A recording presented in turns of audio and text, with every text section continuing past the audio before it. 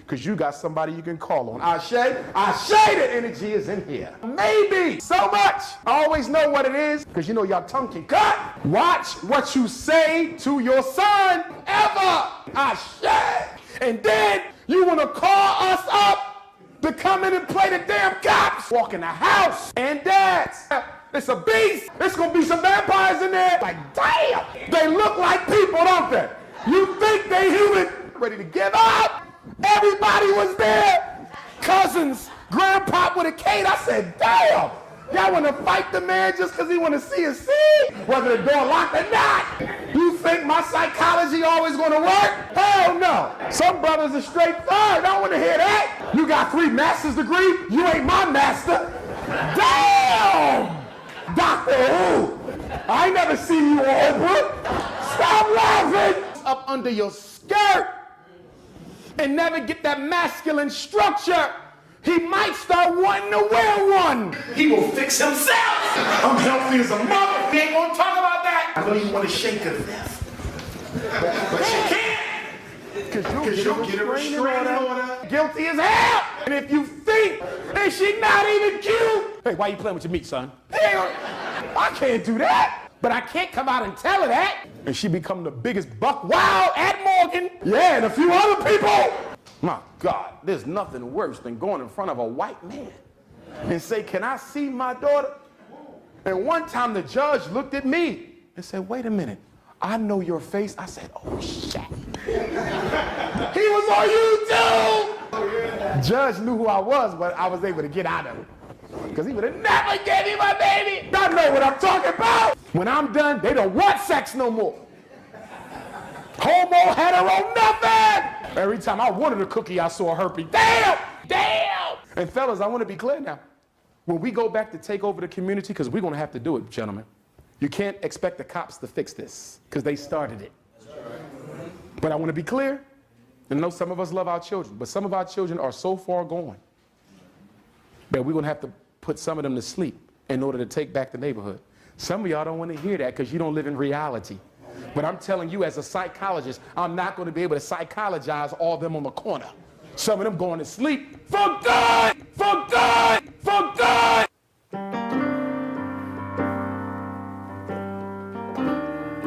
Welcome everyone to a marathon of a live stream here on Thanksgiving. I hope you're all enjoying your Thanksgiving thus far. We got a lot to get into, so let's get it. FDMG is coming. FDMG is coming. FDMG is coming. It's coming.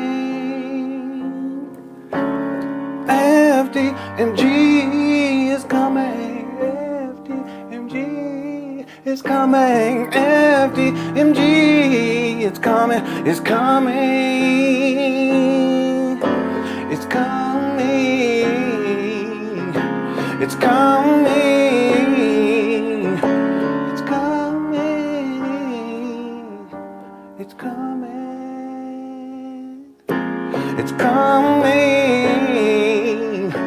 It's coming. It's coming. It's coming. Oh, it's coming. FDMG is coming. FDMG is coming. Thought his personality be twerking. It's twerking.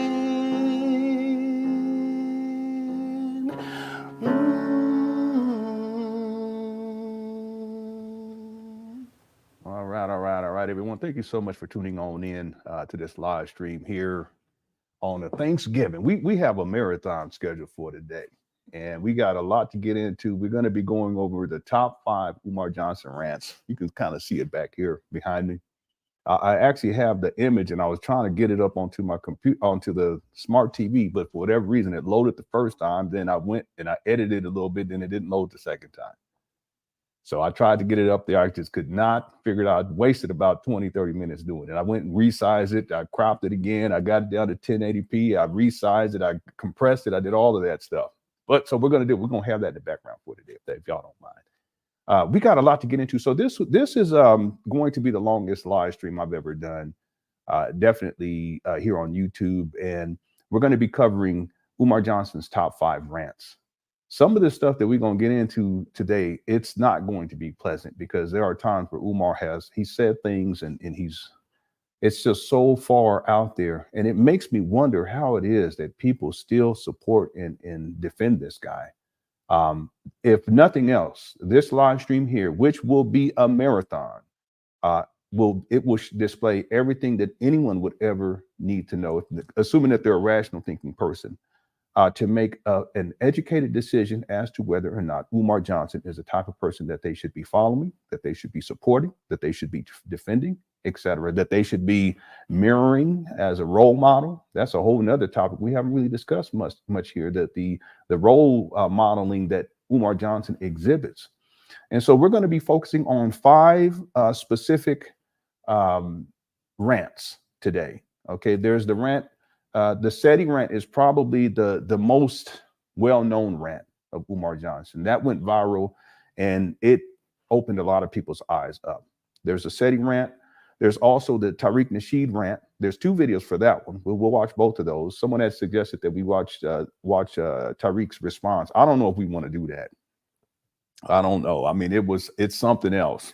I don't know. We'll have to get, when we get to that point, we're gonna have to make I'll make an executive decision on that. Cookie Crush Chat, okay?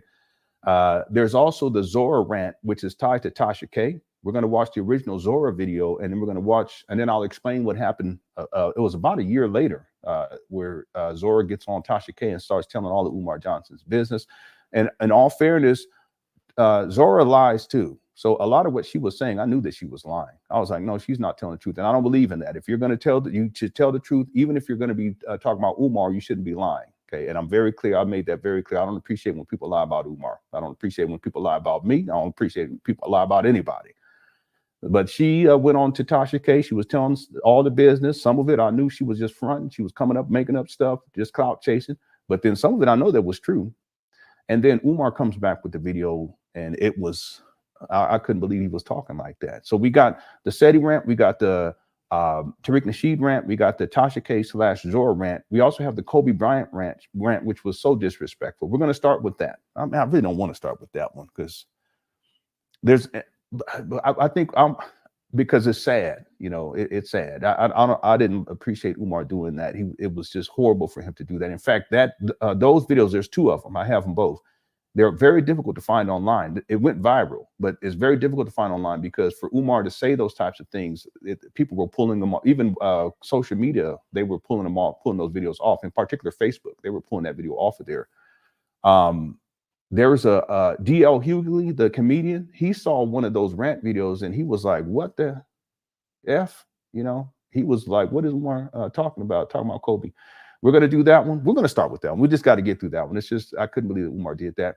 And then the last rant is the rant that Umar did on the Lord Jamar show, which that opened a lot of people's eyes up, in particular dealing with this school scam up there in Wilmington. It is cybercrime. It's a scam. It's fraud. It's been going on for over 13 years. He gets on to Lord Jamar show and Umar he goes crazy. Okay. We're going to watch that one here. So we're going to be here for a month. All right. Thank you all so much. Everyone inside the Cookie Crush chat. I appreciate y'all's presence. Anyone here, if you're a mod, thank you for being here as well and handling the business side of the chat room. Without any further ado, I want to get into this because we got so much to cover. We're going to start with the Kobe Bryant rant. Rest in peace. But before I do that, let me just read this to you all, just out of respect. Because what Umar Johnson says is, I should have had to put up, was so disrespectful and unnecessary. It's just ridiculous.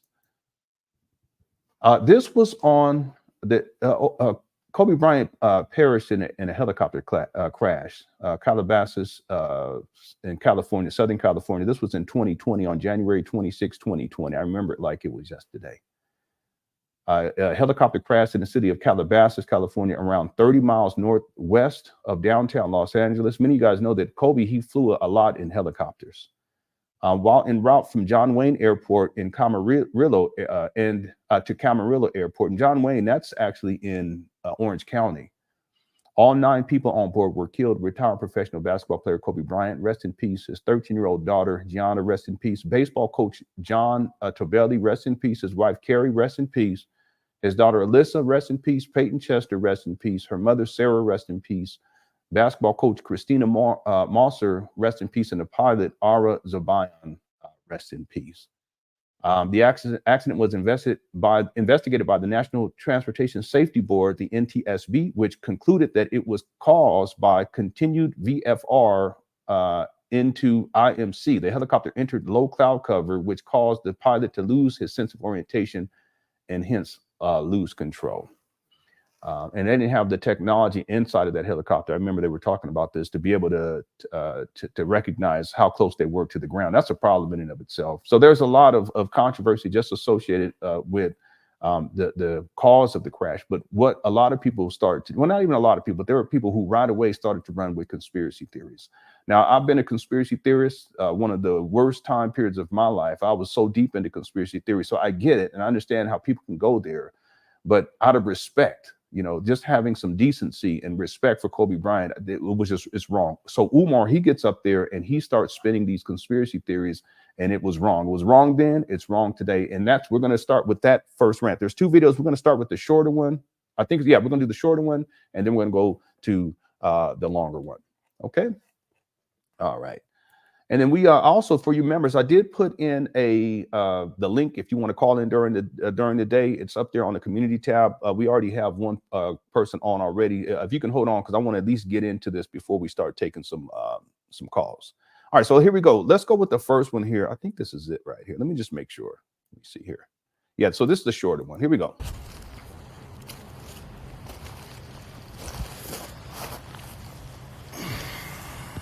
And this was probably within that first week after the crash. So sad. It's so sad. I mean, let me just say this too real quick. Part of the reason why I was really, I didn't like this was because I was a Kobe fan. I remember when he first came into the league. I was in college at the time, and I watched him from when he was basically a teenager. He comes into the league. He wasn't starting. They were bringing him off the bench, and I saw him evolve and grow over time. And I kind of feel like I grew up with him just by watching the Lakers. I'm a Lakers fan. Even though Kobe had plenty of issues, but in terms of as being a basketball player, I admired his commitment and all that stuff. He's probably, in terms of commitment, the closest thing that we've seen to Michael Jordan. And that's saying a lot. So when Umar does this, I mean, I was hurt. I was hurt by it. I was hurt by Kobe's passing. You know, his daughter, everyone else, rest in peace. But for Umar to get up here and do this, it was just so wrong on so many different levels. Here we go.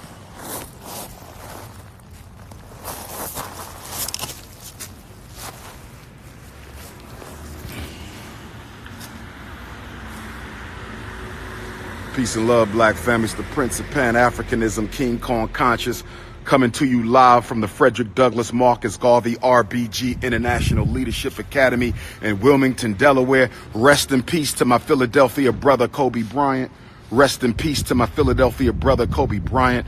Rest in peace to my Philadelphia brother, Kobe Bryant, who I've always considered the greatest one to lace up those basketball shoes and walk on that court. I've been saying that. Kobe is the greatest one to ever do it. MJ was a master, but he did not have. Okay, and all due respect to Kobe. Okay. Umar, you're only saying that because he passed. That's the only reason why you're saying that. So stop. Just stop. The offensive repertoire of a Kobe Bryant. Rest in peace to him, to his daughter Gigi. My condolences to his wife Vanessa and his other children. Yeah, but see, he called Kobe out for quote unquote dating, marrying outside the race. Anyone hit that? Remember they hit the one. He talked all that mess about Kobe and how such and such and his wife and all this stuff, and then here we go. Children and family. Yes, indeed. I understand he didn't marry an African woman. Yes, that was.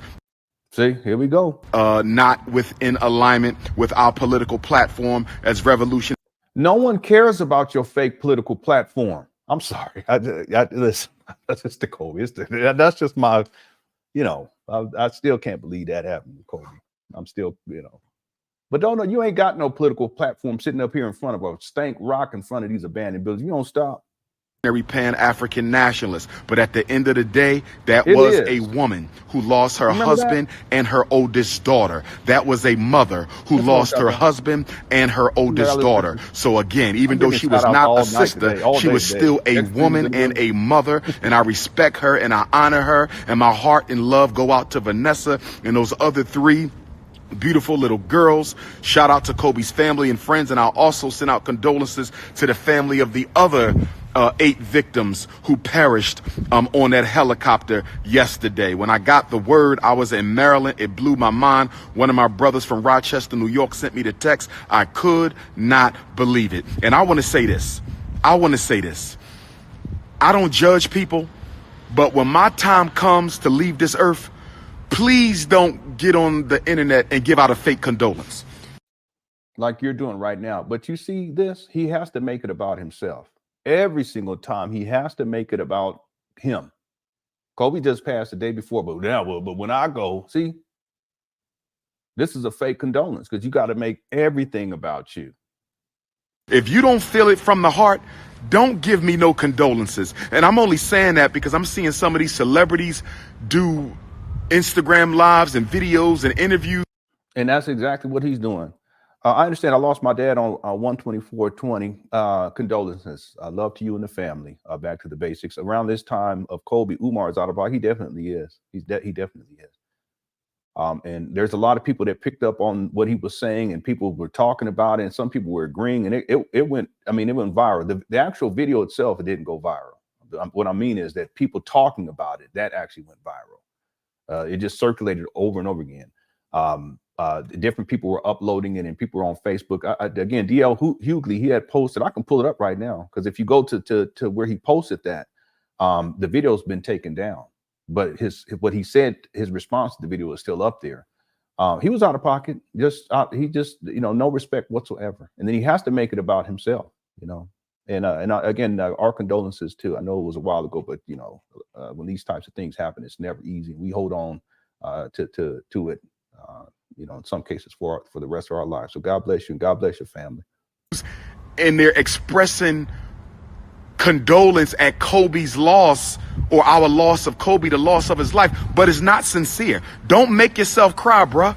If you not crying, don't make yourself cry. Not everybody cries when they go through hurt. Some people, it takes a while because the grieving process is a very intricate process. It's complicated. You go through shock, you go through resentment, you go through bargaining, you go through acceptance, you go through resolution. Not everybody grieves the same way. And I'm not going to say that you're not sorry for Kobe losing his life, but don't get on TV and force yourself to cry. Don't get on TV and wipe your eyes like you crying and you not. I'm just seeing a lot of fake celebrity condolences. That's all I'm saying.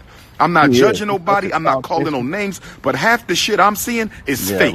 I'm seeing people fake act like they gave a damn. Because at the end of the day, a lot of people was envious of Kobe Bryant. They was jealous of Kobe because Kobe was great and he knew it. And a lot of people got a problem with people who know they great. I didn't know my brother was born August the 23rd. I'm August the 21st. I didn't know. See what I mean? He always has to make it about him. Even when people pass away, he got to make it about himself. He even said that Jesus was born on his birthday. That's what Umar said. I need to put something. Let me know if I need to put something else. That okay back there? I can turn it off. I hope it don't look bad. I want to anyway. Kobe was only 2 days away from the Prince of Pan Africanism. We're separated by August the 22nd. And depending on what zodiac system you use, August 22nd is Leo, last day, or August 22nd is Virgo, last day. I'm a Leo on the Virgo cusp. Kobe was a Virgo on the Leo cusp. Now I can see that. Now I can understand him a whole lot better knowing that we only 48 hours apart, although we're separated by 4 years. I never met Kobe in the flesh. What? What are you talking about? I remember when I first started my Pan-African Boy Scout program in Philadelphia on Cecil B. Moore Avenue after I resigned as Minister of Education for Marcus Garvey. Listen, they was going to kick you out anyway because you was causing problems and you were trying to take over the UNIA and you was trying to get them funds from them people because you were trying to do a building fund so that you could do some renovations on that building over there.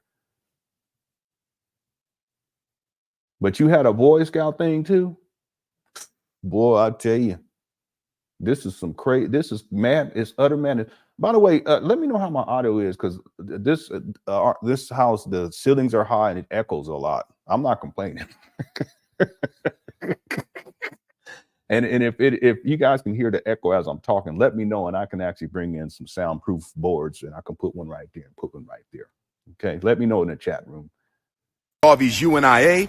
I started my Pan African Boy Scout program, and we would go to the Sixers game on a regular basis. And the closest I got to Cole was at a Sixers game. He was out there warming up, and we was just down there watching it. We didn't have a conversation with the brother or nothing like that, but that was the closest that we got to Cole.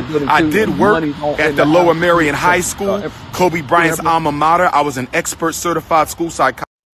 Oh, so you saying that you worked? Well, okay. I didn't ever remember hearing you say that. I'm going to go look that up and see if we can find that. And if you did work there, I'm going to give you credit. If I can't find nothing, I'm calling Cap.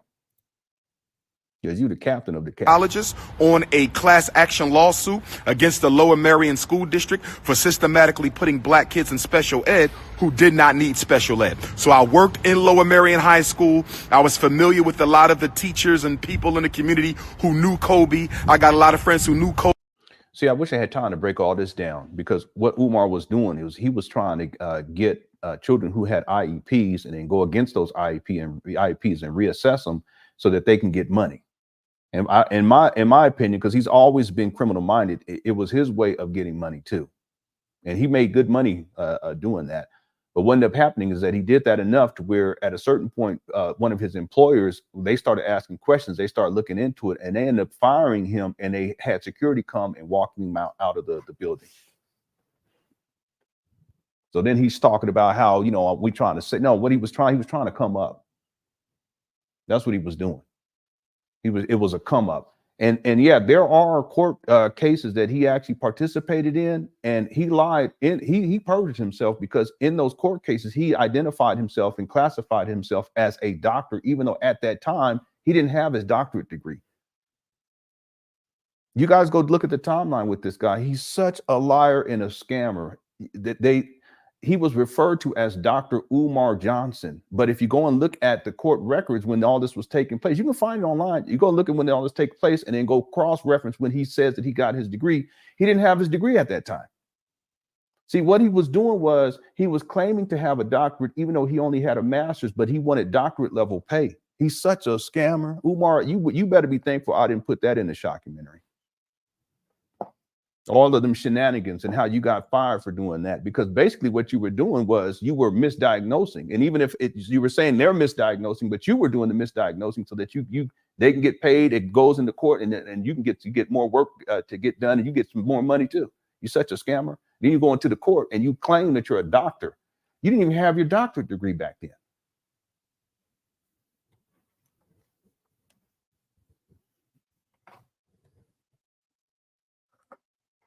He couldn't just say, listen, I have a master's. No, he couldn't do that. He had to say that he had his doctorate, and he was being employed as if, and he was getting paid as if he had doctorate level whatever. Anyway, let's go. I'm sorry. I'm such a Kobe, and even though he was from Lower Merion, that's right across the street from Philadelphia, he was a Philly man, you know, and I'm just so sorry for what happened to Kobe, and I'm going to keep it real. This was not no accident. You out your damn mind if you think this was an accident. Kobe Bryant's personal helicopter, not a commercial plane, personal helicopter. Kobe Bryant's personal helicopter goes down during a routine 15, 20-minute flight, a flight he'd been making for 25 years, and it goes down. And they still... No, he didn't make that flight for 25 years, Umar. Stop. It wasn't too long after they built the Mamba facility. That wasn't 25 years ago. What are you talking about? You don't even know what you're talking about. I'm sorry for being like this, but I'm so offended by this guy. Do you guys know that they didn't... The Mamba Academy, they didn't have that 25 years ago before the passing of Kobe. What are you talking about?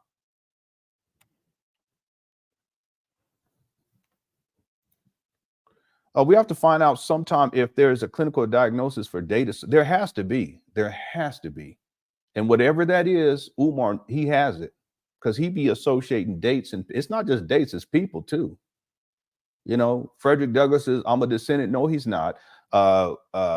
Harriet Tubman is my cousin because she was a cousin of Frederick Douglass. He said Frederick Douglass was his cousin. Then he said it was my uncle. And then he said it was my half sister 3 times removed from my elf cousin down that stay in the Shire. He just be making up all kinds of stuff. And Jesus was born on my birthday, and the Black Star Line ship was incorporated in Delaware back in 1919. Well, the Ifatunde with the school scam, it was incorporated in Wilmington, Delaware in 2019. What are you talking about? But there has to be some kind of, if anyone knows what it is, go on and post in the chat room. You know, he has it, whatever it is. Thank you for using like for super chat. Fiery Water says, Umar put kids on Listen, you have, what Umar was doing was he would look for people who had IEPs. And then, because see, if you guys go, and I don't want to get into, because this show isn't about this, but the thing is that when Umar, if you guys go back to early Umar, when he started coming on the scene and started talking and doing lectures, he talked a lot against IEPs, but that was his hustle. His hustle was to go and find people who had IEPs and then go through the process of quote unquote reassessing them and then taking it to court to say, hey, listen, they were misdiagnosed and they get paid. If you guys go listen, there are times where he said that he'll quote how much you could make and what the school district gonna have to pay you, and then they're gonna have to also pay you to get your children more education, all this kind of stuff. He had it all mapped out and figured out in his mind. It had nothing to do with helping children. What it was it's just extra work. It gives them an opportunity to make more money. That's all that was. It was a hustle. And see, it went on long enough to where one of his employers at a certain point, they were, wait a minute. And they looked into it and they investigated into it and they ended up firing him. And then security came and walked him out. He had a box. Put his stuff up inside of a box. They got him up out of there. See, because he was costing, not only was he costing that school, he was causing issues. He's always been a troublemaker. Even in UNI days, he was causing problems for the school, but also he was causing problems from the school district. See? And he was getting more work. He was making more money. But what it was doing was it was causing, everything, the legalities of all this stuff. So they just said, no, you're getting up out of here, because he's a troublemaker. And he's always looking for a way to get money. And he's been doing this for such a long time. And back then he was misrepresenting himself. He was saying, and he was telling his employer that he was a PhD, but no, he only had a master's at that time. And see, so what he does is now when he comes onto the scene, because he done got fired, ain't nobody want to hire him in Philly anymore because his reputation preceded him. And that's just one thing. Just that there's other issues too with this guy. Look at how he behaves, yelling and screaming all the time. Okay? But when he comes onto the scene, into the Black conscious community, if you guys go listen to early Umar, what he does is he adopts Kwana Kunjufu's presentation and even how he speaks and his demeanor and dressing in suits and all that stuff, and he refurbishes it, and then he puts his own spin on it, but then he molds it into this whole IEP and how that they're misdiagnosing children, and that becomes what his primary talking points are, at least for a while. He don't talk about that anymore, not like he used to. See? But he talked about it long enough to where he can profit off of it. He can write a book on the topic, the psychoacademic. See, we're getting off topic, but anyway, boy, it's incredible how the depths of this, how deep it goes with this guy. Talking about he's a doctor. He's in court testifying and talking about he's a doctor. He had no degree at that. He didn't have a doctorate degree at that time. He had a master's. The timeline doesn't work out. If people go and do the math, go look at the timeline, go look at the paperwork, and go look at when he said he got the doctorate. And you go look on the doctorate that he showed, and you will see that he didn't get the doctorate until after that time. Boy, this guy, he's something else. Anyway, here we go. Don't have all the answers. First, they said 4 people died. Then it was 5 people died. Then it was 9 people died. And then they said it was a Well, that's because they were figuring out how many people are on the plane. Are on the helicopter? What are you talking fire about? On board the helicopter. Then they said it was a fire beneath the helicopter. And now this morning, they're trying to blame it on the fog. Listen, Umar, that's what happens in an investigation. And listen, just because there's people online out there throwing out conspiracy theories doesn't mean that it's true and that there's some big conspiracy, because look at all these different people and how this changing and stuff. That's not how this works. They were trying to figure out what happened. You go to what the quote unquote authorities and experts say, but you on the internet nilly-willy or willy-dilly hippity-hoppity on the internet, and you listen to all these conspiracy theorists, and what do? You jump on board with it too. And because everything is contradictory, and they said this and then this person said that, then you got to come up with your own theory to jump into the mix. Just cloud chasing. Say it was too foggy for the pilot to take the helicopter, but he asked for special permission. He asked for special permission to take the helicopter anyway. If you see the video of the crash, which is a very heart-wrenching video to watch, there is no video of the crash, Umar. See, Umar is not he's not a researcher. He's not what happened was Umar saw a video. Someone sent him a video and said that it was of the crash, and it was of like this military helicopter over in Afghanistan. And it wasn't even like it was like one of them old helicopters. Anybody remember this? Hit the one. Golly. Someone sent them the video, and it's out in this mountain range. It's like desert mountain range. And there's a helicopter, and it starts sputtering. It's a huge helicopter. It's like one of them old school helicopters. But look. Black Anonymous, how you doing? And I was gonna say Merry Christmas, Happy Thanksgiving to you and everybody else. Okay, we don't celebrate Thanksgiving in our household, but we want everybody to have a good time, and I'm thankful that y'all here with me today. Okay, what we gonna do is I already told the kids I'm gonna be down here. I'll change the setup so that they can come in and get food and all that stuff. I said, but then you're gonna have to go upstairs, go downstairs, go down to the garage. Y'all got plenty of space up in here. There's one floor right here, bigger than the house that we lived in going back 9 years ago. I said, y'all got plenty of space. Just let me do this. We're going to be hanging out, and then we're going to order some food. We're going to order some food. They was like, oh, yeah. So y'all get whatever you want, okay? Just make sure you get me some and save me some. That's all I'm saying. We already just spent about $600 on groceries this week. We ain't going to get in that right now. Anyway, happy Thanksgiving to everybody, okay? Thank y'all so much for being here. Yeah, I know. Dominic, you remember? Dominique, you remember? Dominique, by the way, I've been listening to different people that you recommended for the music, and one of the guys is How Long? What's the guy's name? I can't think of his name right now. But I've been listening to him, and that guy's as quiet as kept. That guy, he's on the level. He really is. Because I only knew him for that like one song, maybe two songs, but you hit me to these other ones. I was listening to this work. This guy, he's something else. What's up, Brian? Let me get some shout outs before we keep going here because Umar's getting me upset. How's it going, Tata and Nicey Lee? Also, D, that is always in the building. Okay. the Vine Scoop. Snowbird. Don't tell Umar that because anything with a snow in front of it, he doesn't like it. He does not like snow anything, family. I know. He don't know. What's up, Barnkeith? He don't know what he's talking about. How's it going, Viper? I'm a little tech savvy. All right. So, I was thinking, I don't know why I was.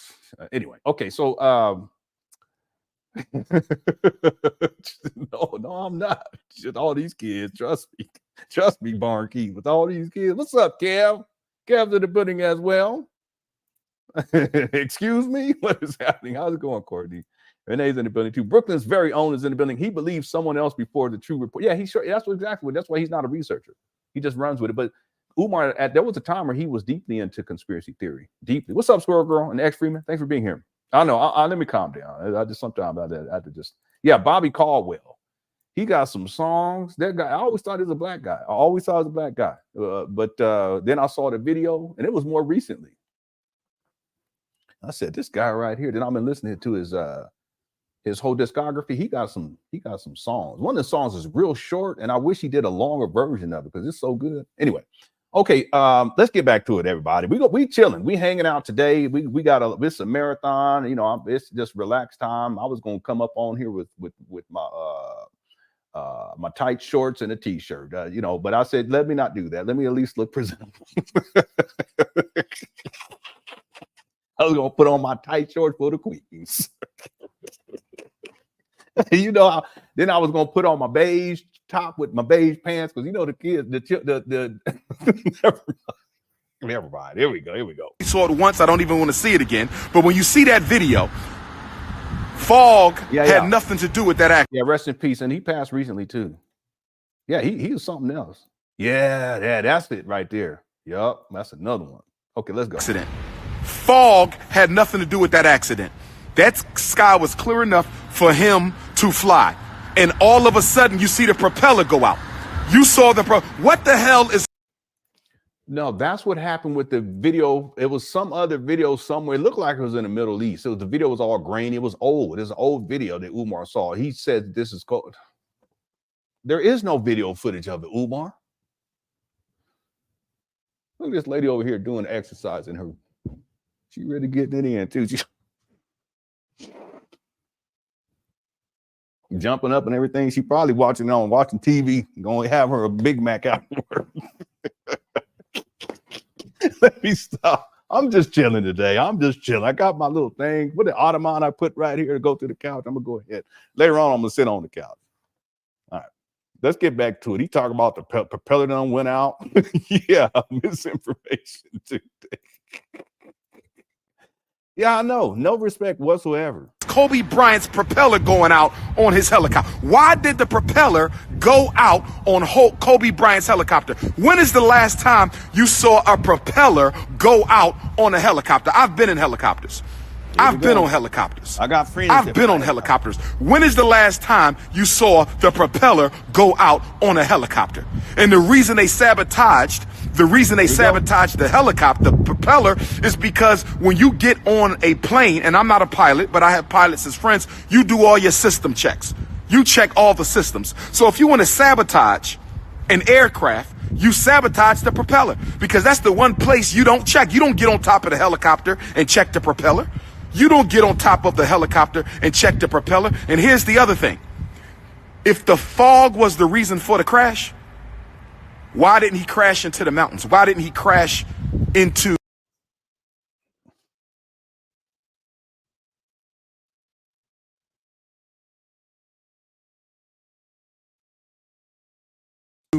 any of the physical structures? They didn't say that. They didn't say that they crashed into a mountain or crashed into the physical structure. They crashed on the ground. What are you talking about, Umar?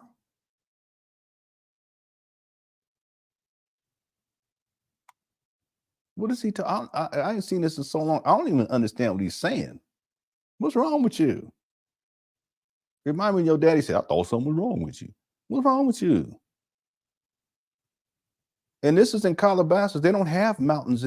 They have hills and, like really tall hills and stuff, but whole mountains? No, they do. There is a mountain range, though, if you go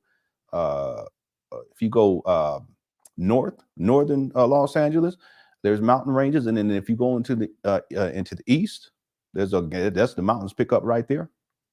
Gang of them. What are you talking about? Crashed on the ground. The fog was not the reason for the crash. The fog, you know how many times? I think he's trying to say that the fog wasn't like on ground level, as if fog can't be on ground level. I don't know what he's talking about. I have no idea. How's it going? Good to inform the a.k.a. Umar is an expert in helicopters. He's buying some for the FDMG boys to fly their parents to and from. Remember, fog good. This is what Umar said.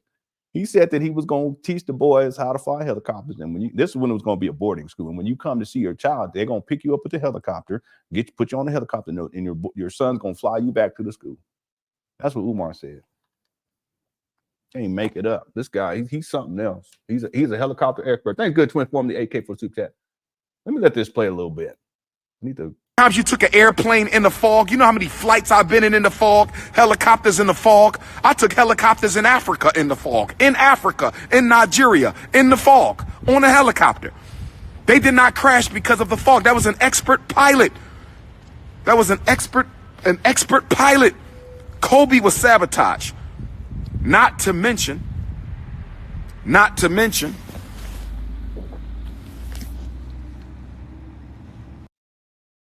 this guy. I had to adjust the TV because it's still low, but that's how I am. I said, let me go and straighten it.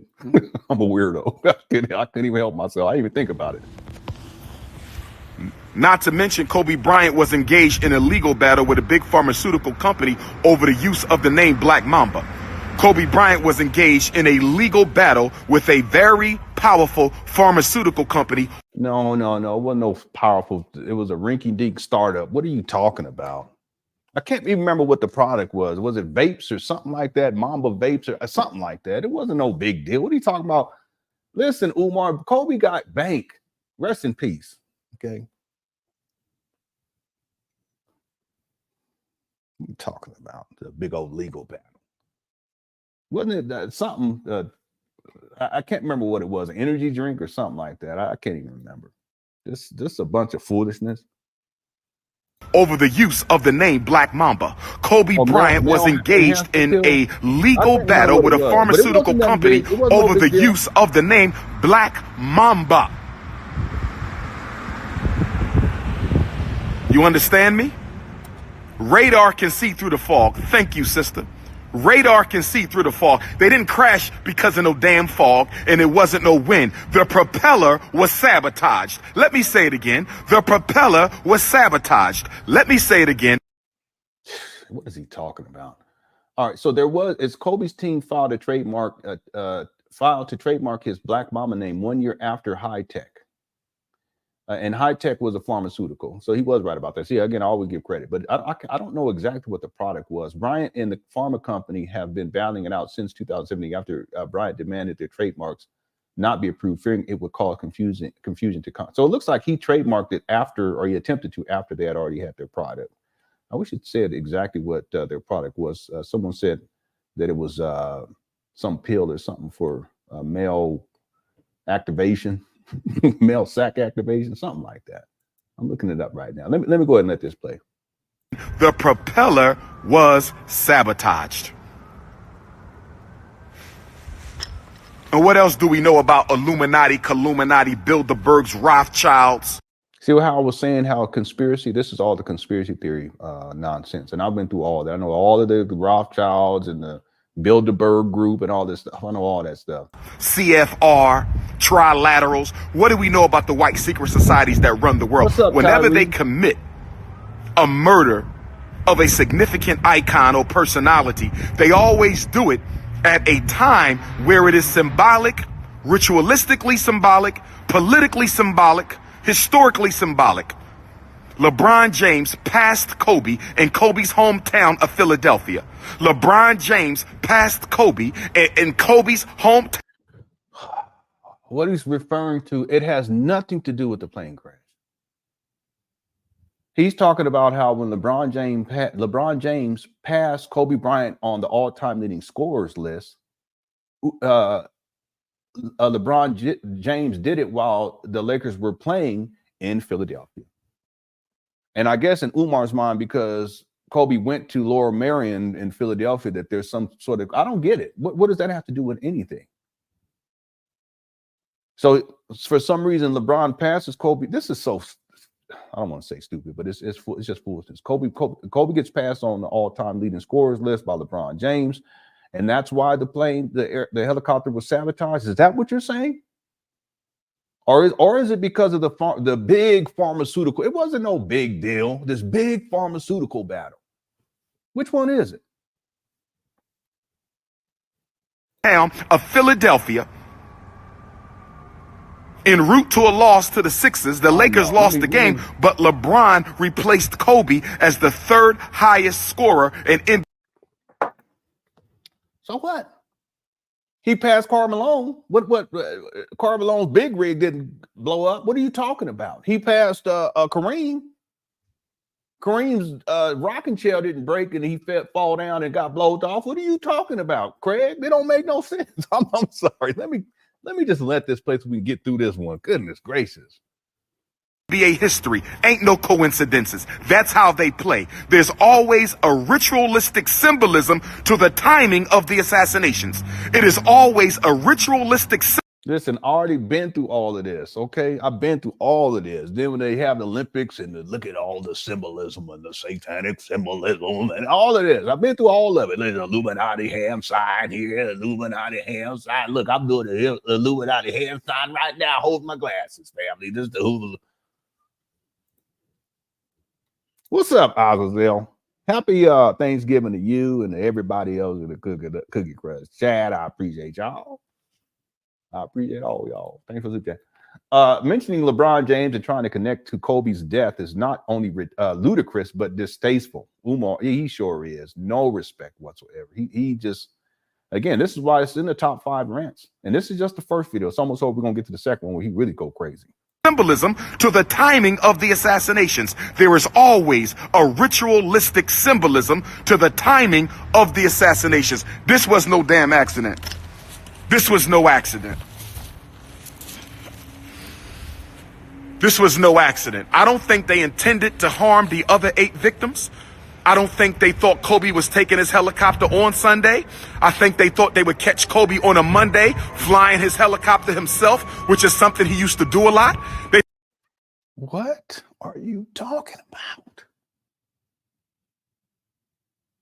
I ain't seen this in years. I don't know what he's saying. It don't make no sense. That's all I can think is that this guy, he's crazy. Something wrong with him. I want to rewind it so I can, because I'm in my mind, I'm trying to figure it out. Like, okay, what is he trying to say? No, none of it makes sense. Symbolism to the timing of the assassinations. This was no damn accident. This was no accident. Just struggling to get up. This was no accident. I don't think they intended to harm the other 8 victims. I don't think they thought Kobe was taking his helicopter on Sunday. I think they thought they would catch Kobe on a Monday, flying his helicopter himself, which is something he used to do a lot. They thought they would catch Kobe on Monday, flying his own helicopter. Who thought that they were? Who are you talking about? Who's they? The Illuminati? Is that what you're saying? The Bilderberg? The Trilateral Commission? What are you talking about? Are you sound up here sound like a black Alex Jones? If you don't stop. I don't get it. I just don't. I do not understand what he's saying here. Something he used to do a lot. They didn't know he was going to take it out on Sunday. I don't think they intended for the other 8 to be victims. But what do we know about the 3rd rule of white supremacy? What is Dr. Umar's 3rd rule of white supremacy? So it's white supremacists who did this? Is that what you're saying? White supremacy is ruthless. White supremacy is ruthless. White supremacy is ruthless. If we got to kill your kids, kill innocent people, we'll do it. Let us not forget America let Pearl Harbor get bombed. Let us not forget America let Pearl Harbor get bombed. They had knowledge that the Japanese was coming to strike, and they let them strike to justify getting involved in World War II. Know your history. I know mine's. Rest in peace, Kobe. Rest in peace, Kobe. What does any of that got to do with Kobe Bryant's helicopter that crashed? It crashed. These things happen. And there's plenty of people who, and I shouldn't say it this way, but listen, rest in peace to everyone. Okay, rest in peace, everyone who perished in any of these types of things, as it's sad. But let's be real here. There's plenty of people who are famous who crashed in car accidents and died, or helicopters and died, or airplanes. There's plenty of people, and rest in peace to all of them. But Umar, he has to turn this into some sort of a conspiracy theory. Want to give my brother a little libation here at the FDMG. Thanks, get your donations in, cash.me. There is a link for members if you guys want to call in. After we do these 2 videos, we'll open it up. We'll take a little break and we'll open it up and take some calls before we get to the next, the Tasha K rant / Zora rant. Okay. New Orleans, I will see you Saturday. New Orleans is going down in La Place 516 Airline Highway. Get your tickets at drumarjohnson.com. New Orleans, I will see you. He got to promote himself. You Saturday, Washington, D.C., Maryland, and Virginia. I will see you at the D.C. training next Saturday, February 8th. Peace and Black Power. Cash.me/$FDMG school. Cash.me/$. He got to ask for money. Sign FDMG school. Get those donations in. Yeah. Peace. Aaliyah crashed in a helicopter crash. No, excuse me, airplane crash. Is that conspiracy too? And there's a lot of people that say it was a conspiracy. No, from what? No, that's not what. From what I gathered, it's just they put. It was. Yeah, I think they put too much luggage on or something like that, and that happens. Was that one or somebody else? I'm sorry. Let me retract that. Okay. Rest in peace to Aaliyah. Lisa Left Eye. That was an automobile crash. I think she was driving too, or she was, I don't know if she was driving. I can't even remember. But anyway, but that's not some conspiracy. These things happen, just like it happens to everyday people. But Umar has to turn it into some conspiracy. There's so many people, famous people who've perished in helicopters, or not even, there's not so much helicopters. Not most people don't ride in helicopters, but car crashes, plane crashes, etc. Rest in peace. Okay, so that's the first one. Here's the second one, and things really get crazy. Watch this.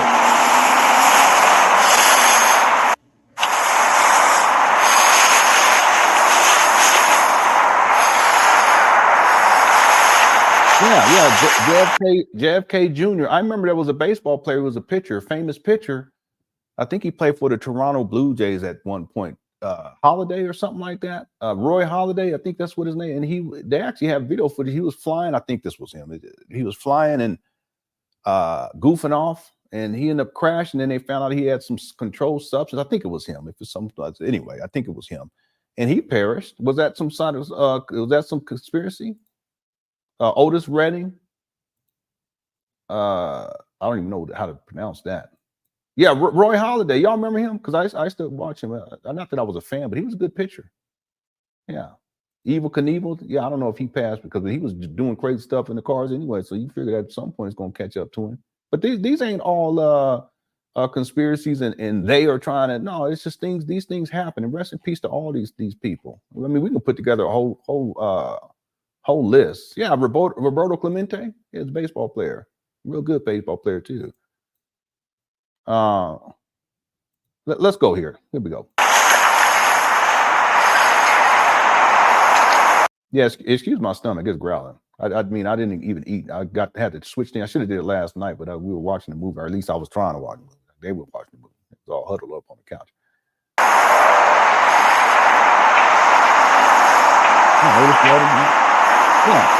Yeah, but see, this is it right there. And thanks for doing this one, because Princess Diana, when that happened, that the conspiracy theory that really took the whole Alex Jones, David Icke, that took everything up to a whole other level, especially with David Icke. That all this stuff, and then how they did it on purpose, and it was because, I mean, all kinds of conspiracy theories were coming in. It was a satanic ritual sacrifice because they were reptilians and they had eggs in the basement of the whatever. I mean, he was saying this kind of stuff. I read all those books. I was into all that. But if you guys remember back then when Princess Diana died, a lot that fueled the conspiracy theory paradigm, and it just blew up. And I'm saying figuratively, it just blew up. You guys catch my drift? It just blew up. Like, it was like everywhere. Everyone's talking, and that's another example. You know, all kind of stuff. It was all these conspiracies about what happened and how it happened and what the reason was and who did it. Well, could it just have been a car crash? Yeah, it could have just been a car crash.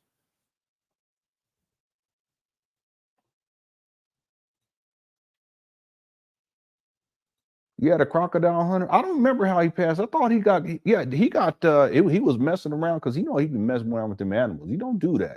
It's gonna catch up to you at some point. I saw this one video. This guy was messing with this alligator. The alligator looked like it was on a freeway. It's probably down in Florida somewhere, or Louisiana down there. And this guy, the people were in the comments. They was like, yeah, he's the tweaker, and he was messing with the alligator. The alligator was trying. He was like on the side of the road. It was an I don't know what they call it, the one of them divider things, and the alligator's trying to get away, and he kept messing with it, going like this. That alligator turned back and snapped on his leg. Said, you keep messing with him. The alligator started going like this on his leg. That guy was trying to get him off. He got him off, and then I said, you messing around with these animals like that, it's gonna catch up to you every time.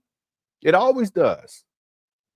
They gonna mess with that alligator. People say he was a tweaker. He was just tripping. I said, yeah, okay. The alligator was nice about it, because it was trying to just get away, being nice. But it said, okay, you won't keep messing with me. You turn back. He got him good. And it could have been a lot worse, because the people in the comments, they said, you better be happy he didn't go into a death roll, because he would have tore that guy's leg right off. Anyway, what happened, from what I remember with the crocodile hunter, he had a big show. He blew it, but he was like all everywhere. Like, he had a show, and he would deal with crocodiles and do all these things, and it was really entertaining. But from what I remember, he was doing something. They was doing something in the ocean, or and they were dealing with these the mantis. I think that's what they're called. They're flat, and they're big ones too. There's these huge ones. I can't remember even what they're called, but anyway, he was messing with them. But they have these stingers towards the back of their body, and from what I heard, something happened, and he got stung by one, and it stung him into his chest, and something happened with his heart or something like that, and he ended up passing away. It wasn't even a crocodile that got him.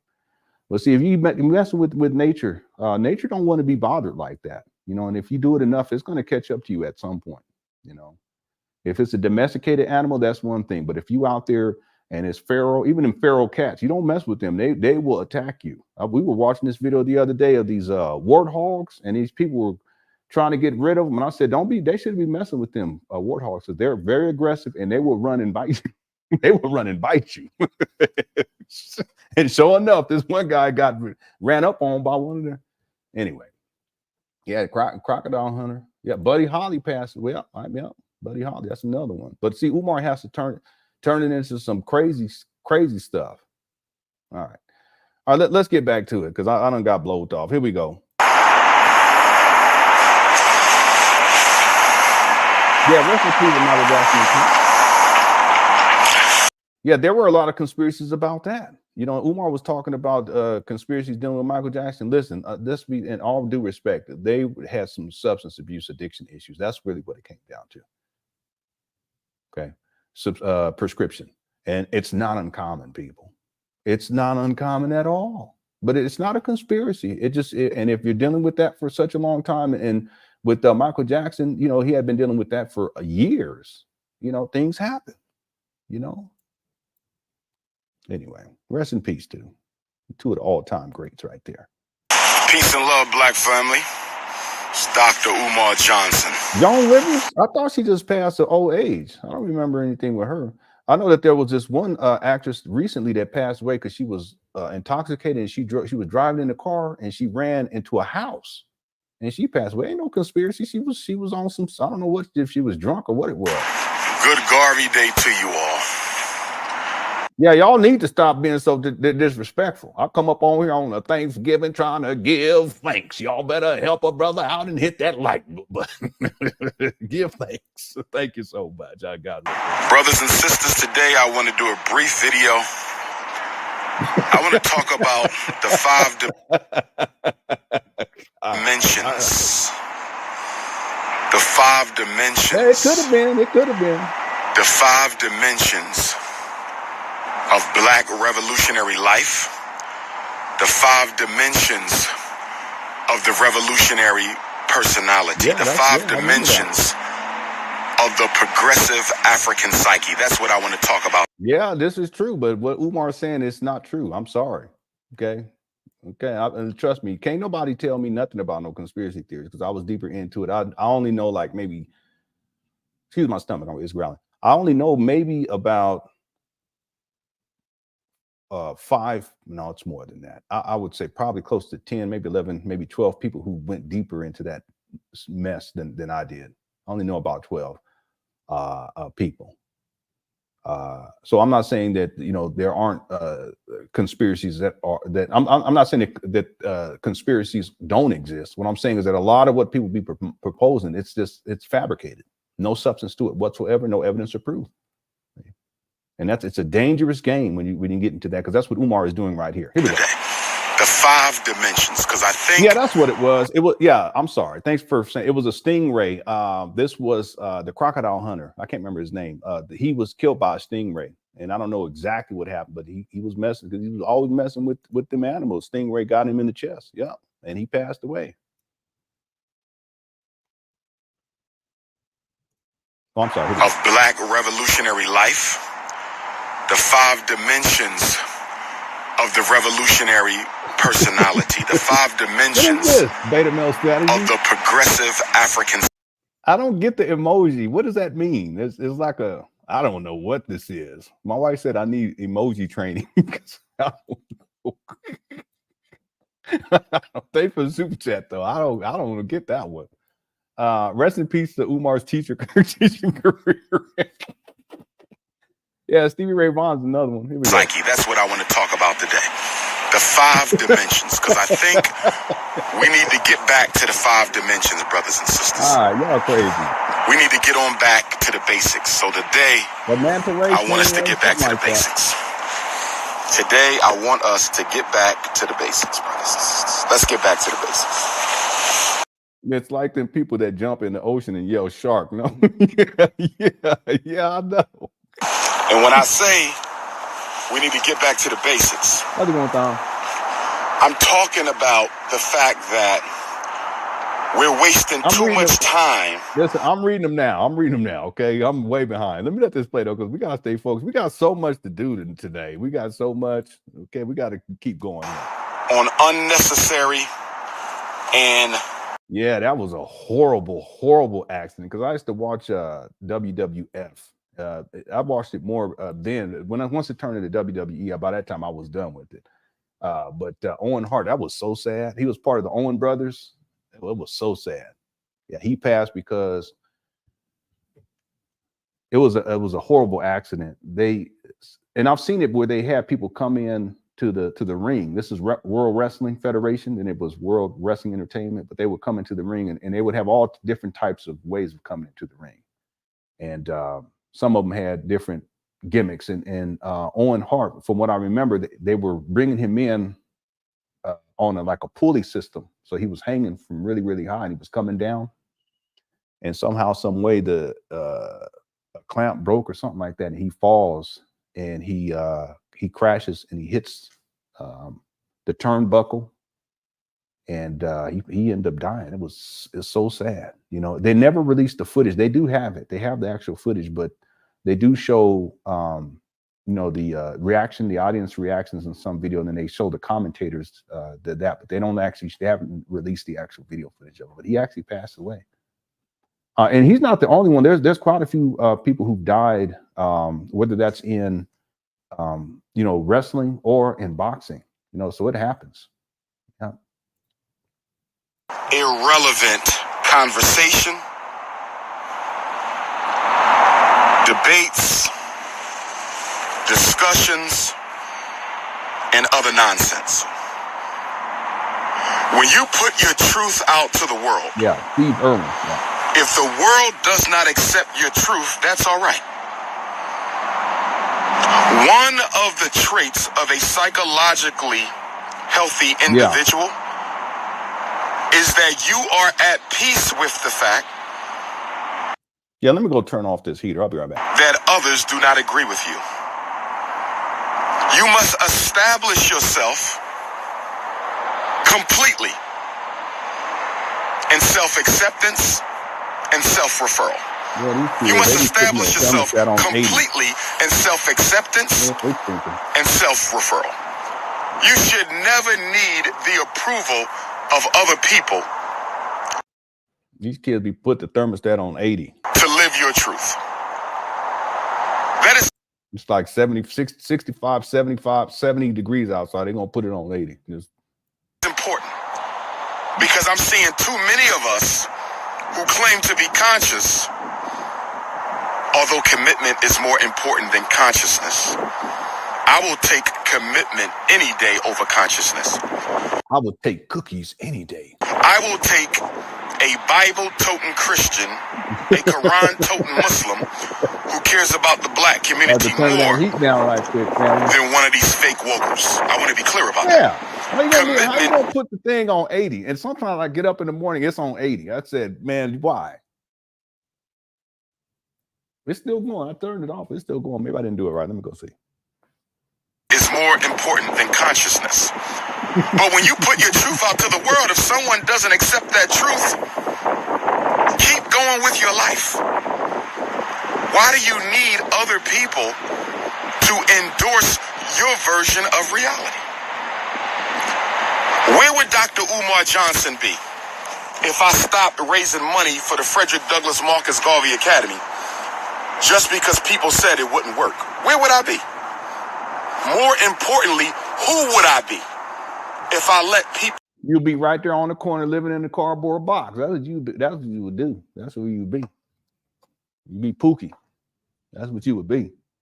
Persuade me from pursuing my dream. You'd probably be at work. You probably would be at work. Okay, that's what you be doing. What if I listened to what people say on Instagram? What if I listened to what people say on Twitter and Facebook The dozens of articles written about me on the internet, YouTube. What if I needed other people's approval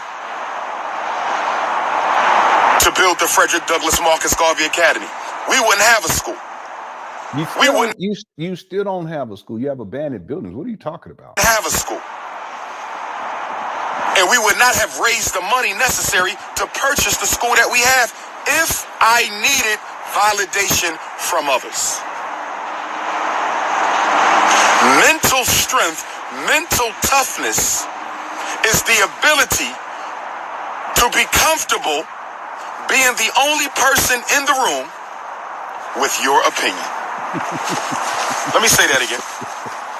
Mental strength, mental toughness is your ability to be the only person in the room with your opinion and be comfortable with that. We're going to talk about the 5 assessments today. Some of you have heard me talk about this before, but I haven't discussed the 5 assessments in quite some time, so I want to discuss them today. And those 5 assessments are the 5 dimensions that you should evaluate all African people by in the world before you decide to unite with them, organize. What are you talking about? What is he leaning up against? I don't. It's looking like Inspector Gadget or something. I don't know what he's leaning with them, join their organization, risk your life for them, waste your time on them. The 5 assessments.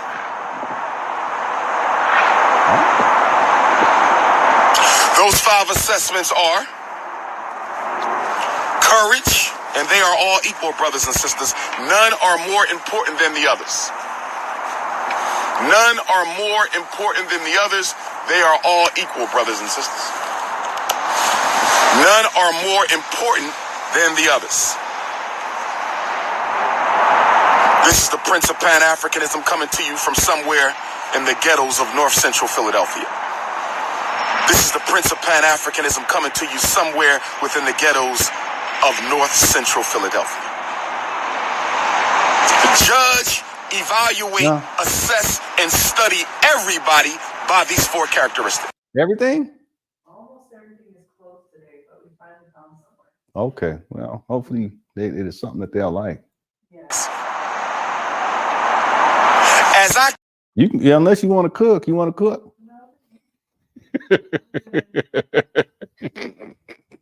I'm just playing. keep my third eye open for a potential FDMG queen. As I keep my third eye open on sisters, as I keep my third eye open on brothers. What are you talking about? What is he saying? I need to get some chapstick. I'll be right back. Who can help me in this work?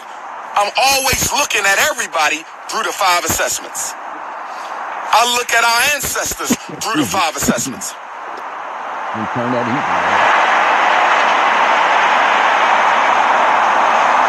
The 5 assessments are, and they're all equal, brothers and sisters. The 5 assessments are courage, consciousness, commitment, consistency, and creativity. Shout out to 20th and Susquehanna. I'm from 8th and Susquehanna, North Philly all day. Courage, consciousness, consistency, commitment, and creativity. That's what we're going to talk about today. The 5 dimensions of the revolutionary personality. The 5 dimensions of the progressive African personality. That's what we're talking about today.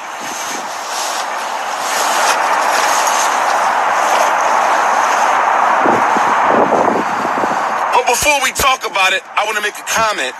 Here we go. About yesterday's morning video on our late. So let me give you some context. The video that I played before, that was that yesterday morning that he's referring to. And people were they were disgusted by what he was saying. People were offended. And so that's why when he starts this video, he's talking about how, sometimes people, even if they don't believe what you say and blah, blah, blah, you still got to blah, blah, blah. So that's the context for this. So even though he's supposed to be talking about something totally different, he has to go back now and try to, I don't know, refurbish what he was saying to make it make more sense, because he was getting a lot of criticism based on what he had said the day prior. Yeah, that's the context for this. And instead of just admitting, hey, listen, I didn't know what I was talking about, and I was tweaking. I was tripping yesterday. I want to apologize to everybody. He can't do that. He has to double up, and then he has to spin it. But he's supposed to be talking about something totally different. But he's going back over to the same old foolishness. Watch. Brother, now ancestor, the greatest basketball player in history, in my opinion, Kobe Bryant. In front of the FDMG Academy, on the sacred red, black, and green rock of FDMG, I gave my assessment of what I believe to be responsible for the death of our brother. And I am unequivocal in my position that Kobe Bryant was assassinated. I am unequivocal in my position. Unequivocal. I don't need to debate it. I don't need to discuss it. That's my truth. A friend of mine the night before passed along a piece of information. He sent me a video. And this is a very reliable brother. Very reliable. He sends me things from time to time. He's a good brother. But last night he reached out to me and said, Doc, the video I sent you that I thought was Kobe Bryant's helicopter was not Kobe Bryant's helicopter. My apologies, bro. First mistake he ever made. First mistake he ever made. No problems. Contradictions occur. You straighten them out. So for my Dr. Umar supporters, I want to say to you that the statement I made regarding the helicopter's propeller, the rotor, and how it gave out was not justifiable. That was based on the video. That was not the actual video of what was not Kobe Bryant's helicopter. It was another helicopter. So that piece of information that I saw, Kobe Bryant's helicopter before it crashed, was incorrect because the video that was given to me was not correctly labeled. It was not Kobe Bryant's helicopter. So, now that I have withdrawn a piece of faulty evidence, I want to reassert my position that despite the fact that that video was not Kobe's helicopter, now that the world knows that that video was not of Kobe's helicopter. This is so ridiculous. Now he has to turn this around and turn it into something else. Okay, well, obviously that wasn't true, so let me come up with another conspiracy theory to make this helicopter. I want to be clear that it does not change my position on the assassination. Damn, this guy, he ain't got no shame. In fact, I am more convinced this morning than I was yesterday morning. I said I am more convinced this morning than I was yesterday morning that Kobe Bryant was murdered. I'm giving you my truth. Now, some of you would ask the question, you would say, what evidence do you have? What proof do you have? Now, let us be clear. Proof and evidence are not the same. This is proof. Proof and evidence are not the same. Proof and you can have evidence that Dr. Umar did not buy the 2 charter schools in Wilmington. You may believe you have. You didn't buy 2 charter. What are you talking about? It's not 2 schools. It's not any schools up there. You purchased 3 abandoned buildings. There's 3 of them. It's not 4, like you say. And it's not 2 schools, because a school is a place of learning. There's no learning going up there. Pookie and Ray kick it up there. You'll be kicking it up there too. So stop. Evidence that I did not buy the school. You may believe you have evidence that I stole the fundraising money. You may think you have evidence that I don't have a doctorate. You may have evidence that I'm not related to Frederick Douglass. You're not related to Frederick Douglass. Now stop. You may have evidence that I have a baby with a white girl in London. You may have evidence that I'm not a certified school psychologist, certified school principal. You may have evidence. Evidence is information. Yeah, you already said that you're not certified. What are you talking about? You already admitted that because you don't handle the continuing education in order to maintain your certs. So what are you talking about? That by itself does not prove anything. It only leads support to one's original premise. Evidence alone does not prove the truth. Yeah, now Leonard, you may have evidence that ain't no school.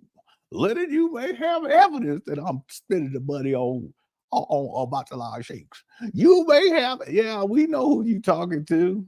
Cookie Crust Chat, you may have evidence that I didn't comb my hair. Okay, so, all right. You may have evidence that I think I'm a detective Inspector Gadget up here on this month. Never thought the Kobe conspiracy ever. Yeah, it never made sense to me. Never. And trust me, I was a serious conspiracy theorist. Serious. Never made any sense whatsoever. But see, what's going to happen is Umar's going to give a new conspiracy theory, and that one don't make no sense either.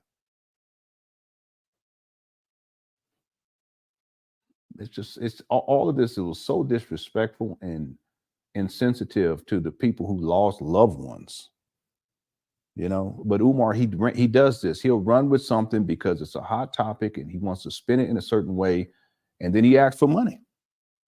He does this every single time, no respect whatsoever, and he gives them attention. Then he has to insert himself into it, like, yeah, I knew Kobe, our birthdays are 2 days apart, so you know he got to make it about himself. So Darius, we about to see the new conspiracy. Before he was talking about the pharmaceutical company and this, but today he ain't talking about this the next day. See, thanks for a super chat. Well, let's see what the new one is. What the new one is. When you have proof, proof leaves no doubt. Evidence leaves a lot of doubt. Proof leaves no doubt. Evidence leaves a lot of doubt. When you say you have proof, that means whatever that is will show beyond a shadow of a doubt that what you claim to be true is true. Yeah, this is true. I understand what he's saying here. Okay, this is what he's saying is true. Proof. When you have evidence, you have pieces that support your narrative. And by themselves, those pieces do not prove your narrative. Does Dr. Umar Johnson have proof that Kobe Bryant was murdered? I do not. Nor am I looking for any. Because I live in a world that is thoroughly influenced by my study of political science and history and military science. And I know that the first art or act of war is to destroy the goddamn proof. Let me say it again. So what you're saying is that you ain't got no proof, and the reason why you ain't got no proof is because the proof was destroyed. This is a scholar. This is y'all's principle. I know this shirt ain't getting that small already. Goodness gracious, I just bought this thing not too long ago, about 4 months ago. I need to get me some new clothes. I look nice for y'all today. The first thing you do when you want to change the narrative is you destroy the goddamn proof. When the white man said Jesus was white, before he could do that, he had to destroy the proof of Jesus as an African. Before he could say that Jesus was white, he had to destroy the proof that Jesus was an African. Now, fortunately for us and unfortunately for him, and thanks to our great grandmaster teachers like Dr. Renoko Rashidi, who is still with us, Dr. Leonard Jeffries, who is still with us, Dr. James, who is still with us, James Smalls, Professor Anthony Browder, still with us, And our grandmaster teacher ancestors like Dr. Yusuf bin Yakinen, John Jackson, Chancellor Williams, Sheikh Anta Diop, the great Ivan Van Sertima, they were unable to destroy all the images of the Black Christ. The white man couldn't get rid of all the proof, but he got rid of as much proof as he could. But what if the white man got rid of all the images of Black Christ? What if he totally erased the proof that Jesus was black? Does that mean Jesus was white because we don't have proof? Hell no.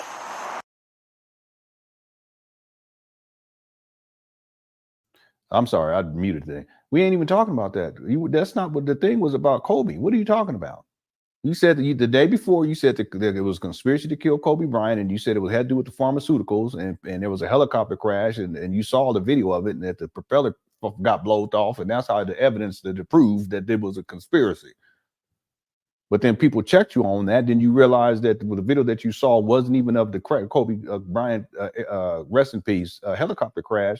And so you have to fix the issue now. You have to fix the fact that you didn't know what that you was talking about, and you were just talking out the side of your neck. That's all this is, just talking. That's all you was doing. But instead of admitting it, you got to blame somebody else. The other person gave you the misinformation. But then instead of just saying, "Listen, there is no conspiracy. I was wrong." What do? You got to spin a whole new conspiracy theory. And because you don't have any proof to any of it, what do you have to say? Well, the proof was destroyed. So then you got to tie that to the Jesus, the black Jesus. And it ain't got nothing to do with nothing. What are you talking about?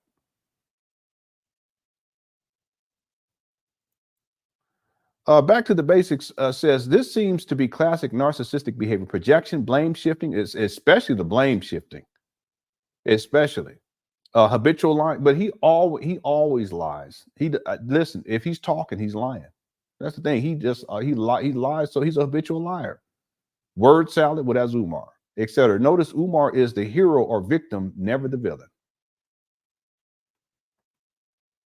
There it is right there. Hashtag never the villain. You're absolutely right about that. He's either the hero, I'm Big Pop, I'm gonna save the black boys, we're gonna build institutions, I'm the greatest of all time, I'm the most requested scholar, all this stuff. Well, that's the hero.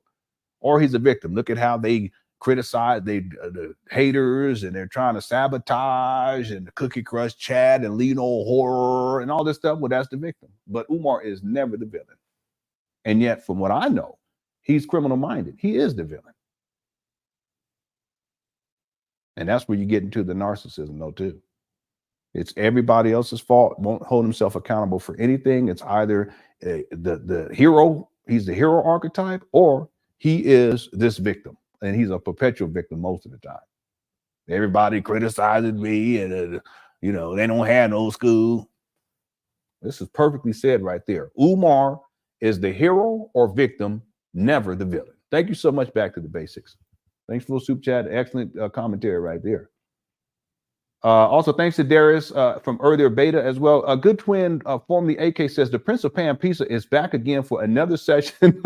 Okay, with the Crackpot Tuesday. On today's episode, we'll go crazy at the graveyards, family. Okay. That's a lot of people thought that this video that he was at a graveyard, but he's not. Good twin. Anybody else do you guys know where Umar's at when he's doing this rant? He's not at the graveyard. Thanks for the super chat. That's what Umar called me, LenonHonor. We was gonna do that in one of his rant video where he was doxing my personal information and said he was gonna send his pull-up team to go deal with me and all this stuff. He said, called me LenonHonor. I said, Umar, you ain't listen. He called me, and I just went with it. From that time, I said, okay, I didn't appreciate him doxing my personal information like that. I didn't appreciate that, but the name, I was like, that's cool. We'll go with that. Especially around Halloween, I always say LenonHonor. Thank you. I appreciate it, Umar. Nah, y'all remember that? He called me. He said LenonHonor. That was his best, because we used to call it basing, but if you in East Coast, it would call snapping. Different places have a different. You call it capping. I know my cousin from Oakland, he used to call it capping. We didn't call it capping in San Diego. We called it basing. Playing the dozens is what it is. But Umar, he don't have that skill. I got it real good. I used to make people cry. That's why I can goof off on here. It'd be funny too. And I watch it later. I said, that's pretty funny. But that's what he came at me with, LenonHonor, because he thought my name was Lenor.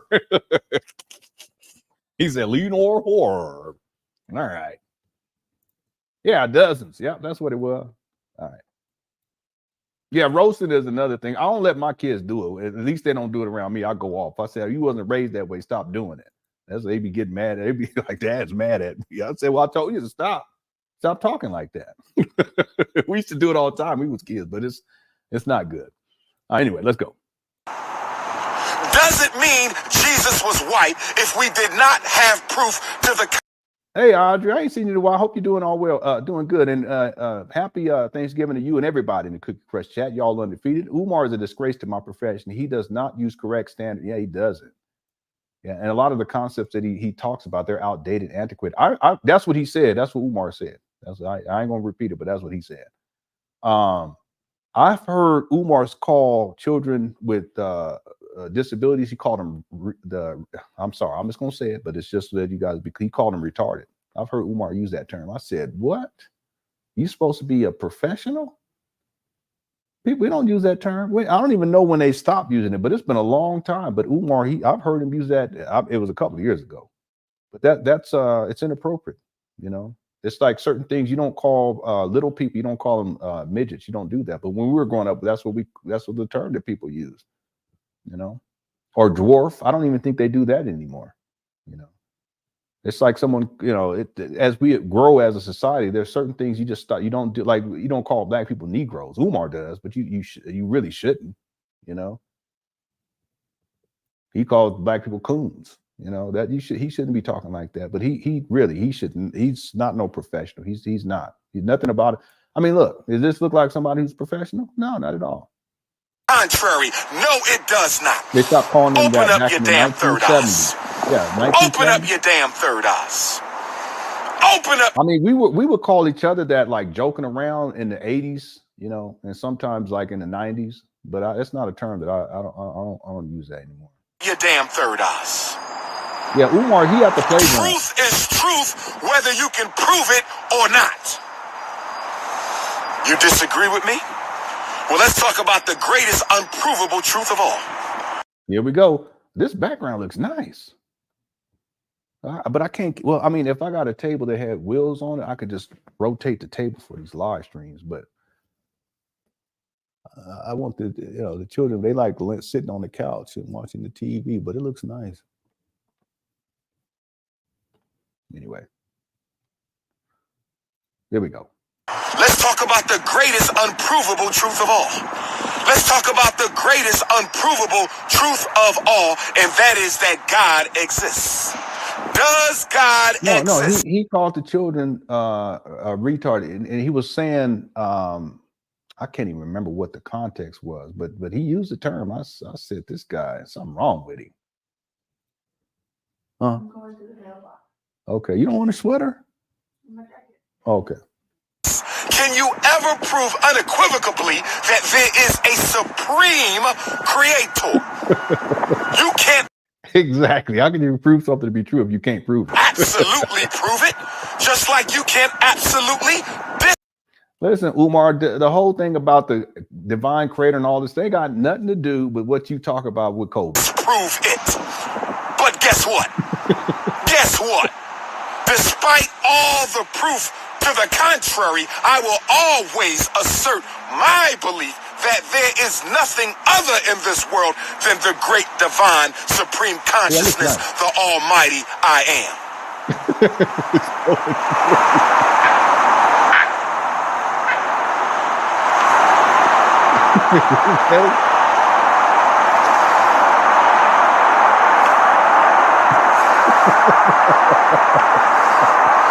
So don't tell me, because if you don't have proof, you cannot entertain a particular narrative or conclusions. Lawyers do it in the courtroom all the time. They create suspicion where there is none. They manufacture evidence where there is none. It's called Y'all remember when Umar told his followers that he was going to go back to college and get become a lawyer, and how they were going to pay for it? This guy, he a trip. The art of persuasion. Most of what you call proof is nothing but persuasion. Opinions masquerading as facts. Now, what is Dr. Umar? See, he's projecting because basically he's that's what he's about to do. That's like what Back to the Basics was saying. This is what he's about to do. Okay, he's going to say something as truth masquerading as fact with no evidence whatsoever. Evidence to support the belief that the greatest NBA basketball player of all time, Kobe Bryant, was murdered. But before I go into that, let me briefly speak on another ridiculous premise I've been seeing lately. Another ridiculous premise that I've been seeing lately. There's a premise out that says we cannot investigate assassinations until families have finished grieving. That investigating assassinations somehow disrupts the grieving process. I want to know where you got your goddamn doctorate in psychology at. Boy, this guy, it's amazing that this guy I don't even see how he got no master's or maybe a master's, but a PhD? What kind of school? What kind of school you go to, Craig? That's that boy. I tell you, go there. Anyway, the Prince of Pan Pizza is back. Already did. I'm sorry. Yeah, he's not at a gravesite. He's at a park. I want to know where you got your goddamn doctorate in psychology at, because speaking as a psychotherapist of more than 20 years experience, when someone has a loved one who was murdered, one of the most difficult things for them to do is to move on without having all the answers. Let me say it again. See, y'all not dealing with some YouTube coon. Y'all not.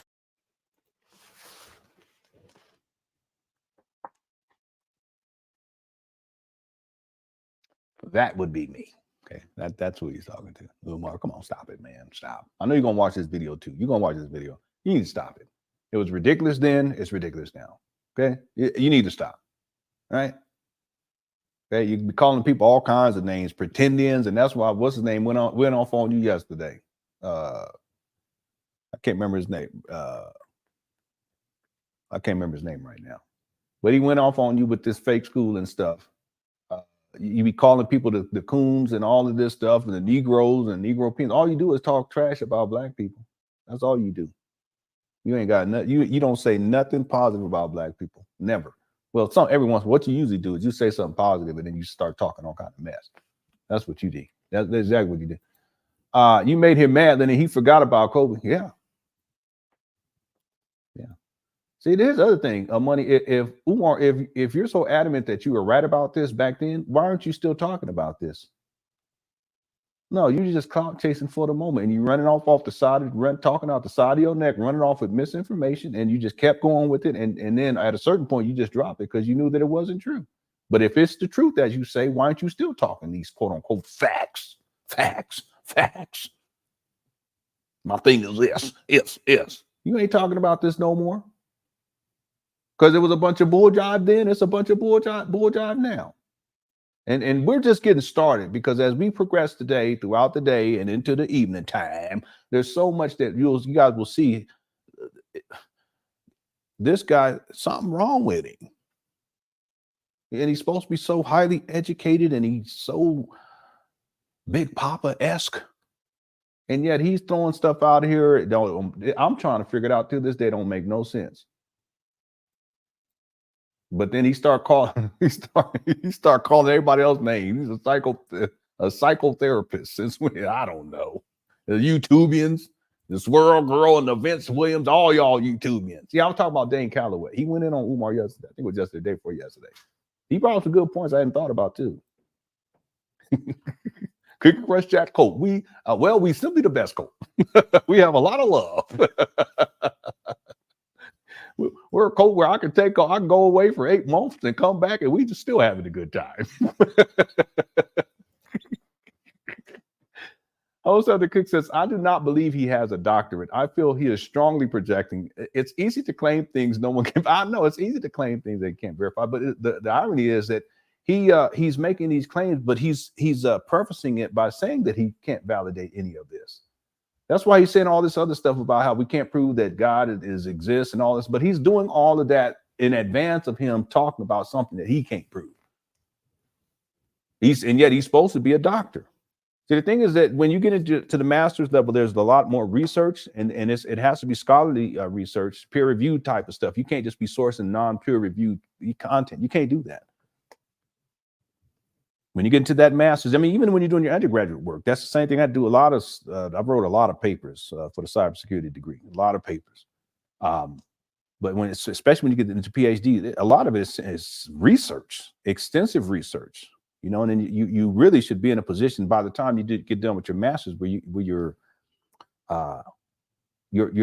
developing an expertise, a very focused expertise on a given topic. And then when you go into your PhD, that's what you kind of specialize in. It's like a specialty type of thing. And then you become an expert at a certain point because of that specialization. But in order to do that, there's a lot of research that has a very specific research, topic-specific research that you have to get into. But the thing is that the process is all the same. The research process, is that what we see what Umar is doing? He's supposed to have a doctorate degree. I've never seen that. In fact, the books that he's written, that he's actually self-published, there's no source material, peer-reviewed or otherwise. No source material. How are you going to write a book on anything and you're supposed to be a PhD and there's no reference material? That's crazy. Thanks, Whole Southern Cook, for super chat. Everybody else too for super chats. I appreciate it. Money and good twin. All right, let's get back to it. Here we go. Dealing with somebody who woke up yesterday and started a YouTube page. You're not dealing with some con artists who push black consciousness in the interest of personal capitalism. I live this shit. Oh, is my screensaver bothering people? I can take it off. Let me know. I can turn it off. I've been living it since 9 years old, 4th grade, 18th in Oxford, Meade Elementary School. I live this shit. What? I'm not Johnny come lately to the game. I live this shit. One of the best ways to help a family get over their pain is to help them get answers, to bring justice to the situation. What did you see Trayvon Martin's mother and father doing right after he got murdered? What did you see? That ain't got nothing to do with what you're talking about, Umar. Michael Brown's mother and father and stepfather doing? Eric Garner's wife. Did they say stop asking questions until we're done grieving? Did they say leave us alone for a minute, or did they get right after the pursuit for justice? Did they say leave us alone, or did they say let's get right after the pursuit for justice? Who do you know? Did Betty Shabazz, after they murdered El Hajj, Malik El Shabazz, did Betty Shabazz says, don't worry about who killed my husband. I'm grieving right now. Did Coretta Scott King say, don't worry about who killed my husband, I'm grieving right now? Did Miley ever say, don't worry about who killed my husband, I'm grieving right now? Hell no. The day after the murder, they was looking for answers. They was looking for justice. The best way we can help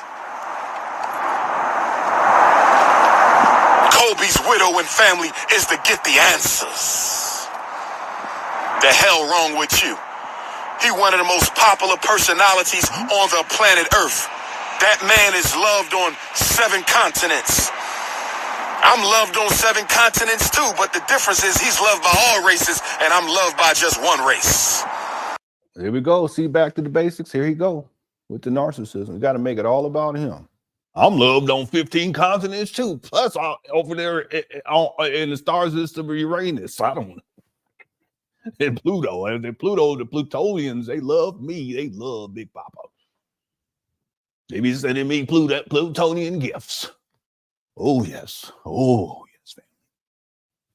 You know, I've been thinking, you know, because the periodic table. We have the periodic table here on just for the Earth. There's got to be other elements and stuff out there on other planets that don't exist here, right? There has to be. There has to be. And there's so many different, billions of stars and a whole bunch of planets around these stars. There has to be.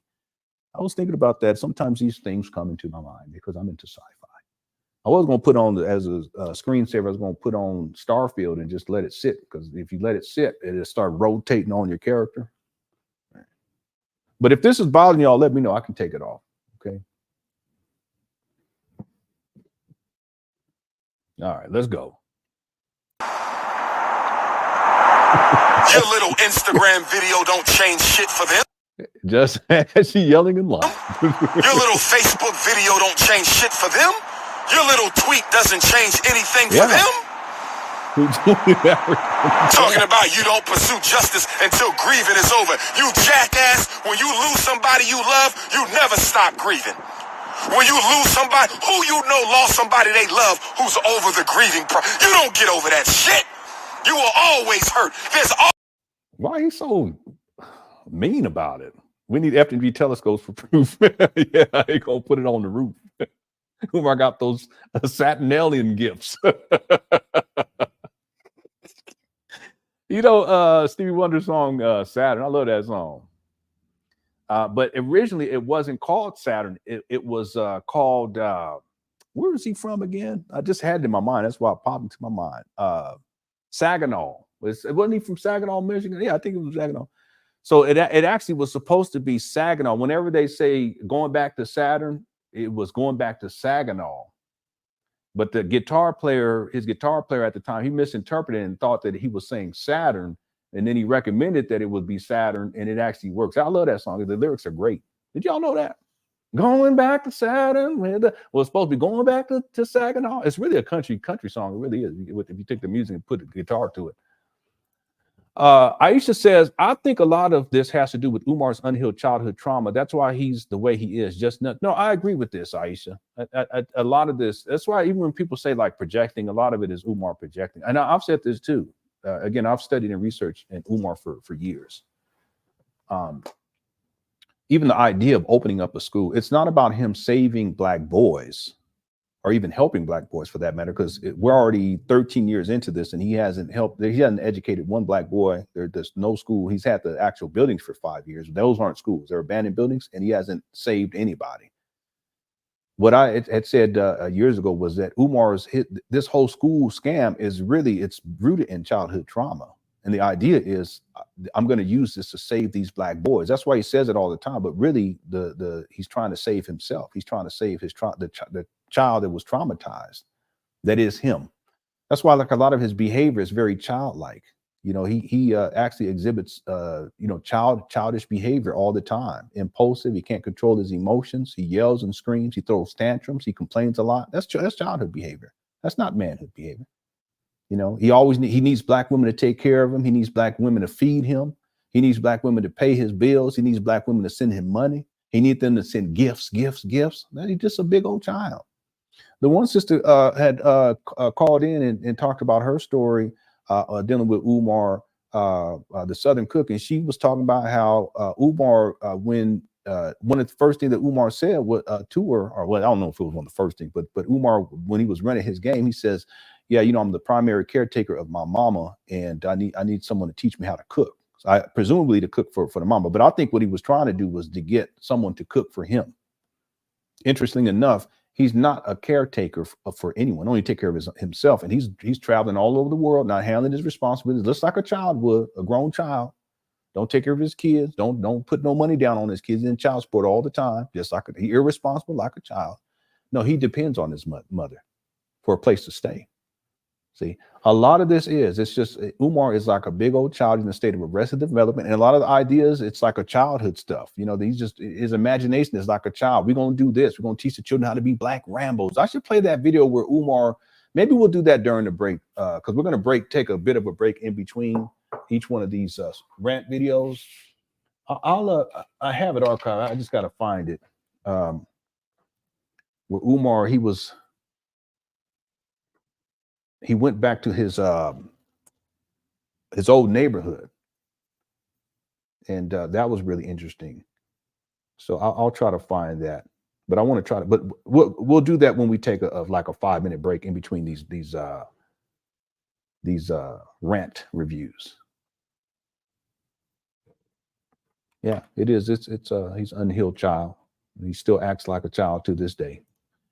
And yet he thinks he has all the answers for everyone else's children. Right? Thanks, IC Beans, for super chat.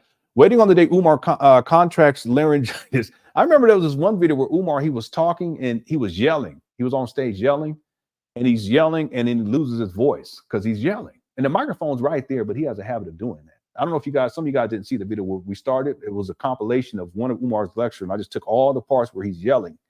And it's hilarious. He just yells straight through. It's the full video, but he yells all throughout that video like that, out of the blue. But he was giving this talk, and he started talking. He was running his mouth, and then he loses his voice. He wasn't even a headline or anything. He because the people didn't want him up there anyway. It was, man, that was such a mess. It was such. I can't remember what it was. I think it was someone's. I want to say Shanika Jenkins, not Shanika. One of the young ladies that was, I think, murdered by the police or something, or killed by the police, unarmed, something like that. And he was up there running his mouth. He started yelling. He lost his voice. It was one of the most ridiculous things, but it was funny too. Thanks, Tata. Hope you're doing well. And I was gonna say Merry Christmas again. Happy Thanksgiving. Yeah, Saginaw. He's from Saginaw, Michigan. I know you know this guy. He know everything about music. He be hitting me. He be telling me stuff. I said, man. Yeah, I know. Basically, he is. We love Stevie in this household. All my kids, they grew up on Stevie Wonder. Umar isn't just childish; he's violent and cruel. He absolutely is. In fact, in that video where he says "full good," there's a part in there where he talks about he tells the men, if you're having these problems with these women, basically you got to physically abuse them. Then he says, "No, don't do that." But he yells it. He can't help himself. He can't stop himself. He says that. One day we're going to do a review of that and watch it from the beginning to end because it's very telling. Yeah, was it Breonna Taylor? Yeah. That's what it was. Maybe I should go look it up. Let me go see because we got time today. Breonna Taylor, and that was in Tennessee. Tennessee, y'all don't know nothing about that. Tennessee. Oh no, it's in Kentucky. My bad. Kentucky. Some of y'all know what I'm talking about. Most of y'all don't, because most of y'all younger. Y'all know nothing about that. All right, let's get back to it. Here we go. And thanks for super chats, everybody. Always a piece of you that will grieve for the rest of your life. I'm talking facts. I'm talking facts. You don't ever get over. There's no end to grieving. What are the 5 stages of grief? There is shock, denial, bargaining, acceptance, and resolution. Shock, denial, bargaining, acceptance, and resolution. And you can go back and forth. Y'all want me to get clinical? I'll get clinical with your ass. You can go, one day you shocked. Next thing you know, you think you get into acceptance and you. I had a crush on that one lady on Arrested Development because she used to do yoga poses. Wasn't she in Arrested Development? She was so cute. That was back in the day though. Anyway, is this bright too bright? I can close this thing over here. We don't even have blinds. It's like this. It's not even like blinds. It's some sort of a thing where you pull the thing and it automatically come down and do like this, go back up. We didn't have that when we was kids. We just had we didn't even have blinds. We put up a blanket up on the wall. I'm just playing. Here we go. Back in denial. One day you think you're moving on and you back in shock. You go back and forth when you're going through grieving. That's the process. Don't ever end. Y'all giving the 6 stages of 6 is cookie crushing. He got 3 wrong. I don't know. I don't know. He might just be making all this up. These are 3 stages. These are 6 stages. You know, he said eating the ham hock, and stage number 2 is getting the chocolate eclair. Stage number 3 is drinking some orange juice. Stage number 4 is having a turkey wing. Stage number 5 is eating a hot pocket. And stage number 6 is crushing the cookie. That's what Umar. That's what he said. He said that in 5 stages. I don't know. He said something. Okay. Yeah, I don't know if it was too bright. How's it going, Erica? I'm glad you're able. You back up here. You back up in here. And thanks for messaging me too. Yeah, so number 7 is nose rubbing. Number 8, we're gonna turn the heat down. Okay, let's get back to it. Here we go. We got a lot to get to today. Who the hell y'all think y'all talking to? See, the problem with a lot of you is You got to beam up first, though, Alan. You got to beam up first, then you beam in. Okay, let's get it straight. Man, that was so funny. I should put it up, but see, we're gonna get carried away. We got to. Number 5 is a pork chop sandwich. we working. Is that what it's called? Is it a pull down? I don't know. All right, here we go. Let's go. Social network. It's real nice because it's fabric, so you can actually see through it though too. So it lets light in. Real cool. Your whole goddamn life. Oh, he's so angry. Social network is the total sum of your existence. Here we go with the projecting. See, back to the basics. This is clearly projecting because Umar, he lives on social media. He literally, he's on social media every day, all throughout the day. He ain't got nothing else to do. He ain't opening up no school. He ain't got no job, nothing. You go to work, come home, pay your Wi-Fi bill, your cell phone bill. Hi, baby. 8 hours at work and 16 on social network. You ain't got no goddamn life. That's the problem. 8 hours at work and the other 16 on social network. We're wasting your damn life away. You ain't got no purpose. He talking about himself. Stage 15 is getting the pop-up, the PayPals. 6 stages of progress. Never mind. I don't know. He always yelling at somebody or nobody, anybody. He just be yelling. Is the food here? Ooh. Oh, yeah. Look at Saida. You ready, huh? He ain't playing no games. That's right. The Geo Scott says some of them going to sleep. It's just only, I think you're saying there's one example of his petulant violence. His pound your damn chest in speech yelling at Lord. Yeah, I know. Yeah. He's angry and he's a violent person. He's an abuser. Y'all mind me? Let me play this real quick because some of y'all didn't see it. I'm gonna play this. This is just from one of his lectures. It's where he yells for good. And what I did was I just took all the parts where he's yelling. Watch this. Somebody you can call on. I say the energy is in here. Maybe so much. I always know what it is because you know y'all tongue can cut. Watch what you say to your son ever. I say. And then you want to call us up to come in and play the damn cops. Walk in the house and dance. It's a beast. There's going to be some vampires in there. Like, damn. They look like people, don't they? You think they human. Ready to give up. Everybody was there.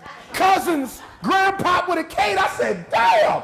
Y'all want to fight the man just because he want to see a scene? Whether the door locked or not. You think my psychology always going to work? Hell no. Some brothers are straight third. I don't want to hear that. You got 3 master's degree. You ain't my master. Damn. Doctor Who. I ain't never seen you on Oprah. Stop laughing. Up under your skirt. And never get that masculine structure, he might start wanting to wear one. He will fix himself. I'm healthy as a mother. We ain't gonna talk about that. I don't even want to shake her left. But you can't. Because you'll get a restraining order. Guilty as hell. And if you...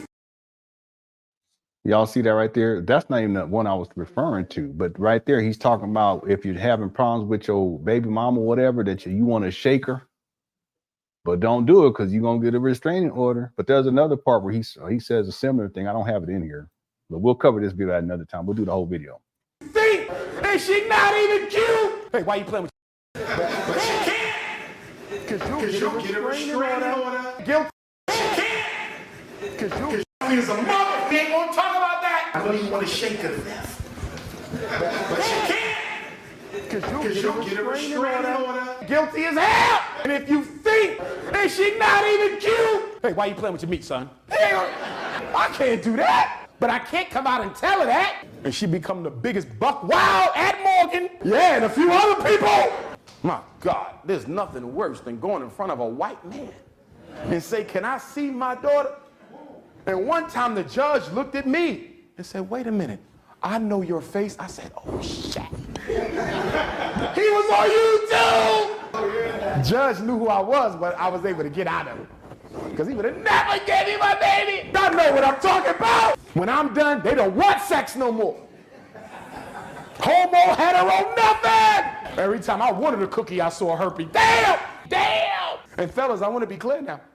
When we go back to take over the community, because we're going to have to do it, gentlemen, you can't expect the cops to fix this, because they started it. But I want to be clear, and I know some of us love our children, but some of our children are so far gone that we're going to have to put some of them to sleep in order to take back the neighborhood. Some of y'all don't want to hear that because you don't live in reality. But I'm telling you, as a psychologist, I'm not going to be able to psychologize all of them on the corner. Some of them going to sleep for good, for good, for good. Stop laughing. Golly, that's what I'm saying. So Geo Scholar, you're absolutely right. See, some of the going to sleep for good is just one example of his petulant violence. His pound your damn chest in speech. I can pull it up. We covered it. He's talking about they're going to have a black room inside the school where they take the kids that misbehave and they're going to pound their damn chest in and then yelling, all going crazy at Lord Jamar. We're going to do that. We're going to cover that whole interview today. Okay. That was one of the top 5 rants right there. But this is a very good point. And I wish I had set aside that section in this video where he actually, he says it. He doesn't mean to say it. You guys know, and I apologize for saying it that way, but you guys, I'm sure most of you are aware of this idea of a Freudian slip. Umar does that a lot. A lot of it is projecting too, but he does that. No, y'all fine. No, don't worry about it. We chilling. Get the food. I'm gonna be up here eating in a minute too. And y'all don't be mad at me, but it's Halloween. It's Halloween. We gonna eat, family. I don't forgot what I was gonna say. I'm sorry, Geo Scholar. Oh no, what I was gonna say, you guys heard Freudian slip. Well, Umar does that, and in this video, see, because the way I look at this is, if you guys, we covered the video where Umar's talking about he's doxing one of his baby mamas, and there's also a video in that same video he accidentally does a Freudian slip where he says something to the effect of, people are, they won't let me see the baby because he has doesn't have unsupervised visitation. He has supervised visitations, but he says he was complaining that he has to go and sit on the grandmama's couch. But the other thing is that as he's talking, it's his way of trying to make it give a reason as to why he can't see the child by himself. And he says something to the effect, people said, they try to say that it's some kind of domestic violence situation, but he catches himself and he stops. Well, in my opinion, okay, and this is just my opinion, this is not a statement of fact, okay, that the reason why he can't see supervised visitation is because something happened of a physical nature where someone was threatened, some sort of physical violence took place either against the child, more likely against the mama, and that's why he cannot see the child by himself unsupervised. There's also other videos where he gives reference to, violence against women, and he doesn't mean to say it, but it just slips out. And that's one of the examples in this particular video. We'll come back to this video and we'll watch the whole thing at some point. Okay, you guys have my word on that. And there is a point where he says, something to the effect is you want to put hands on him or something like that. And then he stops himself, and then he says something like, well, we want peace in the hood, something like that. But these are Freudian slips. He's an abuser, in my opinion, right? He's most definitely an abuser with his tone. He's abusive with his language. He's abusive with how he talks to people. But I think it actually goes further than that, right? Yeah, I'm hungry. My stomach was growling a little while ago. Thank you. Thanks, Scholar, for the super chat. Pastor Porkchop was feeling, yeah, he sure was. See, and that was the time period where Umar, he was getting a lot of people were coming out to see him and stuff, and he would dress in suits. He would talk more about psychology concepts, I guess. There's nothing professional about it, but he would dress up. He would have his hair cut nice. Those days are long gone. Those days are long gone. Yeah, the whole pastor kind of persona, that's part of it too. And thanks for super chat to Louis Stucken. And Bahia Ladi says, we need a compilation of how he is a threat to kids. Yeah, well, there's so many things that he said about children that are inappropriate, including sexual stuff, but also the physical threats. He's made a lot of comments about physical threats against children and what they're going to do to the children. Most recently, we were watching a video where he was talking about if the women come up, the children's parents, mothers come up there, and if they act up, then he's gonna he has a paddle, and he's gonna take them into the office and give them he says a stroke. I said, huh? He didn't say paddle him. He said, I'm gonna give him a stroke. I'm gonna stroke him. So I said, man, what are you talking about exactly? But if we put together a compilation, I mean, it would take me so much time. I mean, there's so much of it. I would have to go through so much of this foolishness because he's made so many comments like that are just so inappropriate. I'm sorry. No, she was right there. She said she was going to do it. If she didn't say nothing, I would have just kept live streaming. They said I should have fixed the plate.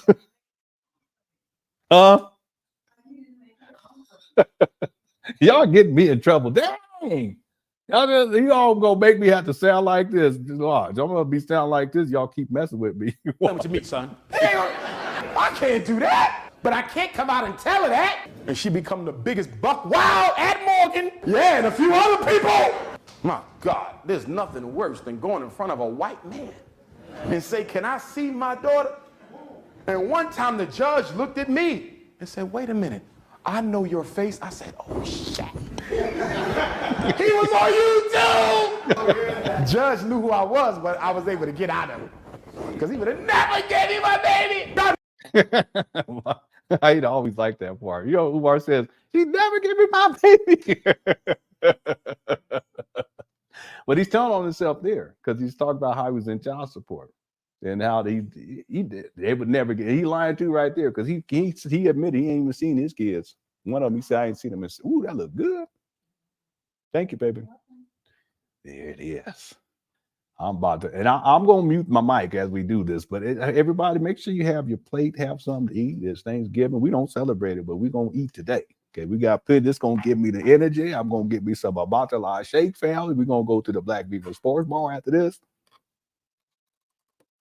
It smells good too. I smell that curry. I love me some curry. All right. Okay, let's get back to it, everybody. Here we go.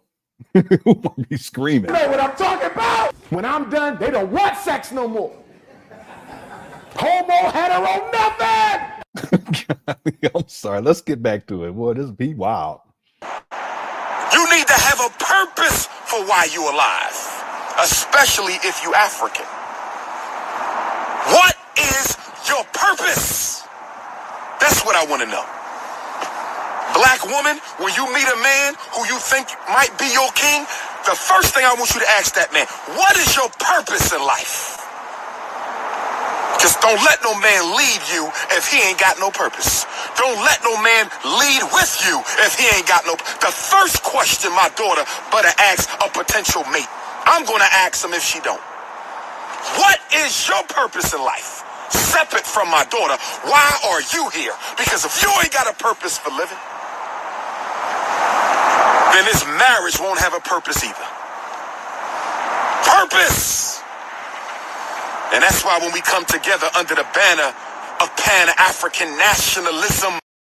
You're not no pan. Stop it. Someone said it's not sushi. I never ate sushi. It's what is this, a Thai spot?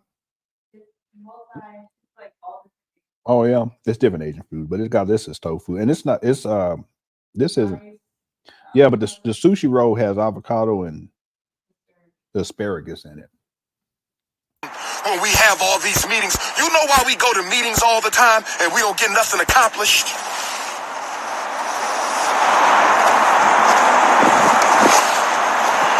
You want to know why we go to all these meetings and we never get anything accomplished? Why? You got black people saying, I'm tired of meetings. I don't want no more meetings. We've had enough meetings. Do you know why?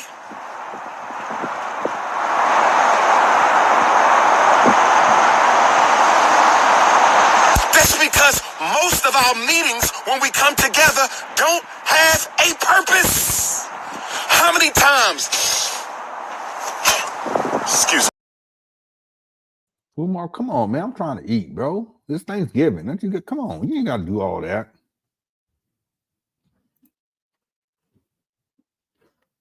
You can't go walk off camera and go do it down the street or something. I'm trying to eat. Anyway, let me How many times you been to a community meeting and nothing got accomplished. You know why nothing got accomplished? Because y'all did not start the meeting out with a purpose. Don't you let nobody waste your time. I don't care who. Telephone conversation, what's the purpose? Dinner meeting, what's the purpose? Organizational gathering, what's the purpose? You're not wasting my time. What is the purpose?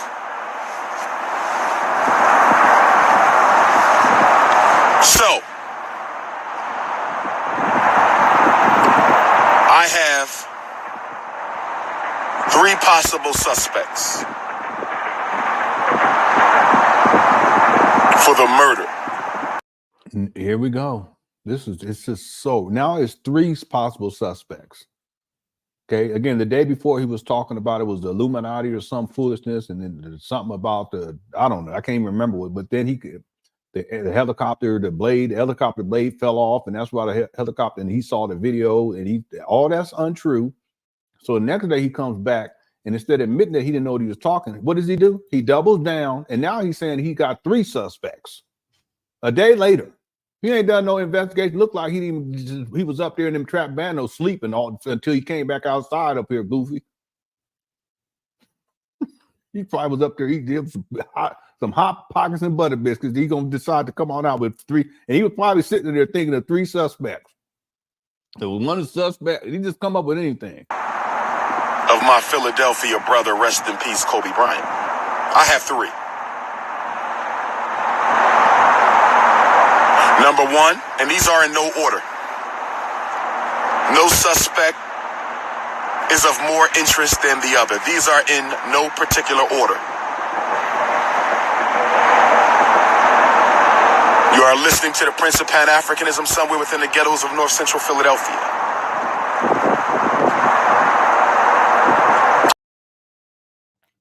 I'm sorry, I don't mean to be talking while I'm eating, but it's Thanksgiving. But he's thinking of it right now. He's trying to figure it out right now. He don't know what the 3 suspects is. He's stopping talking about I'm in the Philadelphia North, born and raised in a playground where I spend most of my days.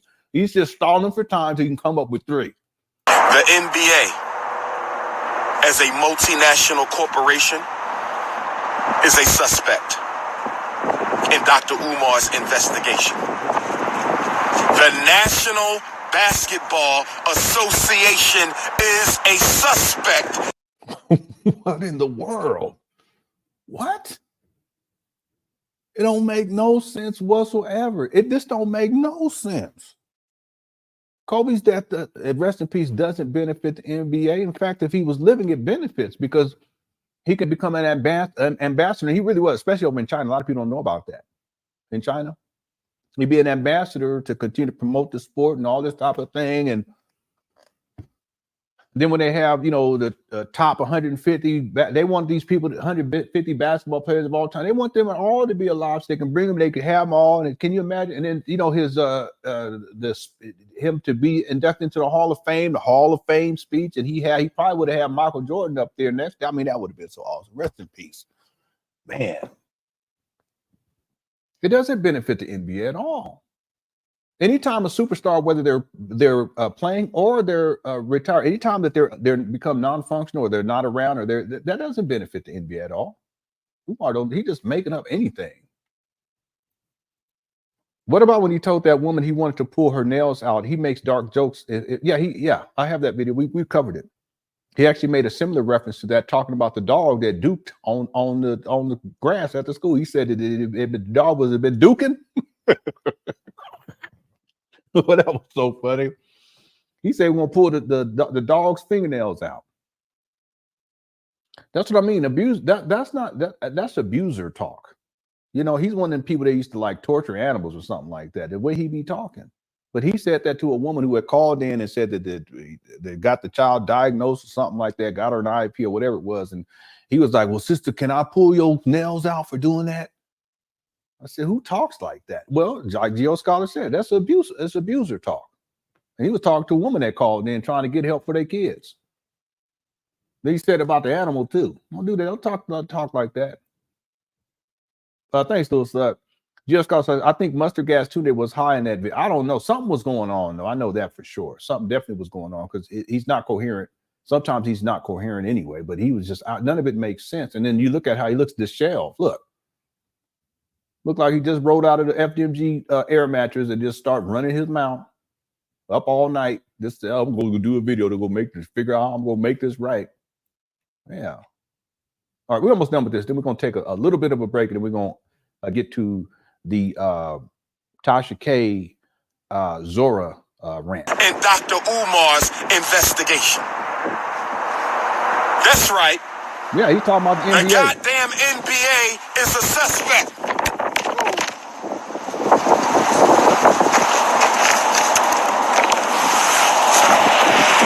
As soon as I said that, Mama Oya blew my cell phone off the stand. As soon as I named the NBA as a suspect, Mama Oya, and now the wins is coming. Soon when I said the NBA, Orisha Oya blew my phone off the stand.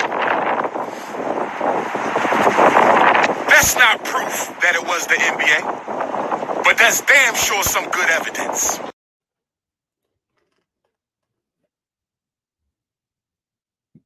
This is y'all's principle. It was windy out there, and the wind blew the phone down. It got blown off. And what does he do? Well, that's the evidence. It's not proof, but that's the evidence that the NBA, I guess, murdered Kobe Bryant. What kind of foolishness is that? That's what he justifies this with, is because the phone got blown off of the stand. And when he was sitting, he probably had it sitting on, I don't know, a pole or something like that. This is y'all's principle. This is the Prince of Pan African. This is the person that's going to educate your boys and raise them into men. This is the person that's going to have a whole school with all these kids up there, and he's going to have 600 buses from 5,000 different states around the world that's going to drive them in across the world anyway. Yeah. But see, that's all I was saying earlier to start this. Really, these rants are really all the evidence that any rational person would need to say, wait a minute, I need to fall back off this guy. Something wrong with him. Okay? So his justification for all of this, is it good? Good. His justification for all of this is that his phone got blown off. Got blown off. What kind of foolishness is that? That's his CSI. If the wind blow it off, that's the proof. That's basically what he's saying. It got blown off. Look at it. There's something wrong with him. That's not proof that it was the NBA, but that's damn sure some good evidence that soon when I mention the NBA, the ancestors blow the cell phone off the stand. I just wanted to point that out. Yeah, I know. They probably wanted to get out. I just wanted to point that out. Did y'all see what just happened, brothers and sisters? Yeah, did you see what just happened? I've been talking to y'all for how long? How long I've been talking to y'all just now? How long have I been talking to y'all just now? And soon when I mention the NBA as the first suspect in Kobe's death, my cell phone get blown off the stand. That's not proof. It's still debatable, but it's a good piece of evidence. Why is that a good piece? And then he starts snorting. Why is that a good piece of evidence? Okay, I'm just logically speaking here. What kind of foolishness is this? Yeah, Bobby, this is classic Umar. This is Umar in rare form, and we got 4 more rants to get through. Okay. Now, wait a minute. We're gonna have a block. I just wanted to point that out. Did y'all see what just happened, brothers and sisters? Did you see what just happened? I've been talking to the goddamn NBA is a suspect. He probably got it up on the trash can. Oscar the Grouch over there complaining too. As soon as I said that, Mama Oya blew my cell phone off the stand. As soon as I named the NBA as a suspect, Mama Oya, and now the wins is coming. Soon when I said the NBA, Orisha Oya blew my phone off the stand. That's not proof that it was the NBA, but that's damn sure some good evidence. That's not proof that it was the NBA, but that's damn sure some good evidence that soon when I mention the NBA, the ancestors blow the cell phone off the stand. I just wanted to point that out. I just wanted to point that out. Did y'all see what just happened, brothers and sisters? Did you see what just happened? I've been talking to y'all for how long? How long I've been talking to y'all just now? How long have I been talking to y'all just now? And soon when I mention the NBA as the first suspect in Kobe's death, my cell phone get blown off the stand. That's not proof. It's still debatable, but it's a good piece of evidence. Now, wait a minute, we're gonna have a block party. See, people were clowning him in the chat room. So what does he do? He start doing, yeah, it is. This is just a bunch of clown. He started blocking people. Something was wrong with him on this day. Look at him. Something was wrong with him.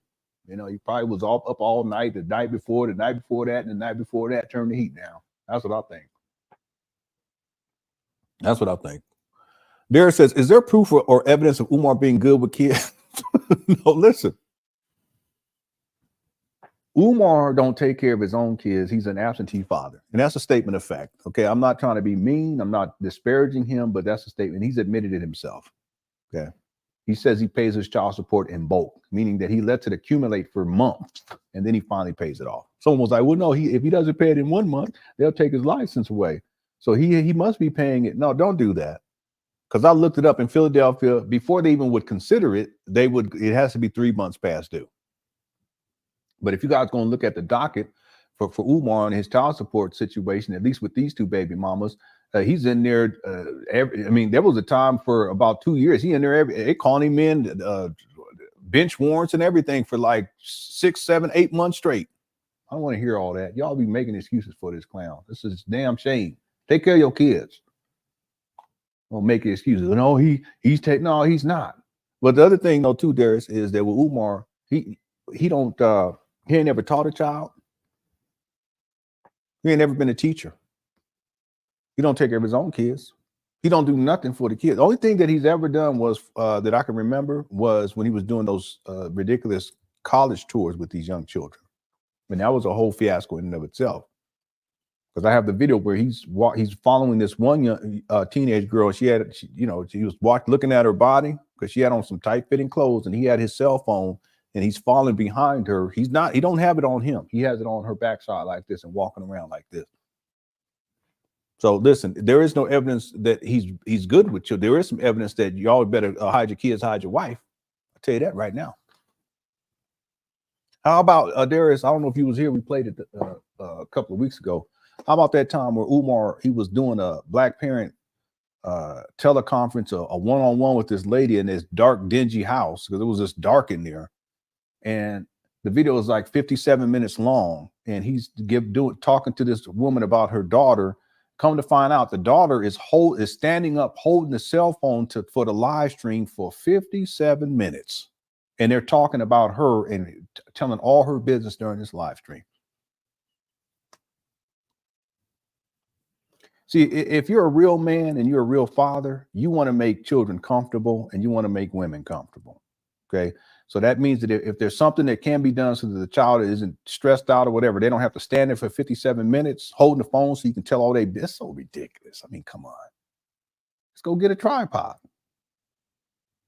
So no, even the idea, listen, we're going to be telling all your business in school and all your struggles in school and academic struggles. We're going to talk about you, but you're going to hold the phone for 57 minutes and stand there and hold the phone. What kind of man thinks like that? Even if you're going to do something stupid, it's stupid. You're going to do this. What I would have, listen, I can't even think like, because it's dumb. But I've been like, listen, let me go get a tripod before we start this, because I don't want baby girl having to stand there, hold the phone while we're telling all her business. And we sitting on the couch. He's sitting on the couch with his socks on. So listen, there is no evidence of Umar being good with kids. The evidence is to the contrary. And that is to say that Umar, he ain't got no business being around children. That's why he can't see one of his daughters without the unsupervised visitation. He can't see the child unless he's supervised. I thank for super chat. All this talk about helping Black boys and saving Black children, he ain't done not one doggone thing. Just run his mouth. He gets hyper when he's using. Yeah, well, he has a track record of doing that too. I'll say this, something was wrong with him on this day and the day before. I mean, you can look at him. I don't know, he was binging or something like that. Whatever it is, something was wrong with him. running his mouth, talking out the side of his neck. We got about 630 people. Y'all hit the like button. I appreciate it. Here we go. Let me do a block. We having a block party. Quick 2-minute block party. Hold on. Let's have a block party. Who bringing the chips? Who else coming to the block party? We having a block party. I'm bringing the music. I'm bringing the cake. Who else coming to the block party? Hold on, y'all. We having a quick little block party. Quick little block party. See if it, okay. Only one person coming to the block party so far. All right. I thought I was going to have a few more people coming to the block party. All right. We only got one person at the block party. So,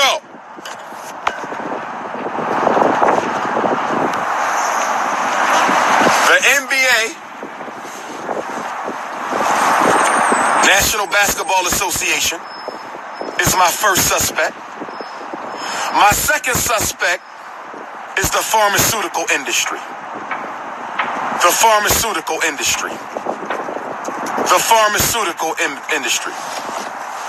The pharmaceutical industry is my second suspect. And my third and final suspect, and all of this can change based on the information. Investigations are a work in progress. It's like a psychological evaluation. I might think your son got a reading problem, but more information might show me that it's trauma. I might think your son got trauma.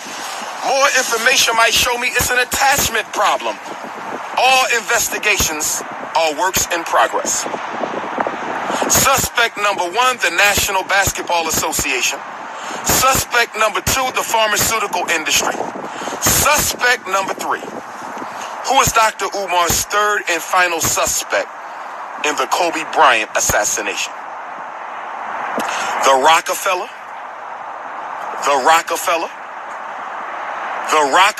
Council on Foreign Relations and Trilateral Commission. See what I said? I told y'all that before. That was what he said the day before. He's just coming up with stuff. He's basically adding one more, which is the NBA as a suspect. But he's saying the same thing. He said same two the day before, based on the helicopter video that he saw that he thought was of Kobe Bryant's plane crash, but there is no video of the plane crash. This guy's nuts. It don't even make no sense. But he doesn't have enough sense to say, listen, let me fall back on this. I was wrong and just move on. No, he got to come up with some other foolishness. The Rockefeller Council on Foreign Relations and Trilateral Commission. Oh, yes. And I'm going to give you a little bit of rationale for why I believe this. I repeat my three.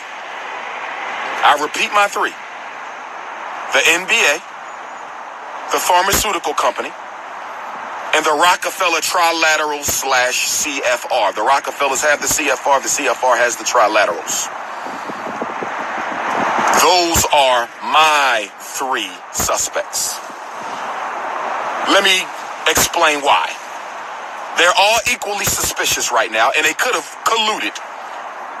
They're all equally suspicious right now, and they could have colluded. They're all equally suspicious right now, and they could have colluded. The NBA, the pharmaceutical industry, and the Rockefeller CFR and Trilaterals. Yeah, I used to be in deep into all that. The Trilateral Commission, the CFR, Council on Foreign Relations, the Bilderbergs, all that stuff. Just goodness. Question: if he found out the NBA was guilty, what is he gonna?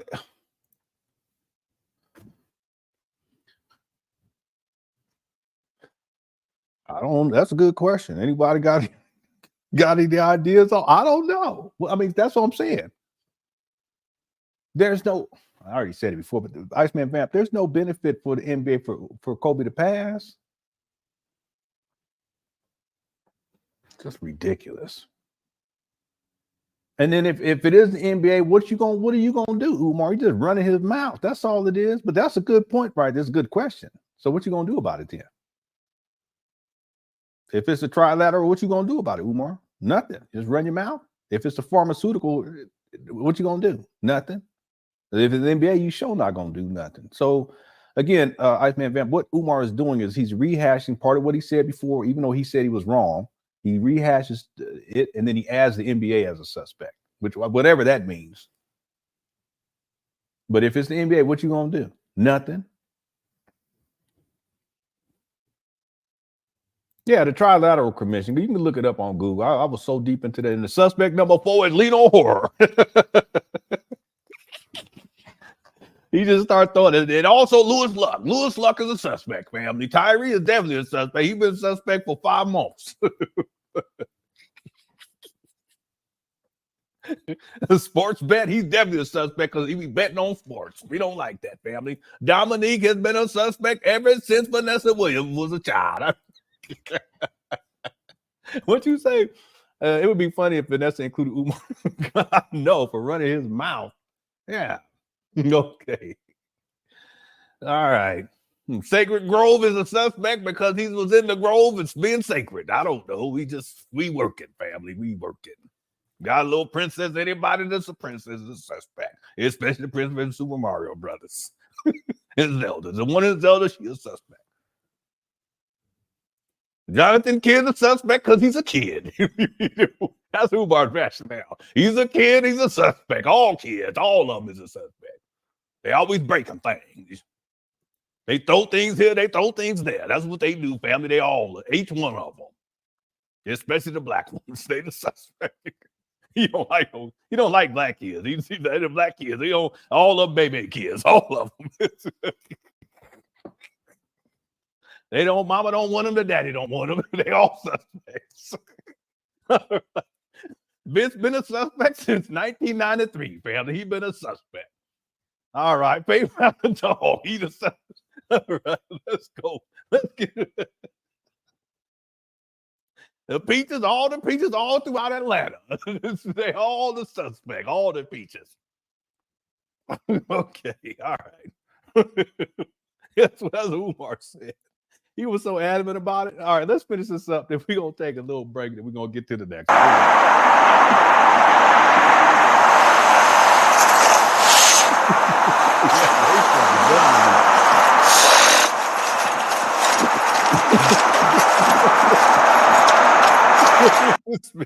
ADHD coochie.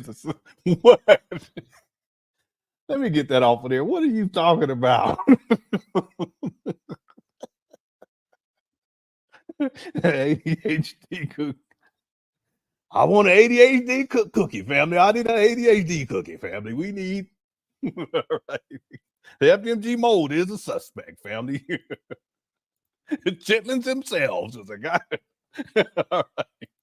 Let me get out of here. He said, I know I'm a suspect because I told on him. All the cooks are from the South. They all of them. All of them. Especially from the Southeast. Them ones from the South, all of them are suspect. They be baking pies and baking milkshakes. They make the hog maw get the pig feet. They also get the chicken claw. She just be, you know, Umar be going off. They be making the bit of butter biscuits with the, I don't know. All right, let's get back to it. Here we go.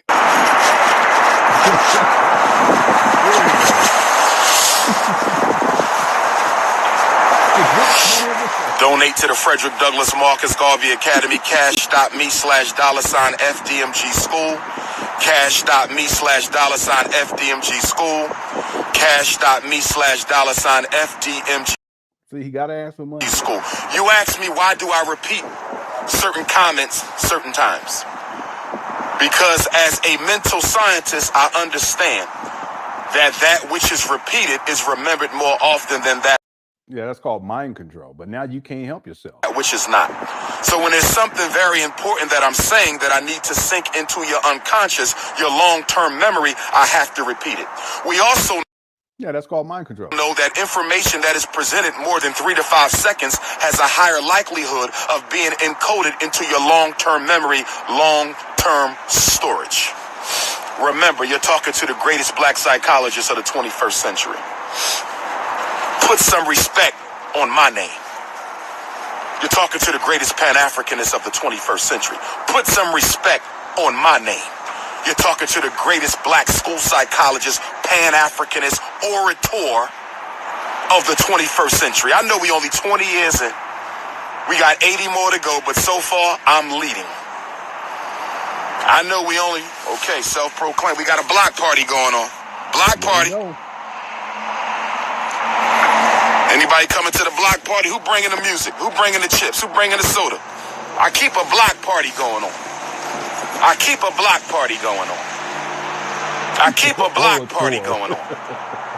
The reason I believe the NBA is suspicious is because Kobe Bryant was building a very strong business foundation in Red China. For the last couple of years, Kobe Bryant has been building a very powerful business foundation in Red China. As you know, Red China? What are you talking about? America can't stand China because China is the only country America cannot be in a straight-up war. America has been trying to destabilize China. That's why you got bird flu and all these other flus. They keep popping up on the Chinese people to disrupt the society in order to sabotage the Chinese economy. America. What? What are you talking about? Can't stand China. The only reason why the NBA is over there having games is they're trying to use the NBA as a velvet glove for the iron fist of white capitalism to try to get in and destroy from within. What in the world is he talking about, Cookie Crush Champ?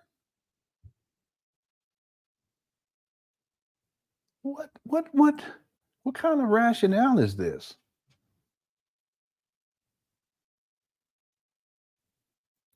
I said the reason the NBA is having games in China is because that is a front for the United States power structure so that they can get in and destroy from within. And the other reason why the NBA is having games in China is because Kobe Bryant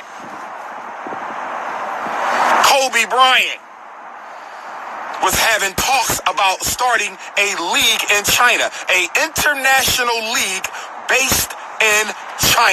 They already got leagues in China. What are you talking about, man? He just be making up stuff. Do you know how much money the NBA would stand to lose if Kobe Bryant starts his own league and is based in China? Problem with you jackasses is you don't read anything. Problem with you jackasses is if it's not on TMZ, you don't pay attention to it.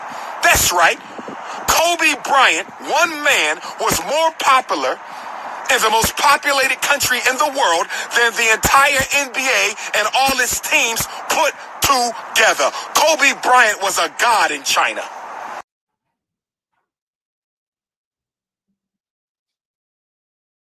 Kobe Bryant. You asked the Stephon Marbury. He was one of my favorite basketball players back in the day when he was played with Kevin Garnett. They screwed that up big time.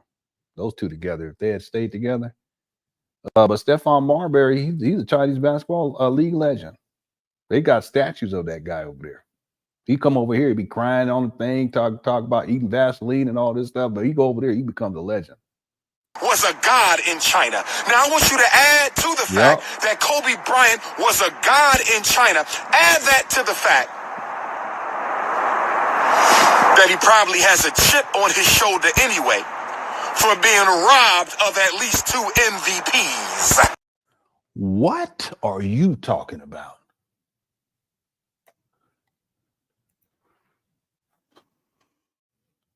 So that's why the NBA, because he killed him because he got robbed of 2. What 2 MVPs are you talking about?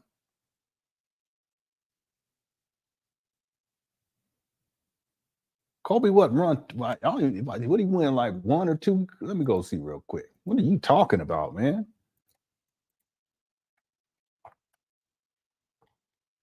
Yeah, something like that. Anybody know what I'm talking about? Let me take that back. Maybe I thought that's what they were. That someone said something. They had a video of him doing something crazy like that.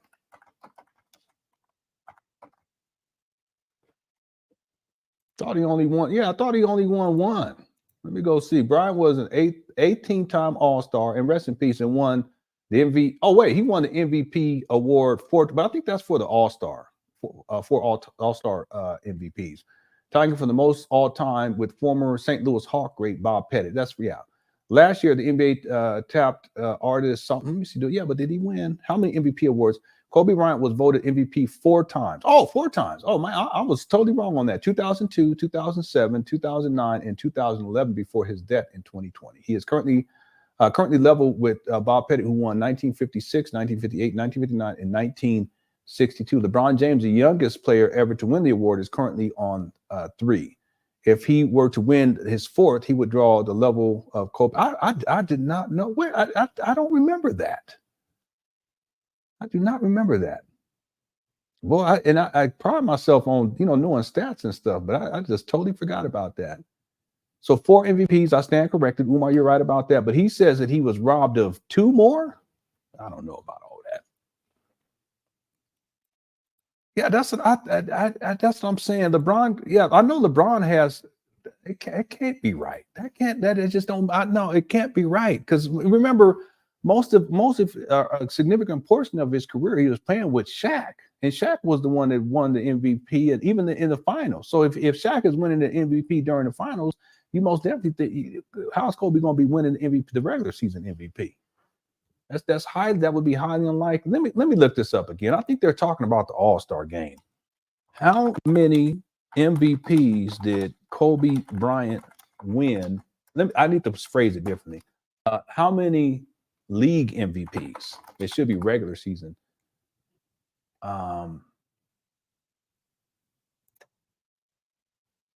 It's still saying 4. Who? It says 4.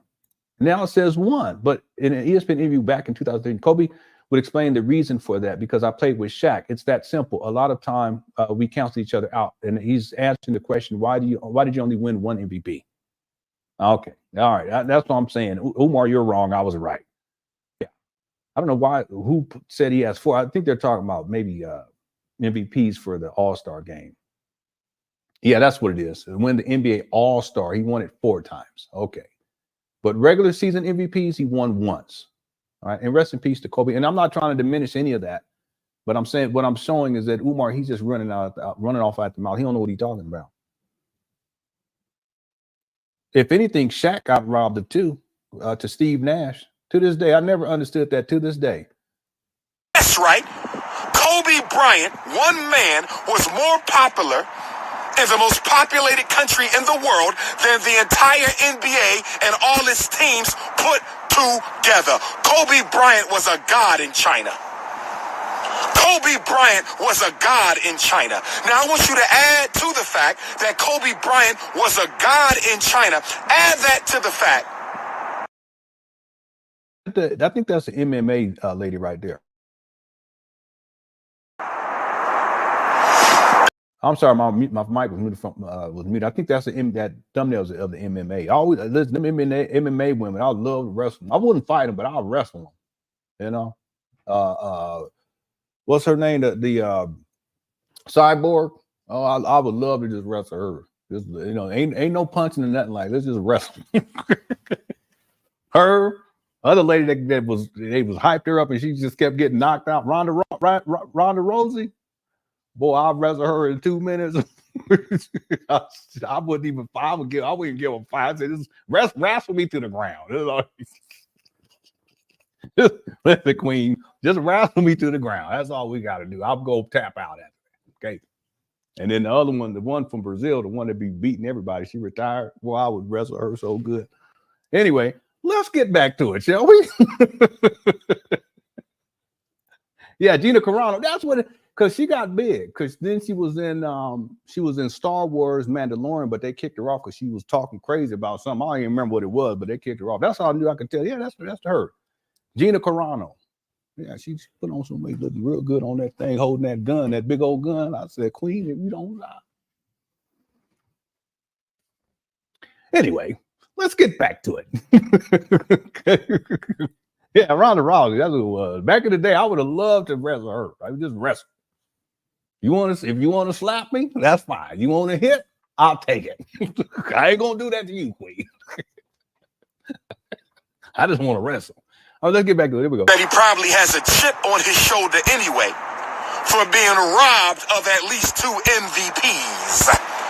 Add that to the fact that he probably had a chip on his shoulder anyway because he was robbed of at least 2 MVPs. Add that to the fact he probably had a chip on his shoulder because they keep on putting LeBron James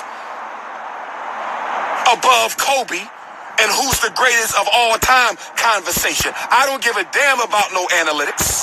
Listen, man, we don't need to go here, but Kobe may not even make the top 5. A person can argue, and no disrespect, rest in peace, but listen, come on, Umar, don't do this. So, there are people who can argue that Magic Johnson is the greatest Laker of all time, and he would be ranked 5 over Kobe at number 6 or 7. Again, it's interchangeable, but number 1 or number 2, no, not even number 3. What are you talking about? Listen, and no disrespect, Kobe won 5 championships, but 3 of those, it was on Shaq's back for the most part. The first 2, definitely. He won 2 later, but the teams, and he had a stacked team with Paul Gasol. He had Ron Artest, somebody, I can't remember who else he had, because even Bynum was playing really good until he started messing up his knee real bad. But no, listen, Umar, you're wrong on this too. Don't do this. Okay, it's no disrespect to Kobe either, but one could argue that Kobe's not even in the top 5, and it's a legitimate argument, and there's nothing wrong with that because that means that if you're 6 or 7, that means out of all the basketball players that ever played, you're 6 or 7. It's an accomplishment. Dominique, come on, man. God. And I'm a Kobe fan. I've watched him from when he first came into. Anyway, let's go. I don't give a damn about no analytics. Yeah, and Lamar Odom. Come on. That guy, he was a beast. And I love and support and respect LeBron James, but he cannot tie Kobe's shoestrings. No disrespect to King James. You are not on Kobe's level. No disrespect to King James. The only reason why they leave Kobe out of that conversation is because an alleged charge of sexual improprieties that we're not going to. Listen, that ain't got nothing to do with it. And why are you even bringing that up? Have some respect. Get into. That's right. Kobe Bryant's business ventures posed a threat to the NBA's success. That's right. We have another block party going on. Hold on. We got a brother said he bringing the chips. Once you go buy them chips, come back on, my brother. The block party is always in full effect. The block party is always in full effect. All right. So that concludes the first rant for today during this marathon. That was the Kobe Bryant rant. And of course, people were saying, some people said they take Kobe over Bron. I don't. I really don't. You agree with Umar? Okay. Someone says they take Duncan over LeBron. I wouldn't do that either. I think Duncan is underrated, but I don't think that he's that underrated. We can argue that he's in the top 5. That's for sure. One of these days, we should do. You think he's in the top 10? I mean, one could argue, but there are people who are very adamant about Kobe that Magic Johnson is ahead of Kobe. There's people who say that too. I mean, we should do a show where we can give our top 5, maybe do our top 10s, and then we'll count it up. Okay. Listen. I wouldn't even say it's an issue of being better. I think it's in terms of as a career, who is the greatest. And the best argument for LeBron James is that no one has been great as long as, for the length of time as LeBron James. No one has been great that long of a period of time. He's still great to this day. He's what, 20 something years now, 21 years or something like that. Jordan wasn't great that long. Kareem wasn't great that long. Those are the top 1. That would be 1 and 2, right? That could be 1 and 2 right there. Kareem wasn't great that long. Kobe wasn't great that long. There's no one. Bird, Magic, no one was as great as LeBron James has been for the amount of years. For overall career in the NBA, no one's been as great as him, including Michael Jordan. Okay, but I still hold Jordan as the greatest of all time. I'll put LeBron at number 2. Number 3. I'll put Kareem. I'll put Kareem at number 3. Number 4.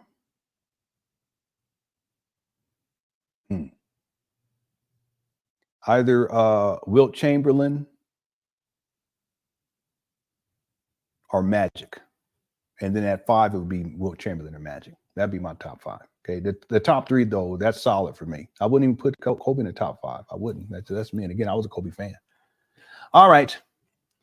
Okay. Shaq was the most dominant, and yeah, I agree with that too. You put Kobe at number 1. Yeah, Hakeem is one of my favorite basketball players too, especially when I was in college, because he was very dominant, but he wasn't great as long as a lot of these other people. I mean, he was great, but you know, he wasn't on the same level as some of these people. Okay. What I want to do real quickly as we take our break, and we're going to transition to the next video, which will be the Umar Johnson rant of dealing with Tasha K and dealing with Zora. We're going to watch the Zora video, and then we're going to watch, and I'll tell you what happened after that. I'm not going to play the actual video from Tasha K because that's actually up there on Tasha K. And then we're going to play Umar Johnson's rant video on that. Okay, I hope everyone's doing fine. I hope you guys have got some good food, got some drink going on. Thanks everyone started to cook or chat. Thanks everyone who sent in super chats. Do you guys want to at some point we can do a sports show where we just do top 5? We'll do top 10. That way will give us a little bit of wiggle room, and we can come on and we can talk about what our top 10 NBA players of all time happen to be. I still have Michael Jordan at number 1, but that's just me. And I don't think I would have Kobe in the top 5. You know, it could be argued though easily. It's a legitimate argument. But we could do that at some point. Yeah, and a lot of people, they put Bill Russell up there in the top 5 too. I don't, and I have reasons for that too. Let me say it real quick before we get into this. I know this. Some people may say it's unfair, but you know the truth is, this is how I see it. That with Bill Russell, not only was he in it, there was few teams in the league at the time for him to win all those championships. If you look at him statistically speaking, he doesn't compare to a Kobe Bryant. He doesn't compare to a Michael Jordan. He definitely doesn't compare to a LeBron James. Statistically speaking, LeBron James is the greatest of all time. No one has done more statistically, but it's longevity and being great for that length period of time. But the biggest reason why I don't put Bill Russell in the top 5 is because the league wasn't integrated. So he's not playing against the best talent in the world. There wasn't a lot of black players playing either. And that's significant in my opinion. A lot of people don't want to go there, but I do. I go there. I think that's significant. I think it's relevant. I think that if there were more black players, not only would it have been higher competition levels, but there would also be other black players who would be successful on a level, maybe not so much as Bill Russell with winning championships, but in terms of athleticism, being able to dominate. There was plenty of brothers that never got a chance to even play basketball professionally, that if they were in the league, they would have been dominating. Okay, and that's just me. A lot of people don't want to hear that, but that is, you don't even do that. Don't do that. Come on now. Curry is not in the top 5. Don't do that. Yeah, he won. He won a whole lot. He sure did.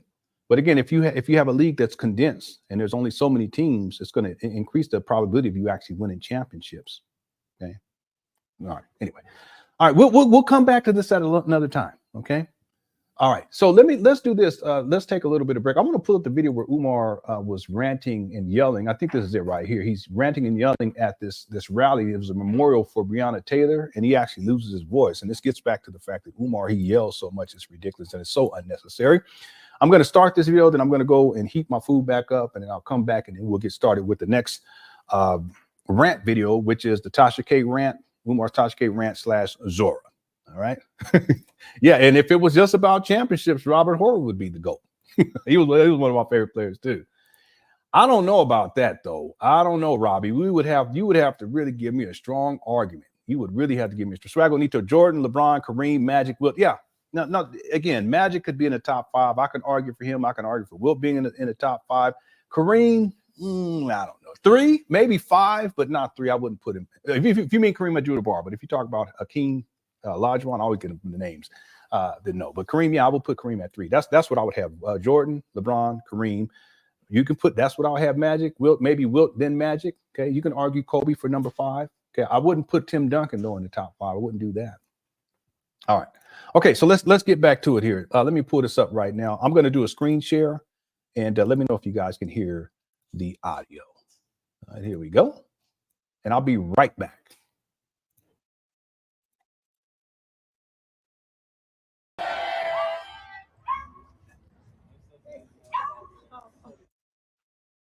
So make sure you stay posted on my social network. Oh, this might be after because he already lost. Your prayers. Let me see. Because the Coons is out there. 215. Can y'all hear this? 989.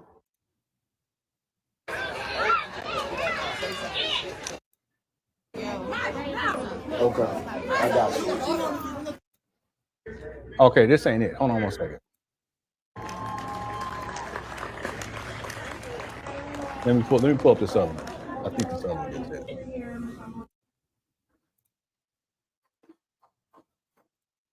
All right, here we go. Y'all give it up for Dr. Umar Johnson. Yeah.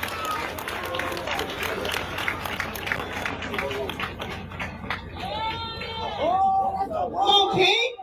See, he's not no keynote. He tried to act like he was, and they probably gave him like 5 minutes, but he gets to ranting and yelling and stuff.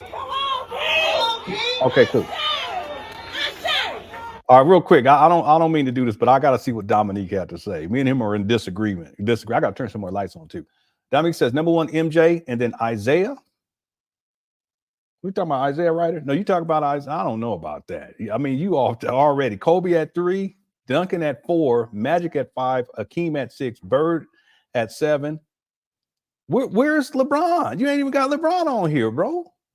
Bird over LeBron, Kareem at 8, Wilt at 9, and Big O is definitely underrated. You don't have LeBron in your top 10? Man, boy, my thing is less. Here we go. Black power. Black power. Black power. I'll be right back. Queen Mother Fannie Lou Hamer once said that she was sick and tired of being sick and tired. And I'm here today to say that I'm also sick and tired. You see this lady back here? You see the lady right here that got the glasses on, but the lady right over here back here. Watch her throughout this thing. Okay. She got on that the I don't know what it's called, hijab or whatever it's called. I don't know. Excuse me, I'm ignorant. All right, so let's go. Here we go. I'll be right back. Of being sick and tired. I'm sick and tired of police killing black people, knowing that they won't be held accountable for it. I'm sick and tired of the federal government, the state government, the municipal government making excuses for why police are not held accountable for killing black people. And I'm sick and tired of the black church taking our money on Sunday, but not fighting for us on Monday. I'm sick and tired of the black church preaching Jesus on Sunday, but you won't preach justice on Tuesday.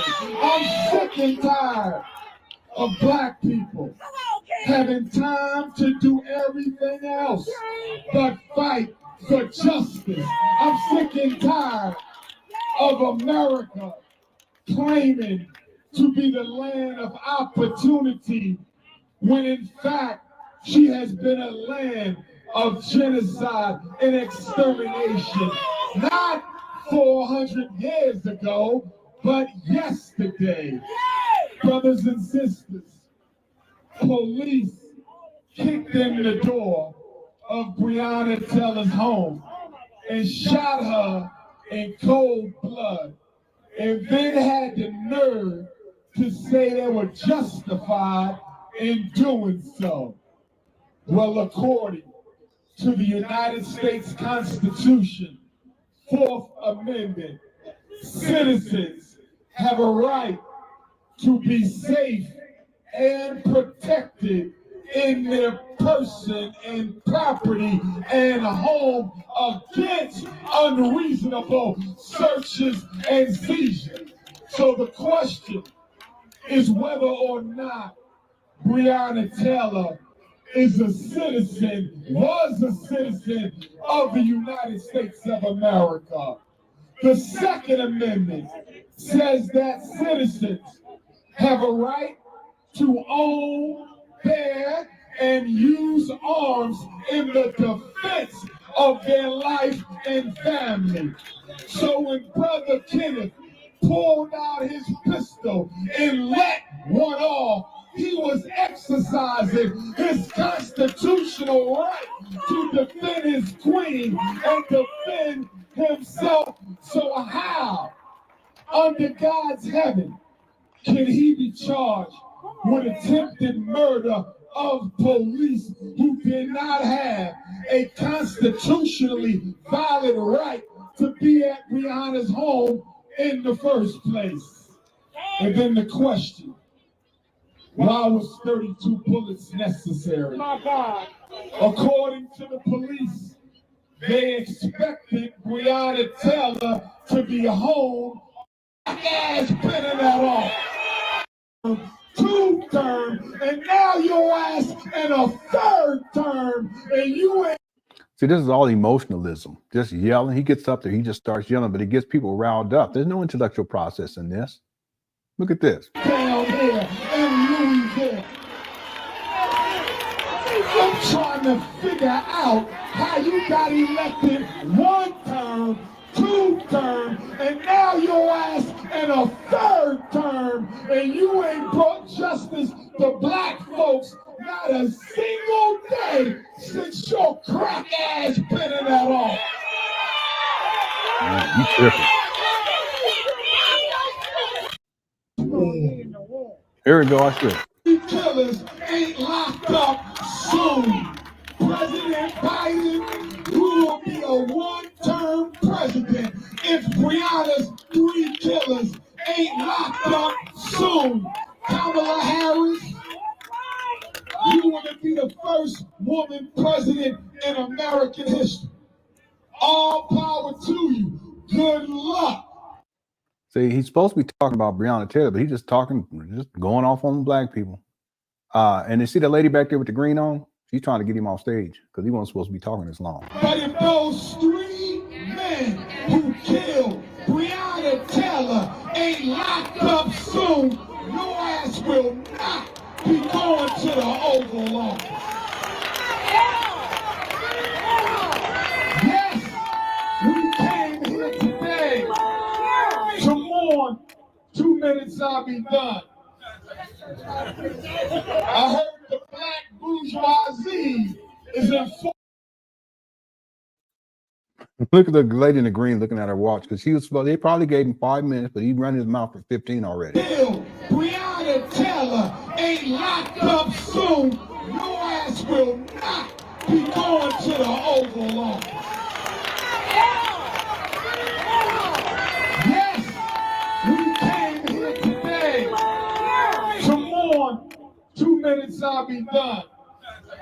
I heard the black bourgeoisie is in full force out of here today. So let me say something to you bootlicking ass uppity Negroes who don't like to fight. See what I'm saying? Just all he does is talk bad about black people. That's it. For the people on the bottom. Not all pastors, but most of them. Not all politicians, but most of them. Not all scholars, but most of them. How dare you?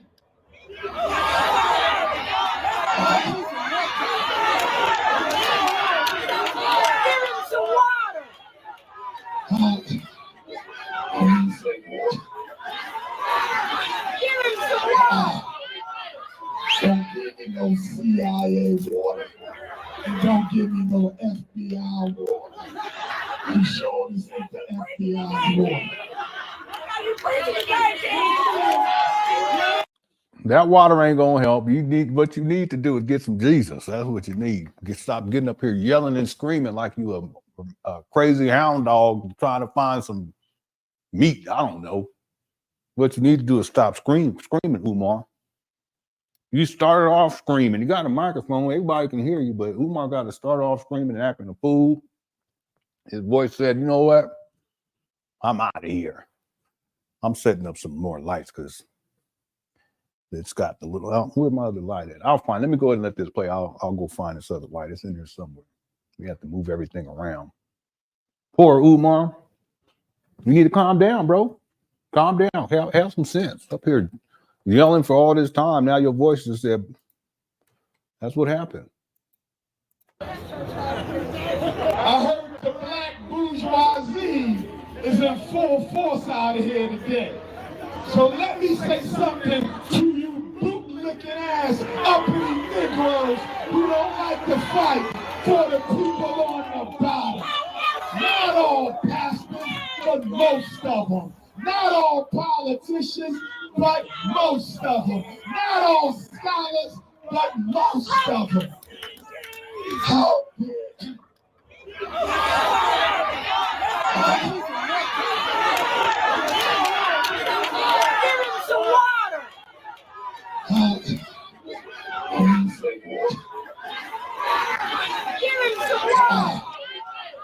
Don't give me no CIA water. And don't give me no FBI water. You sure this ain't the FBI water? He ain't preaching. Black power. I said black power. I said black power. Listen. See the black the woman in the black jacket and green shirt under it? She's trying to get him off of there. We came here today.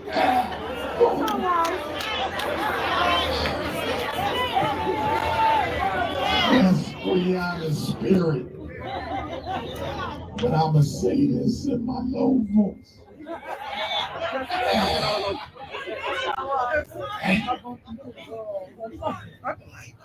We came to remember Brianna. Yes, yes. But we also came to fight for Brianna. Yeah.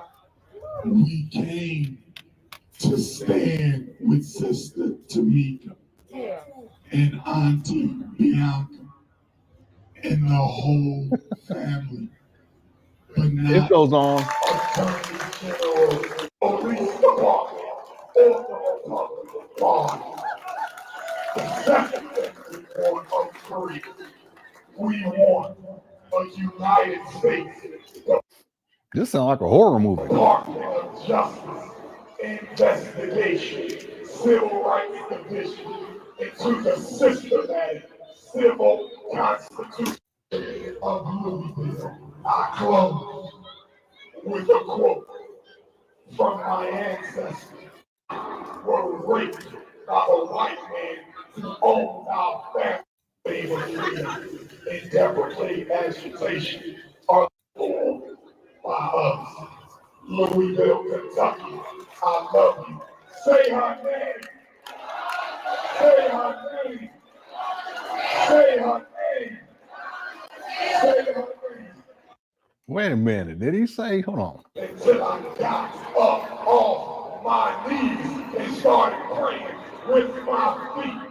He said, if there is no struggle, there is no progress. Those who will not fight for their own freedom have no right to be fought for by us. Louisville, Kentucky, I love you.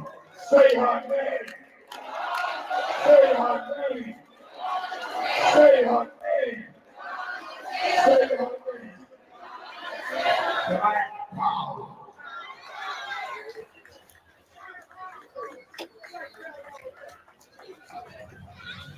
There you go, running out that mouth and doing all that screaming. Got blown off the stage. Now that's what you get, Umar. All right, so this brings us to our second rant of Kobe Bryant. We just did Kobe Bryant rant. Umar Johnson's top 5 rants. We did Kobe Bryant. Now we're going to do the Tasha K. Zora rant. And let me pull that up here now. Thank you, everyone, too. Everyone, click for us chat. We'll be hanging out for the rest of the day during this marathon live stream. We're going to do Lord Jamar next, and we're going to do Tasha K. Zora, then we're going to do Lord Jamar, we're going to do Tariq Nasheed, and then we're going to do Seti to close out. All right. So I'm going to start with the video. This was the video where Zora was up inside in the gym. This is from June, I believe, of 2021. And we'll review this, and then I'll give you some background in terms of what happened after this, and then we'll get into Umar Johnson's actual rant against Zora. Here we go. See, ladies, this is what we have to do for our kings. Look, the back of the neck. Smith, you see? The back of the neck, the ears. And then look. They gonna get...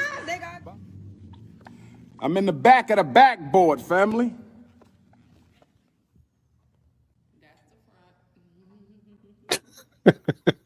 You crazy.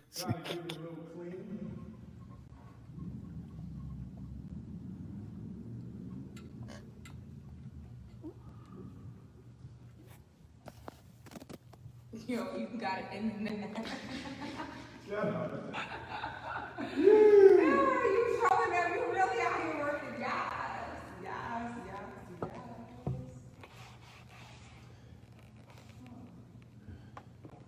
Look at this, eraser. Oh, where you got that from? Use that to erase the queens who don't know how to keep their mouth shut. Erase them, fellas. Yo, you got jokes. We doing the work. FDMG, King Kong consciousness. It's all about the work. Wait a minute, now I gotta wipe my face off. Oh, yes. Here we go. Oh, wait, make sure. Look, ladies, look.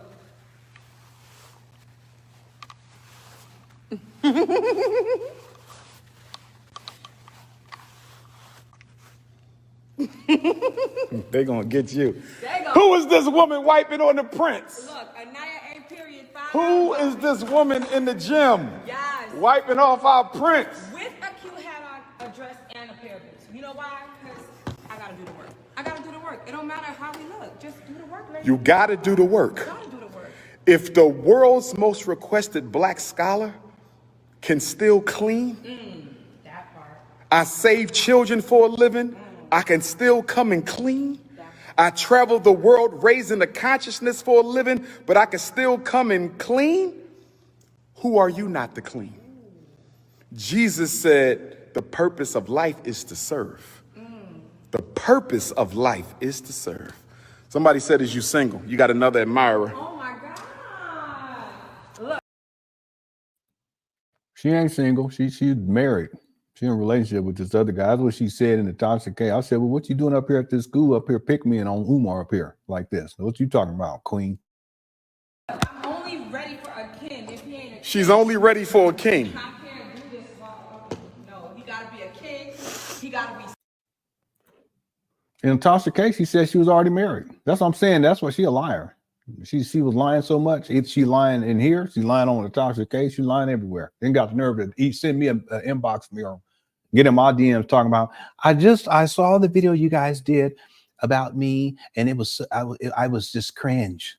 Well, ma'am, if you don't get up there and act on a fool looking like a hamburger up here, but nobody saying that, then you're going to get on Tasha K and lie on the man.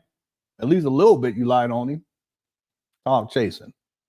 Anyway, here we go. 6 foot tall. You gotta be Shut up. clean. You gotta have a school. You gotta be a world famous author. You talking about Umar? That's what she. Well, I tell you, but yet she got a whole husband at home. What kind of woman?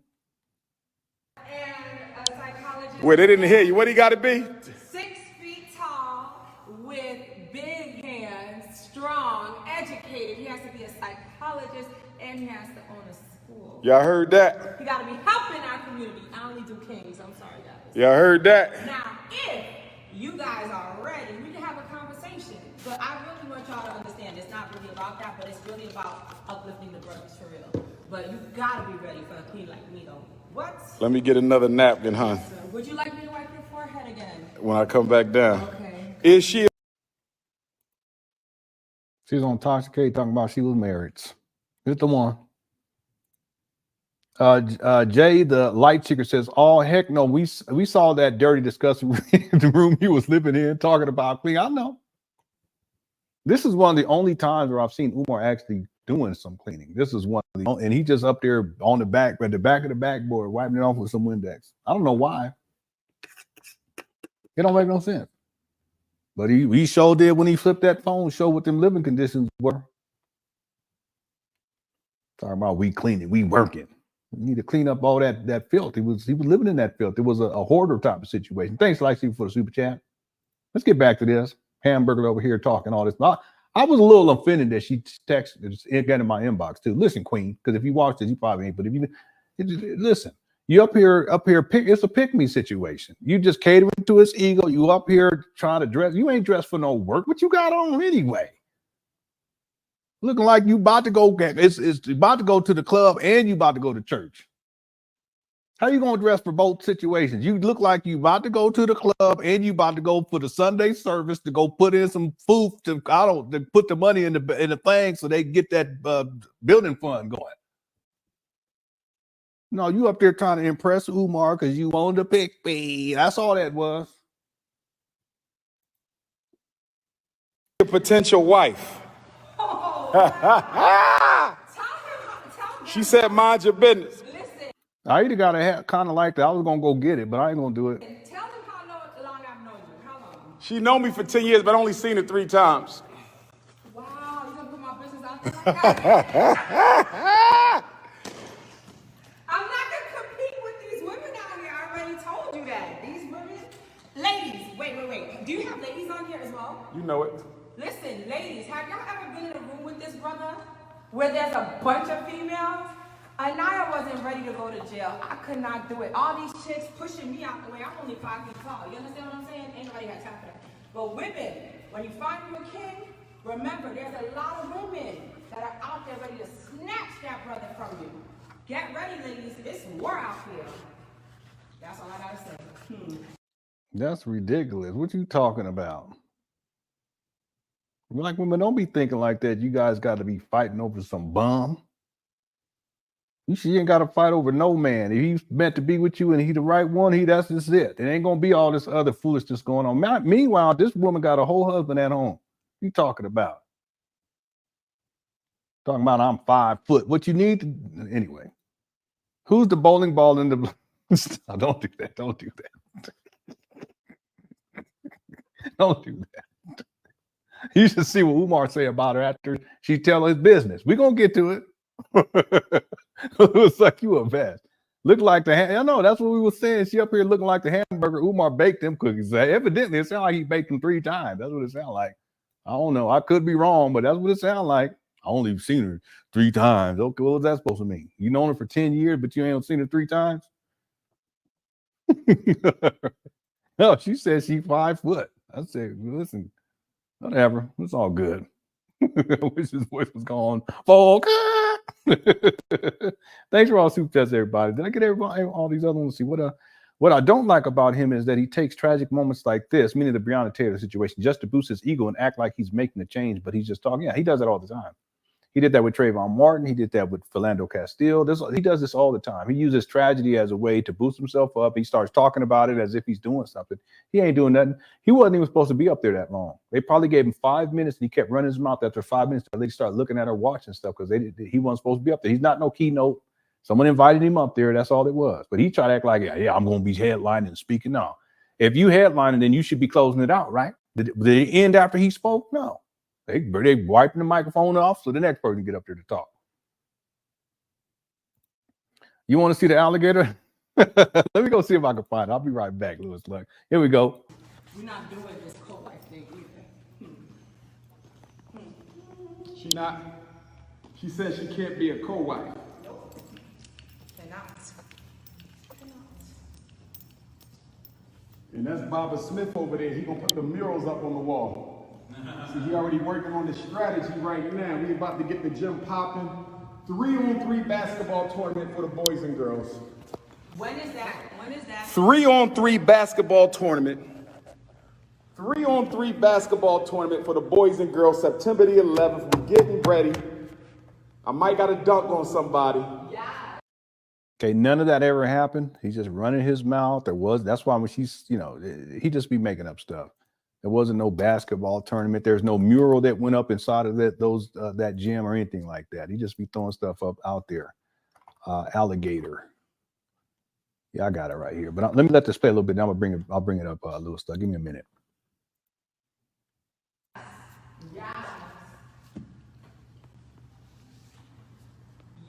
That'll be it for now. How we look? I wish she would stop saying y'all so over and over again. Dominic says, hey, bro, do you remember Bob from Mario? This is what he's been up to.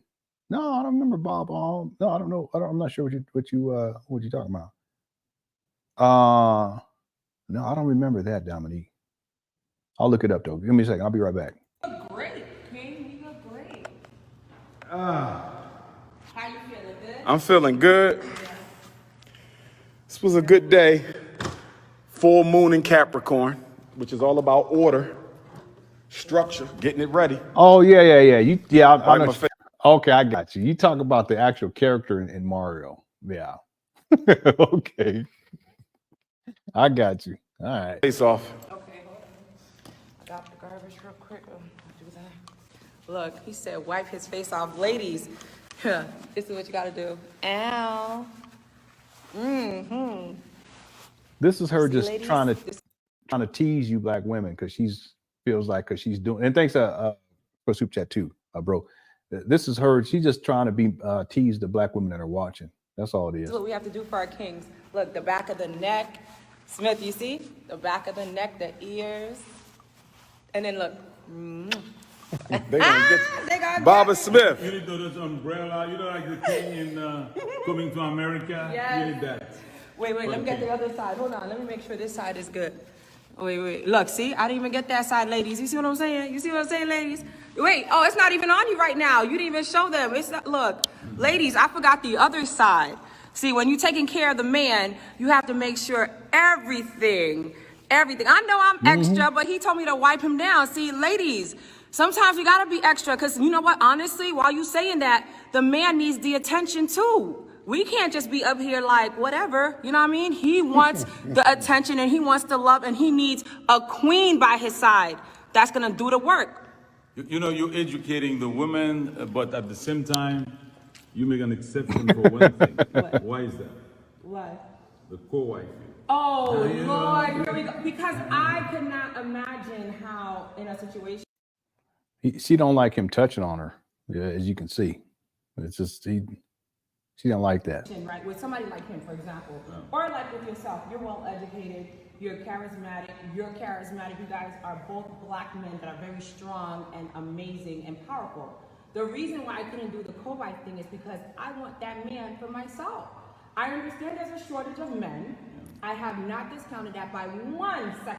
See, in the Tasha K video, she was saying that she was married. She had a man. However, as a black female, our main hope is that we find somebody that cares for us and that takes Somebody said you're gonna get jumped at the block party by the other queens. Continue. Don't jump me, ladies, because I fight. I'm a Zoe. I'm a Haitian woman. We don't play. Remember Desaline, Louverture, and Christophe? Okay, so... You a Zorro, that's what you is. And the thing is, she says she's Haitian, but then you black women, because she really's talking about you African Americans. I don't like that either, because I see a lot of that stuff. Y'all gonna tell black African Americans what we need to be doing. Need to cut it out.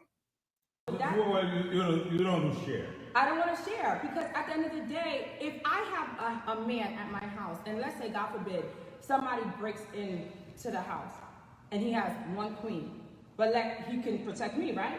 But let's say he has 2 or 3 queens that he has to protect. At what point is he gonna say which one of these women are more special? He can't jump in and say, what are you talking about? Now that I'm watching this, she's just annoying. I'm sorry, just annoying. I'm Haitian. So what? Don't nobody care. Why not take into consideration is the ratio, is the statistics, because you sound very self-centered. Get her, Baba Smith, get her. Is it my fault? Is it my fault that we are lacking black men in society? Absolutely not. But y'all good at? Yeah, but you already tried to say that you talking about black women as if they're external to you, and then you proud Haitian, but then you say, well, we missing the black women, we missing the black. Well, which one is it? Go and get you a Haitian man then. Up here looking like a black Zorro hamburger, you need to cut it out. Wait, hold on, because okay, real quick, I want to share this, because everybody's probably going to say, she sounds selfish. I understand that men are going to cheat or whatever, irregardless, but when it... What? What are you talking about? What men? I ain't never cheated on no woman, ever. A woman cheating on me. It ain't a woman, it happened, I don't like it. But I'm loyal like a hound dog. I got cheated on when I was in the 9th grade. Wait, no, not the 9th grade. When the 6th grade, probably. But in the 11th grade, the 12th grade, then when I was 20, I was 23, she was 33. She was still married. She said she wasn't. I said, oh, okay. Don't do a brother like that. So all this foolishness about the men all gonna cheat, nah, it's just a bunch of bullshit. I don't hear all that. When it comes to the household, I believe one man and one woman should be together. That's it. Like, for what do you guys say? No, let's talk about your viewers out there. You can also find me at Anaya A period spelled out on Facebook. If you want to continue this conversation, I have the Anaya A show. I would love to interview more of you actually on my platform. In the meantime, what do you ladies say out there? She got about 3 subscribers on her platform. One is her husband, the other one is her dog. Do you agree with the co-wife situation? Men, I know you're going to agree with it. I know you will. Somebody said, can you wipe their face? She really thinks she cute too. Well, they want me to wipe their face. Or Right, their face. Oh, their face. Yes, because I've been wiping his face. Being jealous now. Well, listen, I'm the epitome of a good woman, and if This guy, old perv, you see him rubbing on her arm. Boy, if he don't stop, he about 80 years old. my man needs me, right? If my man needs me to do something in the home, I'm there because we need to support our kings. If my man needs a foot rub, I'll do that. If my man needs a back rub, I'm gonna do that. If he needs a hot cooked meal, I just learned how to cook 5 minutes ago. I'll cook. And You just learned how to cook. How a Haitian woman just learned how to cook? Because wait, real quick. At 16, I went to university. At 17, I was traveling all over the United States. She just like Umar. Just here she go. By 18, I was literally the leader at my university, and by 19, I was in London, England. So what do you want me to do? She didn't learn how to cook till a few weeks ago. What you have to say about that as a Haitian man, Baba Smith? Well, I tasted her food. I cooked too. Yeah. But she's all right. She all right? On a scale of 1 to 10, I give her a 9. Oh, yeah, 6. Eight. 6.5. I'm going to cook for you. And I bake as well. I bake. You do bake? cookies and cakes and I need some Haitian food. Okay. Lord, that's Yeah, gonna be a challenge. you gotta go to He definitely wants some cookies. He wants to bake them cookies. the bathroom at. Let me pick these up. You said you had to leak. Somebody gotta take a leak. Okay. You good, Baba Ted? Oh, yeah, man. Good. Oh, Lord have mercy. He's like, don't use that bathroom. Don't go in that bathroom because we ain't got no water. So if you... Oh, man. They just throwing the things, trash on the ground. Oh, girl. And look, cleaning up, I clean, I cook. We have to Lead do us that. here. Listen, how about these here? Yeah. All of that. Clean up for your man, but not just for your man, for yourself, ladies. Like, and you know, this world that we live in is very. Who are you? You know, you just about a nobody. This lady, well, she's annoying. I'm sorry.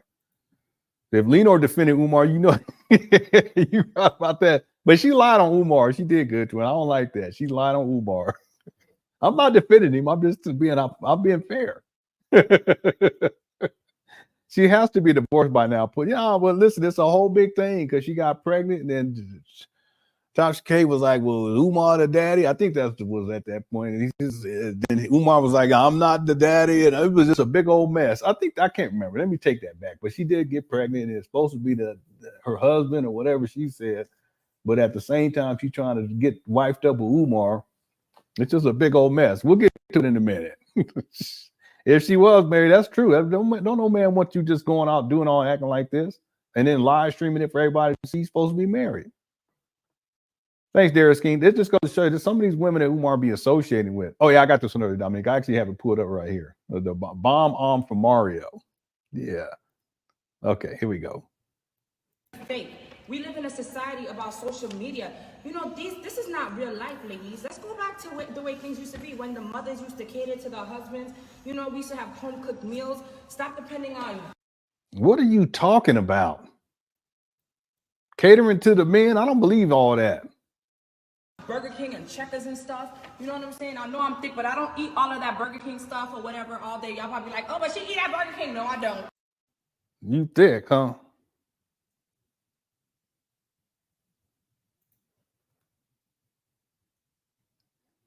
I guess you want to say that. That's fine. Okay, I'm just a naturally thick sister. Praise God. He said he need to see your toes. Oh, he need to see my toes. That's what somebody said they needed toe submission. Wait, this is I'm not taking off my boots. Oh my God. They're supposed to be working. She got on these little boots. Your crew are kind of out there, yo. I'm signing off. We getting the gym ready. FDMG, September 11th. If you are Umar supporter, if you are FDMG supporter, September 11th, be in the building. Bring the children. Programs for the children. I'm here. Take your picture with me on the RBG Rock. Take your picture with me on the RBG Rock.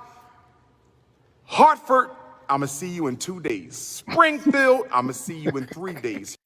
Houston, I'm going to see you in like 14 days. Dallas, I'm going to see you in like 15 days. Miami, I'm going to see you in like 20 days. Austin, Texas, I'm going to see you in like 21 days.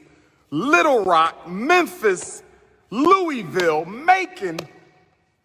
If the hardest working scholar can still build an institution, what is your excuse? Hit your Cash App, $FDMG School. Hit your Cash App, $FDMG School. Hit your PayPal, paypal.me/FDMG Academy. Hit your PayPal, paypal.me/FDMG Academy. It's the Prince. Get at your brother. One love.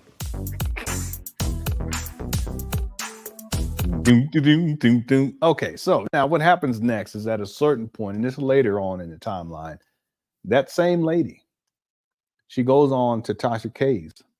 Tasha K interviews her, and she tells all of this bit, all of Umar's business, and talking about how Umar was trying to get at her and how she was married. But I mean, she was lying a lot too, though, because the way she was making it sound like Umar and her were kind of like together, but then not really. And it just goes on and on and on. But the whole time, if you're married, you shouldn't have been doing any of that anyway. So this goes on. And the thing is that it actually was on Tasha K's show for the members. So people were discussing it, you know, online, but the video itself wasn't online unless you were subscribed to Tasha K. But Umar got wind of it because we talked about it. In fact, someone had sent me it and I was able to watch it. And I watched it and then I was talking about it during the live stream. Once Umar found out about it, he preemptively, he said if they released that, blah, blah, blah, he was talking about he was going King Kong and King Kong they asses, as he said, excuse the French. It didn't come out for a long time. I think it was like a year, maybe. Yeah, I think it was a year later that it finally dropped on Tasha K, or 2 years later, something like that. But when Umar found out that it actually dropped, that's when he went off because he heard about it. And I think that's how the timeline went. Or it wasn't out yet, but no, I don't think it was out yet. But Umar heard about it. And so he got very upset about it. And then that's when we get, here we go with the Tasha K Zora rant right here. Oh, this ain't it. This is the baby gator head, that necklace that Lewis Luck was asking about. As you can see, Umar had a baby gator necklace. Behavior. I'm assuming they're trying to justify the placement that way. But in this, I mean, now y'all know people you know in that town. Teachers, all black students. And I'm thinking it's time for he got on a baby alligator head choker. him to go to school. Yeah, I agree with you. I'm putting him back in person January. Right now he's going. Why they got rocks and stuff on the alligator snout? That's wrong. Virtual public, and I'm putting him in that. Poor little baby gator. Poor little baby gator. You took that gator's future away. Because I didn't want it to mess up. New, but y'all do have to start working on this. He doesn't have a behavior plan. He doesn't ask me to pick on which are mostly white children. As a school psychologist, knew everything they needed to know. Umar got a joint. I'm just playing. I don't really see the need for the 5-year-old eval. But what did they diagnose him with? Let me pull up the other right now. I wanted them to evaluate him for his academics because he was delayed.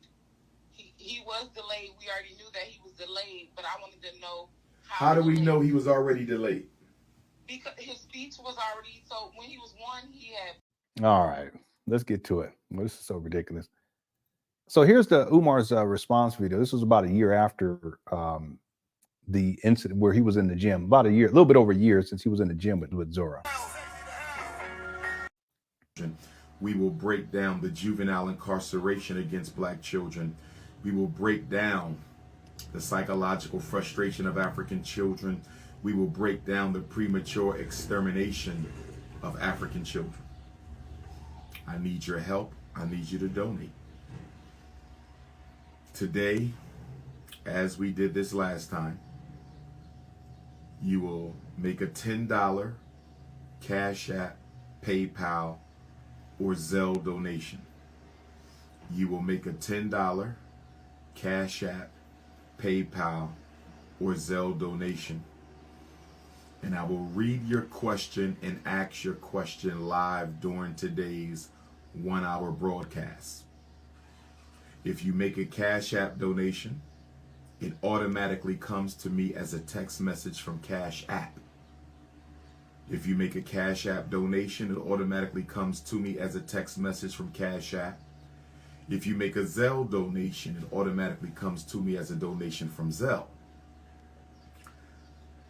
With Cash App, your question will come in the text message.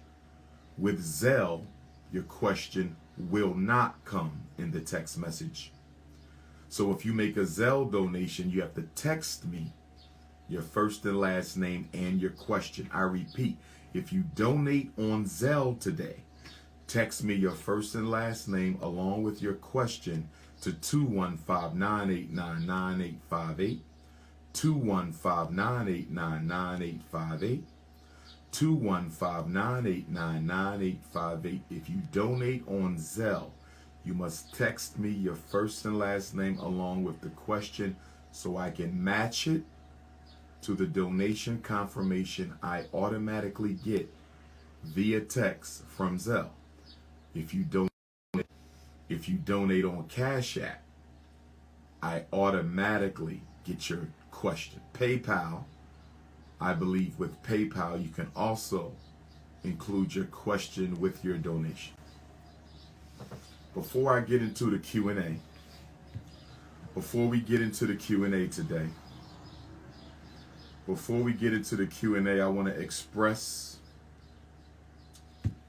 heartfelt condolences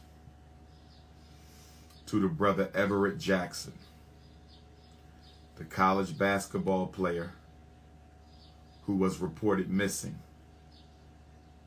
So-called river accident with his white Mormon girlfriend.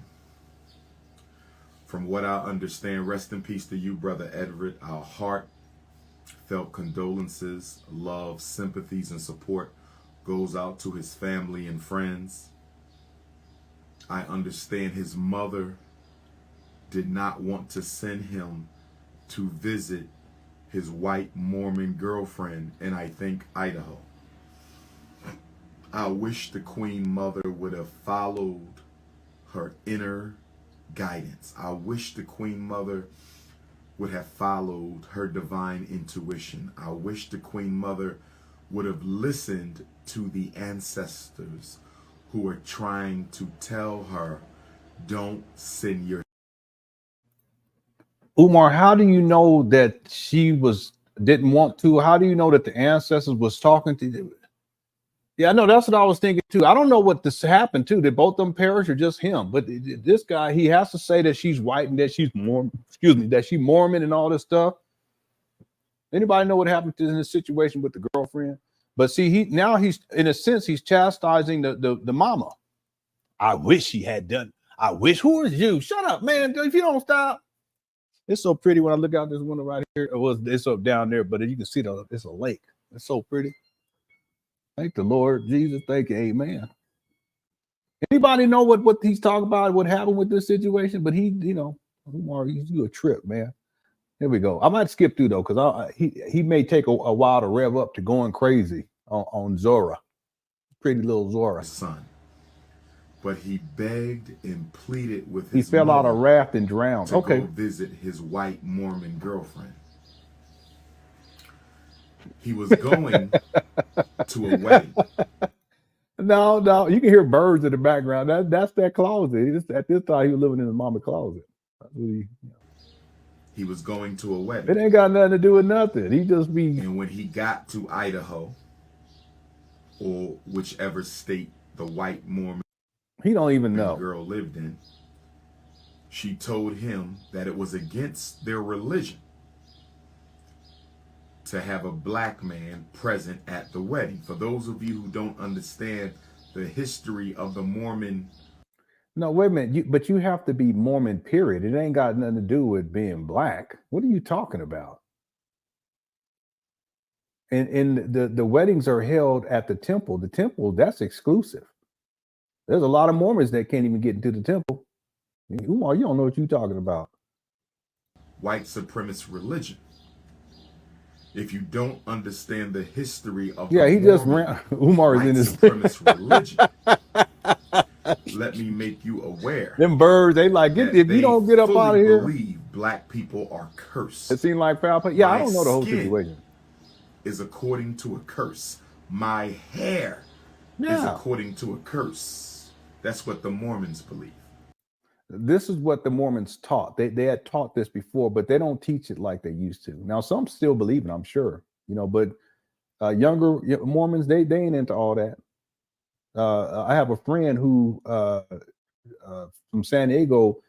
He was living in San Diego to his Mormon wife, but before they met, she was down there. They was at the club, and she saw him. She said that hot chocolate. Now they got a family doing very well and all that stuff. They live in California. So what I'm saying is that you can't just say all Mormons are this or all Baptists are this or all Christians or Catholics. It doesn't work that way. There's people who are racist. There's people who ain't racist, even without the old doctrine, because they consider it to be old doctrine, where black people were cursed, and the reason why it deals with this war against this white pure quote unquote race. It's interesting stuff. It reminds me of sci-fi. It's like Lord of the Rings. Anyway, Umar don't know what he's talking about.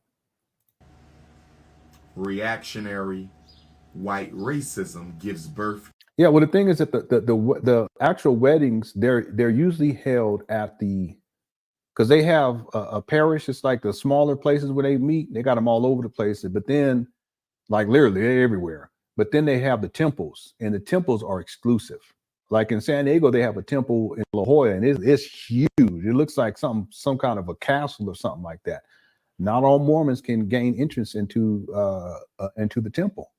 You have to have, they call it a bishop recommendation. Your bishop of your church or particular parish, if you will, they have to recommend you. So, and there's a whole protocol you got to go to even get to that point where they can even consider you to be recommended. When it comes to these weddings, that's exclusive. Not anyone can go do it. It ain't got nothing to do with being black or white or any of that stuff. Umar, you don't know what you're talking about. He don't have no clue. To reactionary white religion. Reactionary white racism gives birth to reactionary white religion. Let me get to the part. He was going whitewater rafting while hunting with the self of In the War for Free elite documentary sponsorship. But today is $10 or more for your questions. He was still talking about this documentary. It still doesn't exist. $Doc, because he has serious content. Again, the white power structure is, you got the bourgeois Negroes business before. I'm not going to mind his business. It's not my place. I hope the charges are not true. I hope he is exonerated.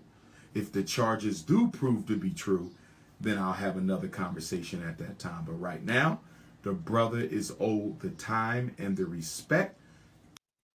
Excuse what they did. Supremacy is the solution. Has it into actions, thoughts, and feelings. For you know why? Because I'm #1 black conscious personality in the world. That's why. I'm #1 scholar. That's I think that's it right because here. When I come on your podcast, your views are going to shoot through the roof. Yeah, here we go right here. Do one thing against them, because you purchase. Let's go back to the questions. Here we go. Brother Robert, thank you for the donation. Can we define? He's gonna go crazy. Wow. Yeah, it's incredible. I remember when they was building it a long time ago. Can we define hate and can we define love? And I'm going to hop off in the next 15 minutes, y'all. So if you got a question, you better get it in now. Hit the Cash App, $ Dr. Umar Johnson. Clean up for your old man. I don't know. It's so ridiculous. Umar, I'll do more cleaning than anybody up over here. I ain't gonna lie about it. Eddie, what's up? Eddie sent in a super sticker. Thank you so much. Hope y'all enjoying the live stream. We got so much to go through. Lewis, look. How did they have? All right.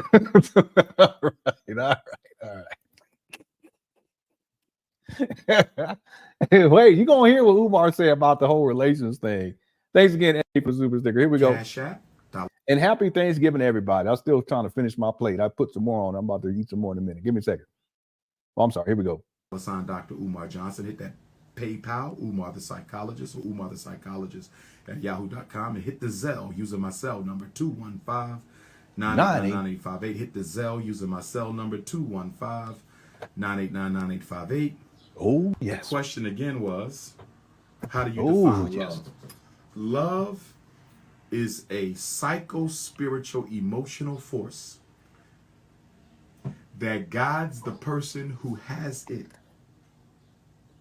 into actions, thoughts, and feelings that can do nothing else but promote the health, happiness, and growth of that object which is loved, despite whether that object which is loved returns the favor.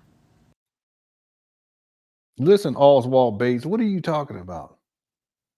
Love is an emotion and it's an action. It's that simple. Okay, let's move on. Love is not an agreement. Most of you are not in love with your spouse. You're not in love with your fiance. You're not in love with your partner. You're not in love with your mate.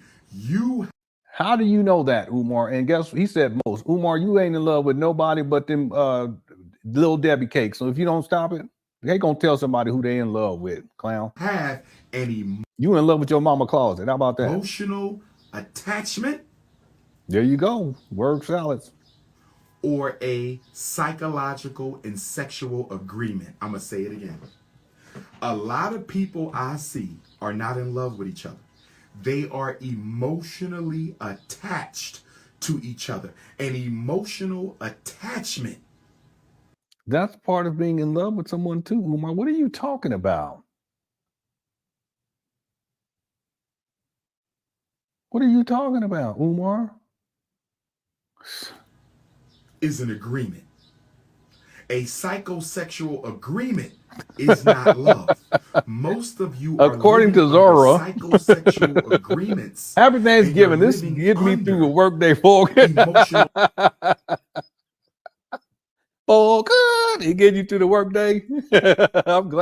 I'm glad to be of service. And the Cook Crush Chat, everybody, shout out to everybody. Happy Thanksgiving to everybody. All right. We want the folk. You want the folk good? Here you go. For God! For God! For God!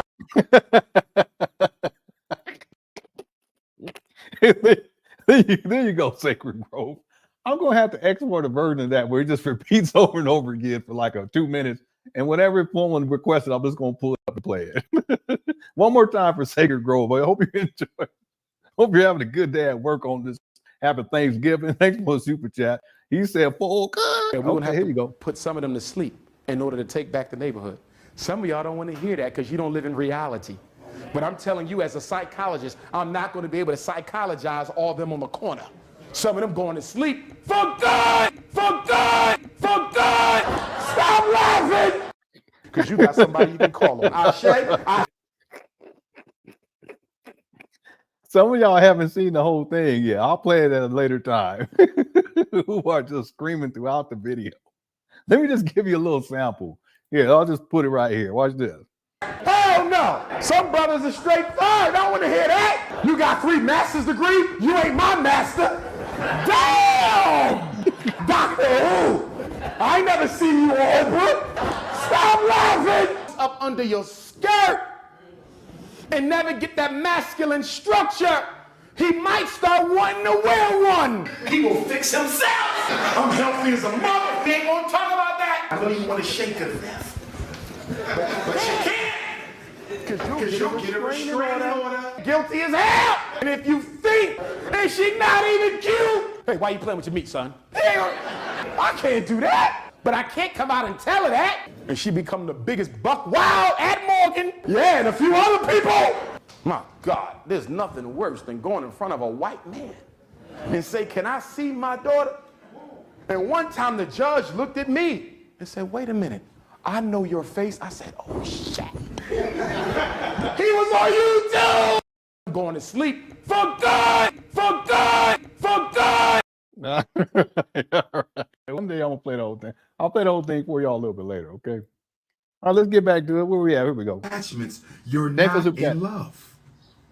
Love means if your husband finds a better woman tomorrow, you say, listen, I love you, but I've been telling you that there's things I know that you do I don't like. There's things I need you to get conscious. And you don't want to get conscious. You want to keep wearing weaves and fake eyelashes and fake fingernails, and you want to keep spending my money on Louis Vuitton bags, and you want to keep going to after 3 with your girls with the freakum dress. I told you I'm not into that no more. I gave up drug dealing. I gave up being a weed boy. I want to raise my kids with some black consciousness. I'm listening to Dr. Umar, and I done came to you time after time. I love you, but I need you to change, and you won't change. So I'm leaving you. If you love him, you'll let him leave, and you will not try to punish that man for moving on to a woman who has what he needs because you refuse to provide it. Love cannot hurt the object that is loved. It's impossible. It is impossible. Your wife cheated on you. That was wrong, and she hurt you. But guess what? If you really loved that woman, if you genuinely loved her, you would pack up and leave, and you wouldn't do one thing against her. Because love does not come with conditions. That's the biggest thing black people don't understand. That ain't true. And it depends on who, like with my kids. Yes, it's unconditional because they my children. They're going to be doing all kinds of stuff that I don't agree with, but I'm going to love them because they're my children. On the other hand, if I had a wife and she up here stabbing me while I'm sleeping, poisoning my food, no, it's because love is an action. So there are conditions. There are positive actions. There's negative actions. What are you talking about, Umar? Anyway, let's keep going. He don't know what he's talking about. European love and African love are not the same. European love and African love are not the same. You are in lust. You are in lust. You are in love with the Shango stick. I have it somewhere. With the cookie jar. You are in love with the honeycomb hideout. You are not in love. You are in lust. Emotional attachment, sexual agreement. Love don't hurt nobody. He's talking about himself. Love can't hurt. Joe Budden did reach out to me for the podcast. Joe Budden did reach out to me for the podcast. I don't believe it. Shout out to Joe Budden. He did reach out to me for the podcast. And once he makes his payment, we will schedule it. DJ Academics, they reach out to me for the podcast. DJ Academics, they reach out to me for the podcast. DJ Academics, they reach out to me for the podcast. And once he makes his payment, we will schedule the podcast. It's just that simple. And if any of you want me to come on your podcast, text me, make the payment, and we. See, this is the problem right here. You're going to use me. You're going to download my content. You're going to use me, but you ain't going to sub. You're going to do this, and you're going to get in your comment in the comment section, but you ain't going to subscribe. This is the problem right here, man. Okay, let's go. You can schedule. It's that simple. Okay? Podcast interviews for right now are going to the Shockumentary for right now. You're going to make the $250 audio, telephone, $500 video. $250 donation to the Shockumentary for an audio interview. You want the phone. Video podcast, $500. All you got to do, send the money, tell me the date and the time. Send the Zoom link. Send the money, tell me the date and the time. Send the money, $250 for audio, $500 for video, podcast interview. Send the money, CashApp, PayPal, Zelle. Send the Zoom link, or send the phone number for me to call in. Send a promo interview if you want. I will promote the interview on my Facebook, Twitter, Instagram, and fan base. Podcast interviews, $500. Video, $250 audio. Let me get back to the questions. Joe Budden, DJ Academics, I'm waiting on. Okay, I think it's coming up right now. I apologize. Let me continue. Red Light District, another $10 asking on Instagram. For your question. Yeah, real quick, everybody. I'm eating. I have me some gach. We got some food from the Klingon restaurant down on Mars. So I got me some gach.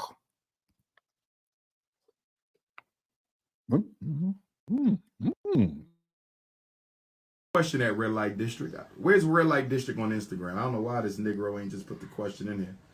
Brother Will, $10. Thank you, Brother Will. Brother Jay the Phenom. Yes, brother, 500 video. Why? Why is Dr. Umar charging $250 for an audio interview? Why is Dr. Umar charging $500 for, you know why? Because I'm #1 black conscious personality. I'm sorry. Let me find this. Goodness. I don't have no sons, so some of y'all gonna have to have some sons. I need to raise some sons. I need to raise some sons. You were mad at me because I gave her a black dollar for some incense. So let me ask you a question. If I remember correctly, my bill was less than $10 with the Persian vendor in the Cherry Hill Mall. If I remember correctly, my bill was less than $10 for the Persian vendor at the Cherry Hill Mall. She gave me these oils for free. She gave me, the Persian vendor in the Cherry Hill Mall gave me these for free. I haven't used them. That's my oil. She gave me bronchitis. She said I could rub this because, you know, I suffer from bronchitis, Orator's disease. The most honorable Marcus Garvey had bronchitis. Oh, I'm sorry to hear that. She gave me bronchitis blend. The Persian vendor in the Cherry Hill Mall also gave me anxiety, worrying about coons sabotaging my work. She gave me some anxiety so I don't worry about the coons sabotaging my work. And those are the only two. So she gave me these. Here it go right here. These are the oils. She didn't even charge me. She didn't even charge me for these. She gave me these for free. And guess what? When I walked off, I forgot my oils. When I walked off, I forgot my oils. And so Miss Persia ran down the hallway because I stopped at the smoothie machine to get me 2 smoothies.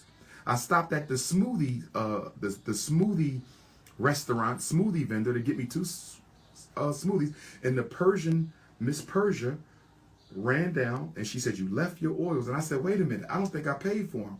And she said, "These are my gift to you." She said, "These are my gift to you." She said, "These are my gift to you." See that? Okay. Okay. Innocent of all charges. If the glove don't fit, you must acquit. Rest in peace to Johnny Cochran. If the Amen. glove don't fit, Amen. you must acquit. No disrespect to Miss Persia. That's my security team sending me his invoice.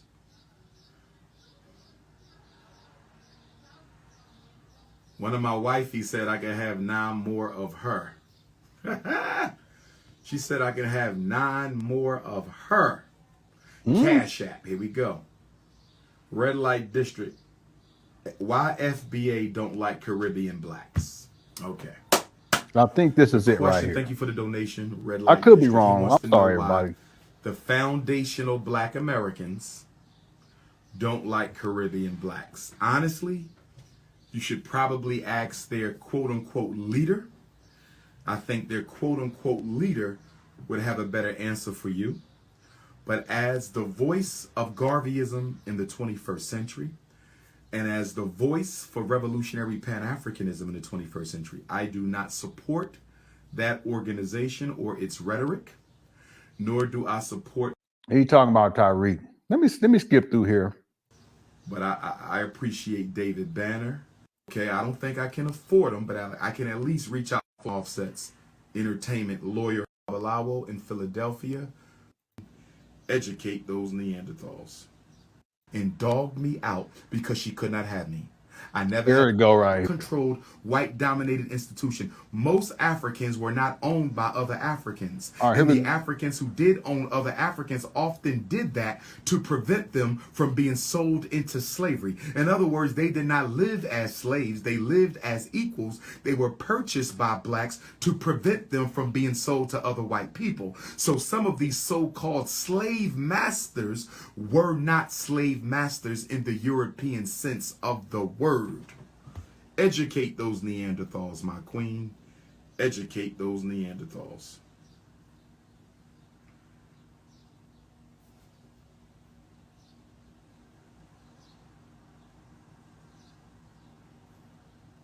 Okay, let me see what you got going on. Tanisha.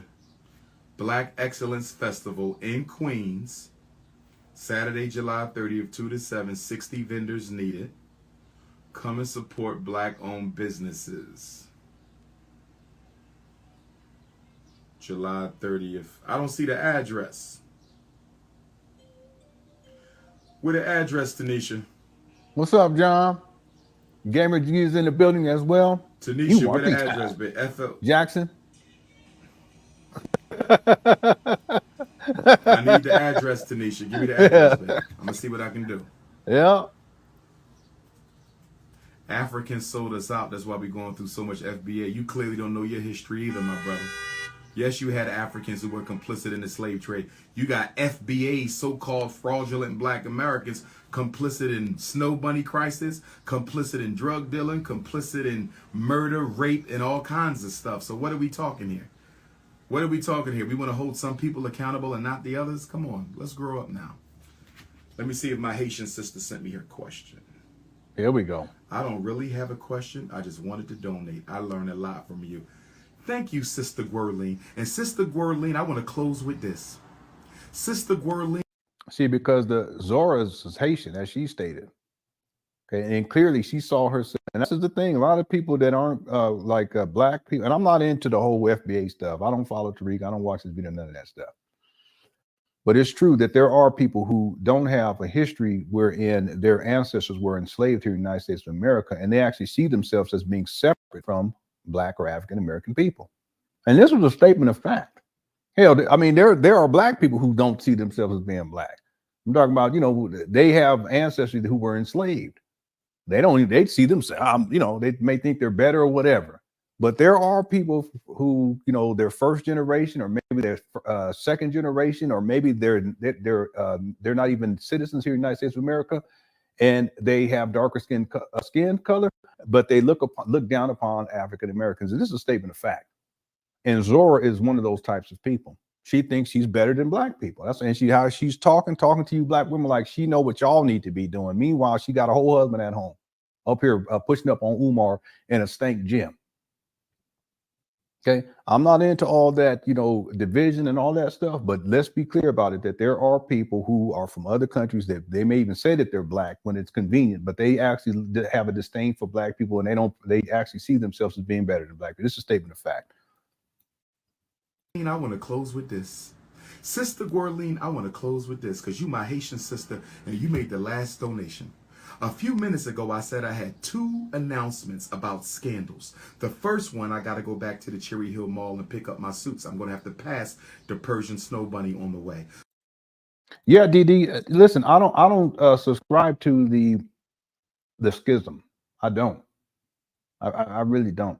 I have ancestors who were enslaved, and I have ancestors on my grandmama's side, on my mom's side, who came over here. My great grandfather came over here from the Cape Verde Islands. Great grandma and great grandpa. They called him Pop. The name was Francisco Pires Andrade. Okay, so I'm not, you know, on one hand, I recognize, you know, that I have the ancestry of, you know, I'm a descendant of slaves, and I can actually show you all that too on my family tree. I can go back and show you all where all that took place. But then I also have the immigrant population ancestry too. So on some levels, there are people who may call me a tether. I mean, I guess I'm not into all that, you know, I'm not into all that. But I do know that there are, let's flip it around. There are black people who look at other people from the Caribbean, or they're from, you know, from Africa somewhere, and they feel like they're better than them. And then there's people who are from other, you know, countries, or they're from, you know, and they look upon quote unquote African American people, look down upon them. You know, I'm not into all that. I do know that this lady right here, Zora, that she thinks she's better than black people in particular. She thinks she's better than black women. I know that I can tell how she was talking, how she parading around, and she thinks she's better. So that was the first announcement. Sister Guerline, let me talk to you, my Haitian sister. I'm talking to my Haitian Africans right now. I am a descendant. I'm talking to my Haitian Africans right now. I'm talking to my Haitian. Listen, I'm part descendant, I'm part tether. Africans right now. A couple weeks ago, Tasha K interviewed a Haitian sister, and this Haitian sister did a quote unquote tell-all interview about your brother, Dr. Umar. All right, here we go right here. And guess what? It was filled with nonsense and lies. And guess what I'm going to have to do, Sister Gwirleen? When Tasha K drops this trifling interview filled with lies, I'm going to have to expose this Haitian sister for trying to defame my character. I'm going to go live on the internet, Sister Gwirleen.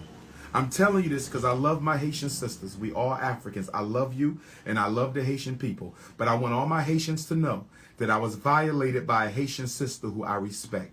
I was violated by a Haitian sister who I respect, and she went behind my back and dogged me out because she could not have me.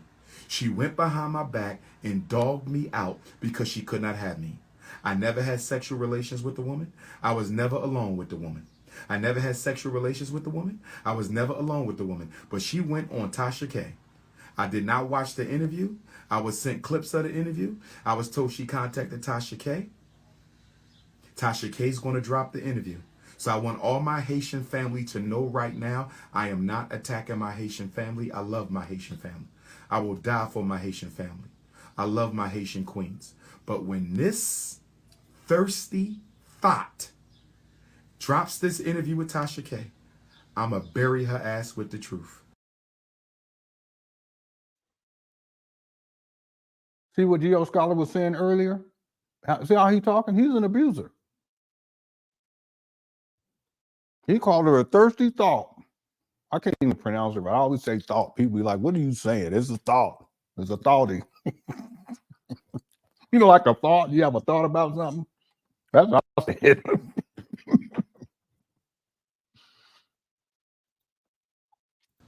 I don't know what made her pregnant ass go to Tasha K and do an interview on me and try to slander my name because I didn't let her play wifey in the fashion show of the FDMG festival. I didn't let her play wifey in the fashion show of the FDMG festival. I didn't let her play wifey in the fashion show of the FDMG festival. So she got mad and she ran to Tasha K and did a whole interview full of lies. Well, guess what?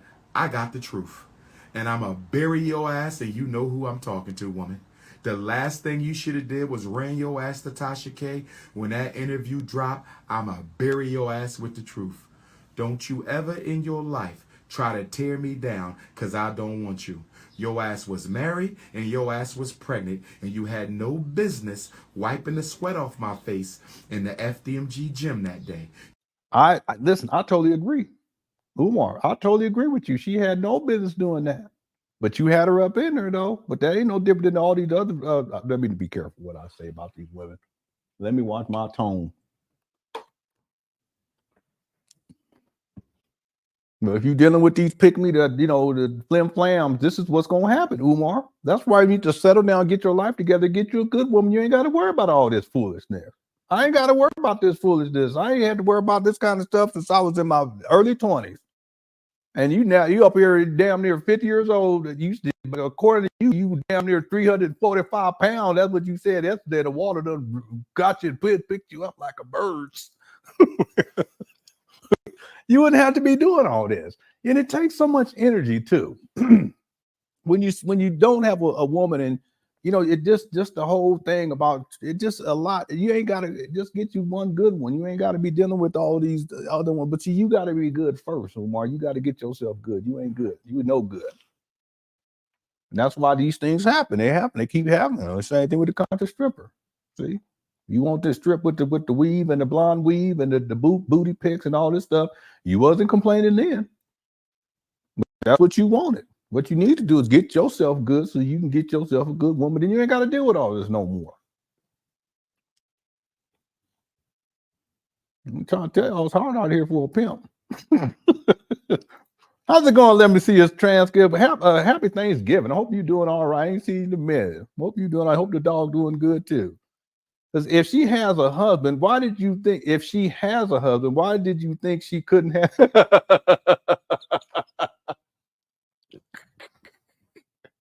I know, Umar. Look, she already had a husband, like you said. So what? She mad because she couldn't have you, but she already got a husband, allegedly.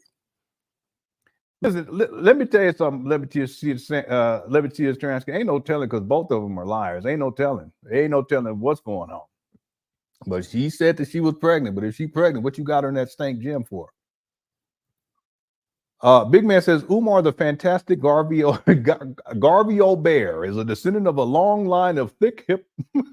Don't do that. All right. You leave this man's breasts alone, okay? We're not gonna do that anymore. We're gonna leave that alone. Thanksgiving, happy Thanksgiving to you, Big Man. I hope everything's going well for you. Let's not do that anymore. We're not gonna deal with that anymore. We're gonna leave that alone. Okay. All right. Okay, let's get back to it. Thank y'all. So everybody, thanks for tuning on in. Makes me happy to see Big Man in here because he's one of the OGs. Let me see a transcript here too. She's from the old school. All right, let's get back to it. Here we go. You had no business wiping the sweat off my face in the FDMG gym that day. You was married and you didn't even say nothing. And you was pregnant and you didn't even say nothing. Ooh-wee. So he didn't know, evidently, that she was married and she was pregnant at that time, allegedly. I don't know if she was pregnant, though, but you got to do some math. I don't know about all that. Because I thought when we covered it, we did the math, and she couldn't have been pregnant based upon when she gave birth. So I don't think she was pregnant at that time. I really don't, Umar, but she probably was married. You don't care anyway. Stop playing. You just want them cookies. You would take a married cookie over any cookie. You don't care. It could be a married cookie, an Asian married cookie. You go for that Asian fortune telling cookie. You go for it. Zora is the Cracker Barrel. Let's not do that. Let's keep going here. We're going to keep it going. My goodness. And you ran your funky ass to Tasha K. And as soon as Tasha K dropped that interview you did, because I ain't going to even watch it till it dropped. I'm not even going to watch it till it dropped. But when it dropped, I'm going to bury your ass intellectually. Don't you ever come for me. I'm going to bury that ass. So brothers and sisters, on that note, I'm trying to stay scandal-free. I'm trying to stay scandal-free. I'm not sweating. I'm dry, brother. All you see is African sunshine. All you see, I try to stay scandal-free, but I'm not going to make the mistake I made with the conscious stripper. I'm not going to make the mistake I made with Miss COINTELHO. Y'all leave the Cracker Barrel joke alone, okay? If you just tuned in, you done missed the doozy. Okay, this is just a second rant. We still got 3 more to go, including the Tariq Nasheed rant. We still got to do the Lord Jamar rant, and then the cream of the crop, which is a setting rant. I don't know how we're going to get through that. My goodness gracious. Here we go. I'm not going to make the mistake I made with Kim Ringgold and stay quiet.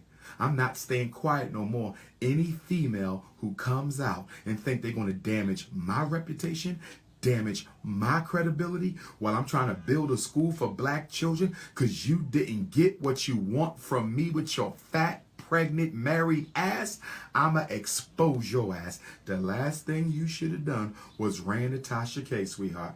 I guess you raising money to take care of that baby. I guess you need some extra money to take care of that baby. I guess you trying to use me as a vehicle to drive some money and attention to your thirsty ass struggle streaming YouTube page. But you picked the wrong one, sweetheart. You picked the wrong one, sweetheart. I'm going to get that ass. Y'all watch the interview, and after y'all watch the interview, I'm going to go live, and I'm a King Kong her ass. I love my Haitians. See, this is all abuser talk, like I was saying earlier. We family. This is not me versus, no, I love my Haitians. This is one sister who just so happens to be Haitian. One sister, one thirsty, pregnant, married woman who tried to sit on my Shango stick. One thirsty, married, pregnant woman who didn't tell me she was married, didn't tell me she was pregnant, but I didn't touch her. Thank God. Thank God. Oh, Lord. Thank my ancestors. Ancestors, thank you. Thank you, ancestors. Thank you. I didn't touch her, and she still went to Tasha K. Oh, my goodness. Well, yeah, I know him feelings are hurt. Yes. He's so mad he can't even help himself. He said to Sean, that's what he said. He said to Sean goes there. That's what he called it. The CEO, that's what he called it. That's what it is. I don't know. I think something happened. So at least something. I don't know about it all the way to all that, but something happened. He was mad. He was so mad. His feelings was hurts. With no story at all. Here we You only go. seen me 5 times in your whole life, but you went to Tasha K. I'ma bury that ass once that interview dropped. So on that note, brothers and sisters, on that note, pull up. Oh, I got some good news. Yeah, I know. Why would she need to tell you she's pregnant or married if nothing was going on? Exactly.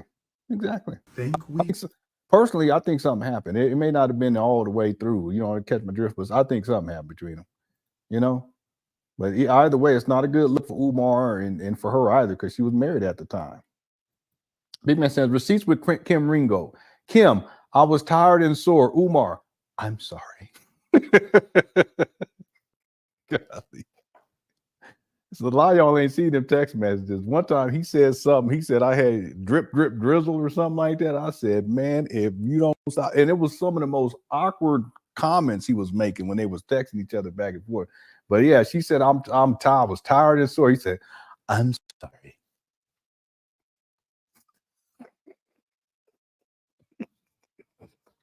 I'm so sorry, Queen. I didn't mean, I'm so sorry. Right. Those texts are online too if y'all want to see him, because he was out there. Thanks, Big Man, for the super chat. I know it was ridiculous. It really was. Just anyway. Found a mural artist. I think we found a mural artist to paint Marcus Garvey and Frederick Douglass on the side of Now, they did do this, so that's good. I give them text. Of our school and yeah, they're still on there. We found it's some of the weirdest stuff. If you guys go and check, go look at it. It's weird. Garvey on the side of FDMG, and this. See, I kid you not. She said something like, "Why we all got to go to the hotel?" Because he was living at his mama house at that time. He couldn't bring her to that mama house with all that filth and stuff, so he'd take her to the hotel on y'all's money. You, my John's father, that money you send for the school, there you go. The sister. Black women rock, black females rock, black girls rock, black wives matter, black women are royalty. I love my sisters. I just want my sisters to know, when I go in on this pregnant married woman for doing an interview, what pregnant married woman does an interview about another man? What pregnant married woman does an interview about another man? But I'm glad you did, because I'm going to teach all black women a lesson. I might flirt with your ass. I might take a picture with your ass, but don't you ever once think that I belong to that ass. You messed up, fat girl. You see why this is in the top 5 rants of Umar? I'm going to tell y'all something. The first time I saw this, I was like, really, I took a step back. I was like, what is he about? I'd already seen the SETI rant. I saw the Tariq Nasheed. We're going to get to those in a minute, in an hour or two, because we're going to be here until we get done. When I saw this and hear him talking like this, I took a step back, and it's so aggressive too. The way he's talking, from how I see this, is that he really does. He hates black women. There's a part of him that hates black women. I don't know why, but he lusts for the physical pleasures, I guess you can say, that a woman can bring for him. Okay, it ain't got nothing to do with love or intimacy or none of that stuff. It ain't got nothing to do with none of that. That there's a part of him that he really he has a hatred for black women in particular. And when you hear him talking like this, you can hear the vitriol in his voice. It's almost as if she becomes Zora becomes the symbolic representation of all of those black women who can potentially air him out for how he's been living and preying on black women and sexually exploiting them.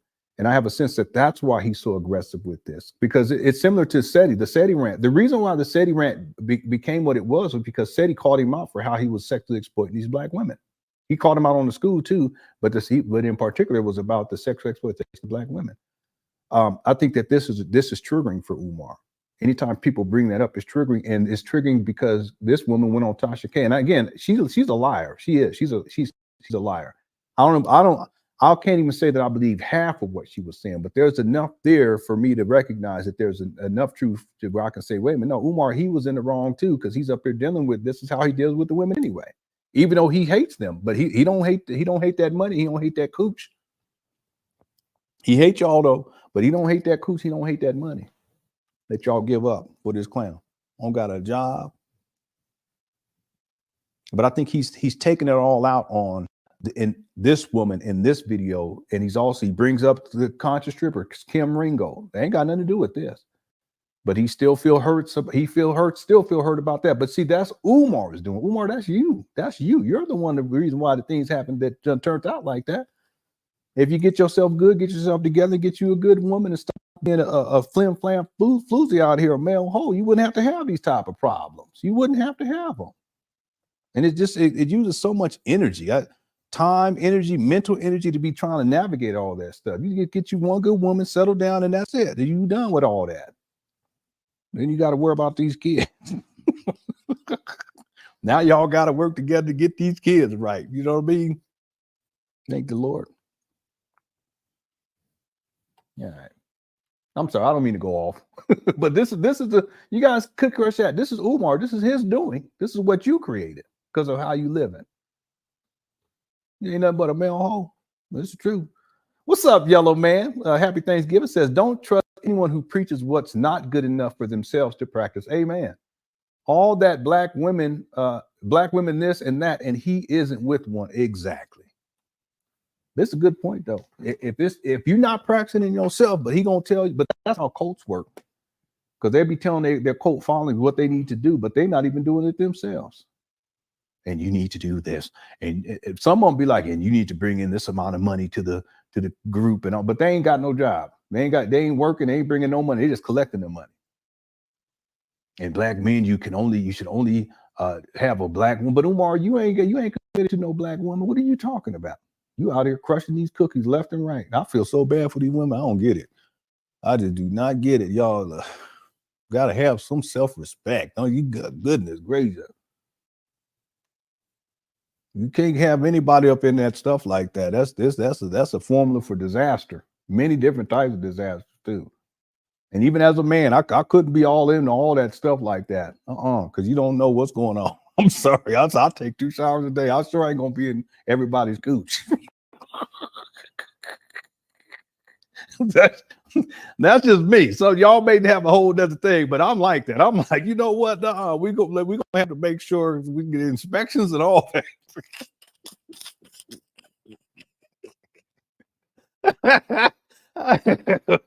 Umar don't care. It could be. He don't care. We leave it at that. Okay. Thanks, yellow man. I done got blowed off from what I was talking about from your super chat. I apologize. Thanks for super chat, everybody. Cheryl Second Born says, "Black queens forever, huh?" I know. He said black queens forever, snow bunnies never, but he ain't even got no queen. I don't get it. He's non-committal. He's totally non-committal. But again, that's why, Umar, you find yourself in these types of situations over and over and over again. It's because of you and how you live. It ain't got nothing to do with these black women. Again, some of these women, I just sure, nope.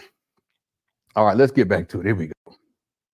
He was so mad in that corner, angry corner boy. Look at him. I want all my Haitian family to know right now, I am not attacking my Haitian family. I love my Haitian family. I will die for my Haitian family. At least 2. Okay, let's be clear about it. At least he got 2, at least 2 baby mamas. I love my Haitian queens. But when this thirsty thought drops this interview with Tasha K, I'ma bury her ass with the truth. I don't know what made her pregnant ass go to Tasha K and do an interview on me and try to slander my name because I didn't let her play wifey in the fashion show of the FDMG festival. Okay, I'm gonna let this play. I didn't let her play give me wifey something. in the fashion show of the FDMG festival. I didn't let her play wifey in the fashion show of the FDMG festival. So she got mad and she ran to Tasha K and did a whole interview full of lies. Well, guess what? I got the truth.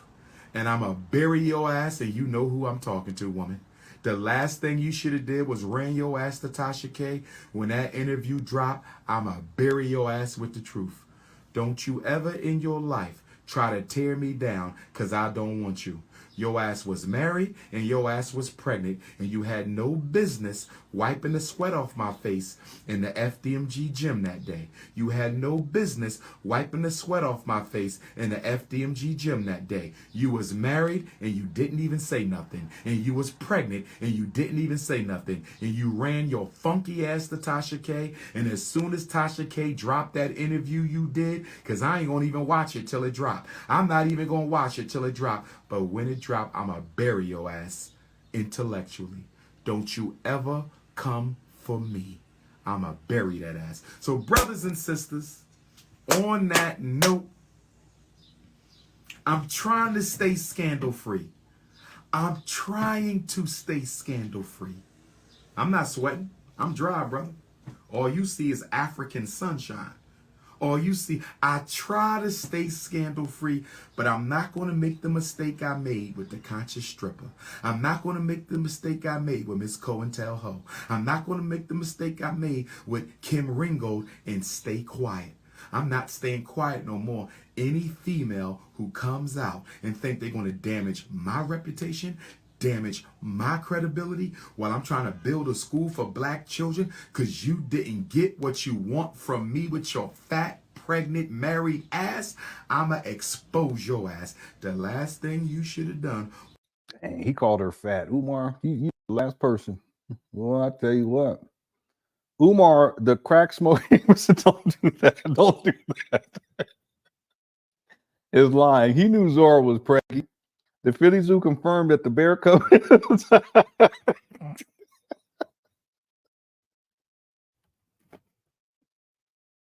All right, let's move up. He said he likes them built like linebackers. He stole big. All right. Okay. All right. He said the Phillies. He said the Philly Zoo confirmed that the bear cub inside her.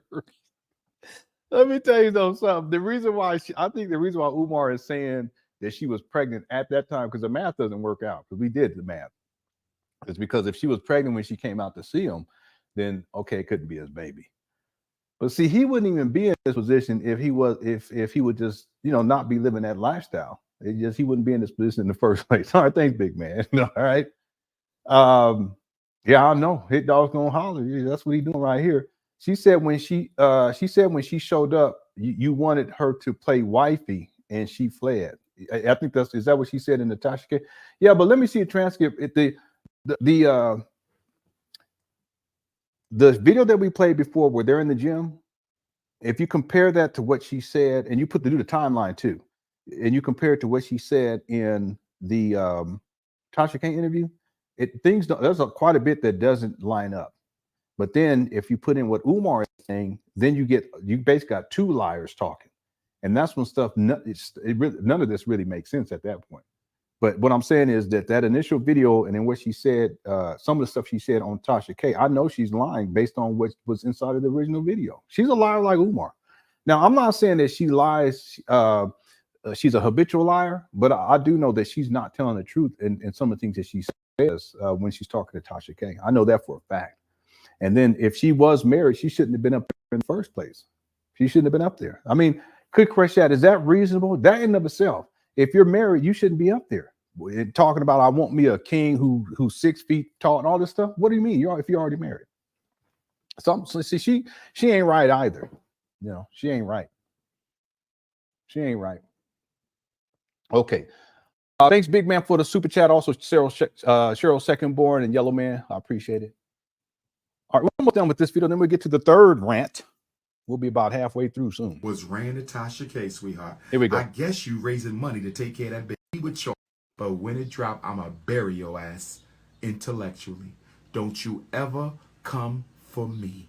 I'ma bury that ass. Lenon, in the video, Umar said he had seen her 3 times before, so it's entirely possible that he could have been with her. Oh, yeah, you're right about that. I didn't think about that, Malika. No, you're right. You're right. The timeline doesn't make sense.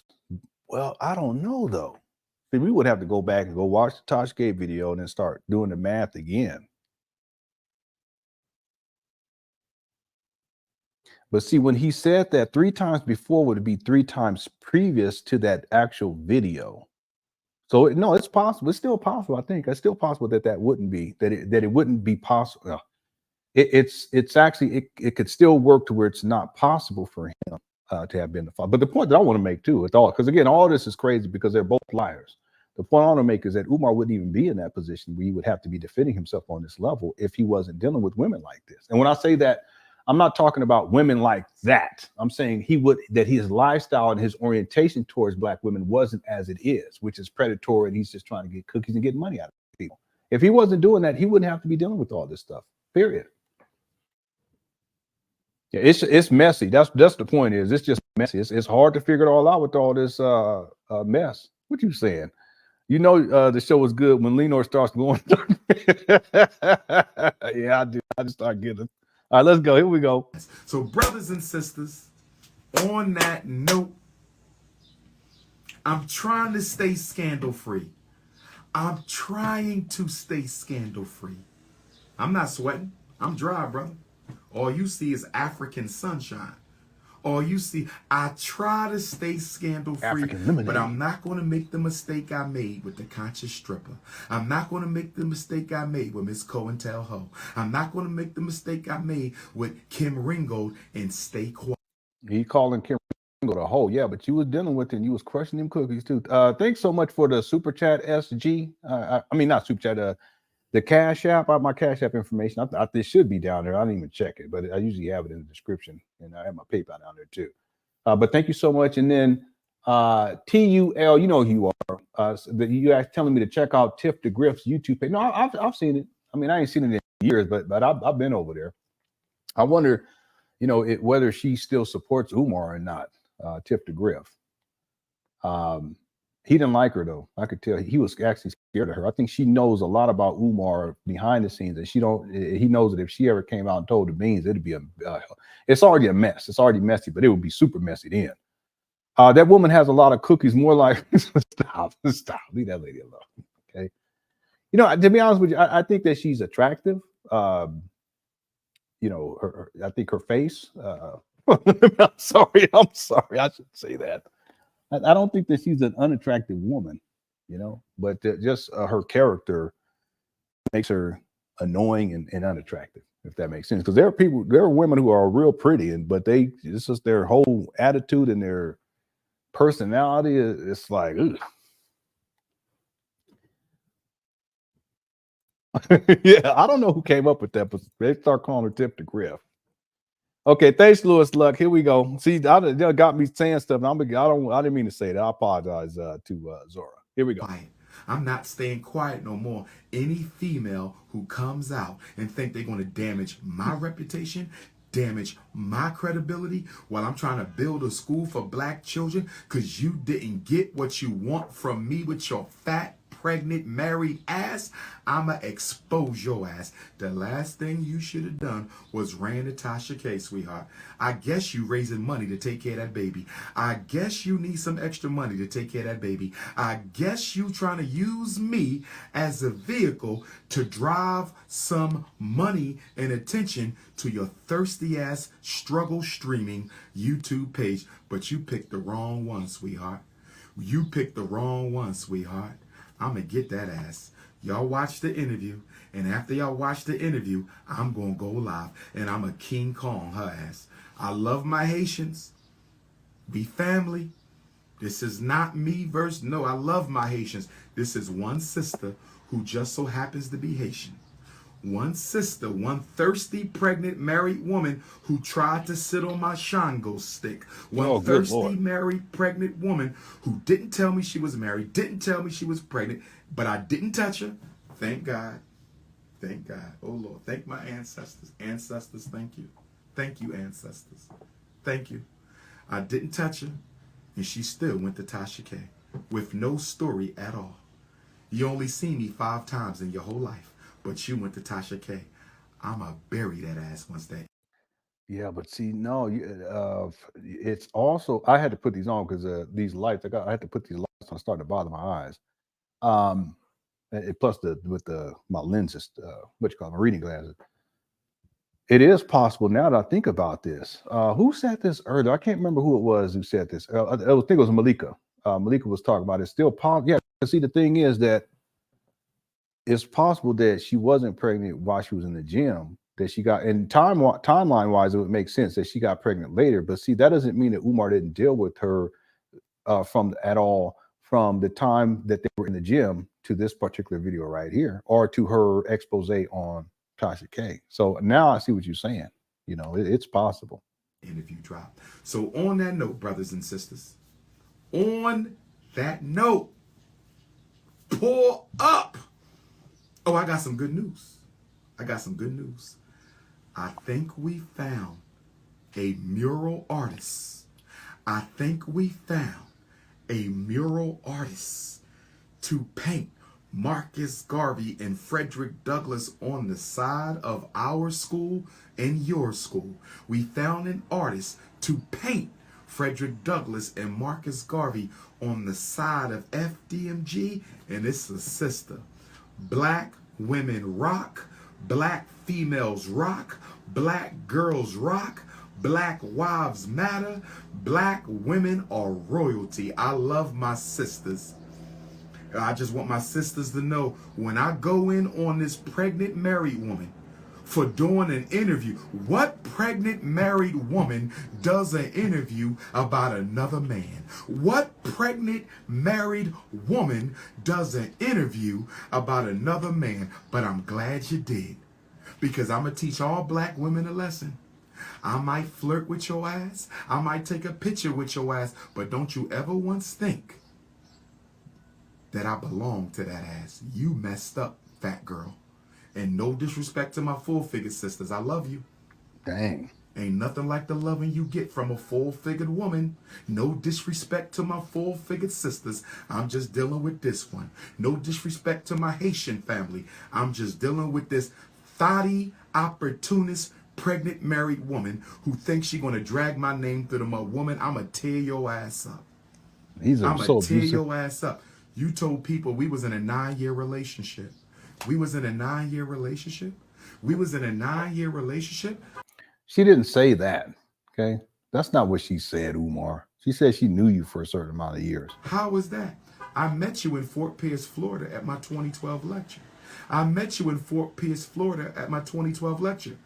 I don't see you again. I don't see you again nowhere ever in life until you invited me to speak at Haitian Flag Day in Brooklyn. I don't see you from our 2012 lecture in Florida until you invited me to speak at Haitian Flag Day in Brooklyn. How in the hell were we in a relationship for 9 years and I never saw you? Can somebody help me understand how you can be in a relationship for 9 years? Can somebody help me understand how you can be in a relationship with a woman for 9 years and you never seen her, never kissed her, never touched her, never went on a date, never spent the night with her, never had no cookies and milk? You are delusional. I don't know. I don't know what to say on all this. Big Man says, Teeth, the Budweiser Clydesdale stopped supporting Umar because he didn't offer support at a Kentucky Derby. And her hooves got shaved because of his weight when he rode her to the drop squad. Okay. Yeah, Big Man never liked Tiff. Him and Tiff, they did not get along at all. They did not get along. Okay. All right, thanks, Big Man. You need to leave her alone. I think, well, let me leave it out. I won't say that. Leave her alone. She's doing her best to survive out here. Okay. All right. M says, I'm too drunk for this, man. Love y'all. Show me love. You drunk already? It's still early. What you doing? It's supposed to be Thanksgiving. What are you? People get drunk on Thanksgiving? All right, thanks, big man. Thanks, Em. Let's go because I want to get done with this. We got to get going with the next rant. Here we go. You shouldn't have done it, but I'm glad you did it. Can somebody please get Cardi B and Offset's entertainment attorney? Because I'm a Tasha K. I'm tired of your ass. Uh-oh. Can somebody please get Cardi B's entertainment attorney for Tasha K? I'm gonna take care of the fat, pregnant Mary girl. I'm gonna take care of her. Dang. I'm gonna take care of her. But I need Cardi B's entertainment attorney for Tasha K. I'm about had it with this woman. Keep interviewing these women about me who don't even know me. Okay? Okay? I saw you 5 times. You came to my 2012 lecture. You invited me to Haitian Flag Day. You drove the elder to the FDMG Academy to look at the walls so he could paint a mural. And when you drove him to the school, you wiped the sweat off my face while I was cleaning off the backboards. Does anybody remember the woman who was wiping the sweat off my face when I... Yeah, we just played it, Zora. You know, big man, I wonder who would win between Zora and Tiff DeGriff. Not fighting, but let's say playing basketball or something. You know, if they play basketball in the gym, I wonder Tiff DeGriff would win because she's taller. She's tall. You know, it would be a miss. Now Ann McMillan. Now I don't know. I think she bully ball. I meant to play y'all yesterday when I played the video. The people giving the testimonies in the gym with Sharon and what's her name that was patting on her chest. I can always forget her name. Francine. I meant to let it keep going because Ann gets on there and she was just being so mean. I should pull it up and play it for y'all during the break. Matter of fact, I'm gonna do it. I was cleaning the backboards in the gym. And then you came to my Garvey lecture in Harlem. And then you came to the FDMG festival. I saw you 5 times. When did we have sex? I saw you 5 times in my life, all public. All public. When were we intimate? When were we ever behind a closed door? Did we go into the bathroom together? Did we meet at a park? Were we ever in the same car? Oh. What? Were we ever in the bathroom together?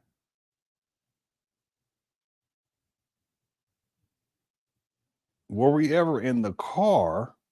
What? He said something else too. Wait a minute, can't you do it? He can't even conceptualize making love to a woman inside a bedroom in a house. What kind of man? You ain't gonna say that unless that's how you living. In the bathroom, in the car, in the parking lot of Publix.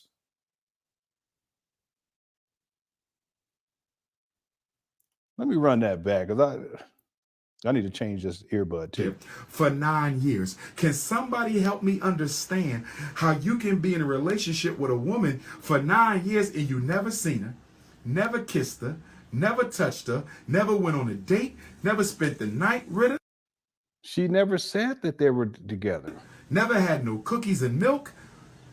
You are delusional. You shouldn't have done it, but I'm glad you did it. Can somebody please get Cardi B and Offset's entertainment attorney? Yeah, I'm Tasha K. Kroger, I don't know. Kroger's the best place to do that in. Kroger. The Kroger parking lot is the best place. Somebody please get Cardi B's entertainment attorney for Tasha K. I'm gonna take care homeless of folk the meet up. pregnant Mary girl. Homeless people, they meet up. We gonna meet up. We're gonna meet up at the parking lot. We're gonna meet up at the gym. We're gonna meet up at the bathroom. I'm gonna take care of her. But I need Cardi B's entertainment attorney. Let me switch this out. I'm about had it with this woman. Keep interviewing these women about me who don't even know me. Okay? I saw you 5 times. You came to my 2012 lecture. You invited me to Haitian Flag Day. You drove the elder to the FDMG Academy to look at the walls so he could paint a mural. And when you drove him to the school, you wiped the sweat off my face while I was cleaning off the backboards. Does anybody remember the woman who was wiping the sweat off my face when I was cleaning the backboards in the gym? And then you came to my Garvey lecture in Harlem. And then you came to the FDMG festival. I saw you 5 times. When did we have sex? I saw you 5 times in my life, all public. All public. When were we intimate? When were we ever behind a closed door? Did we go into the bathroom together? Did we meet at a park? Were we ever in the same car? Oh, yes, we were in the same car. Because after my Garvey Day lecture on August the 17th in Harlem, you jumped your fat ass in my back seat when I had to drop the 2 elder queen mothers off. But I dropped you off first. Or I dropped you off second. Either way, I made sure. Yeah, I'm gonna have to get my headphones. Y'all hold on a second. Let's just go back. I want to hear that part. Somebody please get Cardi B's entertainment attorney for Tasha K. I'm gonna take care of the fat, pregnant Mary girl. I'm gonna take care of her. But I need Cardi B's entertainment attorney for Tasha K. Yeah, happy birthday, Big J. This woman keep interviewing these women about happy me birthday. who Happy don't Thanksgiving. even know me. Okay? I saw you 5 times. You came to my 2012 lecture. You invited me to Haitian Flag Day. You drove the elder to the FDMG Academy to look at the walls so he could paint a mural. And when you drove him to the school, you wiped the sweat off my face while I was cleaning off the backboards. Does anybody remember the woman who was wiping the sweat off my face when I was cleaning the backboards in the gym? And then you came to my Garvey lecture in Harlem. And then you came to the FDMG festival. I saw you 5 times. When did we have sex? I saw you 5 times in my life, all public. All public. When were we intimate? When were we ever behind a closed door? Did we go into the bathroom together? Why are you bathroom? Okay, number 1, bathroom. Well, I tell you.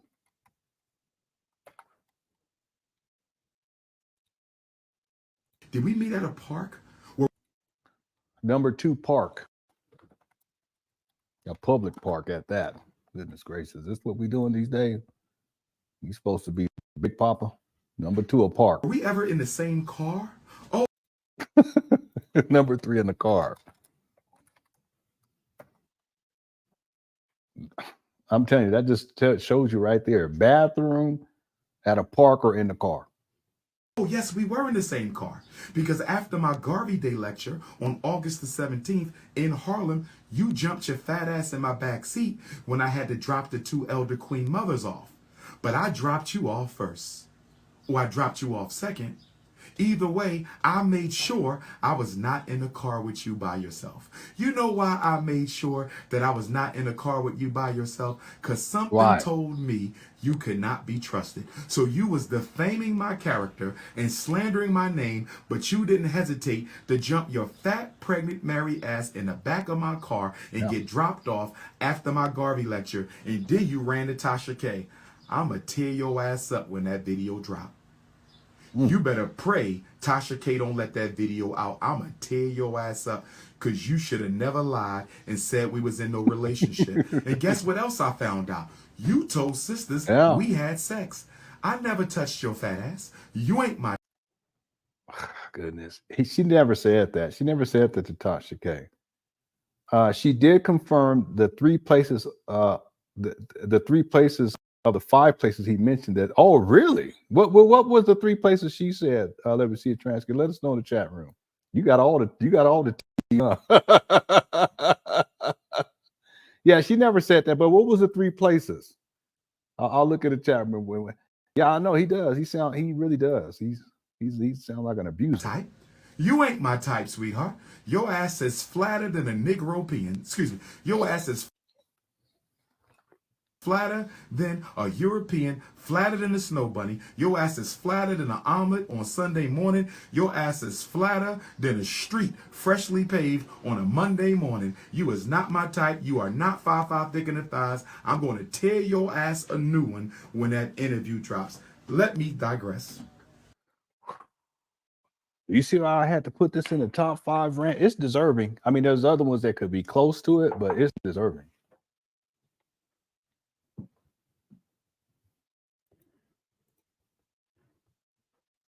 It's deserving. Okay, they met at the Bando. They met at the lecture in 2012, the Bando, and the lecture in Harlem. Okay. Also Olive Garden.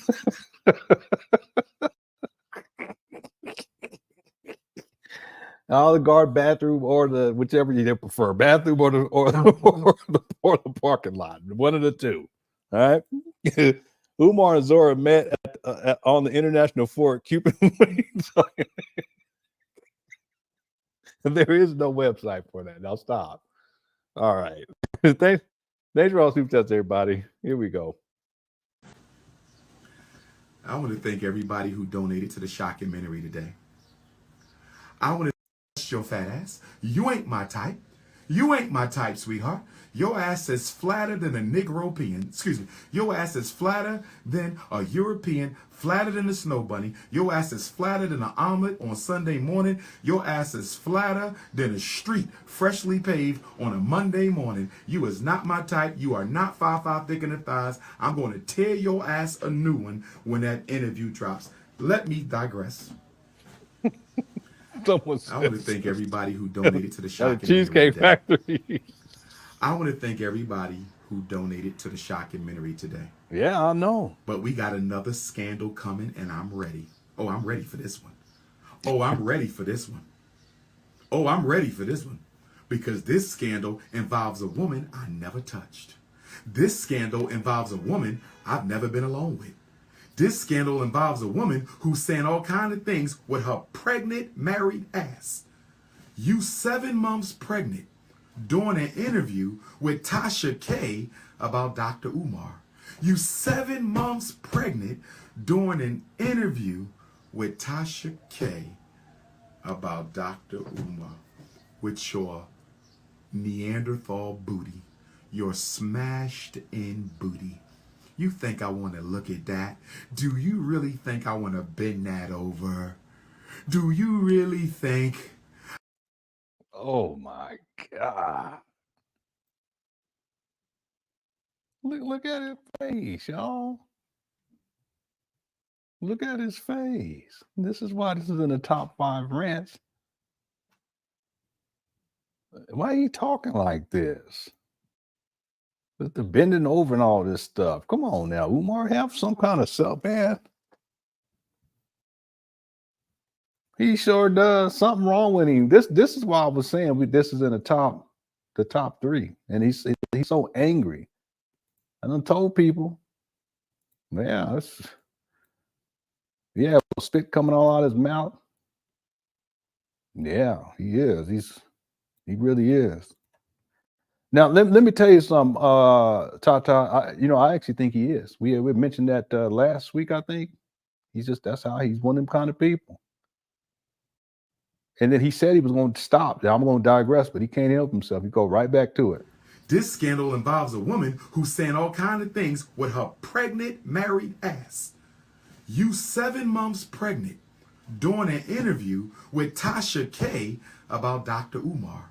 You 7 months pregnant during an interview with Tasha K about Dr. Umar with your Neanderthal booty, your smashed in booty. You think I want to look at that? Do you really think I want to bend that over? Do you really think I want to look at a Europe? You must have a white ancestor. Check your DNA, because I know my Haitian Africans, and what I love so much about my Haitian Africans, they are one of the least mixed Africans in the Western world. And that is a good thing. That's why they got that revolutionary spirit. Shout out to my Haitians. Shout out to my Haitians. See, now he's trying to make up for it because of how he's talking. He couldn't control himself, talking that crazy. And the anger, you can see his face. Now he's trying to clean it up. The reason our Haitian people are so strong, the reason the Haitian Revolution was able to happen is because the Haitian people have the least amount of European blood. But you must have a white ancestor, because your ass is flatter than an omelet. Your ass, I've seen white girls with more jiggle than you.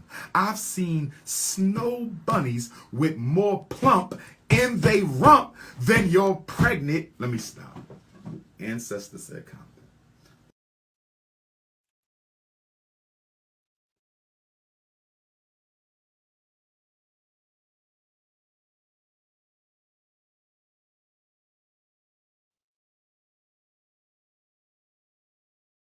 He said, "Plump in your rump." I said, "Okay."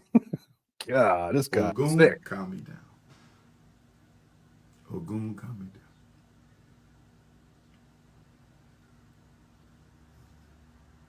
down. You know, I'm Ogun, so you know we get worked up real quick. See, he trying to make excuses. look, Alfonso said, FDMG.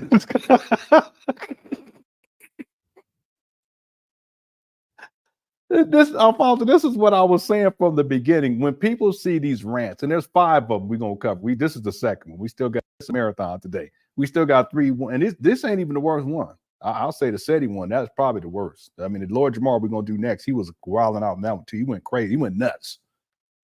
But the thing is that anyone who thinks that this is the guy who's going to open up school with FDMG, I mean, that money's gone.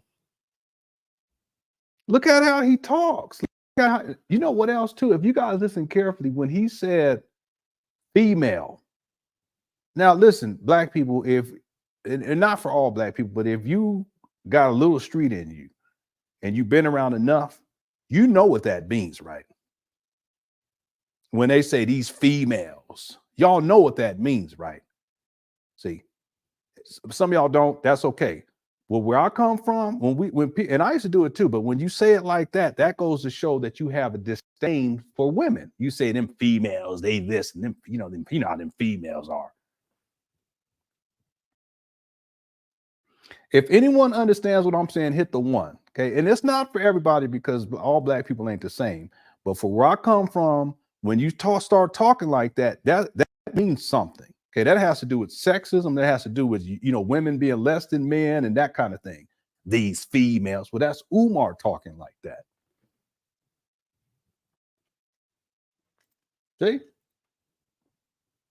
It sure is. It sure is.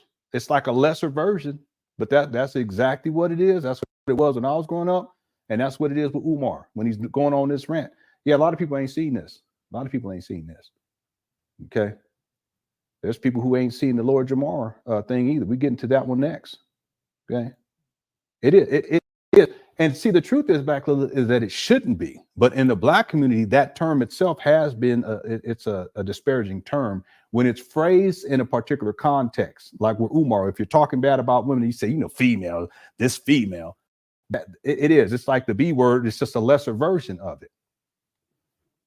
It's like how people online, instead of saying an N-word, they'll call black people Negroes. It's the same kind of concept. Yeah, so I ain't making nothing up. People, y'all see what I'm saying here? And it's not for everybody because not everybody grew up in that. But I grew up in that. Exactly what he means when he says that. Umar told himself, reduce black women to their body parts, but she did. Disrespectful. Zora also disrespected her husband about being at the gym, acting single. You absolutely right about that. Both of them wrong. And both of them are liars too. Brother Umar for president. Well, keep on running with that football family. Keep on running. Yeah, same frauds. Yeah, we should use that one too.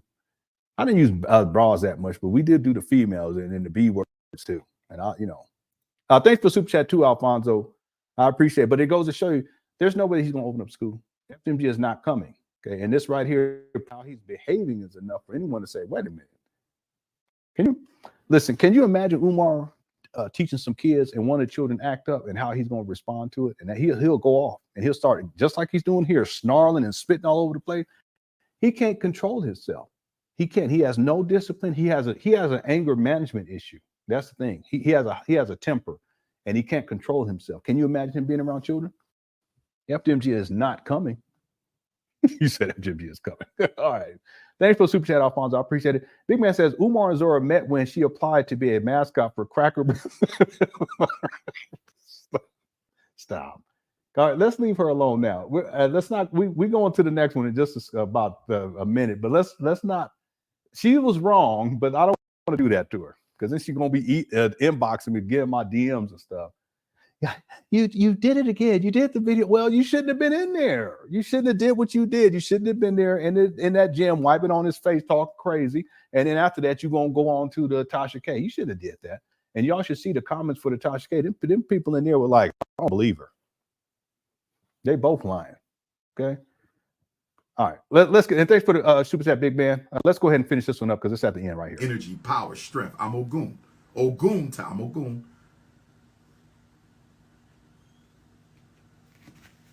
Let me calm down. Yeah, you Let need me to calm down. Let me calm down. Sister Valerie says, show some mercy. Show some mercy. Here we Show go. some mercy. Here we go again. Show some mercy. The woman is telling people I had sex with her. Show mercy. She never said that. She never said that in the interview. I was never even alone. Where did we have sex at? Which hotel? On what day? See, he's now we can add hotel to it. It's like Kim Ringo. She was like, why we always gonna go to the hotel? See, parking lots, bathrooms, cars, and hotels. Okay. What's the mascot for FDMG? Are there going to be listen, according to Umar, there's not going to be sports, but he could still have a mascot. I don't know, maybe Lenon Beaver could be, you know, that could be the mascot. I don't know. Anyone have any ideas? Go ahead and post in the chat room. When? Where? She's only seen me 5 times in her whole life. How did we have sex? I know she's mad. She got kicked off the fashion show. Listen, you can have sex with a woman that you meet in one time. What are you talking about? And listen, honestly, I don't think they actually engage in sexual intercourse, but I think something else happened. That's what I think. Okay, I could be wrong. Understand. She wanted to be one of my wives. It'd be funny if he said that behind the rock. I said, oh no. I said, oh no. Umar, don't say that. Don't say behind the rock. Don't do that. Yeah, family, in the bathroom, in the parking lot, family, you know, behind the rock. Don't do that. Boy, I wouldn't be surprised too. It says hotel, motel. What you gonna do today? The mascot is spooky. Father David is the mascot. He don't even put nothing on. He just show up. He just show up. He don't have no costume or nothing. He'll be walking the hall. Just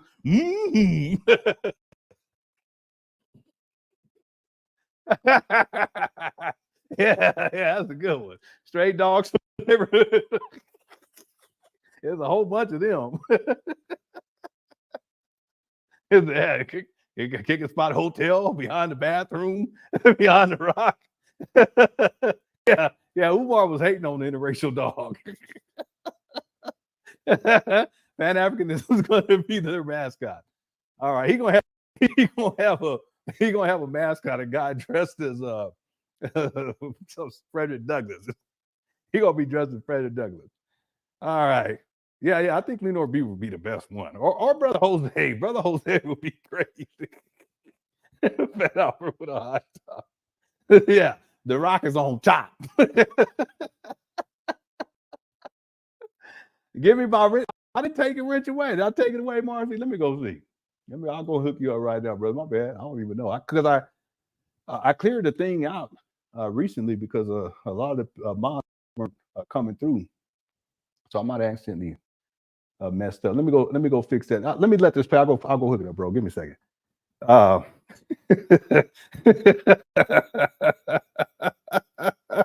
In my mama's closet. Did she ever meet me in my mama's closet? When and where? When and where? It wasn't in the parking lot. Wasn't in the car in my mama's closet. In my mama's closet. All right. Yeah, that rock it's reserved for Father David's love. Father David's love. The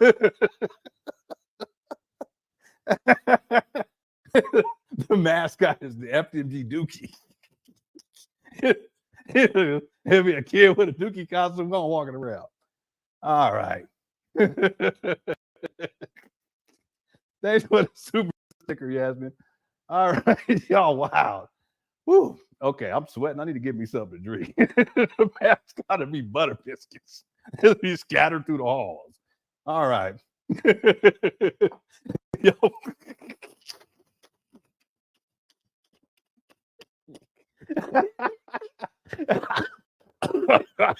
Oh, y'all need to stop. Whew. It'd be a bug-eyed raccoon. It don't even say nothing. It be sneaking around hiding.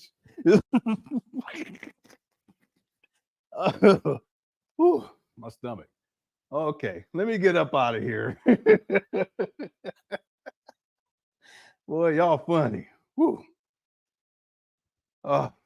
Okay, thanks for all the super chats, everybody. I appreciate it. Let's see, Zora was wrong for her outfit at the gym. The Keebler elves sued her for wearing their boots, and Jupiter-sized leotards. I don't think it was leotard. It might have been spandex, but it wasn't leotard. She thought she was cute too. She's like, I'm going to this gym. I'm getting dressed up and everything. I'm gonna get this cane. Lo and behold, it did turn out all right. Okay. All right. Whew. I don't think it was leotard though. It might have been some spandex. You crazy. Okay. Whew.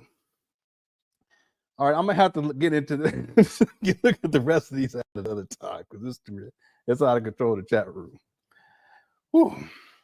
All right. What are we doing? I'm sorry, I done got blowed off. Okay, let's finish this up right here. Then we're gonna get started with the next one. Okay. Thanks, everybody. Happy Thanksgiving. FDMG Here we Festival go. Fashion Show. I understand, but the go on Tasha K talking about I was stalking her and I wanted her to be my New York sex buddy.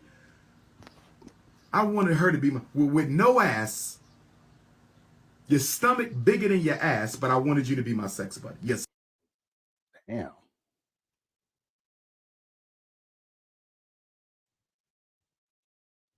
Look at his face. This guy's about to morph. It's like Beast. Remember what was it? Something Altered Beast on Sega Genesis? That's what he's doing right here. This is Thriller. I mean, this guy is literally turning into a werewolf right before our eyes.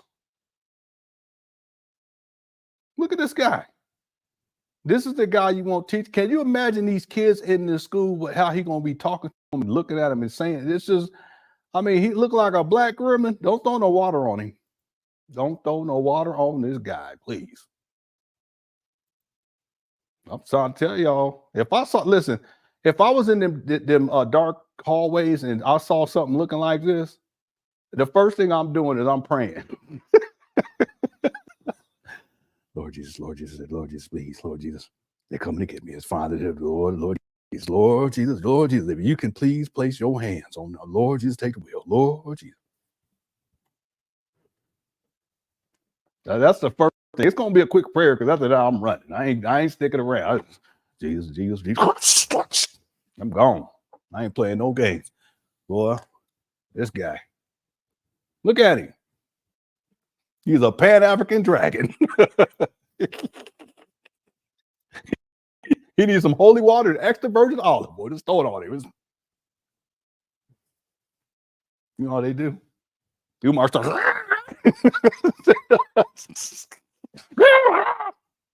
Throw a cheesecake on his ass. He'd be like, He calm down real quick. You throw that holy water, he get mad. Throw a cheesecake on him. It's close to midnight. Something FMG is open only in the dark. Stomach bigger than your ass, but I wanted you to be my sex buddy. You know how many beautiful black women in New York slide into my DMs on a weekly basis? Do you know how many beautiful African women in the 5 boroughs of New York slide into my Instagram messages on a regular basis? Listen up clearly, Mrs. Obese, pregnant, married cyber stalker. No disrespect to the husband, no disrespect to the baby. That's an African baby, and I honor that child. That's an African baby, and I honor that child. I will die for that child. No disrespect to the husband. None at all. But why do I need to bend over an overweight, flat-butted, married, pregnant woman with the type of women in New York who have interest in me? Have you seen my Harlem queens? Have you seen my Brooklyn queens? He just telling on himself. It's all about sex. It's all about having all these hookups all throughout the country. It's a doggone shame.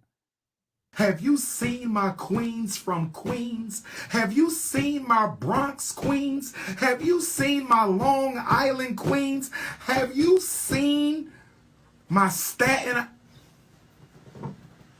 Yeah, you need to stop. Just stop. Brothers and sisters, I would like to talk to her husband. I would like to talk to her husband because I want to know what she was doing wiping sweat off my face in my gym on my Facebook, Instagram live with a whole husband that I didn't even know about. Hey, I agree with Umar on that one. Hey, Marthy, can you comment again on in the comment section real quick? Oh, you glad he's not her baby? Y'all know. Can you imagine? He looked like the fat Grinch. It's interesting because he's talking about how she fat, but Umar, come on now, let's be real about it. You need to take better care of yourself, sir. Don't do that. But he's so angry, he's just lashing out any way that he can, including talking about how this woman is what he called her fat, and he said she's the pancake booty or whatever he said. Yeah, it is. And a lot of people haven't seen this, but it is. It's insane. Absolutely. Thanks for the super chat. Did Marvy, if you're still here, if you can comment in the chat room real quick. I didn't touch your wife. I didn't kiss your wife. I didn't sex your wife, brother. So I did not violate you because she's not my type. I don't like them flat. I like them round. She's not my type. Her ass is in the front, not in the back. I didn't disrespect you, my brother. But if you're talking about his wife like that, what do you mean you didn't disrespect? Would like to know why I didn't hear from you. Because if I see my wife wiping sweat, flirting with a man there we go. in his gym, I got to call the brother and say, "What's up, my brother? That's my queen." I never heard from her husband, so I don't know. And I'm assuming she's pregnant by the husband. And I'm assuming he knows she went on Tasha K with his 7-month-old baby in her stomach. I'm assuming he knows she went on Tasha K with her 7-month-old child, 7-month baby. Why is your wife doing interviews about Dr. Umar on Tasha K? Listen, I agree with her being up there. She shouldn't have no business. Baby on me because God is my witness and my ancestors is my witness. She never touched the Shango stick. She never kissed the Shango stick. She never licked the Shango stick. And she never rode the Shango stick. Man, this guy, I don't know what to say on that. He just, the way he be talking, it's just, and he has to be graphic like that. You know, you got to mention each thing. She never seen it. She never hopscotch with it. She never baked. Anything you can come up with. She never baked with it. She never did a YouTube live with it as her space bar. I don't know. I'm sorry. I'm trying to find where you at, bro? I thought I just saw you in here. Can you comment one more again, bro? I'm sorry. I'm screwing up over you. I'm trying to do 3 things at the same time. Comment one more time, and I can get you back in here. Okay, this is almost done. I think it's like 2 minutes. I thought it was more than that, but this is less than that. But here we go. Do you understand me, my sister? I'm going to say it one more time. She never kissed the Shango stick. She never licked the Shango stick. She never sniffed the Shango stick. And she damn sure didn't ride the Shango stick. There's no way that beautiful African child is mine. Okay? I know I am the Black Christ, but I cannot conceive with a woman. Here you go with the Black Christ talk. Without touching. I understand I am the Messiah of this day and time, but there's no way I can conceive a child unless I go into you. You understand me? Okay, none of my milk got spilt ever with this woman. We was never alone. No milk got spilt, nothing. She ain't kiss it, she ain't sniff it, she ain't lick it, and she damn sure didn't rob the Shango stick. Okay? So the baby's not mine, but If she tries this, I don't think she would do that. I do not think she would dishonor her husband like that. I don't think she would dishonor. I am open to the blood test, though.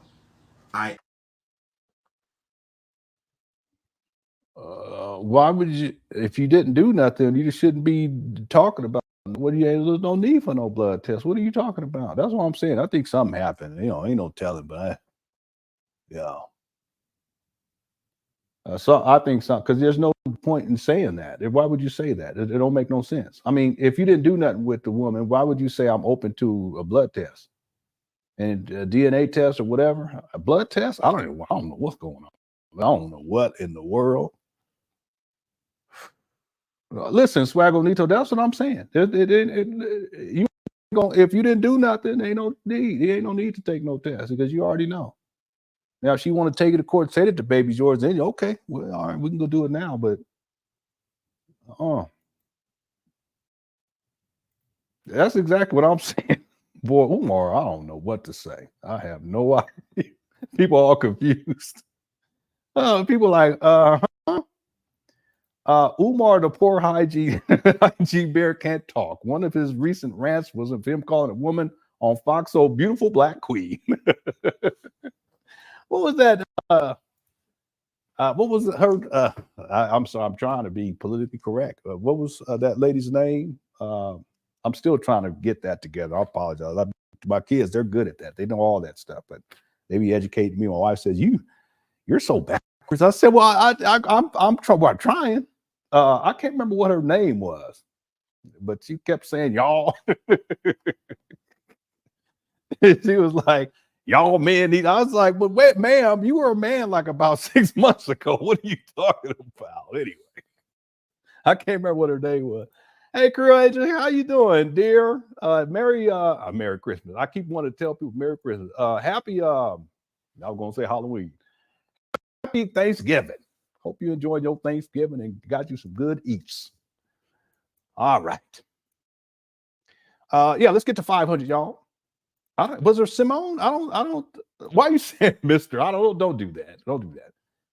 Because I'm trying to do better with that. I can't remember what her name was. I don't think it was Simone, though, because I remember that. Did I get all the super chats? Thanks, big man. Thank you so much. Umar, one shaker. Jesus gracious.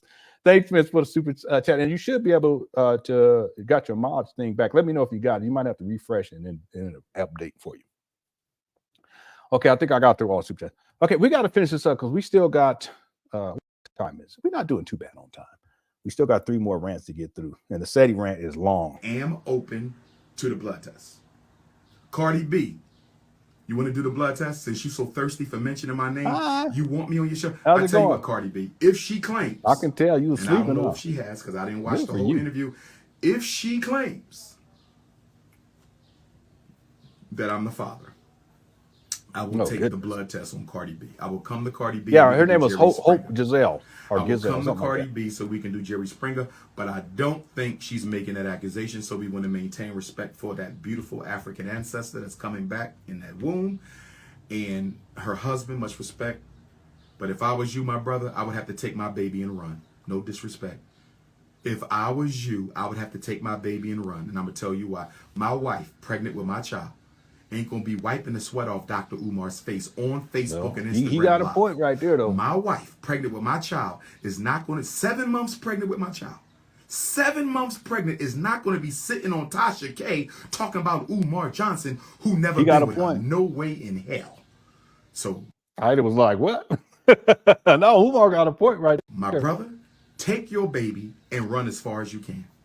Now, I don't believe in that part, but the part about her being up there and she's allegedly pregnant and she supposedly married and went up there with Umar in the gym, that I don't think that's appropriate. Don't you agree? See, now if I was this size of woman up in the gym doing that, would that be right? What if it was you though? That's right. That's right. We play some basketball, family. Okay, but you can't take no jump shots. And you can only back down. You got to go into the post. Okay, I'll be defending the whole time. She's like, what? What are you talking about? Yeah, you're gonna have to go to the Shaquille O'Neal family. That's what we talk. That's what we need. Ain't no fouls either. Ain't no fouls. Huh? Okay.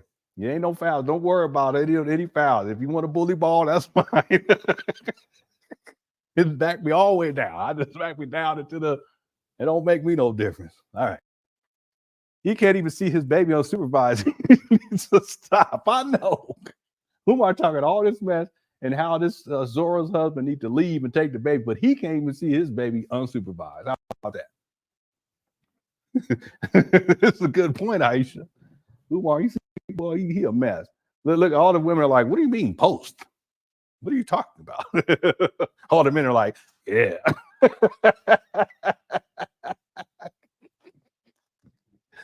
All right. Thanks, Aisha. Let's finish this up right here. Then we go get to the next one. This is real close to being done. Because when Tasha K dropped that interview, I'm going in, bro. She left me no choice. I am going in. Well, I wish I mean Tasha, not Cardi. Cardi B is my sister. I need Cardi B's entertainment lawyer to deal with stuff like this. I need Cardi B's entertainment lawyer's number to deal with stuff like this. So brothers and sisters, there it is. King Kong consciousness. Donate, donate, donate. Help me get this money to get this shot. Please, brothers and sisters, I want to get this taping done. Please, brothers and sisters, I want to get this taping done. Okay? Okay, his documentary is still not out. And initially he said it was going to premiere in 2014, I think, or was it 16? It's been so long. I can't remember. Is it 2014, 2016? It's almost a decade late. Oh, flat ass. Ass flatter than a white girl's talking about somebody want to hit that shit. I keep telling y'all, it's consciousness over the cookies. He's so angry and mean.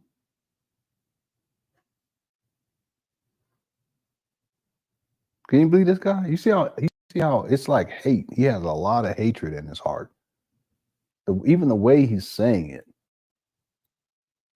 I keep telling y'all, it's consciousness over the cookies. Okay, none of my milk got spilled ever with this woman. We was never alone. No milk. Yeah, he is, spilled, Vince. Nothing. He's emotionally unstable. She ain't sniff it. She ain't lick it, and she damn sure didn't rob the shop. I'm sorry, everybody. I didn't mean for it to do this. I'm gonna let it play to the end. It's not mine. But let me go get me something to drink. I'll be right back. If she tries this, I don't think she would do that. I do not think she would dishonor her husband like that. I don't think she would dishonor. I am open to the blood test, though. I am open. I ate too much. My stomach was all. Cardi B. Shouldn't have ate that much. You want to do the blood test? Since she's so thirsty for mentioning my name, you want me on your show? I tell you what, Cardi B. If she claims, and he means Tasha K. I didn't watch the whole interview. If she claims that I'm the father, I will take the blood test on Cardi B. I will come to Cardi B and we can do Jerry Springer. I will come to Cardi B so we can do Jerry Springer, but I don't think she's making that accusation, so we want to maintain respect for that beautiful African ancestor that's coming back in that womb, and her husband, much respect. But if I was you, my brother, I would have to take my baby and run. No disrespect. If I was you, I would have to take my baby and run, and I'm going to tell you why. My wife, pregnant with my child, ain't going to be wiping the sweat off Dr. Umar's face on Facebook and Instagram Live. My wife, pregnant with my child, is not going to, 7 months pregnant with my child. 7 months pregnant is not going to be sitting on Tasha K talking about Umar Johnson, who never been with her. No way in hell. 7 months. So, my brother, take your baby and run as far as you can. Because when Tasha K dropped that interview, I'm going in, bro. She left me no choice. I am going in. Yeah, I mean Tasha, not Cardi. Cardi B is my sister. I need Cardi B's entertainment lawyer to deal with stuff like this. I need Cardi B's entertainment lawyer's number to deal with stuff like this. So brothers and sisters, there it is. King Kong consciousness. Donate, donate, donate. Help me get this money to get this shot. Please, brothers and sisters, I want to get this taping done. Please, brothers and sisters, I want to get this taping done. Okay? Oh, excuse me. God, where's the thing at? Oh, flat ass flatter than a white girl's talking about somebody when they hit that shit. Dang. Hear him? Can you guys hear how you I talk? keep telling y'all, it's consciousness over the cookies, politics over the punani, revolution over romance. The romance. It is business before the bedroom. Ain't no signal. What you talking about? Consciousness over the cookies, revolution over the romance, politics over the punani, business before the bedroom. Why are you always in some scandal with women? I'm going to answer that question, Shania. I don't think that question came from a humble place. Here we go. I think your question came from a disrespectful place, but I'm going to answer it and I'm going to get off the live. I'm going to answer He gonna it. blame. He gonna blame back The black sister women. said, Watch. why is Dr. Umar always involved in some scandal with a woman? I'm going to answer that question. Thank you, thank you, thank you, thank you, thank you. I'm going to answer that question. How did I meet the conscious stripper? She came to the Marcus Garvey Day celebration. I just realized both of these women started a scandal on Garvey Day. Both of these women started a scandal on Garvey Day. It was Garvey Day. Both of these family. women started a scandal. I met the conscious stripper on Garvey Day 2014. This pregnant married woman came to my Garvey Day on 2021. So both scandals started with Garvey Day. Anyway, the question is, why do you end up in so many scandals with women? I'm going to tell you why. I am the most accessible, and I hate to use the word. I hate to use the word. I hate to use the word. I am the most accessible celebrity most black people will ever encounter on a one-to-one basis. I am down to earth. I am humble. I am from the hood. I refuse to become a bourgeoisie despite my education, my status, my achievements in life. You can reach me. I am very accessible because I am a man of the people. As a man of the people, I also make myself vulnerable to people like this fat, flat-butted, married, pregnant woman. I make myself vulnerable to them because they can make up any story they want like she just did.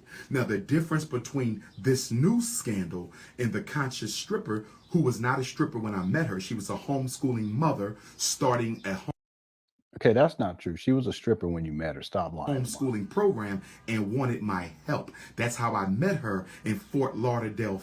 Oh my God. They got something else in common. I met them both in Florida. I met Kim Ringworm in Florida, and I met the fat pregnant married woman in Florida.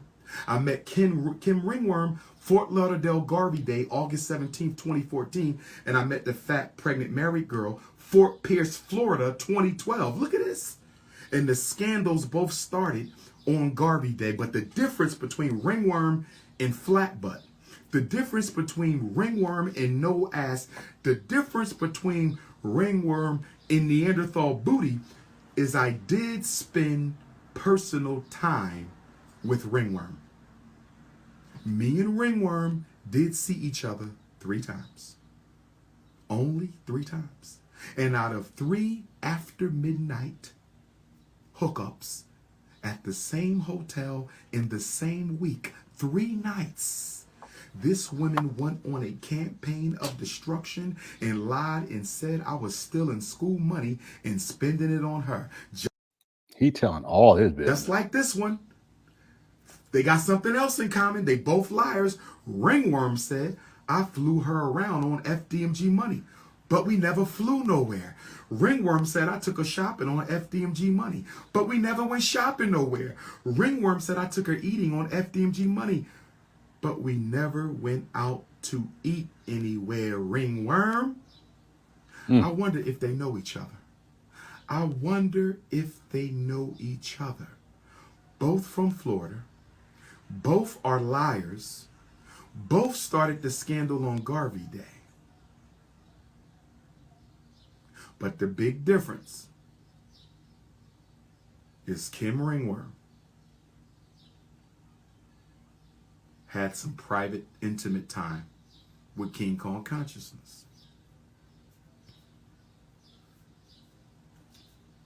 Fat, pregnant, married woman had no private time with King Kong Consciousness. I know I love my Florida Africans. My Florida queens, ain't nothing wrong with us. We good. We've been rocking for 13 years. My Haitian queens, we good. We've been rocking for 13 years. When we go into Africa, I'm working on the Shanoa Williams. I'm just clearing the air, baby. I got to do this because y'all not going to do it for me.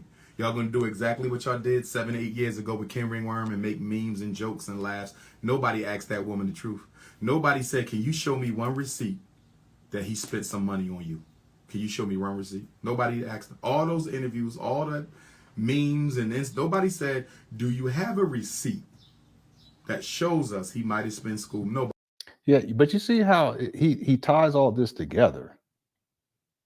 I mean, he's tying in the whole situation with the conscious stripper to this situation with Zora. That's what I'm saying. A lot of this anger that he's exhibiting here, it's not just dealing with Zora. I think it's triggering the whole situation with the conscious stripper. So it's not just him being mad at Zora. He's still mad, and he's like that. He'll hold a grudge, and he's still angry with the conscious stripper for telling the truth about him. Again, let me say this because we're done. It's like literally like 20 seconds left. Let me say this. Then we're gonna get to the next rant, which is the Lord Jamar rant. I believe everything that Kim Ringo, at least the stuff that I heard her say. I believe everything that she said. And she has text messages to back it up. However, and again, I'm fair. When it comes to Zora, I don't even believe half of what she say. Not even half of it, because she's a liar. All right. And again, I'm not an Umar Johnson apologist or defender. You guys know that, but I'm fair. If someone asks me who would you trust more between the two, it's not even close. I would say Kim Ringo, the conscious stripper. Zora, she's a piece of work. You know, that being said, there's only about literally 20 seconds. I'm going to play this, and then we're going to, if anyone remembers, if you want to call in, you can do so now. Okay. And we can talk. There's just be a break in between now and when we start up with this next rant. We're doing Umar's top 5 rants of all time. And this is the second one. We got 3 more to go before we're done for today. Okay, again, happy Thanksgiving to everyone. Everyone in Cook Crochet, thank y'all so much for tuning on in. If y'all hit the like button, I appreciate it. Thanks everyone for all the mods. Everyone who sent in super chats as well. Nobody. Cherry Hill Snow Bunny crisis. Y'all said I was trying to mess with the Persian girl. All I did was buy some damn incense, and she gave me some oils. And y'all started a whole scandal. Y'all started a whole scandal at the Cherry Hill Mall. And now we got a fat, pregnant, married girl with a stomach bigger than her ass, and she about to start a scandal. And he's you still get going. mad because you get kicked out the fashion show and you go on Tasha K. You get mad because you get kicked off the fashion show committee and you go to Tasha K. You get mad because you get kicked off the fashion show committee. Now he's saying fashion show and fabricating. We had sex. Really? When and where, my sister? When and where? And you know Tasha K, she gonna run with this, and because she owe Cardi B $4 million. So you know what she gonna do. She about to get every penny she can out of this scandal that wasn't. This is a scandal that wasn't. Just like Cherry Hill. This was a scandal that wasn't. So brothers and sisters, I thank y'all. Stay positive. Donate, donate, donate, donate, donate. And let's make this happen. Peace and Pan Africanism. Well, there you have it. Okay, that concludes rant number 2. Now, let me say this in all fairness. That wasn't a scandal with the Cherry Hill Mall situation with the Persian. Okay, people blew it out of proportion. It was funny, but the people blew it out of proportion. However, the conscious stripper thing, that was a scandal, and this situation with Zora is a scandal too. Son, you don't have to be quiet. It's fine. Go and do your thing. Okay, so we've gotten through 2 of the rants. The next one up is the Lord Jamar rant, and I actually have this where everything is the same. It's just I tweaked the audio because when Rod Digger gets on, her microphone is really, really loud. So I put it through audio compression so that it equalizes the volume, and so that way it won't be as bad. It's still kind of bad, but when we get to her, when she starts talking, it's going to sound pretty bad. Okay, before we do that, this is our break, our intermission. I'll play this again. Here we go. I'll be right You can back. call on Ashe. The energy is in here. Maybe so much. I always know what it is because you know y'all tongue can cut. Watch what you say to your son ever. Ashe. And then you want to call us up to come in and play the damn cops. Walk in the house and dance. It's a beast. There's going to be some vampires in there. Like, damn. They look like people, don't they? You think they human. Ready to give up. Everybody was there. Cousins, grandpa with a cane. I said, damn. Y'all want to fight the man just because he want to see a scene? Whether the door locked or not. You think my psychology always going to work? Hell no. Some brothers are straight third. I don't want to hear that. You got 3 master's degree. You ain't my master. Damn. Doctor Who. I ain't never seen you on Oprah. Stop laughing. Up under your skirt and never get that masculine structure. He might start wanting to wear one. He will fix himself. I'm healthy as a mother. He ain't gonna talk about that. I know you want to shake her to death, but you can't. Because you'll get a restraining order. Guilty as hell. And if you think that she's not even cute, hey, why you playing with your meat, son? I can't do that. But I can't come out and tell her that. And she become the biggest buck wild at Morgan. Yeah, and a few other people. My God, there's nothing worse than going in front of a white man and say, can I see my daughter? And one time the judge looked at me and said, wait a minute, I know your face. I said, oh, shit. He was on YouTube. Judge knew who I was, but I was able to get out of it. Because he would have never gave me my baby. I know what I'm talking about. When I'm done, they don't want sex no more. Homo, hetero, nothing. Every time I wanted a cookie, I saw a herpes. Damn! Damn! And fellas, I want to be clear now. When we go back to take over the community, because we're going to have to do it, gentlemen, you can't expect the cops to fix this, because they started it. But I want to be clear, and I know some of us love our children, but some of our children are so far gone that we're going to have to put some of them to sleep in order to take back the neighborhood. Some of y'all don't want to hear that because you don't live in reality. But I'm telling you, as a psychologist, I'm not going to be able to psychologize all of them on the corner. Some of them going to sleep for good, for good, for good. Stop laughing. All right, boy, this guy, he wild. All right, excuse me. Somebody asked if they want to call in. If you're a member, if you go to my community tab, I'll have a link listed there for members only with the call. It's a call-in link, so you can head over there, and if you want to call in, you're welcome to do so. All right, so this gets us to the Lord Jamar interview that turns into an epic rant with Umar Johnson. It's y'all know, you know what I mean, y'all now I mean podcast, and with Rod and I just forgot his name just now. It's bad. Let me pull this up. Let me skip through because there's music to start. Lord Jamar, there's music to start. So here it is right here. Our brother, Dr. Umar Johnson. Let's welcome him to the Godcast, y'all. Peace and black power. Peace and black power. Glad to be with you, brother. Peace and black power, my brother. How are you? All is well. All is well. That's great. That's great. That's great. How you be on this glorious day? Everything's good. Everything's good. Moving steadily. Okay. Okay. Well, yeah, we glad to have you here on the Godcast. Build with us. You know what I mean? For those that might be under a rock and doesn't know who Dr. Umar is, why don't you give people a brief, a brief bio of yourself, brother?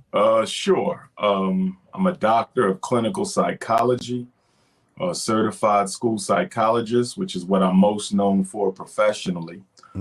Certified school principal, former child therapist, family therapist, which I still do occasionally for different agencies. Author of the book Psychoacademic Holocaust, the Special Education and ADHD Wars Against Black Boys.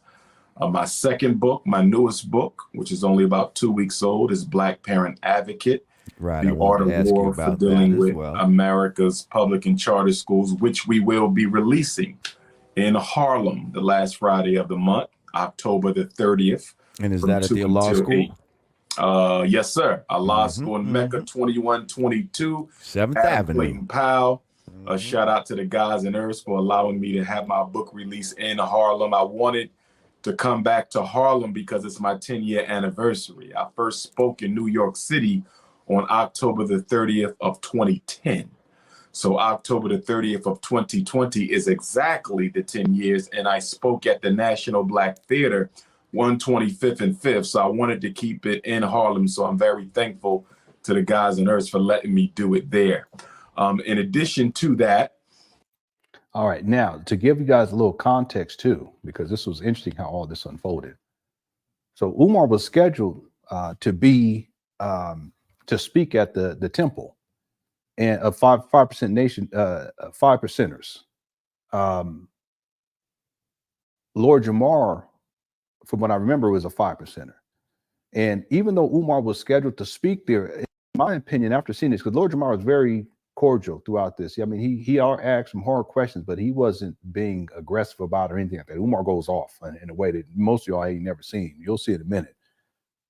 But in my opinion, I think what was happening was that Lord Jamar it wasn't just interviewing, it was also just filling him out to see whether or not they really wanted him to come to the temple and speak. Okay, it's a 5% nation. That's so the way that all this plays out is that Umar, they have him on, he does this interview, and Umar goes nuts. And then as a consequence, they actually cancel him from doing that lecture at that temple. And then for a couple of years after that, Umar kept referring back to that and taking shots at Lord Jamar. And just so this interview it's not only does Umar expose himself as a megalomaniac, someone who has no self-control and discipline. Y'all see in a minute because it gets ramped up relatively quickly. But it also set a precedence for people vetting Umar. And Lord Jamar actually says it during this interview, vetting Umar in advance of having him come out to speak. And they end up canceling him. And Umar, to this day, I'm sure he's still upset about that. Yeah, I know. Lord Jamar didn't make the call to cancel him, but they saw this interview. And Lord Jamar is 5%. From what I remember, he's 5%. I could be wrong. So they saw the interview, and after that, they canceled him. And wouldn't you? And you'll see in a minute, maybe some of y'all ain't seen it. You could see in Umar's spirit, he knew this was going to be a bad one for him. Yeah, I know. You can kind of tell how he's sitting there, you know? There's also backstory to where he's sitting, because we assumed that Umar was at his mama's house when he was doing this, but he had someone who was working closely with him, and he said, no, he was at the school. And what he did was he brought the curtains from his mama's house. And I thought about it because if you guys look carefully there, in the background, he has the curtains, then he has a flag, and then he has a picture and a picture frame on top of it. Who does that? So it's a makeshift type of setup here. The other thing, inside his mama's closet, the lighting is a lot different. In this, wherever he's at here, the lighting is at the top. Usually when he's in his mama's closet, it's over on the side. See? So yeah, he actually did this interview inside of the trap bando, and he brought his mama's curtains and stuff and set it up like this and did this interview. But he did it looks like he was uncomfortable to start. All right. Okay, let's go. Here we go. This is Umar Johnson Tops 5 Rants. It's a marathon for the Cookie Crush chat, and this is rant number 3, the Lord Jamar interview. Blood relative, kinsman, 4 times great grand cousin to Frederick Douglass, Bishop Wayman of the AME Church is also. If it's business over Punani, he shouldn't have had cookies for no. He should have been handling business for 15 years, right, a lady? By that time, you should be married too. It don't take you 15 years of crushing cookies to find one good woman. I mean, come on. I don't get that. But no, it ain't business over. It's Punani over everything. It's cookies over all things for this guy. And meanwhile, no business is being handled. Still no scoop. All right. Thanks for super chat, a lady, and also John and Aisha. Thank you guys so much. I appreciate everyone else too. Everyone here, Cook Crush Chat. I appreciate all y'all. Let's go. A distant uncle. And currently, we're in the process of building. Now, is that on your mother's side or father's side? Both on the father's side. Okay. In addition to that, we're in the process of building a Frederick Douglass and Marcus Garvey Academy. We covered this, Jessica. It's an older videos. There's a video. I assumed, and many people in the Cookie Crush chat, we assumed that Umar was in like a not a pantry. I don't know, because someone told me what this is called. I can't remember what they're called. But there's he's doing this live stream, and at first I thought he got up to open up a window, but actually the window's on this side of him, and that's where he was getting light to come in. He gets up and they cut the video, but I went and found the original video unedited, and they edited all this out. What happens is he gets up and then he opens up like it's like a sliding wooden door. I gave examples of all this because where we lived at before, where the furnace was, not the furnace. Yeah, was it the furnace? Yeah, where the furnace was at, there's a thing you slide over. It's like wooden, but it's not like a wooden door. It's like you slide it and it folds that thing like that. And you can hear it. You can hear it as he's doing it. I thought he was opening up a window first time, but then I saw the full video. So he slides that open. And that's where he's been. At that time, he was live streaming out of there for a couple of years by that time. Understand, Jessica, that Umar lived with his mama twice before that. And I think something has happened since that time where he's not living there anymore. They got evicted again. They got evicted the last two times. I have the receipts on that. His name is on the eviction. His mama's name's on the eviction paperwork. And then there was on one of the properties, he had I'm assuming that it's Umar's friend because it was a guy, because I looked into him too. Y'all don't even want to get into that. Living off his mama, got these type of people up in there. He slides it over, and he goes, because there's a knock on the door. That's why he gets up, and you know how he leaves it live stream going. He doesn't mute anything. Well, you can actually hear it. You can barely hear it, but if you have on some nice studio monitor headphones, you can hear it. What I also did was I took it and I put it into my audio editing software, Pro Tools, and I ran it through different filters and I increased the volume, and I can hear clearly what's going on. It was a social worker who came to the door doing a wellness check on Umar's mama, and they asked if she was there. He said that she wasn't there, and then he was like, "Well, they just increased her hours for caretaker hours to such and such." See, he's been saying this for some time, that he's the caretaker for his mama, but that doesn't mean that you should be living there. See, but the point is that he has been living there, just like he lived there before, and before they got evicted before that, and the time before that where they got evicted, he was acting on the eviction paperwork. So he's been living with his mama. It's been over a decade now, and he claims to be the primary caretaker, but he's traveling all over the place. You see, so. The point is that he stays with his mama, and he had that little closet space where he was staying in, and then he would live stream from there. He had a chair. It was a broke down chair. I can pull it all up. Anyway, when he's talking to the social worker, they're doing a wellness check, and they go on for a little bit, and you can hear it. They're having this whole long conversation, and he identifies himself as the eldest son, and I'm Umar Johnson, blah, blah, blah. Inevitably, they end up leaving, and then he shuts the door. You hear him shut the door and lock the door, and then you hear him talking to a woman, and I can safely say that it was his mama, even though he lied and said that she wasn't there in the first place. So the point is that he's been living with his mama, and that's his little area. So it was that little closet, and he would put drapery behind him, and sometimes he have African artifacts. Matter of fact, when he flipped his phone, remember he had the backdrop with the African statues and all this pictures of Marcus Garvey and all that stuff. That's all the front, because when he flipped the phone, he was living in mama then too. He flipped the phone, and it was trash all over the place, piled up, and it was just one little lane in the middle that you can walk over towards where the window was at. But everything else, it was trash on top of trash on top. He's been living like that for over a decade now. See, this is why when Tariq Nasheed did his rant, he referenced how when they went to go see Umar, he was like living inside of it was like a storage unit. Like that was his office. He's been living like this for a long time. So the point is that he's been living with his mom for over 15 years.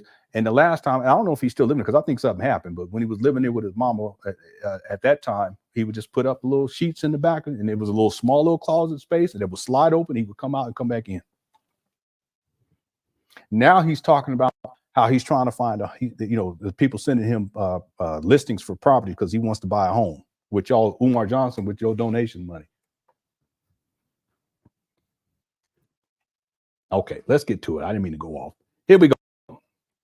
Wilmington, Delaware. We purchased 4 buildings February of 2019, 1 week before Frederick Douglass's 201st birthday. And we're in a and if you go to old Umar Johnson videos, you'll see that. There's one time he has all these books stacked up behind him, like in the storage, very dimly lit. Anyway, here we go. Process of getting the smaller school, which is the Honorable Marcus Garvey building. We're trying to get that ready by the new year. Renovations have begun. The roof has been repaired. We're working on the plumbing. He's still talking about how the roof is not repaired. And when he says we're going to get the school up, that would have been what, in 2020, that it was supposed to open up in 2021 of January. The electric, the HVAC now, God willing, keeping our fingers crossed, we'll have that building ready to go by the new year. We're a little short on the cash.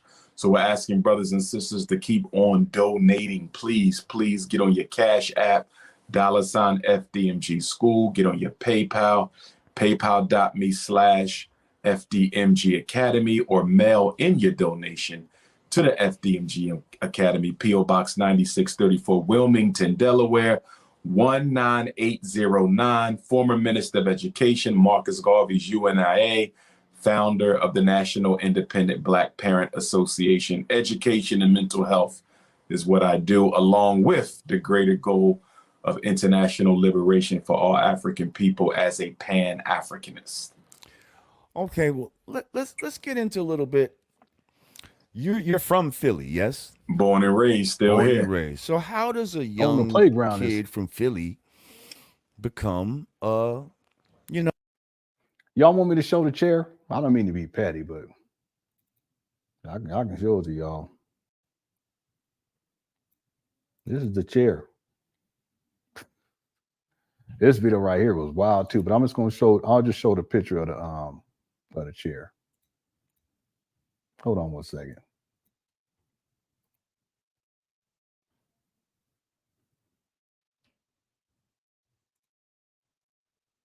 Oh wait a minute, hold on, that's not it. The whole video was a mess too, but when he started going off about this chair, because people were like, "Why don't you get a new chair?" He started going crazy. All right, here we go right here. It's the same chair he's sitting in right in this video. Here we go right here. This is the chair. He said something like he's never going to get rid of it, that he had it back in the 90s or something like that. I said, man, this chair about 30 years old. I'm serious. I ain't exaggerating. 25, 30, something like that. And he just holds on to it. That's his. I said, man, I'll hold on to things too, but if I ain't going to let stuff get to that point, that ain't going to happen. I'm sorry. There's no justification for that. You don't collect millions of dollars, but you sitting in this. The clinical psychologist or child psychologist and all that. That doesn't seem like the normal path for your average kid from Philly. True. What led you down that road? 2 institutions that played a very large role in my life. Okay, we're going to skip to the ranting part. It's pretty quick too. Are only with Darwinism upon blacks. So all white folk benefit from. Gave him a deposit, I'm sure. Yes, sir. Yes, sir. Yes, so sir. Let me ask you something. Why don't you tell the people about the 11 laws of white supremacy? The 11 of mass incarceration transform the whole of Africa, a community for themselves. On black people saying that, some of us is going to have to get taken out. Some of the savages is going. All right, now let's do this. Watch this, and before we do that, let me go back and play this for you all. And call on Ash. See, because Lord Jamar saw the documentary, and I had this in the documentary, and I played it over and over again. All right, and he asked Umar specifically about this comment right here. Watch this. But I want to be clear. I know some of us love our children, but I want to be clear and fix this because they started it. Fellas, I want to be clear now. When we go back to take over the community, because we're going to have to do it, gentlemen, you can't expect the cops to fix this because they started it. But I want to be clear. I know some of us love our children, but some of our children are so far gone that we're going to have to put some of them to sleep in order to take back the neighborhood. Some of y'all don't want to hear that because you don't live in reality. But I'm telling you, as a psychologist, I'm not going to be able to psychologize all of them on the corner. Some of them going to sleep for good, for good, for good. Okay, y'all hear what he said? Lord Jamar saw the documentary. He even came into the chat room a couple of times after this interview that he had with Umar. Watch what happens right here. You know, it kind of reminds me of, you know, some people have accused you of being hard on black people, saying that, you know, some of us is going to have to get taken out. Some of the savages is going to have to get taken out, maybe 10% and all of that type of stuff. How do you address those? Right, well, let's speak on how do you address those people? What do you mean by that?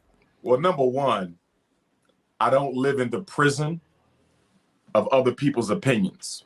Although I do address their opinions, but I don't live in the prison of their opinions. I believe I became who I am, and I believe I've gotten to where I am because most of our people, and when I say our people, I don't just mean domestic. This is called talking in circles. A lot of these scam artists do this. Jay Morrison does this a lot. North America, I mean the entire planet. My following is global. So I believe most of our people depend on me to tell the truth. Whether they agree with me or not, he's going to tell us what he feels in his heart. Unapologetically African. I live my life on that. I'm the same black man, whether I'm on the Lord Jamal Rod Digger show, the Godcast. I'm the same black man if I'm on the Breakfast Club. I'm the same black man if I'm with that coon Roland Martin. I'm the same black man wherever I'm at. You understand? I don't shift for nobody. I'm the same black man in the courtroom, public school, wherever you take me. I do not change my colors ever, and I never will. With that being said, yeah, you've been in courtroom for child support. We know that. Coming from a psychological perspective, you are out of your mind. Any of us are. If we think you're going to save every African in the United States of America, our people, some of them are so far gone that there's nothing you can do for them except leave them to be.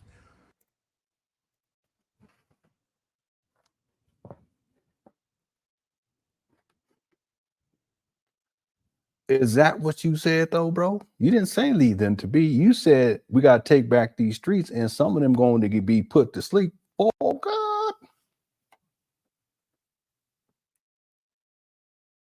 You see what I'm saying? Do I need to play it one more? Let me just play it real quick. It's right here. Here.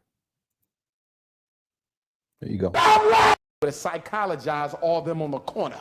Some of them going to sleep for good, for good, for good. And then he did another video where he said there's going to be 10%. He says he tells the black people to buy arms, buy weapons, because they're going to have this black civil war where they kill 10% of these black boys, these thugs out here. But you see how he gets on Lord Jamar? And instead of owning up to what he said, he totally changes the narrative. Feels in his heart. Unapologetically African. I live my life on that. I'm the same black man, whether I'm on the Lord Jamal Rod Digger show, the Godcast. I'm the same black man if I'm on the Breakfast Club. I'm the same black man if I'm with that coon Roland Martin. I'm the same black man wherever I'm at. You understand? I don't shift for nobody. I'm the same black man in the courtroom, public school, wherever you take me. I do not change my colors ever, and I never will. With that being said, coming from a psychological perspective, you are out of your mind. Any of us are. If we think you're going to save every African in the United States of America, our people, some of them are so far gone that there's nothing you can do for them except leave them to be. See, and the other one, he said they're so far gone, basically we're going to put them to sleep for good. But now he's saying, no, we just need to leave them alone. And some of them will try to take your life before you can resurrect their consciousness.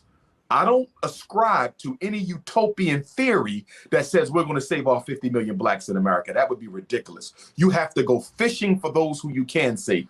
I'm trained in psychology. So when we do therapy, the first thing we're taught to do from the gate, Sister Ra and Brother Jamal, first thing we do is determined if you can reach this person or not. Is this person ready to change? If they're not ready to change, you know what we tell them? When you're ready to stop smoking, when you're ready to stop drinking, when you're ready to stop letting men abuse you, when you're ready to stop being intimidated by your employer, when you're ready to stop feeling sorry for yourself, then you come back to therapy. But I am not going to take your money, because that would be exploitation when I know you are not ready to do anything to change yourself. And that's how we must be with our people. Those who want it, let's give it to them. But for those who don't want it, there's nothing you can do with them except leave them be. Leave them be. That's not what he said. He said we got to take them out. He said we got to murder 10% of black boys. I can play the whole other videos too, where he back up what he said in that first video, but we ain't got time for all that. See? Totally changed his whole little narrative, but see, he didn't want to answer honestly, and he knew that he had messed up in the first place talking that crazy talk, and Lord Jamar called him out. Lord Jamar saw the shockumentary. He knows what the deal is. You getting tired of no horror business over? Yeah, I am. I'm actually am. But we gonna get through this. We gonna find a way, family. It's still pretty early where I'm at, so we gonna get through it. Thanks for super chat, good twin. Sagi Bob says, happy Thanksgiving, Lenon. I'll pay you the rest on Monday, family. Don't spend it all on Monday. All right, I'm gonna hold you to it. Next time, make it $2.50. I'm gonna hold you to it. Thanks, Sagi Bob. I appreciate it. John says he knew this had the potential to end everything. I know because it was like he was trapped. There was nothing he can do at a certain point. He looked like he was from the beginning. He looked like he felt like something was off, and it was because he about to go off. Black Liz says you could have sued Umar for what he said about you in this video, just like Cardi did. You're absolutely right about that. And it's not just this. He doxed my personal information, and he issued physical threats of violence, and he told his quote unquote Goonie goons to come to my house and come and confront me too. You're absolutely right about that. That's why he would never want to see me in court, because I have all that archive, all that documented, and I'll just pull up the receipts and it's a done deal. See, the thing is, I've never lied on Umar. Never. It's no need. I mean, all the evidence is right. That's why I can pull up these videos and show you one by one. Yeah. All right. Thanks, Black Lids, for the super chat. Also, John and Saggy Bob or Sagey Bob and Good Twin form the AK. How's it going, son? Right, here we go. You know, I happen to agree with you on this topic right here. We're not going to be able to save everybody. Like, it is naive to think that every single black person is going to, you know, come into the knowledge of themselves, and yes, there are some that are going to battle you like it's going to be your life or their life type of situation. And I don't think it's unreasonable to state that fact, really. I think on that point, I think people are just trying to, like, oh, you see what he said? He's supposed to be about black people, but then exactly. You know, he's talking about, on this case, you know, hurting black people. What do you think about that, Digger? What do you think about this? What we talking about? Are you frozen? No. I didn't realize you were coming to me. I think there is a lot of, I guess, for lack of a better word, propaganda that gets circulated through the media, and I feel like it's put there purposely to divide and conquer. I feel like sound bites and clickbait titles and just things are taken and just put out here in the internet for mass consumption and because you're right, Cheryl Secondborn. Yep, you're absolutely right. Because we're in such reactionary times, they create situations that, like, oftentimes. Well, look at Umar nodding his head. That's great. I'm sorry, Umar nodding his head like, yeah, you're right. Yeah, they on my side. From what I understand, you're some spokespersons and on the main stuff, and we don't have to get into all of that. But how do you feel like senses being so heightened and just as a white person, that a lot of white people look at you crazy, but by your employer. So I feel like we're we're at a point in time now where we have white people's attention for the most part. I mean, we're definitely in the same place that we've been 10 years ago, 20 years ago, 50 years ago. I'll be right back, everybody. I'll be right back. There is some bit of difference right now. Oh, I'm sorry. Am I loud? I'm sorry. Forgive me, y'all. I just have a really loud voice. No, it's a microphone. I do feel like we're at a time where if we and yes, there are some that are going to battle you like Osteopathic Medical College in America, the Philadelphia College of what's positive going on in the community. Sorry about that, Queen. No, go ahead. I don't think we're too far gone, but we got to understand something. There's a lot of Black people whose livelihood is tied up in us remaining disorganized. Let me skip to the part. I do feel like we're at a time where if within from the perspective of how your skeletal muscular system, it was like lightning, raising. So that coupled with cutting out the middleman, that's what brought the hate to me. It was not ideological. Started charging folks who bring me out, but so I didn't start doing my own lectures till 2015. I didn't start charging others until about 2012. Yeah, she's pretty. Yeah, she is. She's pretty. Okay. I'll be right back, everybody. The reason why I started to charge is because it started taking me away from my school psychology career, and I had to pay the bills. But when I first came out of grad school from 2000 until 2015, 15 years, I never hosted my own event or charged anybody directly, you see. But from about 12 to 15, I started charging folks who bring me out. But from about 10 to 12, I didn't charge anybody anything. It was literally Umar for free because I was about the work, you see. So with that being said, everything was okay until I started raising money to build the Frederick Douglass Marcus Garvey Academy. When I started raising money and when I started putting on my own events, that's when the hate came, because those who considered themselves power brokers in the conscious movement felt I had to get their permission. I had to go through them to do certain things. You understand? And they were not able to eat off me. I cut the middleman out. I don't need you to set up events for me anymore. I can do my own event. That's when the hate started. And then when I started collecting money for FDMG, the hate started because other brothers were raising money for their projects and they wasn't able to raise the money I was raising. So that coupled with cutting out the middleman, that's what brought the hate to me. It was not ideological. You understand? It was all about either the jealousy or the opportunism. None of it was really based on the work. Okay, so I'm glad. Okay, so now we're here.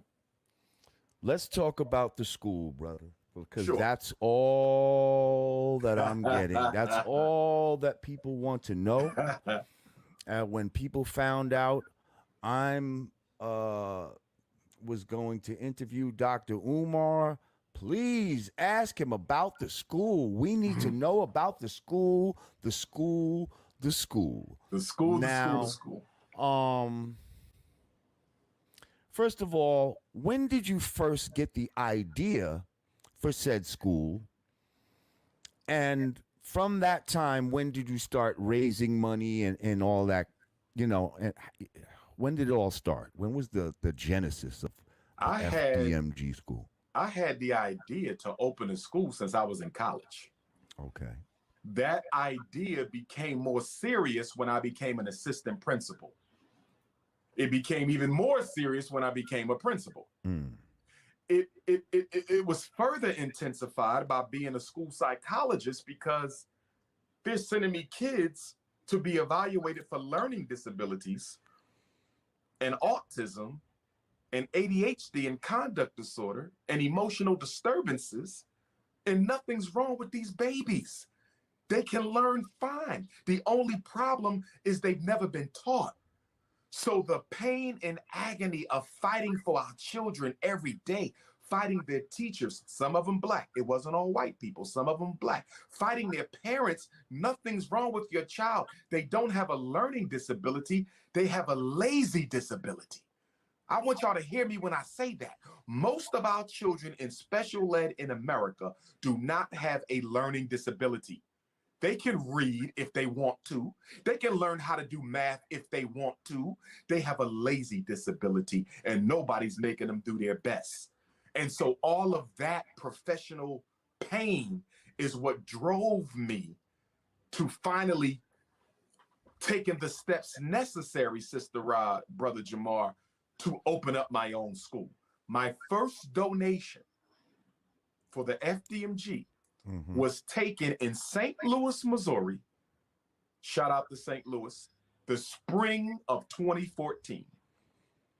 Shout out to St. Louis. Y'all be seeing stuff saying he been raising money for 10 years. That's a damn lie. The first donation was spring of 14, St. Louis, Missouri. There was brothers and sisters there. It was a jam-packed house, okay?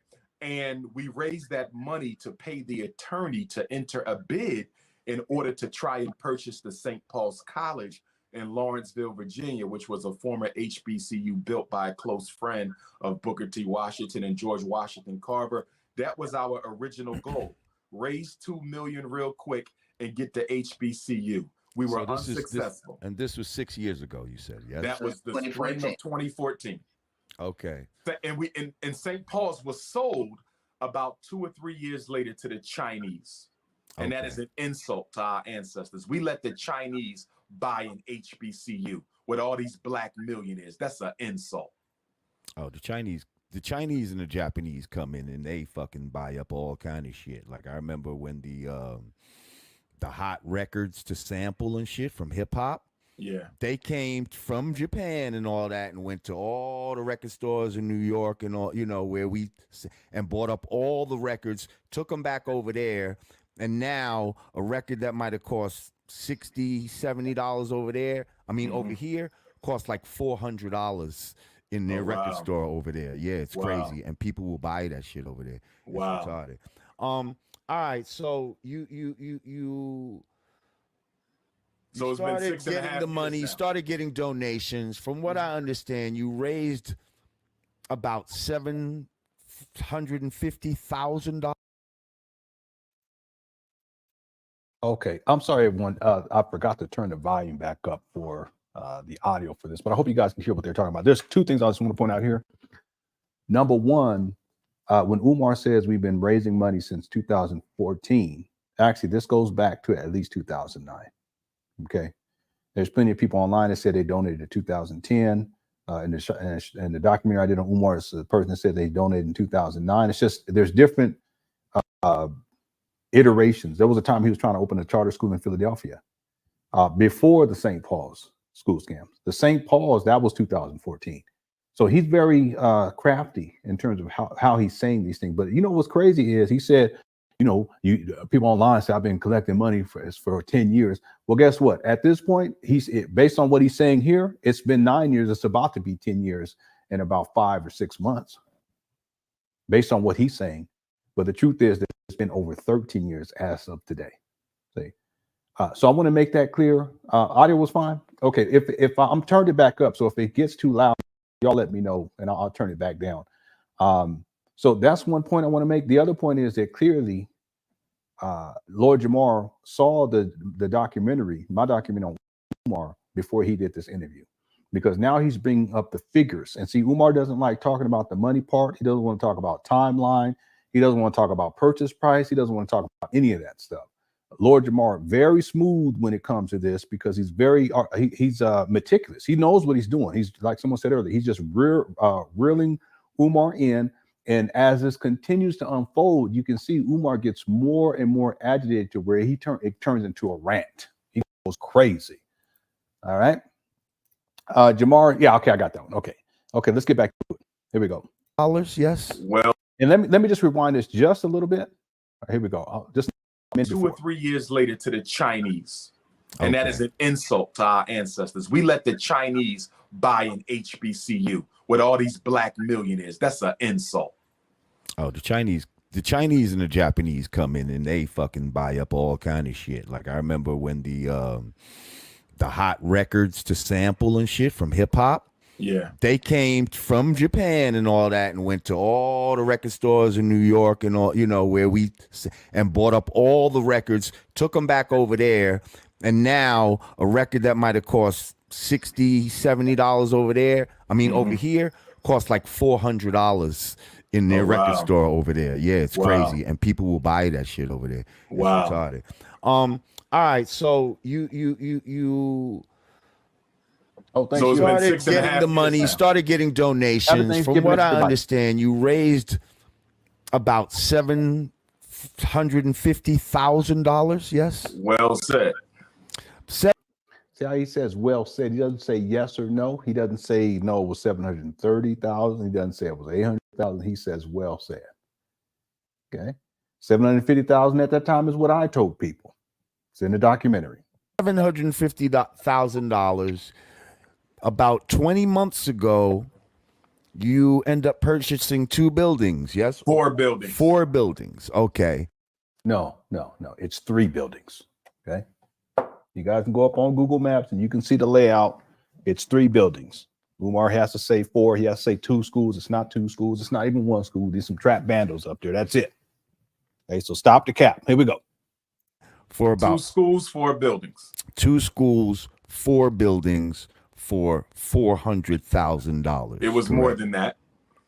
Okay, notice he doesn't say how much more, but where does Lord Jamar get the 400,000 figure?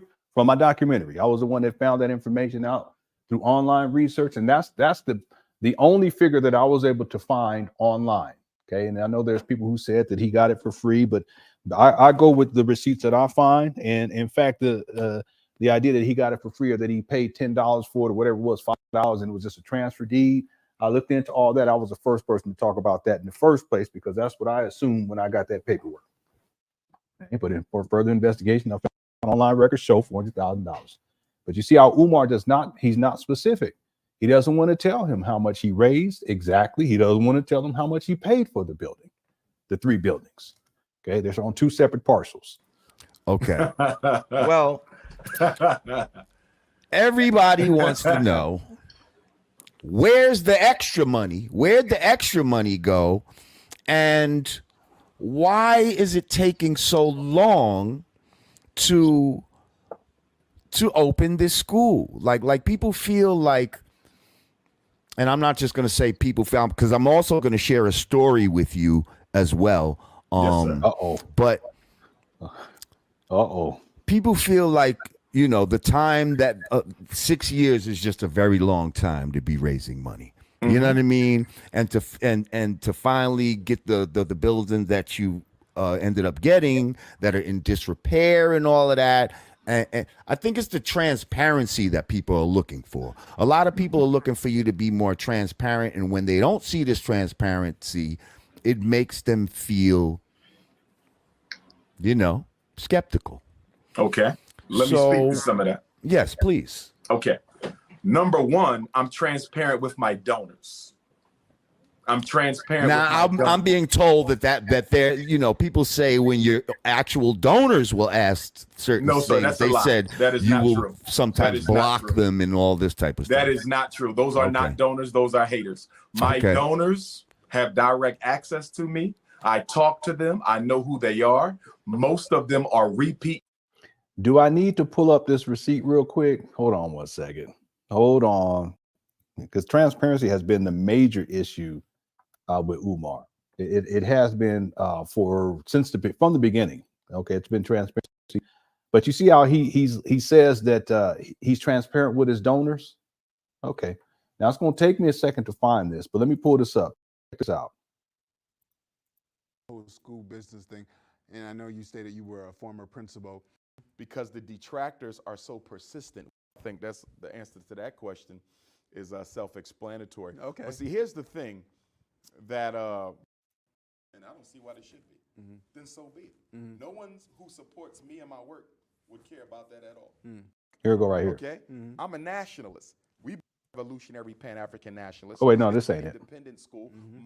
The African American listeners and your supporters be expecting your school. Yeah, the volume is low. Okay, hold on 1 second. What year? What's the time frame? Okay. If you had again another question that I And I don't see why they should. So my travels are unprecedented. The level of support I get doing as a people to fix our. It is not African. I know you said if you get a college degree, it's not necessary You to pay back that loan.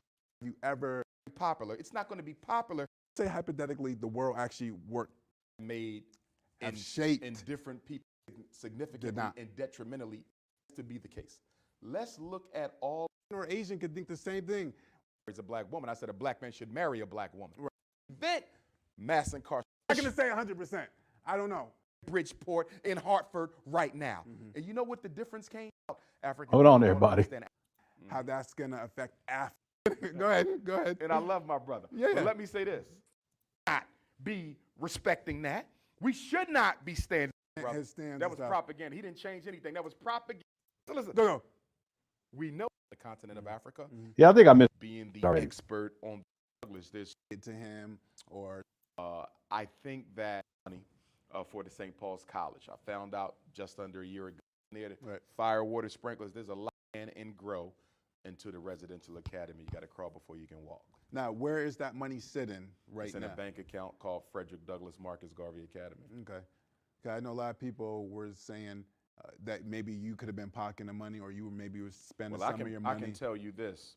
out of your If own. I was stealing money from that school, I can promise you the FBI would have already arrested me. They watch me more than any Negro on Facebook, YouTube, Snapchat, or Right. Instagram. Right. So the most ludicrous thing about that is I know that I'm being watched. I've even been told by FBI agents that I'm under surveillance. So if I make any wrong move, they'll catch it before a Negro on Facebook who's never been a principal of a school, never ran a school, never opened a school, doesn't have a doctorate degree, and probably don't have even half the credentials that I hold. Right. So I really don't pay a lot of attention to people who just say things without any basis for them. When someone says we think he's stealing the money, Right.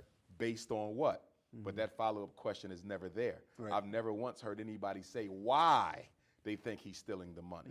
I think Because you ain't got no job. some of that comes from the fact that if a lot of people had access to $700,000, they probably would be stealing the money. But when you have 6 degrees, when you are the most requested black scholar on the planet, okay, when you are a successful school psychologist and a successful author, you don't have to steal money from an effort to build a school for our children. Right. And when I know you wanted to raise money for your school, but did you literally have like a step-by-step blueprint though on like what, like how are you gonna like Well, do your finance remember now, and you're stuff? talking Like, about a former school principal. Right, So right. running a school might be a problem for you, but Right. it wouldn't be for me because but you it's had, my I'm saying, but expertise. you had that structure laid out to the people who wanted to donate, or if someone, like if I wanted to donate and I said, okay, I'm gonna donate $10,000, right? But Dr. Johnson, let me see a structure, let me see a plan of And I if want to you- see if, was that laid out to the Okay, listen to what he says right here. public or to whomever? No, because that's none of your concern. Okay. Now, if you come to me with a $10,000 check, Or 500, whatever,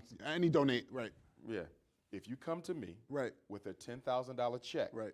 you would be more privy to information than someone who had a $1,000 check. And someone with a $1,000 check will be privy to more information than someone with a $500 check. In other words, you don't get my entire school plan because you're making a donation.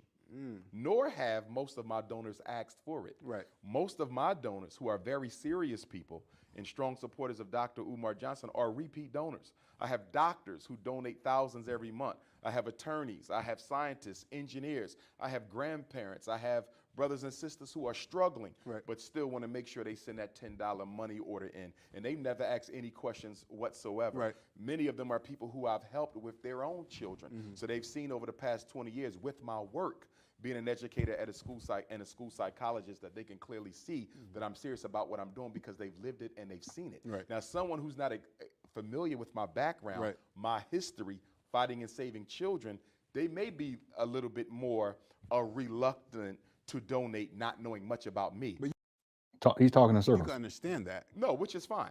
But as someone who's been in my career as long as I've been in it, with the track record that I have, I don't think you'll find another educator walking alive today who have rescued more black boys from prison, special ed, ADHD, and misdiagnosis than me. So my work speaks for itself. But the last point I would say to that is there's no one operating a school on the planet Earth who has ever taken their entire school program and put it out for the public just to get donations. A school is still a business, okay? And you don't go, you'll never find a school that put their whole curriculum on their website, their whole operating plan on their website, their whole structure on their website. It's ridiculous to even ask me to do that.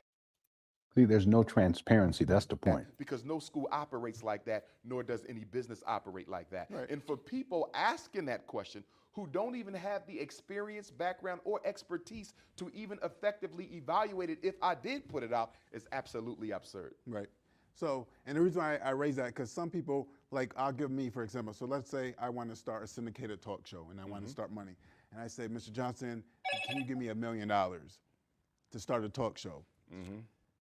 You may not know the structure of the talk show or whatever, but maybe we know each other because you've been on my show, and maybe we, we've been in contact.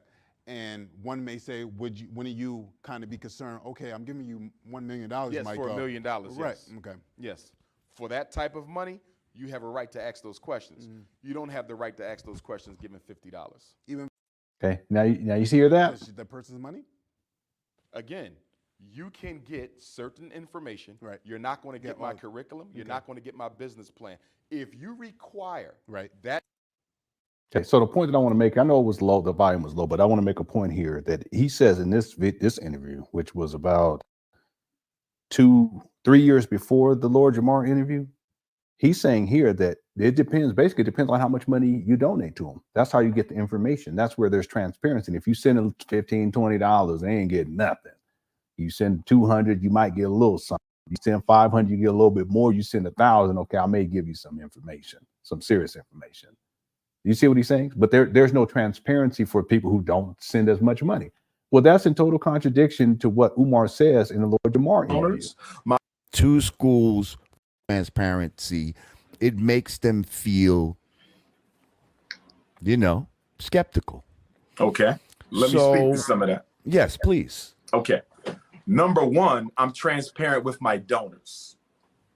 I'm transparent. Now, I'm being told that there, people say when your actual donors will ask certain things, that's they said that is you not will true. sometimes block them and all this type of stuff. That is not true. Those are not donors. Those are haters. My donors have direct access to me. I talk to them. I know who they are. Most of them are repeat donors. My donors range everywhere from Black professionals. I have lawyers, I have engineers, I have business owners, all the way down to the retired great-grandma who's sending me $10 a month because she want to see this plan come to fruition. Haters don't donate, donors don't hate. So my accountability is only to those who donate. I want to be very clear about that. It's only to those who donate. So people who ask random questions, they'll never get answers because you don't support this. Now, with that being said, let me also say this. The other question that you ask, which is often asked, is 6 years he don't have the school yet. I'm not to blame for that. The community is to blame for that. I cannot manifest the school out of thin air. Schools cost money. They're not houses. They're commercial property. But because houses cost money too, but you don't know anything about that because you be going behind the. We're not used to building things exclusively with Black dollars. We don't understand how long it takes to get that done. I'm not a charter school. I'm not a public school. My school isn't going to subsist on white handouts and government funding. My school is grassroots Pan African Academy. So it'll take as long as it takes until we raise the money to achieve the goal. It is that simple. Why the school ain't up yet? Because we're not raising enough money. But guess who don't have to ask those questions? The owner of Quaker Grits, because Negroes give them $11 million a year. Guess who don't have to ask that question? Nike and Air Jordan, because Negroes give them $4 billion, $2 billion. Listen, Umar, first of all, stop calling Black people Negroes. But when people send money and buy shoes, they actually get shoes. And they go and go get the grits, they actually buy the grits. When they send you money for this school, they don't get no school. Okay, see the difference? A year. Malt liquor, $4 billion a year. Weave, perm, and beauty products, $30 billion a year. Fast food, $1 billion a year. They don't have to ask the Europeans and the Jews and the Chinese and the Arabs. They don't have to ask how long it's going to take them to get that Negro money. We give it freely. Well, no. It's not about getting the money. It's about how long is it going to take to get a product or service, and it's usually delivered right away. It's totally different, Umar. They're not asking any other group to open up a school or any of that stuff. They're going to go buy some goods or services. So it's a false equivalency, Umar. Stop it. But when one of our own steps up with the track record, the experience, the credentials, and the resume to do something like build a school to save black boys with the hell that black boys are catching in this country, we don't support him because number one, we don't want him to get the credit. Number two, we don't want the responsibility of doing for self. And number three, you understand, we want to find an excuse to keep on depending on white folks. So that's really the answer to that. But I want to answer your other piece. You said, what you do with the leftover money? When you open up the interview tonight, I dropped the donation information. I said, get on your Cash App, $ FDMG School.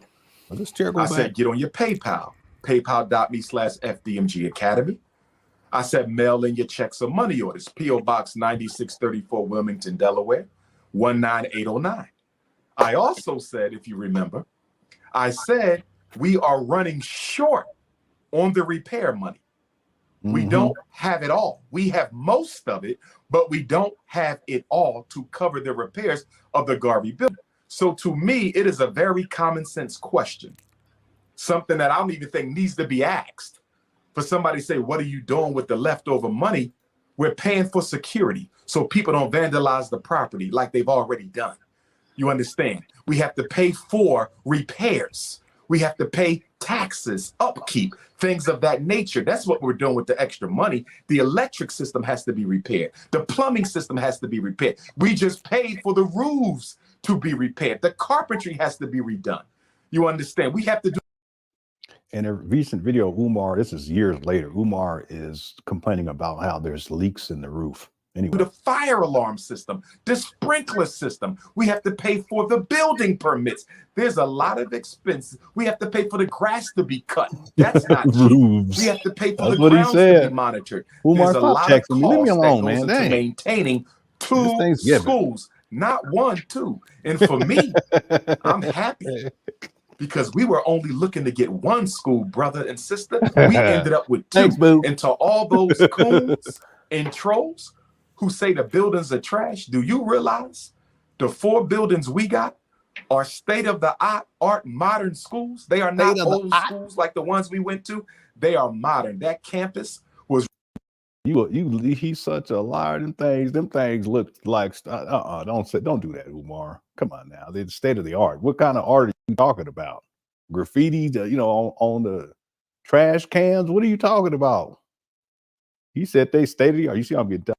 You said they state of the art. The things ain't no state of the art, man. Come on, stop playing.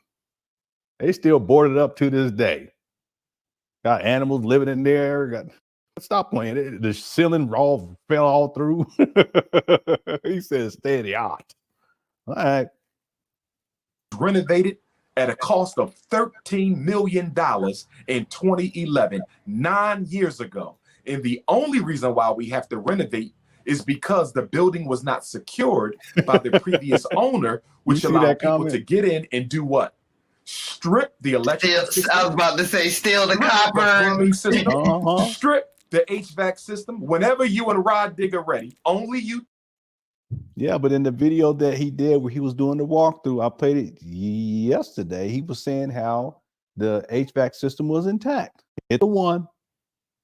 You guys remember? I played it yesterday. He just be lying. That was in February of 2019. He said that. And your other brother, Godfrey, y'all can drive on down and I will give you a tour. And when you walk through them schools, you tell me if those buildings is trash. First of all, the buildings are in excellent shape. Excellent shape. We just got an offer for one of the buildings over more than $1 million. That sound like That's trash a good question, to you?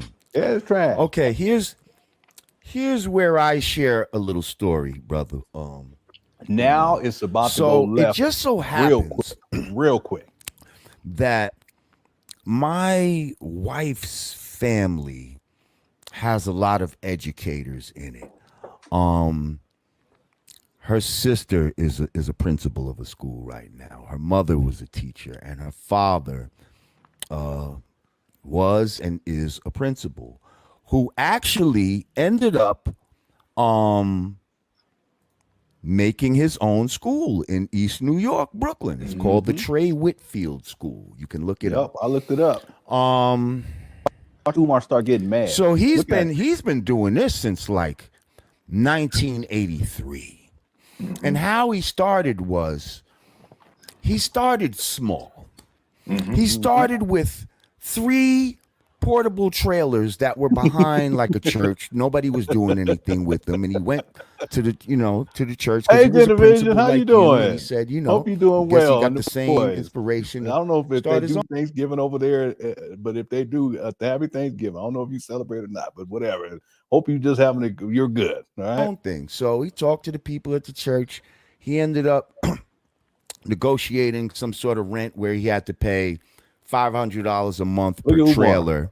And he had like 280 kids. Now, he didn't have a lot of money. He didn't have a lot of donations. I'm trying to tell y'all. So what did he do? It's special. He said like a lot of schools and stuff. Yo, they would just throw out old desks and books and stuff like that. He'd go around to different schools and get desks. He'd go to the Board of Education and they'd give him stuff that they were getting rid of, you know what I mean, that they didn't want, books, whatever, all kind of different supplies. So he was using his resources. He did this till about the year 2000, where he then sees like a 4-story big-ass building, something pretty comparable to what, you're talking about. Actually, it might be bigger than, it might be like those buildings combined, the ones that you bought. But this is in Brooklyn in East New York, like right off Atlantic Avenue. So anyway, he gets to this building. He said he didn't have $1 for the building, but he goes to the man. He's like, yo, I want to get this building for a school. And good. And the guy's like, yeah, well, he tells him whatever, I don't know, whatever the price was. And he was like, listen, I ain't got no money. But what I do have is I got a friend who's, he's like the president of a bank or something like that. And he'll give me a loan, to renovate the place and all that. And if I miss whatever, any payments or something like that, then y'all will just have a free building renovated. You can take the building back and you'll get the shit renovated for free. So he ended up getting in there, and that was in the year 2000. In the year 2020, and this school now has gone on. It's a black school. They don't take no government grants or nothing like that. He does fundraisers and all this. He knows some people in the sports industry and all. Umar about to just start. He gonna start tearing everything up, and he gonna pull down. He gonna break the. Oh, he gonna start tearing down the curtain. He just start rumbling. He gonna start beating on the chair, throwing that African statue. He gonna take the statue and crush it. All right, here we go. Because he used to play football back in the days. What's the name of the school? It's called the Trey Whitfield School. Now, it's funny for you to say it's called FDMG. Just to shut up and hit the pay. Just to shut up and hit the PayPal. All right, thank you. Thank you, Shut Up Fool. What kind of name is that? Thank you for the super chat. Y'all crazy over here. Let's go. It's about to get crazy. Now, I talked to him. He's willing to sit down with you and give you any tips or anything like that of how he did it. You know what I mean? And how he continues to do it. Because this man, and he's been on CNBC, all kind of other stuff like that. But the thing is, look at Umar looking it up. He doesn't even have the type of notoriety that you have. You know what I mean? And yeah, and this man was able to make it happen. Like, you know what I mean? like this man was able to just put his thing, into fruition, use his resources. So I don't. Maybe we're feeling like, money is the answer for everything. But sometimes it's our resources. How about you know, could you donate your time or something to help instead of the money to fix something? How about y'all come in and donate your time to help build up the school or something like that? You see, it's not always about money. It's about the people that you know. It's about a lot of different things. You know, for 700,000, I feel like maybe we could have got a piece of land and just built from the ground up, and it could have been turned out cheaper. I don't know. We have to look into a lot of things, and this is a big undertaking that I feel like, you know, you might need some help with it, brother. What do you think? Well, a couple things. I want to deal with your assumption that I might need some help. Okay. Most of my friends are educators. Most of my elders are educators and psychologists. That is my field. So it's kind of interesting when someone who's an expert in something, and I'm not speaking to you, I'm speaking to the detractors who say I can help him with that. This is I think they're talking about the real estate part of it. Not you're an educator, but not a real estate guy. You see, but we already have the real estate, so that's not even an issue. No right, but did we choose the right real estate? Did we take the money and do Umar's about 2 seconds from going Super Saiyan. Yeah, he bought to erupt like a volcano. He already getting there though. If you knew, see how he behaving already. Once he started nodding his head back and forth, that's when you know he about to turn it up. He about to turn up. He just saw the school. He just saw the Lord Jamar's father-in-law school. He's mad about that and jealous. And then Lord Jamar trying to help him out, hook him up. Umar, Umar, he think he knows everything. So he's about to go Super Saiyan in just a second. Thanks, yo, for the super chat. Watch this. The best fiduciary thing with the money. Brother, I just told you that the schools that we got was a $13 million project 9 years ago in excellent shape. We got a steal for that campus. Now, it was a steal. It was the best thing I could have possibly got. I have no regrets. Okay. See, that's when we start feeding into the lies. That's why you got to come see the school, Mark. I'll reread it. That's okay. Umar is about 2 seconds from going Super Saiyan. Did I get it? I think I got it. Yeah, I got it that time, right? Yeah, okay. All right. Yeah. Saiyan. I got it. I don't even know what you're talking about. It sounds like anime. Is that anime? It's probably anime. My brother. Absolutely. And the queen, see it for yourself. Because you have people telling you FDMG that the school ain't in good shape. The school is in excellent shape, which is why we're getting offers for it now. It's in excellent shape, brother. The classrooms don't even have to be touched. We just have to fix the. Can you believe this guy? He just be lying so much. We know that's not true. This is weak, man. Getting defenses is not looking right. That's from Kimmy. Yeah, definitely. But that's how we electrical system, the HVAC system, and the plumbing system. So I don't need help with the real estate. We were blessed with that campus. You understand? Real estate guy. But we already have the real estate. So that's not even an issue. No right, but did we choose the right real estate? Did we take the money and do the best fiduciary thing with the money? Brother, I just told you that the schools that we got was a $13 million project 9 years ago in excellent shape. We got a steal for that campus. It was a steal. It was the best thing I could have possibly got. I have no regrets. Okay. See, that's when we start feeding into the lies. That's why you got to come see the school, my brother. Absolutely. And see it for yourself. Because you have people telling you that the school ain't in good shape. The school is in excellent shape, which is why we're getting offers for it now. It's in excellent shape, brother. The classrooms don't even have to be touched. We just have to fix the electrical system, the HVAC system, and the plumbing system. So I don't need help with the real estate. That's a lot to do when you're saying it's in excellent shape. And he's still, years later, he's still trying to get this thing, get the electrical finished and HVAC, all this. We were blessed with that campus. You understand? And as far as your brother's school, I support him. That's my father-in-law. My father-in-law. I just looked at the website. Mm-hmm. Kudos to that brother. Yes, sir. But what I'm doing ain't that. I want to be absolutely clear. The Frederick Douglass Marcus Garvey RBG International Leadership Academy will be America's first school based off the principles of Pan African nationalism and international economics. That's not what I'm doing, brother. I have a totally different concept from him.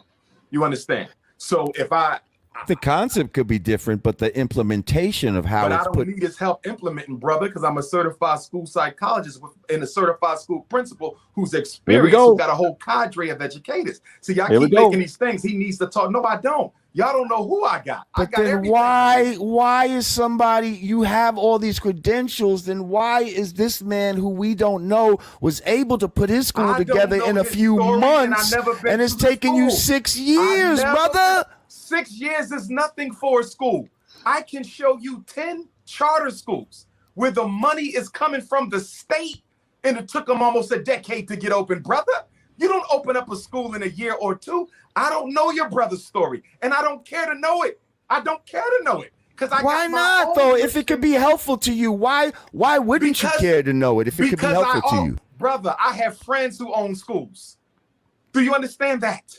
I have friends who own schools. So if I need to talk to someone who owns a school, I already got that. I got what I need. The only thing missing from my equation is enough funds to complete the task. That's it. That's it. The school is not open yet because I don't have enough funds to do it that way. I'm not going to no bank. Maybe maybe we need fundraising, different fundraising methods. Maybe the people that we go to. We have that in place, but what I want you to understand, it takes time to build institutions. I ain't got no problem with where we are. I'm loving where we at. We got our plans done by the engineer. We got our electrician chosen. I'm meeting with my HVAC this weekend. I got my plumber on standby. Roofer did his job. Carpenter lined up. We doing what we need to do on the time frame we doing it in. I don't need no help outside of the team I got, which is filled with experts from the East Coast to the West Coast, brother. Just lying. Okay, brother. I mean, these are definitely the answers that people want. Listen, I have yet to find any documentation, physical or electronic, virtual, if you will, that would indicate to me that Umar was ever a principal. Haven't seen it. Okay, have not seen it to this day. Now, watch this. No, they want to. I'm not interested in people. I'm interested in donors, brother. Yeah, but see that right there? That really right there, that statement right there was a lot of people, they realized what this whole school thing was about. And that's really what this is. It's not about the people. It's not about helping black boys. It's about getting money. It's about the donors. He says it himself. Hey, brother. I mean, these are definitely the answers that people want to know. They want to. I'm not interested in people. I'm interested in donors, brother. Yeah, but in order for you to get donors, though, you're gonna have to satisfy these. Yes, brother. And how are you gonna get donors if you don't satisfy? If I disagree with you, listen. If I'm considering to be a donor, but I have certain questions that I want answered, I feel like that's legitimate. Can I tell you why that's bullshit? Why? Can I?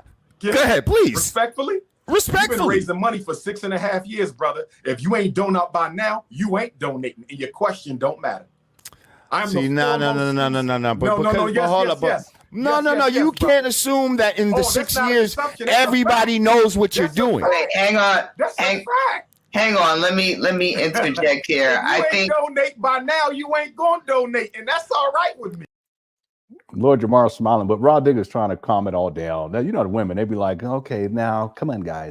Let's hold on. Let's just Umar, he going off the rails. Lord Jamar up here laughing. But this is just the beginning. Hold on. But what if they didn't know about it? What if they're just finding out about it? Hang on. Let me interject to both of you guys' points. To you, brother Umar, I think what for a lot of people that may be naysayers or detractors. I don't care about the naysayers. But listen, hang on. I don't want you to focus on them. But imagine someone who may just be. That's Rod Digger back there in that picture, ain't it? I didn't go see how she looked like she was a youngster. Let me go take a look. She a little cute on here, but I want to see what she looked like when she was young. When I used to listen to back in the day. I'll be right back. Who may just be getting acclimated to your situation. Somebody could just be finding out, you know, or maybe when they hear about you, they see the propaganda, they see the negative stuff, but they love the idea. They're in love with the, you know, with the philosophy. So then when they go to research you to try to get more information, you know, they're seeing they're not getting, I guess they're not getting the answers they feel like they to the questions that they want to ask, but they may possibly want to donate, or, you know, I'm not referring to the people that's just like, oh, what's he doing? I'm not referring to those people. I'm referring to people that are legitimately believing in your cause, but may possibly, you know. I agree with you, Queen. But to that, I'll say this quickly. She was pretty good back then when we was young too, family. When we was young, okay? I'm talking about when we was young, family. I'm the most accessible black scholar in the world. My cell number is public. My email is public. And guess what? What that got to do with anything? I do get emails from people. Doc, I just learned about you. Boom, boom, boom. Tell me about the school. We just started a loyal donors campaign the other day. And any of your viewers who are interested in signing up, please do. The Loyal Donors Club is for brothers and sisters who want to consistently donate $50 a month for bronze, $100 a month for silver, $250 a month for gold. He's such a scammer. $500 a month for platinum, and $1,000 a month for diamond. We just started that 48 hours ago. Anybody who wants those links, text my cell number, please. 215-989-9858. 215-989-9858. They will also be put in a WhatsApp group where they will get all the updates that they want. For those who can't afford to make a consistent donation, they can go to the Cash App, $FDMG. Yeah, so someone said that Rod Digger was in 13 ghosts. I'm looking at the pictures right now.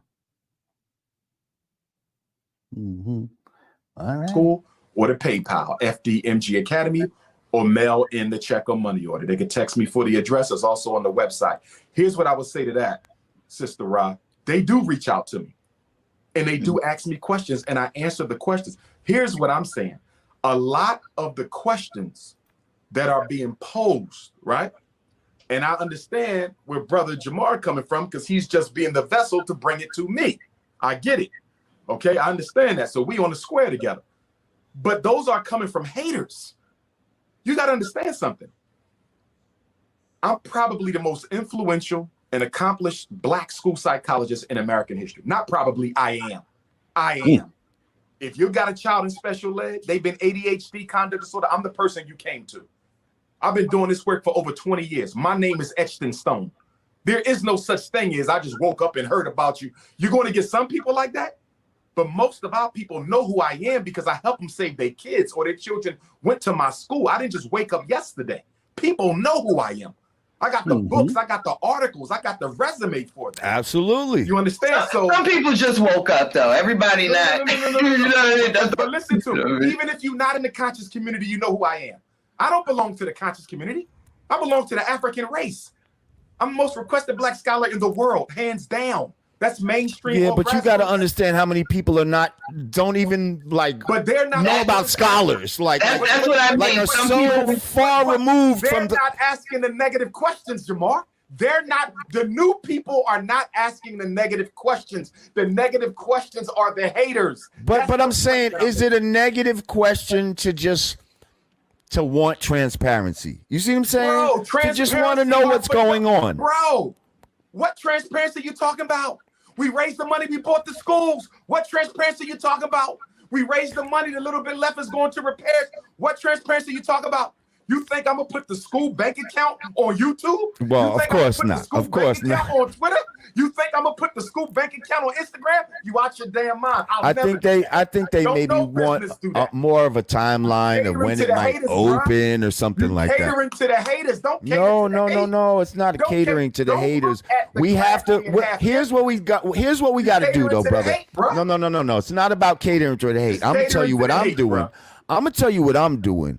Okay. We have to make sure we have to vet all of our people, bro. I got love for you, bro. Everybody. He said, bro. My kids say that too much. They be saying it to me. I said, listen, I'm not your bro. I'm your daddy. You better cut it out. Bro. Hey, bro. I said, no, I don't want to hear all that. I'm your daddy. I ain't all that bros talk. Then vet them other Negroes in the conscious community who ain't building shit. Vet Oh, them. we gonna get My to them track all, record bro. solid, bro. Jamar, building. wait. Jamar, who We else gonna is get building? to them Who all. else is building?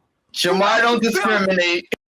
You see him pounding his chest, boy. Umar, I just saw it. I didn't see that before. I think he up here pounding. Umar pounding his chest. We have to make sure we have to vet all of our people, bro. I got love for you, vet bro. Everybody. 200 to the loyal donor that shares the budget. them loyal donors ain't getting nothing. They ain't getting no paperwork. They ain't getting nothing. No updates, no nothing. That's like Jay Morris. Yeah, we're gonna have dividends. I think he paid out like a $6 dividend one time, and after that, he just stopped. He don't even stop trying. They didn't even beat inflation. People lost money. These poor loyal donors. I was gonna say something else. Thanks for super chat. Thanks for all the super chat too, everybody. I appreciate it. Here we go. Then vet them other Negroes in the conscious community who ain't building shit. Vet Oh, them. we gonna get My to them track all, record bro. solid, bro.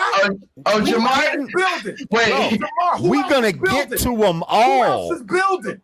Jamar don't discriminate. They Listen. need somebody building an institution from the grass. Right. Name me somebody. You ain't got none of them. Name me a YouTuber doing what I'm doing.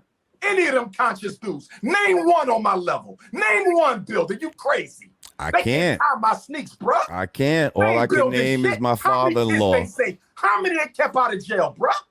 They're not building shit. Right. So through the grass. What have they built, bro? Who you know in the conscious movement built an institution? Answer that. Nobody. I'm the only one in my generation doing it. well, you're building it. You're building it. It's not built bruh. yet, though. It's It'll not built. be there. Don't you worry about it. You be the first one there. Trust me. Beautiful. Beautiful. First one. Listen. Let's move. I want to talk about your book real quick. Let's talk about your book. Umar, wow. I loved how surgical Lord Jamar was with Umar, slowly snipping away at it. Yeah, he did. And the other thing, SOB, what he's doing here is he gets Umar to go crazy and then he pulls back. Let's talk about your book. This gives Umar a sense of comfortability. He feels more secure now. But then he's going to bring up my name. And when that happened, Umar going to go nuts, talking crazy, talking so crazy. Thanks, SOB. Tata says, I heard you, Lenon. You said, no. I didn't say loyal dumpsters. I was going to say loyal dummies because that's what some people, it was a joke going on about these. But I don't like to talk bad about the donors because they're victims in all of this. You know, they're giving so much money to this guy. No transparency, still no school. It's not intelligent. I don't think it's intelligent to give Umar money. I don't think it is. I think most people who give him money, it's out of emotion. It's just emotionalism. That's it. And if people want to do that with their money, that's their business. But just know that you're not going to get, there's not going to be a school. It's been going on for 13 years now. 13 years. Yeah. Thanks, Tata. Here we go. The Black Parent Advocate. Yes, sir. That sounds like something pages. that is needed in the Black community. What is the Black Parent Advocate about? Yeah, let me skip It this. is How a can we 500 advocate? See his name in the comments, LenonHonor. Yeah, he pays it. He's Here I we was go. You know, Well, main here we detractor go. is this guy LenonHonor. So I got the books, I got the resume, I got the school. So when people pop shit, I'm trying to find who else doing the work. Because all I see is people on YouTube making videos, not y'all. I'm talking about my detractors and the other people in the conscious community. All they got is videos and DVDs. No institutions, no track record for helping nobody, intellectual masturbation. It seems like your main detractor is this guy LenonHonor. Yes. He's a down low brother who preys on teenage boys. Whoa.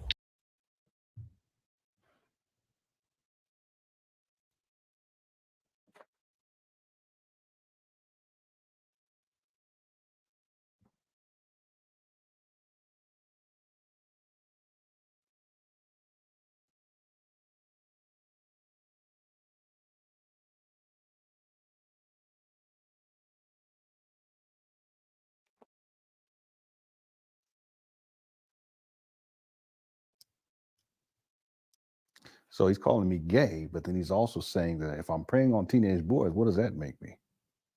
None of that's true. Okay, so Umar, why do you have to say that? See, now him saying that on this type of a platform, and you get tens of thousands of people seeing that, et cetera, et cetera. Yeah, that could be. There's legal grounds where I could have sued Umar. Yeah, absolutely. And this ain't it. It does. He's said other stuff too. He's also doxed my personal information and phone number, address, all that kind of stuff. He's done. I don't know if he. I don't think he did my phone number though. I think he did. He did my address for sure. But there's a legal grounds for all. That's why he would never want to see me in court. He wouldn't want to do it because I have all of that archived. But see, Umar, instead of owning up to all the foolishness that you've been doing, I've not told one lie on you. What do you have to do? You have to go to this. Now, there's been people who said things, the similar things about Umar. And I always told people, no, there's no proof of that. So you shouldn't be saying that. Okay. Now, should he be around children? Absolutely not. Based on how he talks about children, he's sexualized children, the sexually explicit comments that he's made about children and in the presence of children. I can pull it up and show it to y'all right now. He shouldn't be around children anyway. But I'm not going to go so far to make that type of a claim without any conclusive evidence or proof, you see. But Umar will. But you know what, Umar, I forgave you for that long time ago, just like a lot of these people who were out here running with these false narratives. And I you know, it was wrong. And in some cases, I took it personally. But I can't allow that type of thing to get me sidetracked from, you know, going through life and making progressions in life. I just can't do that. People are going to lie. People still lie. I'm not here to. I'm not responsible for other people's lies. I'm not. You see, but Umar, when you did that, it just goes to show you the type of person that you are. That you'll say something like that, and it's not true, but you'll say it simply because you can't deal with the facts that I've been bringing about you. You can't deal with it. See, even if you look at Umar's body language when he says that, he doesn't believe that, but he says it because he's upset. He's already upset. But when Lord Umar brings up my name, Umar, he can't hang.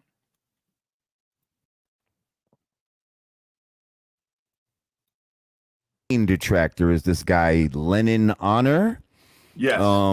He's a down low brother who preys on teenage boys. Whoa. See how Umar looks down? He looks down because there's no confidence in what he's saying. It's almost as if he's ashamed to say. I don't think he's ashamed because he has no shame. But there's a part of him that says, you know, this, I know it's not true. I shouldn't say this, but he can't help himself. See? Look at him. Look at his body language. Oh, whoa. He's married with children, but he's on the down low. He preys on teenage boys, according to information that was released recently. See how he looks away? He can't even stare at the camera. And you know he loves staring at that camera. You know, you weak, bro. And again, I've already forgiven you for that mess, but you weak. All this beta male talk that you be talking about, black men are beta males and all, bro, you're weak. And I'm not about all that talk, but you know doggone well you wouldn't be spitting that talk in my presence, and you know doggone well you wouldn't.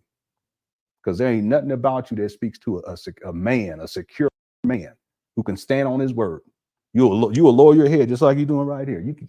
That's exactly what you would do. See?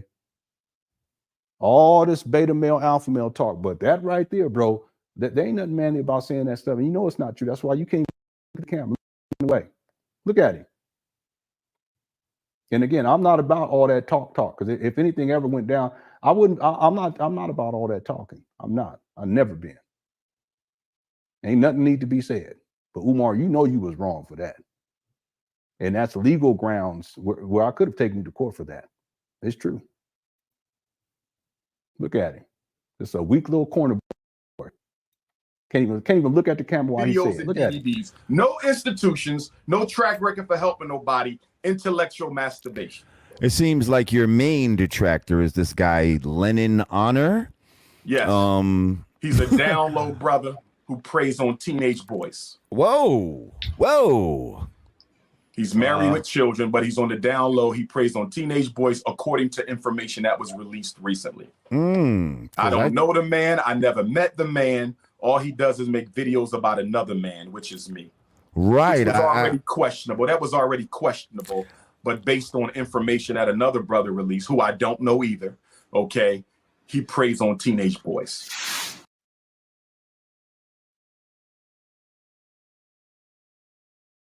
Look at Umar. He can't even look at the camera. He's so mad. He's mad because they brought up my name. He's look at him, and he's weak. He can't even face the camera. He has to look away when he talks like that. And that's precisely what you would do if you was in presence. You wouldn't be talking like that. I guarantee it. I already know. But I'm Big Papa. You can barely walk, bro. What are you talking about? What are you talking about? And you guys know I don't talk all that talking, but he's weak. He's a weak male in so many ways. Because living at your mama house, got women taking care of you. You mainly deal with women. You can't deal with no men because they not having it. But you got to get up here and show act like, and you can't even look in the camera as you talking this crazy madness. Look at you, big old baby. We had a term for this back in the day. You a sissy, and that's what I ain't gonna say it. That's not what I'm calling you because I don't want to be mean. But back in the day, that's what we call you. You a punk and you a sissy. That's what it is. Wow. I mean, look at the comment right here. 500 pages of mess for $50. People pre-ordered over a year ago and still haven't received a damn thing. There's been so many people who ordered Umar's book and they never got it online. They be posting and commenting and all that kind of stuff. Umar, you funny. All right, let's go. He did have a channel that seemed quite obsessive. Look at Lord Jamar playing right along to get Umar keep Umar going. Seemed like every goddamn video was about you. Like I was like, well, we know why now, don't we? We know why now. Yeah. Look at him. He's looking away. Umar's so mad. Don't be mad at me just because I tell the truth about you. Don't be like that, Umar. Come on. Be nice. You know why now. Yeah. Look at him licking his lips. He needs to calm down. Oh, hey. He is. He's real mad. I don't know, man. I don't know that guy. I just keep seeing his name in the comments. LenonHonor. Yeah, he pays it. He's unemployed, 5 kids, a wife. Okay, Umar, I wasn't unemployed then, and I'm not unemployed now. But look who's talking. Look who's talking out of all people. Umar, you scared of a job application. You want to get Umar out the building, you show him a job application, he ready to jump out the window. This is projecting right here. Okay, that's another lie. And there's people who ran with that. I wasn't unemployed back then. I'm not unemployed back now, right now. Now, if I wanted to just do YouTube, you guys know that I could just do YouTube and be making, let me not even say this. I could, but I want to have the double insurance, all this stuff. I got one of my daughters needs braces. So, I got to do all this type of thing. Umar, but you don't know nothing about that. You don't even take care of your kids. You don't even have no job. You got women taking care of you. That's why I said, why don't you just do YouTube full time? You could just, I said, yeah, I know, but be on here every day. But even then, it wouldn't be unemployment because I'll be making good money. At least I don't got to get up here and lie to people and talk about I'm gonna open up a school for y'all and people send free money and ain't doing nothing. Anyway, let me stop running my mouth. Umar is reflecting, calling you that what he actually is. Well, he does that a lot. What's up, Dion, too? You got to update us to how things going. Umar does a lot of that. He does a lot of deflecting and projecting onto other people his own, really what he is and what he's about. He does that a lot. Even when he was calling the black contractors scammers. No, Umar, you're the scammer. Okay, that's what it is. You see, I didn't appreciate Umar saying that. I really didn't. Just don't like people lying on anyone, including people lying on Umar. I don't appreciate that. I think it's wrong. But again, Umar was already in a heightened emotional state, and he lacks self-discipline. He lacks emotional control. And he just was running off the mouth, and that's what he had. That's the best thing that I guess he can come up with, just to lie on me. And I get it, I guess, but I would never do that to him. And I know one thing, he wouldn't have said that in my presence. I know that for a fact. And I ain't with the streets and none of that stuff. But I know as a man, he wouldn't have been popping off the mouth like that. I guarantee you. I already know. That's why he can barely look at the camera when he's saying it here, looking away like a little sissy. Anyway, he pays his bill by making Dr. Umar hate videos. That's how he take care of his family. I took 3 months off last year, and then I came back in February and did some shows because that was the anniversary of acquiring these trap banners. Umar, I know you're watching this video. You're gonna watch it. And then I took 8 months off. So what are you talking about? Now, do I appreciate the super chats? Yes. CashApp? Yeah. PayPal? Yeah. I appreciate all that stuff. But don't get up here lying and talk about, well, that's how he pays his bills and take care of his family is talking about me. No, I'm talking about your scam. That's what I'm talking about. Okay? Anyway, I don't mean to be chilling, but it's Thanksgiving. Happy Thanksgiving to everyone. Here we go. He ain't the only one. It's a whole army of them out there. But compared to the supporters, the detractors are almost irrelevant. Compared to the supporters, the detractors are almost irrelevant. Well, then why are you so mad then? And why are you lying on people then, Craig? You ain't got to lie. My audio cutting out? Okay, give me a second. But everybody focuses on the negative. Everybody focuses on the negative. And I think that's the problem with our community because we're always looking at the negative. We could have clearly talked about, wow, you're the only one of your generation that's trying to build an institution. Wow. The people gave you $750,000. You bought 2 buildings instead of 1. Like I could easily flip this into a positive success story, but we have such a negative bias with each other that it's just a shame. Oh, I mean, you know, this is the society we live in. Thank just you like so you much, said, everybody. conflict drives everything. Yeah, like it does. every TV program, every movie you've ever watched, it's about conflict. Like Umar rolling his head. He's so agitated. You ring up my name and just how you behave. I was disappointed too. I was disappointed when Umar said that. I was like, man, you ain't got to do all that, man. Come on. You got to be thankful that I was on you like I was talking about this school scam for all that time because it helped you to get motivated to do something. Hey, man, hit the 1. Good question. You better be thankful that I was on you because it got you at least trying to do something. And that's facts. HVAC, that's because of Cookie Crush chat and us talking about how you said you kept lying about stuff. Electricity, same thing. Water, same thing. That's why, Umar, you would see if we wasn't on you, you would have just been content with purchasing these trap bandos and then not giving no updates. Just keep collecting money. You don't have to act like you getting anything repaired. You wouldn't have done nothing. Because you're a lazy lima bean, as my wife says. She says it with the patois. Activate my sack. But she said that patois. She says, you're a lazy lima bean. She don't say it to me. She just say it. I don't know why she say that. Anyway, you wouldn't have done nothing if we wasn't on you. That's the fact. Look, you've been content sitting up there on that rock, chilling.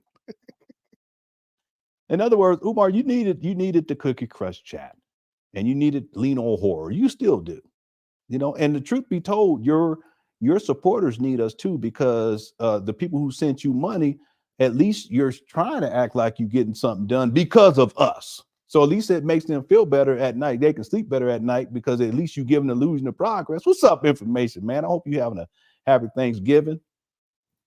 Okay. That's right. The truth is you inspire him to at least try to be a better human being. And that's really what this is all about. I know we clown you, Umar. I know you're going to watch it. But really, the essence of this is I want you to do better, just like I've done better. Am I where I want to be? No. And you know what the truth is? At my age, I don't think I'll ever get to where I want to be or where I should have been. But that's not the point. The point is try harder today. Do better today. Do better tomorrow. And that's what we want for you too, Umar. But you're going to have to let the school scam go. Up here acting like a doggone bull in a China factory, whatever they call it. What do they call that? The bull in a whatever it is, and just being rambunctious and going crazy on Lord Jamar's show. And a lot of people woke up to you and your true character from this video. A lot of people woke up. That ain't got nothing to do with me or Cookie Crush Chat. That's you, bro. Okay? Now, if we was up lying on you and you know, okay, that's different, but ain't nobody lying on you. Why is the audio choppy? I don't know. I have no idea. I hope y'all can hear me right now. All right, let's go. And is it my audio or is it the video that I'm playing? Is that, y'all let me know in the chat.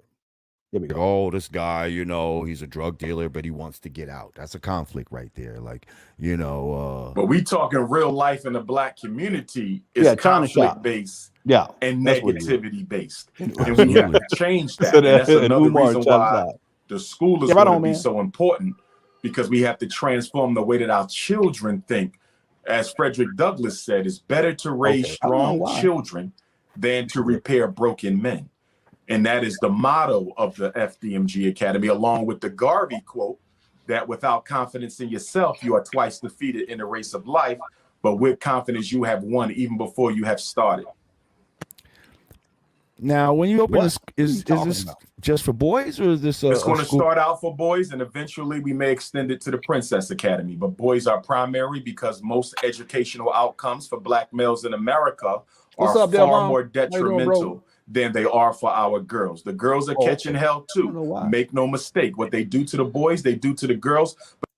It may be because I'm leaning over like this. Let me see if I can correct it. Y'all, I'm gonna let this play. I'll be right back. But if you compare the two, it's like night and day. When you look at special ed, it's almost exclusively black male. Dropout, almost exclusively black male. School arrest, juvenile detention, Ritalin, Adderall, Concerta, Metadate, conduct disorder, ODD, it's almost exclusively male. So we're focusing on the boys first because they're the ones who need the intervention the most.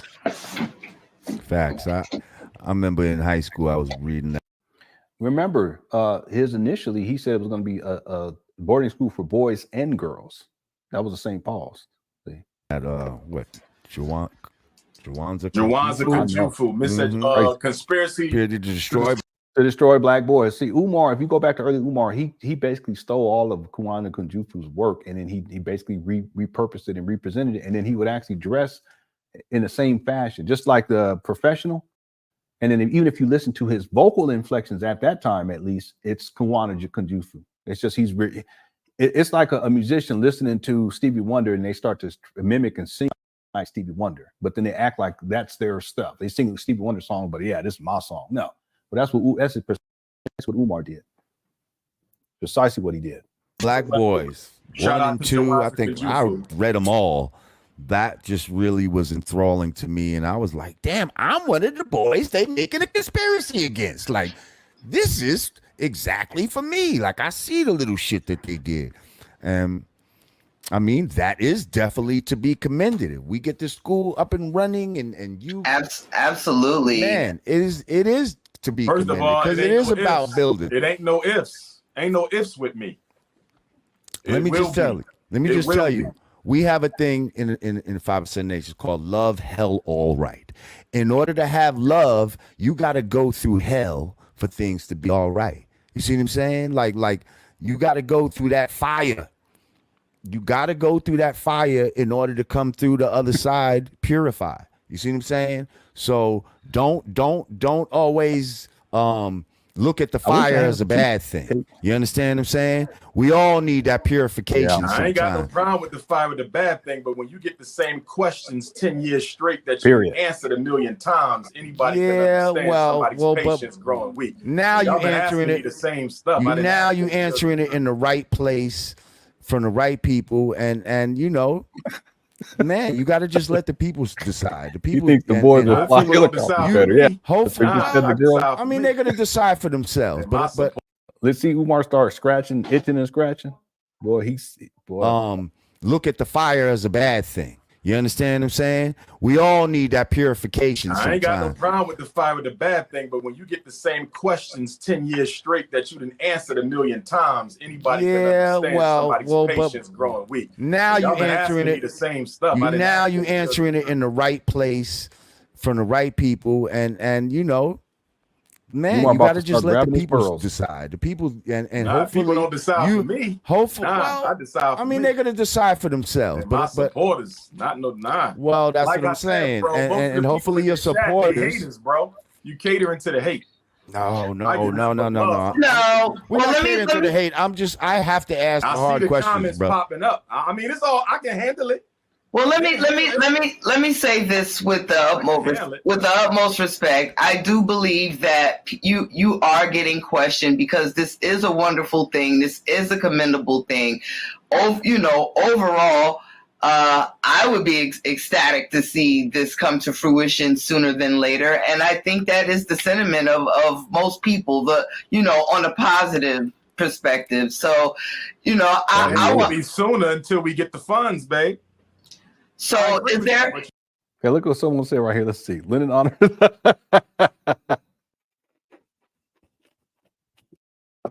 You see what Lamont Brooks said? LeBron Brooks said he got pink shoes on. I don't know what you're talking about, Lamont. Come on now. You got pink shoes on for your avatar.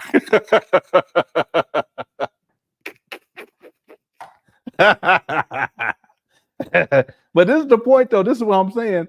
That Umar saying that, it's not true. That's true slander, right? And in a court of law, I have all receipts for that. He would never want to see me in court. He would never want to see it. This guy up here, Lamont got on. Was it Lamont? Yeah, Lamont got on. He got him some pink and ones. He said, "I'm homosexual." I don't know, bro, Lamont.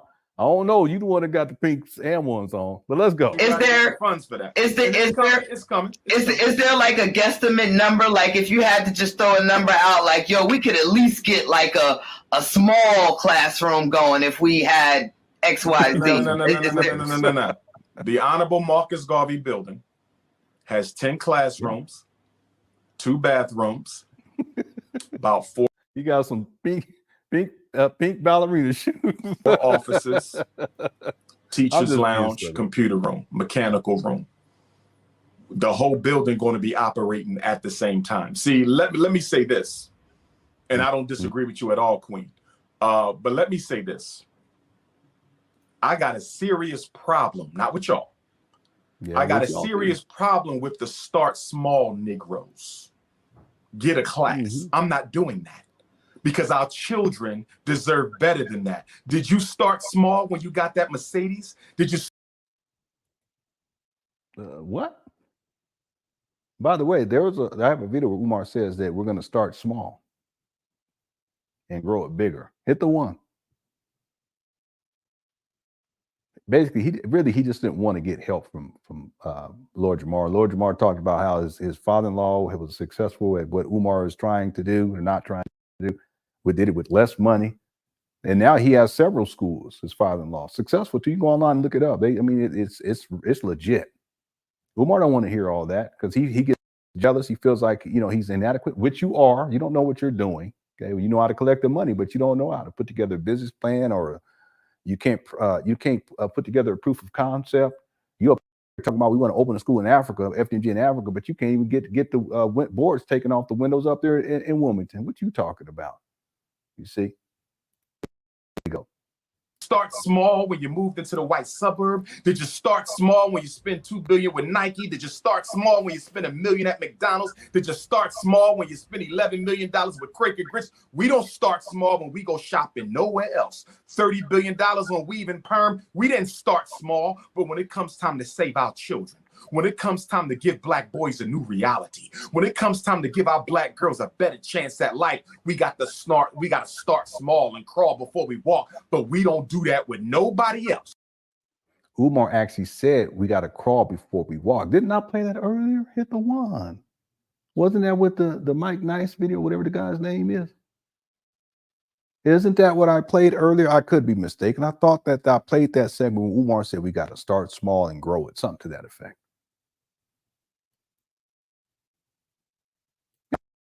Vince, I'm sure you remember. See what I'm saying? This guy, he all over the place. Okay, got a little Princess Fago, Nito. That's a vent between these three. And Billie Jean. That's all I need. Malika. That's all I need to know. Yeah, happy Thanksgiving to everybody. I hope y'all having a wonderful Thanksgiving. I just wish we had gotten some treats. We had some good. I ate too much. I did. I started getting sleepy and lazy. But I should have got me a cheesecake and then got something for them kids. They could have eaten that. Anyway. Everything's closed now. Here we go. We've been putting Jewish kids through college. We've been putting Chinese kids through college. We've been putting Arab kids through college. We've been putting Anglo-Saxon kids through college. But when it comes time to put our kids through a school, let's start with one class. I'm not doing that. The Garvey School will be up and running early 2021. I promise you that. The donation. He said early 2021. We about to go into early 2024. This did not age well at all, Umar. Is coming. My donors is pushing. They standing behind me. It's just taking a little bit more time because too much attention goes to the negativity and not the positivity. But we will win. Ancestors had already told me that. Ain't no ifs over here. It's only wins. It's only wins. You have it. I ain't starting small. Thank you, more blackness for enough. you. Can't get no smaller than that. We are $2 trillion people. If it can't get any smaller, why can't you open it? More blackness for you. Thanks so much for the super sticker. I appreciate it. Talk about starting small. $2 trillion. Christmas is coming up. In Philadelphia, we're going to spend $3 billion in Christmas. New York City, y'all the largest black population in the country. Y'all Christmas bill like $12 billion. What are you talking about? Ain't nobody, one person spending $12 billion. It's like everybody, I guess. I don't even know where he gets these figures from, but he acting like all y'all spending $20 billion. Some of us, we're very frugal. I know I am. I know Black Friday, though. I already got a list of stuff. I know people get excited. I don't get excited. I'm like, oh, here we go. Buy this for these kids. Get this. They don't know they need this. They need that. Winter clothes. We didn't get no winter clothes. But, you know, I'm from Southern California anyway, but we got hand-me-down. We didn't get all that. It's like, you know, we didn't get no winter clothes, none of that stuff. You just had clothes. you had clothes to hand me down if you wear them for a month. Then you walk. You wear them again for a month. That's what it was. My wife was like, yeah, we gotta get them. We have to get the winter clothes. It's getting cold. I don't want them to be cold. She always said that to make me feel bad. I'll be saying to myself, they fine. Don't worry about it. Don't worry about it. They fine. Yeah. I know it's 20 degrees out there, but you know, they'd be all right. That's because I'm thrifty. Then I always give in. Okay, let's go ahead. We go ahead. Anyway, here we go. Are we starting small with Christmas? We starting small with Thanksgiving? Do we start small when we go out the party and club? Do we start small when we get our weaves and perms? Do we start small when we get our trucks? We don't start small with nothing else. But when it comes time to save black kids, we got to crawl before we walk. Not me. Victory is here. Get free or die trying. That's what I'm on. You see that comment? Somebody said the school will open. It said the school. I'm sorry. Hold on. Oh, man, I can't get it right there. Let me let it play. Small, we get our weaves and perms. Do we start small when we get our trucks? We don't start small with nothing else. But when it comes time to save black kids, we got to crawl before we walk. Not me. He actually said that. We have to crawl before we walk. We're going to start small. And in the other video, LJ's Lawn Care LLC says the school will open in 2022 or 2024. They ain't about no 2023. All right. Victory is here. Get free or die trying. That's what I'm on. Mm-hmm. There you have it. Straight from the black man's mouth. Y'all wanted the questions. They were asked. He answered them. Same. He answered them. And they're going to ask me the same questions 6 more months. I've been dealing with it for 5 years, man. You know when they're going to stop asking you. No, they're going to always ask. They still asking where the school at right now. Right now. He ain't buying no school when yet. they see you in there and the kids is in there and they laughing and playing and all that, I ain't worried about that's that. when they're going to. No. You like a big old kid. No, mommy, no. Happy Thanksgiving, Yolanda. Everyone in Cookers said happy Thanksgiving. We just chilling. We still got more rants to get through. My goodness. You got me wrong, Lord Jermaine. I ain't worried about that. Because I don't care what they think. I could care less what they say when the school get open. I'm worried about my donors and our babies. That's it. And that's it. That's all you for all the. He want that money. I don't know if you remember, Lenon, but Jamar came on your channel the next night and actually commented. Yeah, he sure did. He saw the photos drawn up. Someone did. Yeah, he sure did. He actually came in a couple of times where he was in a chat room. And I assure you all that he saw the documentary. And that's some of the questions that he asked. You can tell that he sourced information from the documentary to ask those questions. But again, I think this was more of a filling out. They were trying to see what Umar was really about. They probably already had doubts, and they had been looking at his behavior online, and he was going to be scheduled to speak at one of the 5%, or is it Gaza? Or they didn't say anything, I can't remember, at one of their temples. And this was a way to kind of see whether or not he was legit. And they ended up canceling him. Again, someone said earlier, it's not that Lord Jamal canceled him, but based on how Umar behaved in this interview, he was canceled. Okay? And then Lord Jamar, yeah, he did. He came to a couple of our shows and commented. I think he's a cool dude. I think he handled himself very well. He wasn't disrespectful. I think he's funny too, because he's snickering. I can tell he's trying to hold back laughter and all that stuff. He'd be a funny dude to talk with and just be kicking it, just talk, Umar, on the other hand, he's something wrong with him. His behavior and how he starts yelling. No. It's y'all's principle, I guess. Thanks, more blackness for you for the super chat. I appreciate everyone else. Everyone who's in the super chats this evening. It's now evening time in this. This is the first Cookie Crush chat marathon ever, and we're already at the 7-minute. And that's going by so quickly. I'm trying to stay awake. No, I'm not that old, but I know tomorrow I got to get up at 4 in the morning. So I know one thing, boy. Somebody gonna be tired. Gonna be tired. But I love y'all. It's Halloween.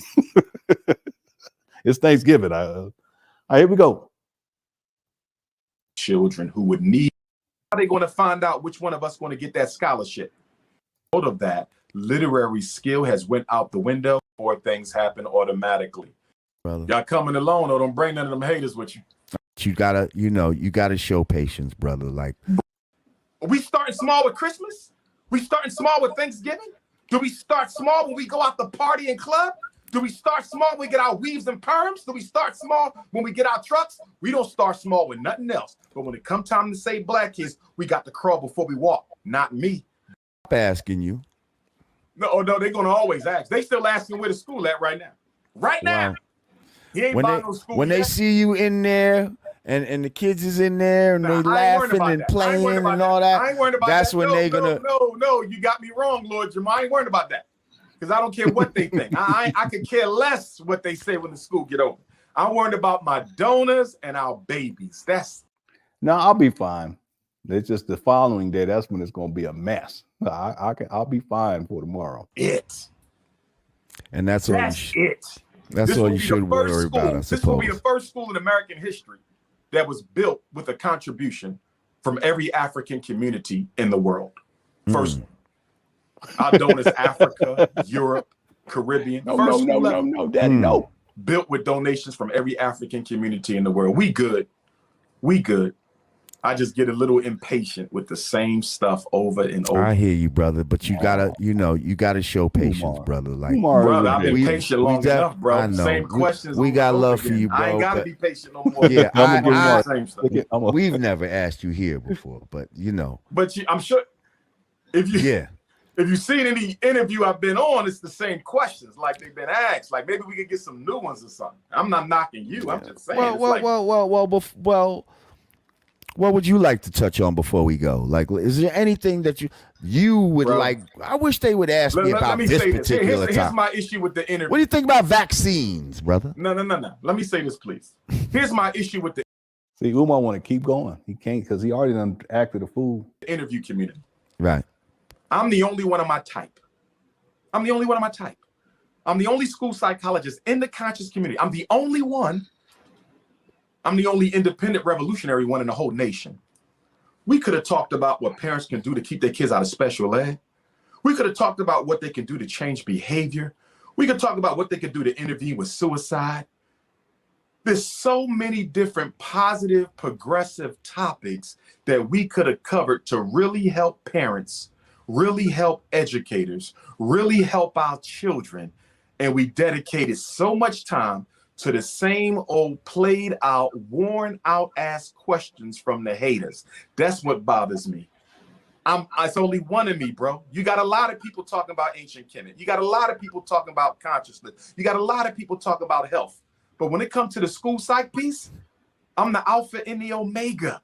I just think my time should be better used on these interview platforms, feeding our parents and our children, as opposed to going through the same old dried up ass questions that they've been asking that's already been answered a million times over. I don't think everybody that's asking these questions are haters, though. 99% of them is. Well, I don't know. I don't know. Well, we're definitely not here asking you in the spirit of hate, and so I hope you understand that. At all. I would actually like to come visit the facility. When can we do that? Let me know. I'll set it up. Okay. That's what's I was like, let me know. I'll set it up. And notice she didn't say school. She said facility. What's up, brother? Y'all coming alone, or don't bring none of them haters with you. Oh, no. You can bring Godfrey, just y'all. Just the crew. Well, listen, brother, we appreciate you sitting down with us and answering the hard questions. That just shows some, your character, that you can get through this and answer the hard questions without having to get, go left. I can handle it, bro. Yeah, because we grown men at the end of the day, bro. I handle it like Malcolm. They're just questions. Whatever you throw, they're just questions. Ain't nobody get hurt by a question. They just questions. Same old questions. But yeah, brother, I know. I mean, in my defense, I asked you for the 11. And you only gave me one. I asked you for the 11. You only gave me one. With black folks, third rule, they ruthless. The ends justify the means. Listen, where could everybody find you online and your social media and all that? Twitter and Instagram at Dr. Umar Johnson. Facebook, Dr. Umar Ifatunde. Email, Dr. Umar Johnson at Yahoo. Phone 8444 Dr. Umar or 215-989-9858. Where they can find me in Harlem, Friday, October the 30th from 2 to 8. Free event, outdoors, the Mecca Gardens. Okay, we're going to be there. 2122 Adam Clayton Powell Boulevard. Allah School in Mecca. Allah School in Mecca, absolutely. He got canceled. We will be in the building, and shout out to the guys and nurse for letting us do this there. No better place we could have done it in. That's what's up, brother. Actually, I do have one parting question for you. Sure. What is the one big something that you see being a problem with young children? We want looking back in the public schools. Like, is there something that parents like? He's so mad. Well, pretty much what you just. And guess who's going to do horribly on those college essays? Our children, because it should be entertainment. Answer that questions again because it's already been answered. So whatever we want to talk about next time is fine. Man, again, thank you for coming through. I'll be blessed. Yes, sir. Get a volume button on your throat. I mean, I don't know. I gotta get my. You're gonna have to fix that thing for real. So it's not just a prop anymore. Like, no, I was about to say, it's like. Yeah, she's pretty. Yeah. And so that concludes the rant. That's just the third rant. And I think this one was important in the top 5 because a lot of people saw Umar's character and he does not have emotional discipline and he's prone to ranting and raging. And it's like he's throwing a tantrum. He's raging. Like kids be playing video game, they start raging. Well, that's what Umar was doing throughout. And then he's lying out, calling me gay and all this stuff. A lot of people woke up to you. In fact, I remember that there were people who contacted me because they were like, I didn't even know who you were, but because they brought up your name and then what Umar said, I said, I went and looked you up. So thank you, Umar. She would say my name and lie on me some more too. That's fine. That just bring more people over. And at some point, people are going to wake up. See? At some point, people are like, oh, wait a minute, this guy was right. He's not a hater. He actually wants Umar to do better in life. And you're absolutely right about that. I want you to do right. I want you to do better. Right? All right. I know Umar personally. I will email you. Okay. Yeah, please do. Mandalorian. Great series, too. the sci-fi, great series. Mandalorian is great. I don't know when the next season is going to come out, but I hope they do it soon because it's been since there's always a window where there's no new Star Wars stuff. And I'm looking forward to the new Mandalorian. The other series, I can't think of the name right now. Ahsoka, that's good too. The first couple episodes I was trying like, what is this going? But then it picked up, got good real quick. All right, everyone. We still have, we do have about 770 people in the building. Thank you all so much for tuning on in for this marathon. We still have 2 more rants to go, and it's getting late, but we're gonna get through it. We're gonna get through it. Real quick, I'm not gonna get into this. I just want to show y'all something, because when people saw how Umar behaved during the Lord Jamar video, and it got a lot of views, Umar got a lot of backlash from it. And so what he ended up doing was he came back and did a follow-up video, and I just want to play a little bit of it. And I just want you guys to see his demeanor and his approach. It's totally different than when he was on the Lord Jamar show and was being asked questions. Check this out right here. Peace and Black Power. Peace and Black Power. Peace and Black Power. Good Garvey evening. Good Garvey evening. Good Garvey evening. Brothers and sisters, you are listening to the voice of none other. You got fire trucks in the background. Than Intercontinental Ifa Tunde, the Prince of Pan Africanism, Dr. Umar Ifa Tunde. I am in the Ifa Tunde shrine right now. Oh, did I get the wrong video? Where I was last night. This may be the wrong. Let me where I am often meditating, libating. Yeah, it sure did. He got canceled. Honoring, thinking, meditating. Yeah, I talked to his father. His father kept sending me these weird messages to my Facebook page. I didn't even reply. This is weird. Taking over the social media platform. See, his whole disposition. That is very common for me, as you all know. I am the most prominent, the most popular, the most influential, and the most hated Black scholar in the world, all at the same time. Quite a unique phenomenon to be both the most loved African scholar in the world and the most hated American African scholar in the country. It's a video of him cleaning up and sitting on the. Yeah, I remember that video too. Yeah, I remember that one. Yeah, he was complaining. I think you can see the dichotomy. But he does in this video too. Let me just skip through. An interview. Then there's the Godcast interview. And I would not put the Godcast interview within the same vein as the Roland Martin interview, but it clearly was not one that sought to educate the community as much as it was one that sought to continuously underscore the same ridiculous questions that I have answered repeatedly for the past 5 years.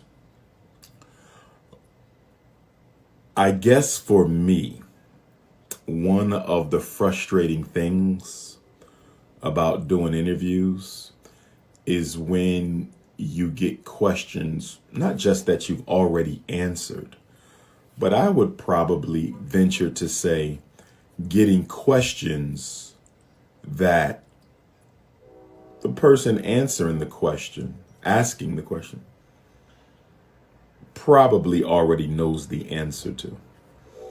Yeah, but he's an interview. You're an interview guest. He's an interview. That's what they do.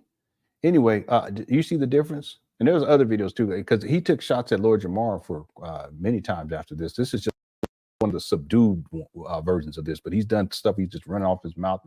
About the Ori. All right. Anyway, we'll leave it at that. Let's get to the next rant, which is the Tariq Nasheed rant. All right, we're going to do that one, and then we're going to get into the SETI rant to close out this first ever marathon here, dealing with Umar Johnson for the Cookie Crush chat. Now, let me see, because there's 2 videos. Let me see which one. Well, actually, you know what? I'm going to have to pull both of them up, and then I'll have to check to see which one is the first one, which one's the second one. We may not have to watch the second one. Let me just pull these up real quick. Okay. Let me take this off. If there's any members who want to call in real quick, you're welcome to do so. The call-in link is on the community tab for my YouTube page for members only. All right. Let's take a quick break too. I'm going to play this. I'll be right back, and then we'll get in. Actually, let me figure out which video we're going to do. Let me see. Boxing ring. I don't have a problem with that. Yeah, I think that's the one. Even though I don't mess with the dude, for the sake of saving face for the community, whenever I'm asked about hidden colors, I direct people to him. If somebody says, listen, I want to show 18. Okay, we're going to do the other one. That's it. Order. All right. Okay, let me just play this. I'll be right back. Thank you so much. I say the energy is in here. Maybe so much. I always know what it is because you know y'all tongue can cut. Watch what you say to your son ever. I say. And then you want to call us up to come in and play the damn cops. Walk in the house and dance. It's a beast. There's going to be some vampires in there. Like, damn. They look like people, don't they? You think they human? Ready to give up. Everybody was there. Cousins, grandpa with a cane. I said, damn. Y'all want to fight the man just because he want to see a scene? Whether the door locked or not. You think my psychology always going to work? Hell no. Some brothers are straight third. I don't want to hear that. You got 3 master's degree. You ain't my master. Damn. Doctor Who. I ain't never seen you on Oprah. Stop laughing. Up under your skirt and never get that masculine structure. He might start wanting to wear one. He will fix himself. I'm healthy as a mother. We ain't gonna talk about that. I don't even want to shake her to death. But you can't. Because you'll get a restraining order. Guilty as hell. And if you think that she's not even cute. Hey, why you playing with your meat, son? I can't do that. But I can't come out and tell her that. And she become the biggest buck wild at Morgan. Yeah, and a few other people. My God, there's nothing worse than going in front of a white man and say, can I see my daughter? And one time the judge looked at me and said, wait a minute, I know your face. I said, oh, shit. He was on YouTube. Judge knew who I was, but I was able to get out of it. Because he would have never gave me my baby. I know what I'm talking about. When I'm done, they don't want sex no more. Homo, hetero, nothing. Every time I wanted a cookie, I saw a herpes. Damn! Damn! And fellas, I want to be clear now. When we go back to take over the community, because we're going to have to do it, gentlemen, you can't expect the cops to fix this, because they started it. But I want to be clear, and I know some of us love our children, but some of our children are so far gone that we're going to have to put some of them to sleep in order to take back the neighborhood. Some of y'all don't want to hear that because you don't live in reality. But I'm telling you, as a psychologist, I'm not going to be able to psychologize all of them on the corner. Some of them going to sleep for good, for good, for good. Stop laughing. All right. I put that together just for this marathon. All right. In between these rants, reviews, we're going to play that just to get reset. I do to go use the bathroom, the men's room, if you guys don't mind. So what I'm going to do, and I can still hear it, I'm going to start this video and then I'll be right back. Plus, I got me some soup. I'm warming up right here, and also got me some other stuff. I'm going to bring it over here in just a minute. Okay. All right. So let's go ahead. I think this is the one. There's a shorter one and a long one. Let me just make sure that I'm playing the right one, because I don't want to be here. And both of them is ridiculous. Yeah, we'll do this one. This is short. Here we go. I'll be right back.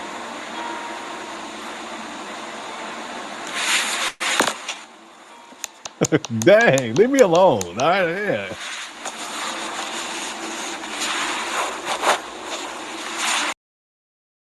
Are y'all enjoying the marathon? Y'all let me know, chat room. We've never done this before. If you guys like it, I know we also got some holidays coming up. We can do a Christmas marathon or New Year's marathon or something like that. Y'all let me know if y'all enjoy it.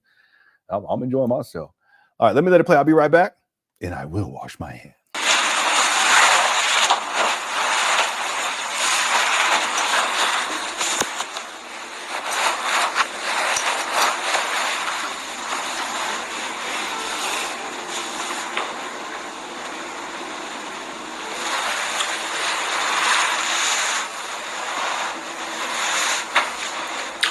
and love, black family. Good Garvey Day. This is the Prince of Pan Africanism coming to you live from the far east, the continent of Asia, Nagoya, Japan. This is the first time I've had an opportunity to go live since I exposed that bitch, Tariq Nasheed, on Saturday, December the 30th from Houston, Texas.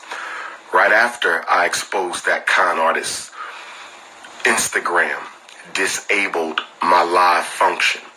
So this is the first time I've been able to go live since my nearly sold out power lecture at the Shrine of the Black Madonna in Houston, Texas. Shout out to the brothers and sisters in Texas who came and jam-packed the 1,000 seat sanctuary. Shout out to the brothers and sisters in Atlanta who jam-packed the sold-out lecture at the Shrine of the Black Madonna. Shout out to the brothers and sisters in Chicago, Illinois, a future site of the potential site of the Frederick Douglass and Marcus Garvey RBG International Leadership Academy. Thank you for nearly selling out the 1,000 seat Harold Washington Jr. Cultural Center. And shout out to the brothers and sisters in Detroit who came out in sub-zero weather to support the Prince of Pan-Africanism and start off the new year in a very good fashion on January the 1st of 2018. I'm feeling marvelous right now. Good energy, good spirits. As you all know, I had to appear before the Pennsylvania State Board of Psychology and defend myself against the charge of practicing psychology without a license. The whole case was bogus. Most of you saw it on video, okay?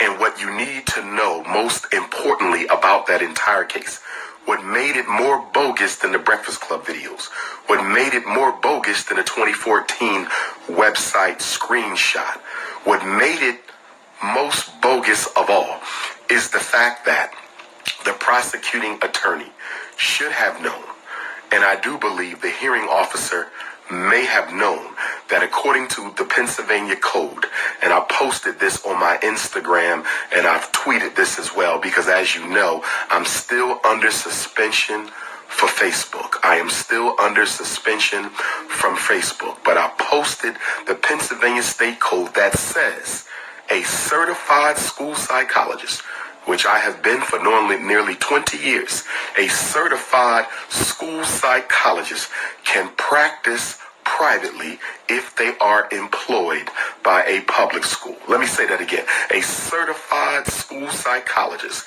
in the state of Pennsylvania can practice privately if they are employed by a public school, which I have been my entire career. So they knew that that case should have never been brought because they knew that I had been employed. So brothers and sisters, it's just ridiculous how the FBI's Black Identity Extremism Task Force in the state of Pennsylvania and the Board of Psychology, but most of all, coons in the conscious community. Coons in the conscious community.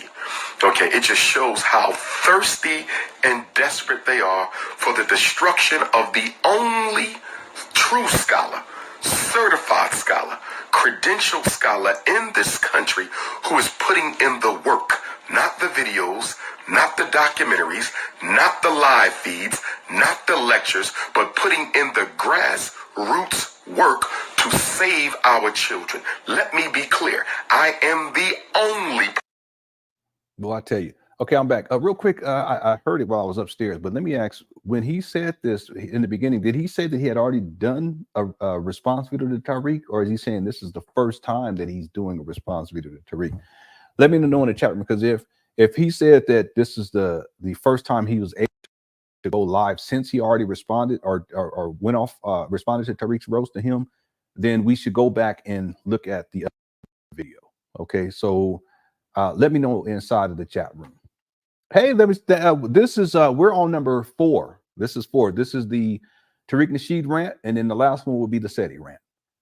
We did the Kobe Bryant rant, then we did the Zora / Tasha K rant.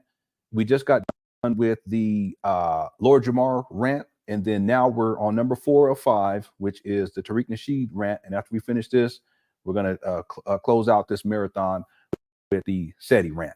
I just want to make sure, because it may make more sense to actually start with the other video. I can rewind it. Let me see. This is at the 440 minute. Let me just listen to this. This is the second one after he responded. Oh, okay. So let's do this. I apologize, everybody. Let's do this. I'm gonna go and pull up the other one, because that's the one where he really goes off. But this is the kind of like after he calms down, but he still goes off. You know, this is really epic. I don't think anyone has covered all 4 of these rants like in one video. So to give people an opportunity to watch all of them, be able to watch all of them. What about the rant when he was in the dark going off? Yeah, I thought about that. The thing is, in that rant, he was giving people's personal people's personal information, identifiable information. And I didn't want, I mean, I could have gone through and edited and that kind of thing, but I didn't want to do all that. I don't think that in those videos, he's not ranting per se. What he's doing is dangerous, but he's not yelling and screaming. He's still acting the fool, but I don't think it goes to the level of these 5 rants. You know, the truth is it could be in the top 5. It really could be. I considered it. And it's really not that long, but he was giving people, he was just doxing people and talking about pull-up team and we're going to do this and all this. And yeah, I got guns or something. Like I said, man, if you don't touch your boy, you ain't big old marshmallow. I'm telling you, when I grew up, people like him, boy. Anyway, that's what Umar said. Stop laughing. Okay, so let's go back to this other video. We're gonna go right here. Here we go. Money to make your. Okay. Yeah, I just got a message from Instagram saying I got some soup. Y'all that they removed got some nuts. Some comments of mine. I never got a message from Instagram. Make sure but I just got a message from Instagram saying they removed some comments. I hope they don't end this live feed, brothers and sisters. I'm going to keep going. But I just got a flash from Instagram saying they removed some comments because it doesn't obey their community standards. That's the same shit Facebook gave me before they suspended me. So I don't know if that's Sister Tarika Nashida doing that weak ass shit or who. Okay, but I don't know what I'm saying that would require Instagram to remove my posts. But I'm just going to continue. But if it gets stopped, I just want y'all to know somebody's up to something right now. Not everybody want to hear the truth. So don't mention your name with me, dog. We not on the same level, fam. We ain't on the same level, fam. You got your little Hidden Colors fame, dog. Using everybody else's talents, but that's it. We not on the same level, fam. I'm out here fighting for folks. You ain't fighting for nobody, bruh. And then you had the audacity to comment on my fundraiser. You had the audacity to tell people if he stole the money, chalk it to the game. Let me tell y'all. Let me give some context to this, because a lot of people don't know the history between Umar and Tariq Nasheed. A lot of people don't know it, and it may not even make sense to people why Umar will be going off like this. You see, and it may not even make sense why Tariq went off on Umar. If you know this full story, you'll see why this has happened, why it happened the way that it happened. Okay. So let's be clear about something.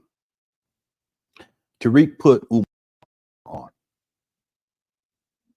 Prior to Umar being in the Hidden Colors, he was not, quote unquote, Big Papa. He wasn't the greatest orator of history of all mankind. He wasn't the most requested scholar in all of Jezebel City.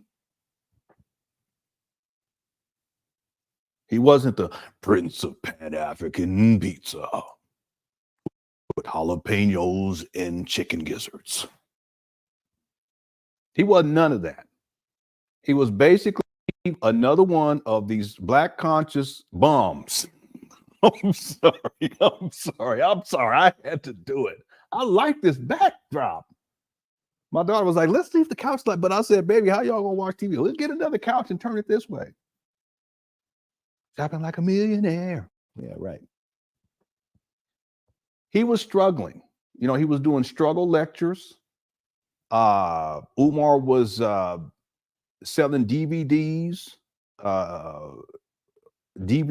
and he didn't have a book at that time. He was selling DVDs, and he was on the Chitlin circuit. He was doing venues. And it wasn't that he was a speaker per se. That he would be a vendor. Okay, and this goes back to going back to Sonnetter days. A lot of people don't know this about Umar. Selling DVDs and CDs. But what ends up happening is that Umar does get some opportunities to speak. And again, he had some opportunities when he was in the UNIA days, and that was a big old mess too. But coming up to Hidden Colors, Umar was not well known. Okay, am I saying that he didn't have a following? Hey, baby, look well rested. Huh? Yeah, I'm having some right now. I got some nuts. Everybody got enough food up? They got enough food? Nothing else is open. Yeah. We were going to order pizza because Jason, he was asleep. Oh, yeah? And there's no pizza. There's nothing open, period? I'm going to look again, but everything's closed. Yeah, you should check. Hopefully there is. But I mean, there's plenty of food in the pantry. He can come down. If he wants to come down and eat, he's welcome to do so. Okay. Yeah, one of my sons was asleep, so he didn't get to eat as much as everybody else. Anyway, so understand that's the context for all of this. And what ends up happening is, and I know the history. Some of y'all, if you know the history, hit the one. It's fascinating how all this played itself out, because it doesn't make sense. They could have worked together and actually been able to make more money together than making money separate, you see. But there's reasons why things turned out the way they did. Understand that Umar was not big time. He did get some opportunity to speak, and of course, Sonnetter was helping him and giving him opportunities to do lectures and stuff. And there's a big fallout about that though too, because Umar didn't feel like we covered all this. He was getting paid enough. It always came back to money. But before that, he was basically a vendor. The other thing is that Umar was interviewed by this brother, rest in peace, passed recently, relatively recent, and he out of Chicago. His name was Dawa, and Umar was interviewed on that. And Umar tells a story how that helped to blow him up, but then that also put him in a position to where people, after they saw that, they started contacting him. But then he went into New York with the Black conscious community, specifically with Sonnetter, and he started to sell that talk where he was sitting down. They had a cheetah blanket or something like that, a zebra thing on sitting on. It looked like sitting on a box. Let me stop. We stay focused. So he gets fueled now into the Black conscious space, and Sonnetter helped to get him some venues and that kind of thing. So he started to get more and more an audience. Now, I'm not saying that he didn't have an audience before that, or that he didn't have an audience before he gets hooked up with Tariq Nasheed. That's not what I'm saying. What I am saying, and this is a statement of fact, that it was Tariq Nasheed's Hidden Colors that blew Umar up. Because what happened was Tariq Nasheed, very smart what he did, okay? He got different people who were outstanding in the Black conscious community, including older elders, people like Dr.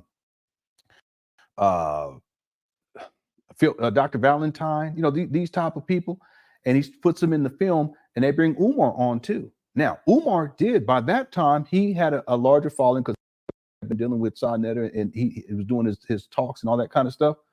But because of how that whole project, Hidden Colors 1, 2, and 3 was marketed, and the people who were in it, it was compelling to people because it connected so many different people in the Black conscious community from different generations, and then people from all over the world. They may not have known about Umar, but they knew about another one of the individuals in Hidden Colors. But because they were looking at Hidden Colors for the person that they knew, let's say Dr. Valentine, they got hold.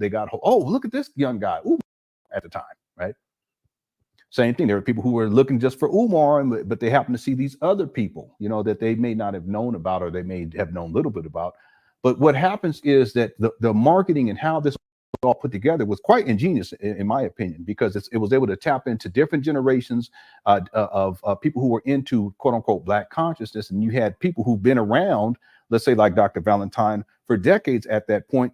And that all that becomes a drawing force, and it develops gravity for these projects. And then because Umar's on it, he's getting exposed to more and more people who are simply, for the first time, they're watching this DVD, And for the first time, they're seeing Umar Johnson. And that's how Umar Johnson blew up. He don't want to admit that. He doesn't want to admit that, but that's the absolute truth. Okay. And I'm not saying he didn't have a following before that, but prior to that, he was in obscurity. What put him on the map was Hidden Colors. So what ends up happening is Hidden Color 1, Hidden Colors 2 drops. Tariq Nasheed started making a lot of money off of these DVDs. And Umar, this is how he is, he felt slighted because he saw himself as the headliner, as he always does. You know, I'm the greatest, I'm Big Papa. He's even said things like this. Dr. Francis Krause Wrestling was in one of, but Umar talking about how he was the main draw. So Umar, he wants a piece of the pie. He wants, because it's always about money with this guy and cookies. But he, at that time, it was about the money. He saw Tariq making all this money and people buying all these. And one event that took place that set this all off, Tariq didn't do anything wrong either, because that's contract. It's his documentary. That's his intellectual property. The people who came on board, they signed contracts, business contracts, and in those contracts, they were to be paid a certain amount of money, but they don't have any rights to it. And that's how it works. Okay. Umar, on the other hand, he wants more money. He sees Tariq blowing up, getting more money, selling all these. And back then, Tariq was doing events dealing specifically with Hidden Colors. He doesn't do, and he stopped doing that at certain. But Umar wants a piece of the cut. So what Umar does, and this is the moment in this whole Umar Johnson, Tariq Nasheed, quote unquote beef that set all this in motion. Umar had a lecture in the UK. I think it was in the UK, somewhere in Europe. I think it was in the UK. And the people who contacted Umar, they contacted Umar because they saw him in what? Hidden Colors. And if they hadn't seen him in Hidden Colors, they wouldn't even know who Umar was at that time. And they would have known by now. But back then, we're talking, what, over a decade ago.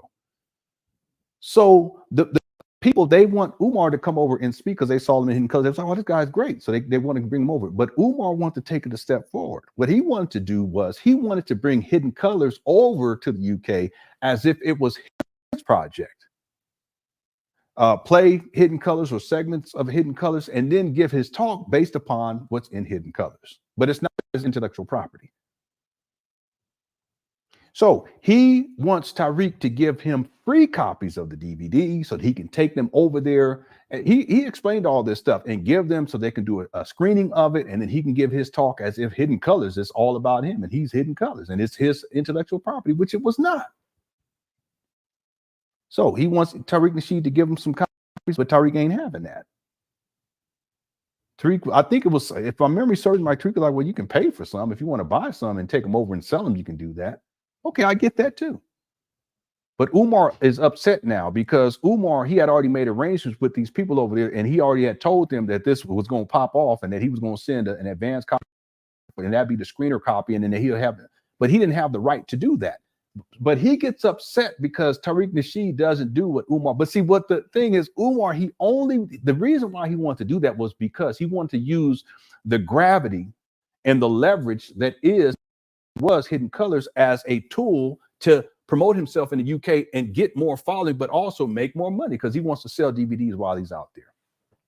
Anybody? Yeah, you remember that? A lot of people don't know about this because if you think about it, what's this beef about? It comes down to money. But see, Umar, he's such a scammer. Instead of just, listen, it's not his project. He doesn't have own internet. So he gets mad at Tariq Nasheed. He gets mad at Tariq Nasheed. That's where this all started. From that time on forward, Umar kept taking shots at Tariq Nasheed over and over and for years, over and over. I'm trying to build an institution. I'm not trying to do DVDs. I'm not trying to do documentaries. That ain't real work. Just taking shots, and everybody knew what he was talking about. He just didn't say Tariq Nasheed's name, but he kept doing it, and then at a certain point, Tariq Nasheed responded. But it goes back years before Tariq Nasheed's response, because it took many years before Tariq finally responded. Now, we're not going to play Tariq's roast of Umar, but my goodness gracious, I'll tell you. Should I just play just like maybe the first, let's say 3 minutes of it, just to give more context to all of this? I should do it. I think that's fair. Let me do that. Good question. Give me 1 second. I think that's fair. Okay, and it's not like it takes away from the Umar Johnson rant, but it provides the purpose of all this, but it provides more context for all of this, so that people can understand how this all transpired. But again, it wasn't that Tariq was looking for that. So, understand this, that Tariq, it was not in his to his benefit as a businessman to have this beef take place. Understand that. And it wasn't to Umar's benefit to have this beef take place either, because if they continue to work together, they're going to blow up together. They're going to make more money together. You see? But the conflict kept building because Umar kept taking shots, and then finally Tariq responded. And after that, it was over. I mean, he went in on Umar. That video, I can't tell you how many views it's gotten. There's people that go back to that every just to laugh. Tariq Nasheed roast Umar.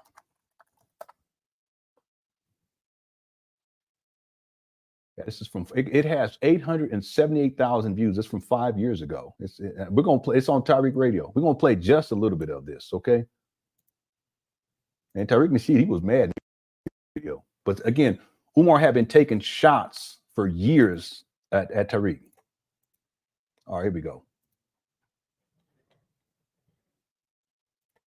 Yeah, he did. That's why I can't play it, because he was, some of the stuff he was saying, I was like, man, I can't play the whole thing. All right, but this provides more context for what we're going to watch in just a minute. Let me go ahead and put this up here real quick. All right, here we go. Let me know if y'all can hear the audio. Now, but I got to address this fat fuck nigga, Dr. Umar Johnson. Now, he just did a live video. Now, let me start over. For those who don't know, Umar, the moist fucking walrus-looking nigga. Yeah, I'm so sorry. I can't do it. Maybe I get some courage in a minute. Let's go to the video. Hold on. Let's do just a minute. Put up a post today, just disrespecting me, talking about he gonna address me and Boyce Watkins tonight. And a lot of people are like, yeah, this is not a good look for the family. But look, I don't let this hoe ass nigga. Yeah, I just saw the live stream on Instagram. He's making threats about what he's gonna do physically if people. All right, now. So just to go, this shows you how this has all progressed. But see, Tariq didn't do this until after he saw Umar Johnson do his rant video. And then Umar does a follow-up video after this one, after Tariq's video. Okay, so it's been laid out.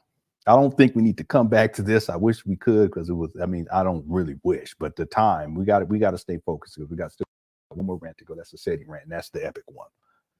So what we're going to do is we're going to go back to the video that precedes this one, with Tariq's reaction, and we're going to see what Umar Johnson says. And someone may say, you may ask, well, what about Boyce Watkins? What does that have to do with anything? Well, I'm gonna tell y'all something. Boyce Watkins was, and he probably still is, he's an instigator. He instigates a lot of problems, a lot of conflict, and a lot of beef, and he's been doing it for years, mainly amongst women. But understand that he had been doing videos to talk about Umar and Umar's school. Umar didn't like that, and I get that. Okay, that's like Umar don't like me talking about the school scam. But also Boyce Watkins had women that he would have on his platform at that time that would do videos on Umar too. So he was using women to go at Umar. It's like a passive aggressive thing. So inevitably what happened was Umar took offense to that, and he started taking shots at Boyce Watkins. He was already mad at Tariq Nasheed. I already told you. But see, then Tariq Nasheed and Boyce Watkins, they were cool with each other. See, a lot of this set tripping actually takes place in the Black conscious community, not just the Black conscious, just on YouTube in general. A lot of the set tripping, people be friends with each other, then they have a falling out, and because that friend over there is mad at that other, the person that you're not friends with anymore, you side with them and all this kind of stuff. I don't participate in all that stuff. But this is how this all happened. So Umar, he clumps Tariq and Boyce Watkins together, and he goes in on both of them. All right. Okay. Now I've given you all the context. All right. I didn't mean for it to be that long, but I don't know, Yolanda. We're going to have to wait and see. All right. Yo, hold on. Let's see how we do after we get through this rant right here. We're going to see how it goes, because we still got to get to the SETI rant. It's not too late, but it's getting there. Okay. I'm surprised I was hanging in this long, as old as I am. All right, so let's get to it. Here we go. I got to figure out. I know you ain't say that. You. Okay. Hold on. Is it the one? Oh, wait, let me check it. I think it's the other one. Okay. I just got a message from Instagram saying that they removed some comments of mine. I never got a message from Instagram. Yeah, I just got a message from Instagram saying they removed some comments. Up here, man. I hope they don't end this live feed, brothers and sisters. I'm going to keep going. But I just got a flash from Instagram saying they removed some comments because it doesn't obey their community standards. Okay. That's the same shit Facebook gave me before they suspended me. So I don't know if that's Sister Tarika Nashida doing that weak ass shit or who. Okay, but I don't know what I'm saying that would require Instagram to remove my posts. But I'm just going to continue. But if it gets stopped, I just want y'all to know somebody's up to something right now. Not everybody want to hear the truth. So don't mention your name with me, dog. We not on the same level, fam. We ain't on the same level, fam. You got your little Hidden Colors fame, dog. Using everybody else's talents, but that's it. We not on the same level, fam. I'm out here fighting for folks. You ain't fighting for nobody, bruh. And then you had the audacity to comment on my fundraiser. You had the audacity to tell people if he stole the money, chalk it to the game. I know you ain't say that. You made. Okay, that was the wrong video. Here we go.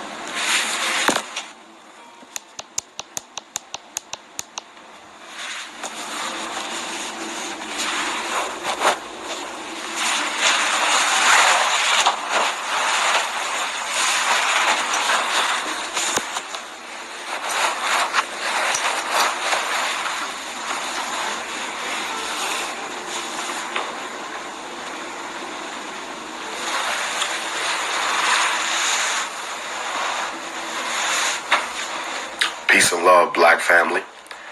Good Garvey Day. This is the Prince of Pan Africanism coming to you live from the far east, the continent of Asia, Nagoya, Japan. This is the first time I've had an opportunity to go live since I exposed that bitch, Tariq Nasheed, on Saturday, December the 30th from Houston, Texas.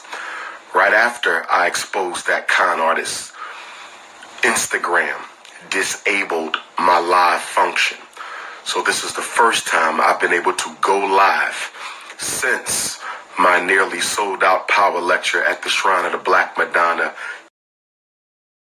I don't know which one it is, y'all. I'm just going to put this other one. 5 documentaries.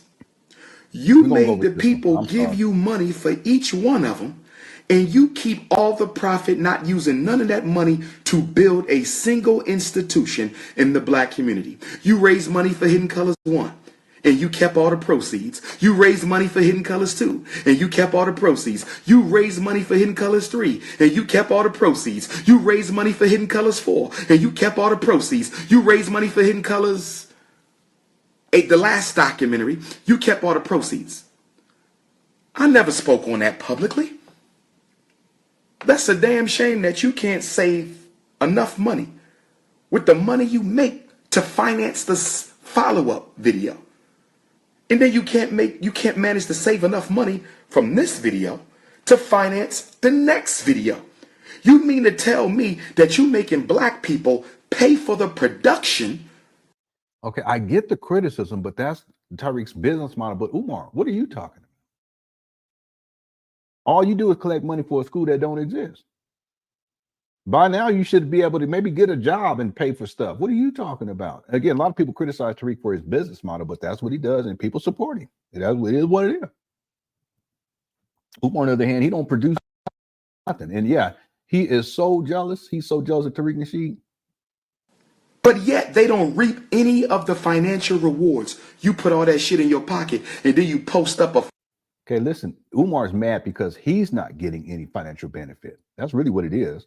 See, the people who donate to the crowdfunding, they get perks. That's how it works. A lot of people do that all around the world. Okay, But Umar, he's really talking about the money. He wants the money himself. That's really what this comes down to. $500 money order that you sent to some daycare center and shit like that's some sort of charity.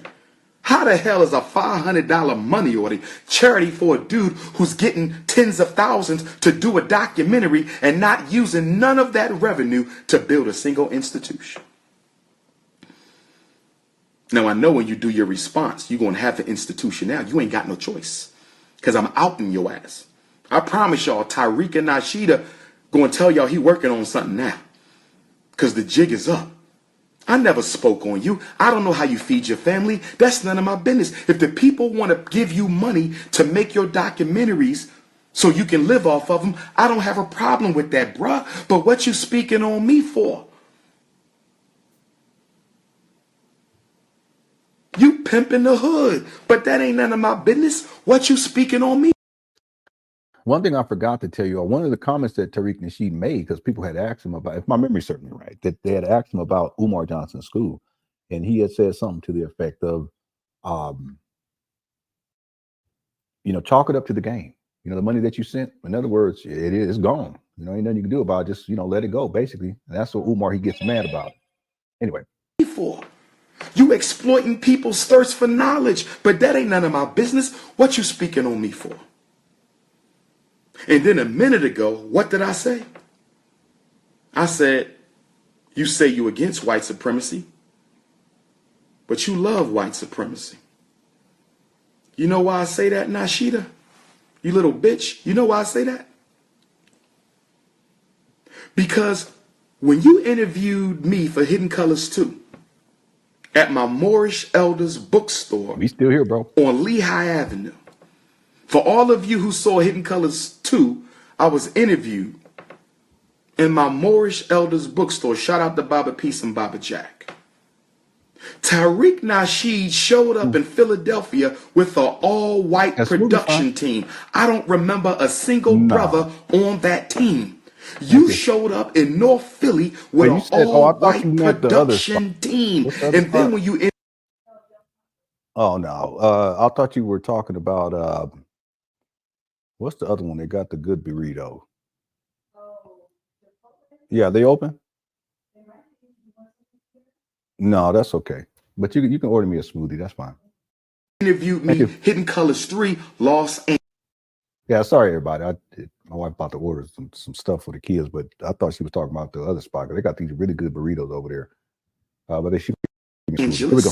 When I got to the studio where you were to interview me, the very interview where I decided I wasn't fucking with you no more, you had an all-white team to produce it again. Now, in fairness and clarity, when you interviewed me for Hidden Colors 1, the day I met your trifling ass, you had a brother do that. Hidden Colors 1, it was a brother. But once you started making money off the people's money, once your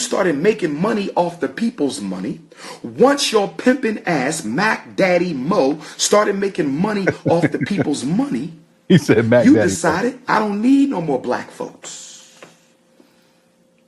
Now, you might got a couple somewhere in your network. I ain't talking about the movers and shakers that help you edit and film and finalize your documentary are crackers. They are white people. They are white people. Now, Hidden Colors 4, I don't know. But I'm pretty sure it was the same team. You can tell. So here's the question. You got the answer.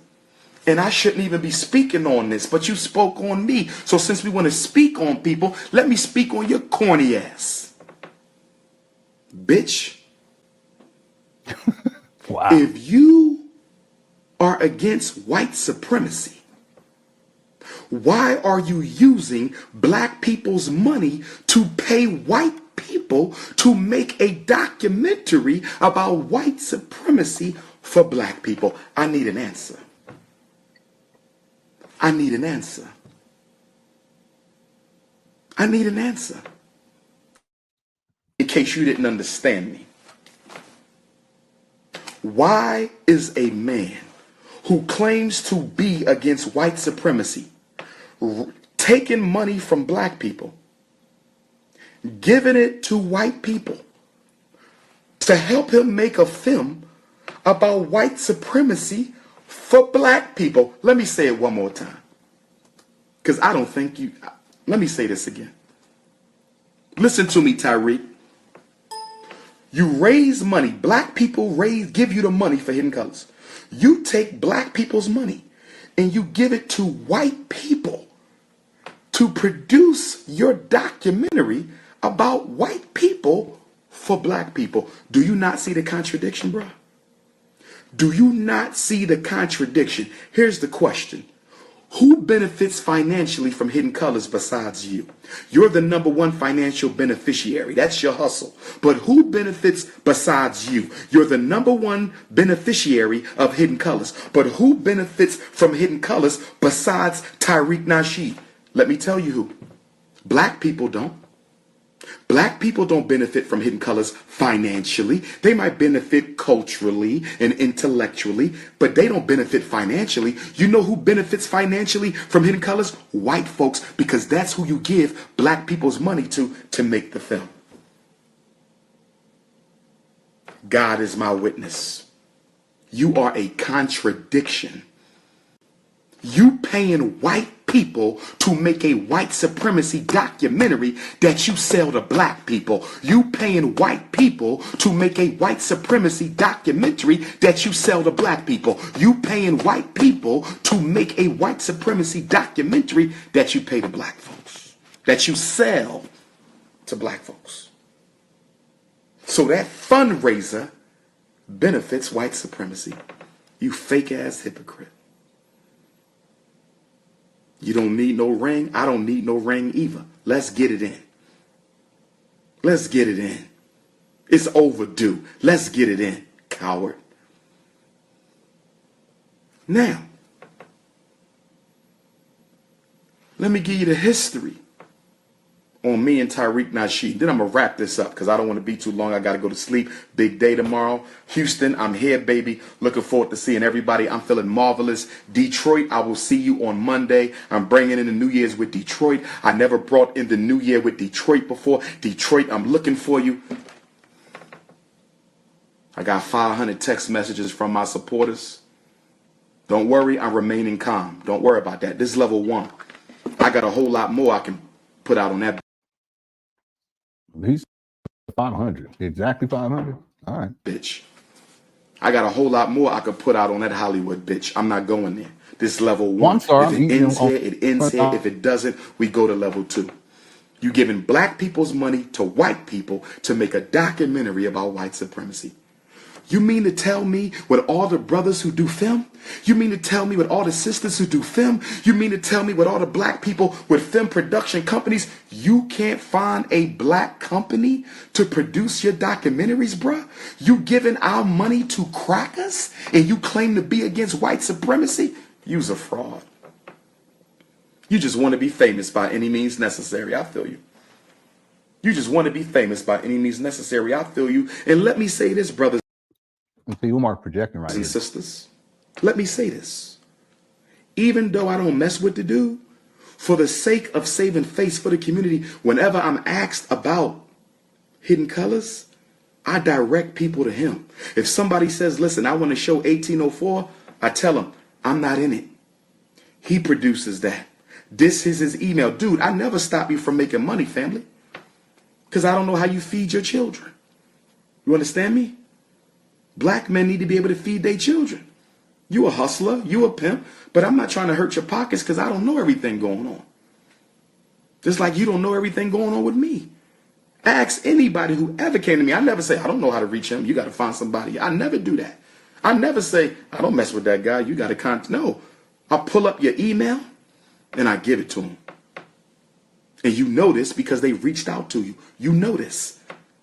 So even though you a hater, I've still been able to maintain a degree of professionalism through this whole situation. So let me get the people, but you can't find no black people to do that documentary. You got to go to white folks? Are you kidding me? You're creating a whole encyclopedia of white supremacy information and you're using white folks to put it all together. And you don't see a problem with that? But let me go back a minute, because I said a minute ago that Tariq Nasheed, whenever you hear him talk about white supremacy, you listening to Umar Johnson. You interviewed me for 3 hidden colors. 1, 2, 3. Said I wasn't doing no more after that. You interviewed me for 3 hours or more every time. Excuse me. Number 1, you didn't. Number 1 was quick. I'm going to talk about that. In fact, let's deal with number 1. First time I met Tariq Nasheed, let me give y'all the history. I'm the hottest thing in the conscious community right now. Rookie of the year. I'm killing it. He heard about it.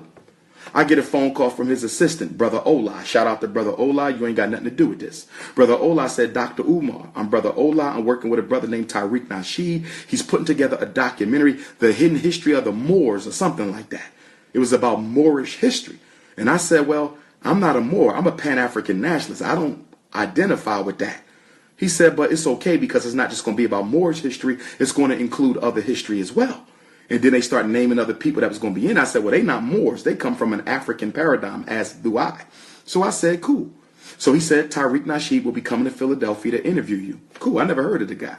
Obviously, he heard of me because he wanted me in a documentary. I was Rookie of the Year in the conscious community. So Tariq Nasheed comes to my office in North Philadelphia. I met him. He was not very cordial at all. You remember this, Flex. You remember, don't you? Your bitch ass remember. He had a very distant attitude. It wasn't brotherly. It wasn't like, how you doing, brother? I'm glad to have you in the documentary. And I told this to people in my inner circle. I said, that brother's energy towards me was very negative. And I concluded the only reason why you wanted me in Hidden Colors is because with my rising success within Black consciousness, I would be an asset to Hidden Colors, as I was. Now, to be clear, Umar said, he said he was a Rookie of the Year because he was just starting to make inroads in the Black conscious community. He wasn't Big Thomas, like I said earlier. Rookie of the Year. Flex is Tariq Nasheed. Tariq Nasheed used to be called King Flex. He's had different names going back a long time ago. Lenon, if you clip toenail, that's not what I'm doing. I'm just getting comfortable. So for whatever reason, you really wasn't feeling me, but you knew that you needed me to make that shit pop, because your attitude at my office in North Philly was shitty as hell. And so we sat down and Tariq is asking me questions, and I could tell by his facial expression, he not feeling me. And y'all remember the interview, because my family tree was in back. My family tree with Frederick Douglass on it. I'm not related. My family tree with Frederick Douglass on it is in the back. And Tariq is asking me questions. And the response is, he not liking them at all. He's not liking them at all. In fact, if you remember, you ended the interview early. We didn't even do the whole time. I believe Ola said the interview would last 2 hours because the other ones were very long. Number 1 wasn't. Because you wasn't feeling me. I wasn't pushing that Moore shit. I was pushing that Garvey, and you didn't like it. See how childish he is? I mean, he's just, yeah, he is, but he's just a big old baby complaining, throwing a little tantrum because he didn't get his way or whatever. There ain't nobody care about no so-called relationship to Frederick Douglass. This is supposed to be about Moors, not Frederick Douglass. And you told the brother, I never forget, you said, we'll be done in 5 minutes. You had a whole list of questions, but you wasn't getting from me what you thought you was going to get from me. So you told the brother who was doing the taping, we'll be done in 5 minutes. And you cut that shit abruptly. And I never forget, because after that, I was talking to one of my homies. And I said, yo, he ain't going to use that. I said, that brother had a nasty ass attitude, very arrogant, very condescending, no conversation, brothers and sisters. No, in fact, all 3 of the interviews, we ain't really had no conversation. Number 2 was better because you was in my elder store and you knew you had to conduct yourself accordingly. But Hidden Colors 1, Hidden Colors 2 interview, no type of camaraderie there with us. And I can understand because I'm a grassroots brother and you just a grassroots pimp. So naturally, we not going to see eye to eye. Okay?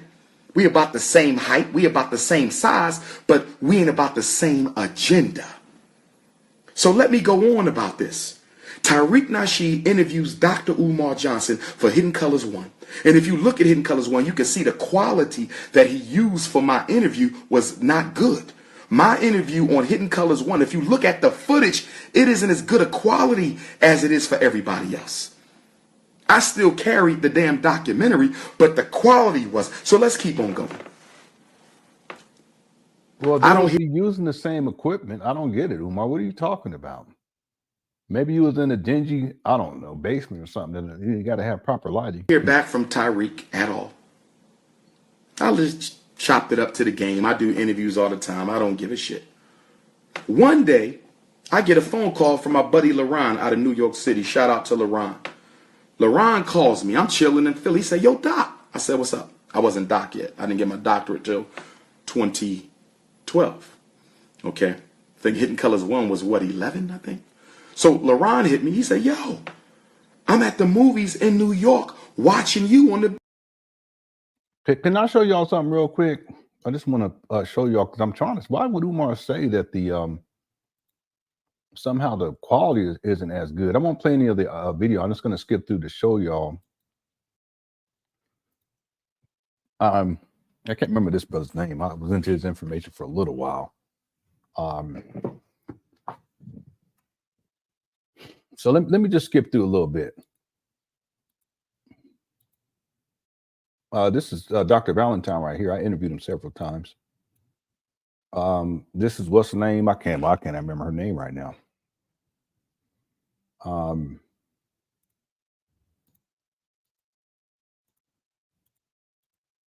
There's Umar right here.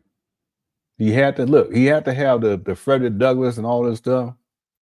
Yeah, Cabo Kamimi, but he had a different name back then though too, from what I remember. They called him Brother Cabo.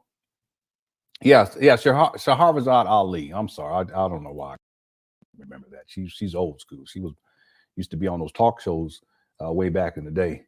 Dr. Valentine, he was in the audience on one of the things where she was talking. Yeah, Shahrazad Ali. But you see how Umar, he has to have his descendants and all, quote unquote, I'm a descendant. Look right there in the middle towards the top is a picture of him from probably from high school or early college.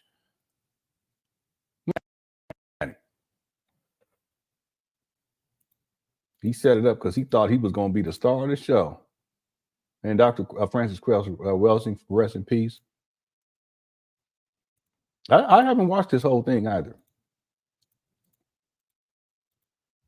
Is that the only people in? I thought it was more people than that. Go Umar. I guess that's all of the people who were in Colors #1. It doesn't look worse to me.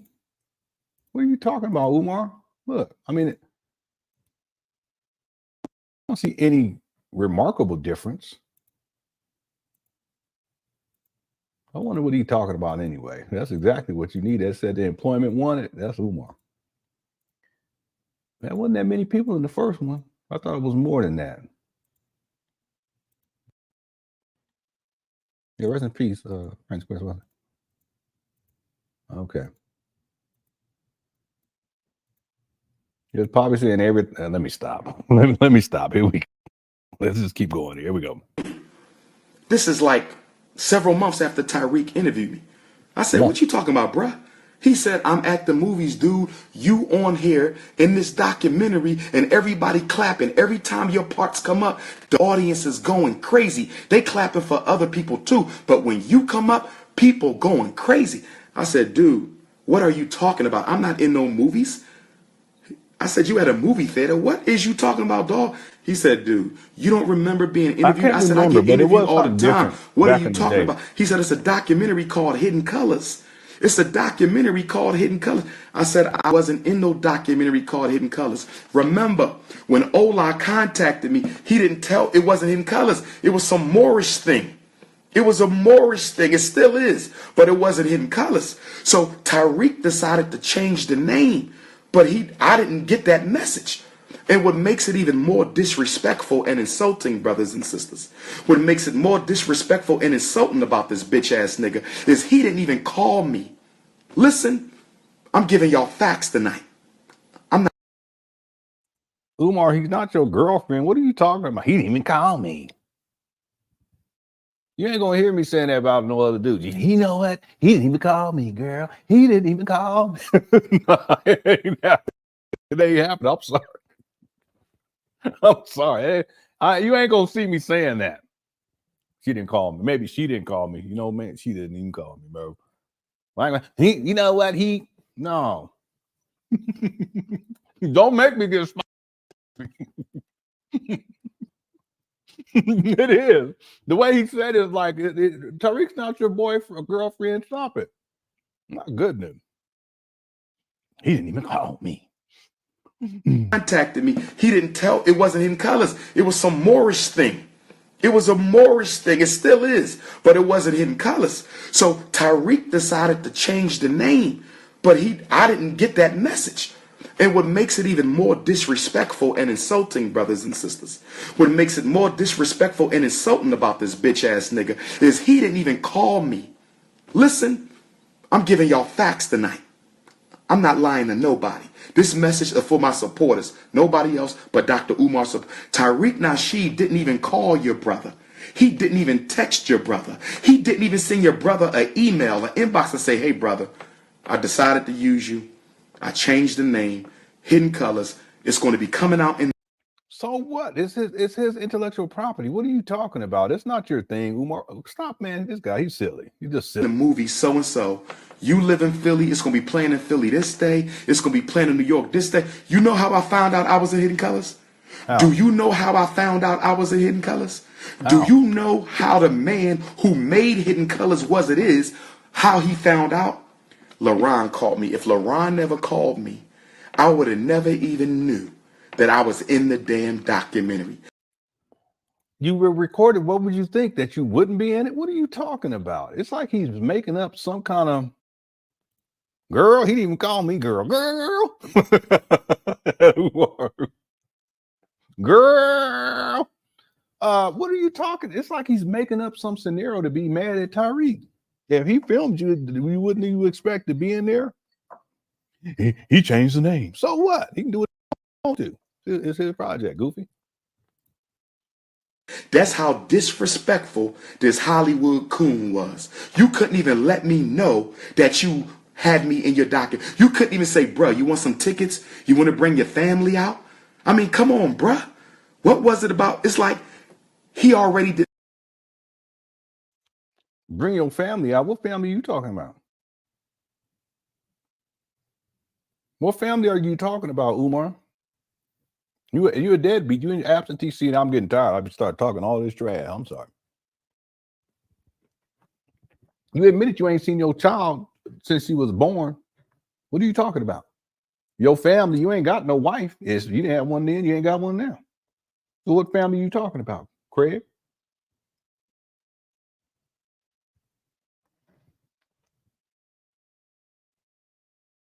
What, your brothers and sisters? They don't deal with you. I was going to use another word, but I ain't going to do it. They don't deal with you. What are you talking about? I've yet to see one of your siblings. You got a gang of them. You got a gang of step siblings too. I ain't seen one of them come out and vouch for you or come out and speak on your behalf and say something positive. Nothing. They probably be blackmailing you to get money out you, get that donation money for the school. That's probably what they're doing. Like, you know what? Yeah, I'm gonna tell them I'm gonna go online and you better send me 500. I'm like, oh damn. He didn't like me when he met me. I never heard of Tariq, but he obviously heard of me because he wanted me in his documentary. And obviously he made up his mind about who I was before he met me because his attitude was nasty. And then to follow it up, you don't even tell me that I'm in the documentary, and you don't even tell me when the documentary came out. So guess what I did? And your bitch ass know I'm telling the truth. Your bitch ass know I'm telling the truth. I emailed you or text you, and I said, yo, bruh. And I don't remember the exact words. I said, I heard the movie came out. You know what I mean? Why didn't you bother telling me that the movie came out? Something to that effect. And you said, oh, I'm sorry about that. Yeah, it's out. Thank you for your participation. Best regards. It was some very antiseptic, Eurocentric white male shit. It was like kind of like, leave me alone. European, what are you talking Nasty about? At the interview. Don't even tell me I'm in it. Don't tell me it's coming out. So I said, damn, that dude fucked up. I ain't fucking with him. So then I get a phone call from Sabir Bey. I get a phone call from him and Tariq had beef. Sabir Bey hit me. He says, yo, dude, I'm going through it with Tyreek. They had a beef, whatever. And he said, and Sabir, you another one need to keep my name out your mouth, bruh. You hating too much. It's personal with you too. I done sat by and let your ass, you used to disrespect me. OBM, you remember when OBM, rest in peace to OBM, the original black man? When he was still alive in Philly, used to say little smart shit about me to him, tell him I need to change my last name. Used to say all that little sucker shit in Philly when you lived in Philly, bro. Every time I come to LA, you posted some disrespectful shit. You just did a live feed the other day, Sabir Bey, I'm telling you to your face. It's personal now, bro. You came to the Culture Connection when I was in Chicago. You came to the Culture Connection when I was in Chicago, told people I didn't speak to your little midget ass. First of all, you ain't but 3 feet tall. How the hell I'ma see you? Bitch ass. Talking about I spoke to him and he ain't speak back. First of all, you 2 feet tall, nigga. Who gonna see you?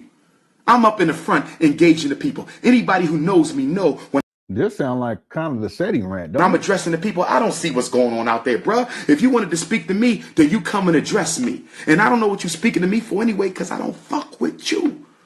You's a hater. I don't know what it is with you little midgets. I'm telling you, Sabir Bey, I'm not playing with you.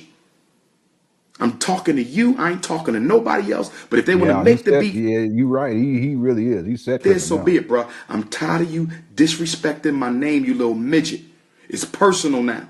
Next time you say my name, me and you gonna have an exchange like me and Boyce. Because I done gave you too much room. You was hating on me before I became Dr. Umar. You've been hating on me before I was the king of the conscious community. Your hate goes back to Philadelphia. Your hate goes back before 2010, and you still can't keep my name out your mouth. So Sabir Bey, it's personal now, you little midget. Keep my name out your mouth. But anyhow, getting back to the story. This same little hating ass Sabir called me up and said, yo, you know about this guy Tyreek? I said, what you talking about? Wasn't you at Hidden Colors? I said, yeah. He said, yeah. This is after Hidden Colors 1. He said, you know he be making films about macking and pimping. I said, what you talking about, bruh? He said he's a pimp. He got books out on pimping and the art of macking, and he got videos. So Sabir started sending me video links and shit about Tyreek. How to pimp fat women, how to pimp white women, how to pimp single mothers, how to pimp ugly women, how to pimp old women, how to control your women, all this Mac shit. I didn't know nothing about it. The first time I heard about it, right before Sabir. Sabir wasn't the first. Right before Sabir, I spoke in Brooklyn for the first time for Attorney Maddox in the United African Movement. For my shout out to my UAMs, I will be reaching out to you, Elder. I will come speak for the UAM again. I apologize. I didn't. Yeah, he is the drama queen. UAM, you will see me in New York. He really is. Y'all family to me. I'm family to y'all. Y'all will no, see. We're not doing that. But my very first UAM lecture, the first one, when I met Mama Maddox, rest in peace to her, Attorney Maddox, hope he's doing well. My UAM people, remember that my first lecture, a group of sisters confronted me. And they said, Dr. Umar, we love you and support you, but we got a beef. And I said, what's the beef? They said, Tariq Nasheed. I said, what are you talking about? They said, he be disrespecting black women. So they pulled up their phone and they made me watch a clip of your bitch ass calling black women bitches, calling them out their name, bitch. You need to worship me, bitch. You need to be on your name, bitch. You need to get on your knees and look at me as God. I mean, it was like a 5-minute clip of Tariq Nasheed being extremely vulgar and disrespectful and condescending and misogynistic to some black women. But I chalked it to the game, and I'm going to tell you why. We all have a past. We all have a history. We've all done things that we haven't been proud of. So although those were not things Tyreek should have been doing, I concluded that once he started making Hidden Colors, he left that life alone. In fact, that's what I told the sisters. I said, listen, I don't approve of that shit. Okay? But if the brother left that alone and he's now trying to move towards consciousness, I can support that. And then right after them, I heard from Sabir. I either heard from them right before Sabir, right after Sabir, but those two were together. They were very close, Sabir and the ladies. And that's when I learned about this alter ego of Tariq Nasheed's. He's projecting. Okay. So then Hidden Colors 2 come around. I said, you know what? He want me to do this? Let me give it another shot, because he was fucked up the first time. Didn't even bother telling me I was in it. Didn't even bother telling me it was coming out. Didn't even have enough respect to invite me out to the viewing. I said, let me give this second one a shot. You come to North Philly with your white team and you interview me. If he's so bad, why are you doing Hidden Colors 2 and then you end up doing Hidden Colors 3? Could chat? This makes sense? If he's so bad, he's such a bad person, why are you going to do Hidden Color 2 and Hidden Color 3? All white team. A white supremacy documentary produced by an all white production team with your fake ass. So, Hidden Colors 2 is over. It comes out in the movies, right? 2. Exactly. Somebody brought me to a viewing or something like that. And there's people in the viewing who are coming up to me saying, Dr. Umar, I don't mean no disrespect, but almost everything I hear Tariq saying, I've heard you say. Hidden Colors 3 comes along. Same shit. We in Rochester, New York. Young brother. I never forget it because I didn't watch Hidden Colors 3 the whole thing. I didn't watch the whole thing. Okay? Brother comes out. I'm signing books in the lobby. He said, yo, Doc. Yeah, I don't know too much about Tariq Nasheed, but you sure he don't be using your information? Because the stuff he's saying, you've said it before. I just laughed it off. So let me clarify why I said earlier that when you hear Tariq Nasheed talk about white supremacy, you're listening to Dr. Umar Johnson talk about white supremacy. Because Tariq Nasheed interviewed me the first one was only about an hour, maybe 2 tops. It was quick. The Hidden Colors 2, Hidden Colors 3, your bitch ass interviewed me for 3 hours at least. Let me say it again. Hidden Colors 2, Hidden Colors 3, your bitch ass interviewed me at least 3 hours each. Now, my actual time in the film might be what? 20 minutes, maybe, give or take. That's not uncommon. What are you talking about, Umar? That's not uncommon at all. What do you? But he wants to be the headliner. He wants all the attention. Okay? And I ain't got no problem with that, because you could give me 5 minutes, I'm going to steal the show because I was born to do this. So here's the question that you got to answer, Mr. MacDaddy, Mr. Macadocious. If you only putting Umar Johnson in the film for 15 minutes, why do you interview him for 3.5 hours? Let me ask your ass again. If you only going to use 20 minutes of Dr. Umar's interview for the actual Hidden Colors movie, why do you interview him for such a long time period? Wow. You know why you interviewed me for 3 hours for Hidden Colors 2? Do you want to know why you interviewed me for 3 hours for Hidden Colors 3? Because the information that you did not use from my interview coming out of my mouth, you stole the shit and it came out of your mouth. I'm going to say it again. I'm going to say it again. And y'all quote me on this. Tariq Nasheed took my information, my thoughts, my ideas, my punchlines, my buzzwords, my intellectual property, what he didn't use. 3 hours, 15 minutes I'm going to use Dr. Umar for, but everything else Dr. Umar said, I'm going to take it and use it for myself. You thieving ass Negro. You thieving. Yeah, I got on my that's why I'm feeling so good tonight. I got on my special socks. It's the Baby Yoda socks. That's the see the Baby Yoda right there. I don't know if y'all can see it. Hold on a second. I want y'all to see the ash. I don't want y'all to see the ash. There we go. There we go. That's that Baby Yoda. That's right. That's why I consider I'm okay. I'm hanging in there. Hope y'all hanging in there. Happy Thanksgiving. Hope you're enjoying this marathon. I get it. I'm about tired. We still got to get to the city. Right? Ass Negro. If anybody deserve a Coon Award, it's your ass. If anybody deserves a Coon Award, it is your. Why I always feel like Umar talking to me? Y'all ever feel like that when he talk like that he talking directly to you? No, I'm not. I ain't gonna never do that. I'm so self-conscious about that. That and if I shave all this off, I have a baby face. And my friends in college used to tease me about that all the time. So I always have, at most 95% to 99% of the time, I got facial hair. Wait, you and Tariq don't even believe in it. Yeah, but even still though, you know, they could have worked together, and they did. They were successful with these projects. Tariq made most of the money, overwhelmingly, but they could have worked it out to where they worked together, excuse me, for an extended period of time, and could have built up the brand. And Umar, he could have just branched off and created something of his own, you know. But Umar hasn't created anything, not one thing. Tariq, one thing you can't say, he creates products, he produces. Umar doesn't create products and doesn't produce. Even this book, Umar's book, he sells them, but he don't be delivering. People, when I'm gonna get my book? Ass anyway. boy. Huh? If I'm only going to use somebody for 15 minutes in a documentary, what am I interviewing them for 3 hours for? You know why? Because you need ideas for your own material. And y'all up there talking about, I listen to Tariq for white supremacy. When you listening to Tariq, you listening to me. When you listening to Tariq, you listening to me. Now, Tariq going to deny this.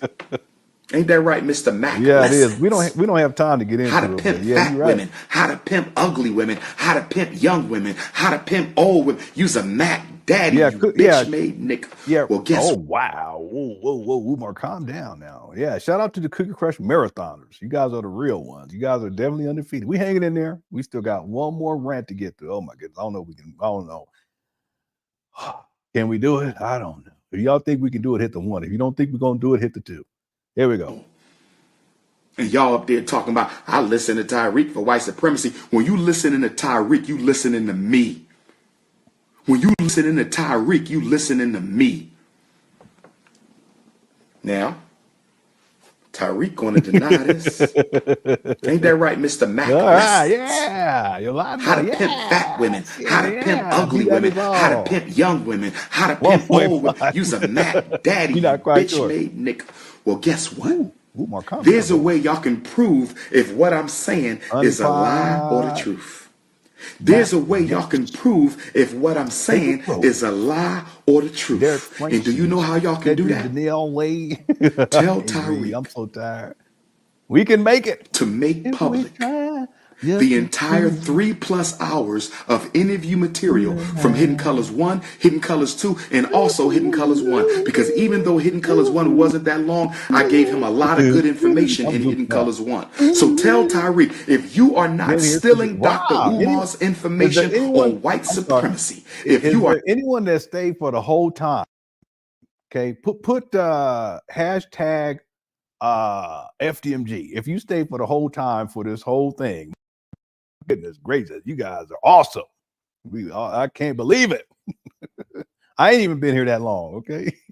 Not plagiarizing and copying his shit. Let us see the footage of Dr. Umar. Release the footage. Hashtag release Dr. Umar's hidden color footage and let the community look at that footage. Well, shout out to because what else you gonna use it for? The whole time. That's good ass footage. What you saving it for, Flex? You know why you saving it? Because I'm your. Thanks for Super Secret Honeypot. You know this turned out to be cool. You know, got 800 people in the building too. Thank y'all so much. So we got some people that was here from the very beginning. All right, thank y'all. Cookie Crush. I was telling people because my children they be joking about Umar. When I was doing Umar videos, it's like, so what's Umar up to? How's he doing? So I don't know. And they hadn't heard about Umar, but when I started doing this was maybe a week ago, they was like, you know, you should change Cookie Crush chat to Cookie Crush Cool. Umar would like that. I said, you guys, you don't stop. I said, don't say that word anyway, but they hear Umar say it. Umar, you're a bad influence on my kids. All right. Thank y'all so much for hanging in there. Well, I know it's been a long marathon today. Well, I tell you, but we handling it. We getting through it. You at work? Okay, cool. Oh, you was at work. Okay, cool. Some people went to work. You had to work all today? I got to work tomorrow. I'm going to be so tired, but it's not until the following day where it's going to hit me. I'm going to be like, man, All right. Thank y'all so much. There's plenty of people that stayed for the whole thing. Y'all all right. I love y'all. Thank y'all so much. Happy Turkey Day to everybody. Yeah, I know it's been about 100 constants, so that's or 800 constants. That's good. Thank y'all. All right. Yeah, so this turned out to be a good idea. Maybe we'll do one for Christmas or for the New Year. We can do something like that. Okay, let's go. Here we go. The tutor without being your tutor. You know why you saving it? I'm your professor without being your professor. You know why you saving it? I'm your teacher without being your teacher. Your ass goes back and you watch my shit to get more information for yourself. Even in Hidden Colors 4, you were still regurgitating Dr. Umar Johnson. Even in Hidden Colors 4, you were still regurgitating Dr. Umar Johnson. If I am lying, brothers and sisters, tell him to release the footage so y'all can watch all 3 hours of part 2, all 3 hours of part 3, and 2 hours or whatever it was of part 1. And then I want you to listen to Tariq Nasheed.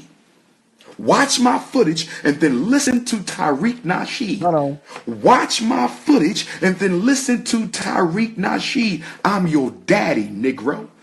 I'm your intellectual daddy. Y'all talking about he makes some good points on white supremacy. I guess so. When you stealing from the greatest professor of white supremacy, I guess you would sound good if you stealing from the best. It's kind of I know you pissed off now because now you got to show the footage. You got to show the footage because if you don't show the footage, everybody going to know your ass is guilty anyway. If you don't show the footage, everybody going to know your ass is guilty anyway. And don't give that footage to nobody in your team. Put that shit out. I want the New York community to have it. I want the Atlanta conscious community to have it. I want the Detroit conscious community to have it. I want Houston to get it. I want Chicago to get it. Put it out there. Put that shit on the YouTube. I don't care. I got ideas for days. You can steal my shit. I come up with more. And I didn't even have a problem with that. I'm only exposing your ass because you speaking on me and you know I don't fuck with you. If somebody don't mess with you, don't speak on it. It's over there. I can see it from right here. Now let's deal with the financials. Here we go, because you've been talking about money the whole time. And the financials of Hidden Colors didn't bother me either because I got my own money. I have credentials. You don't, but I have credentials. I'm a professional school psychologist. I don't have to live off the conscious community. I am a black professional. Credentials, certification. Listen, Umar, you were not, when you did this video, you were not working to any capacity on a professional level. What are you talking about? You weren't working. This guy, he's out there. Mr. 85, this little change for that man, Dawood, Cookie Crush Chat undefeated, the nation. You talking about Dawood, the one guy? Because he passed away too. Rest in peace. I think you talked, because wasn't that the guy in Chicago that did? I wanted to pull it up, but I forgot. But yeah, the guy in Chicago that did Umar's interview.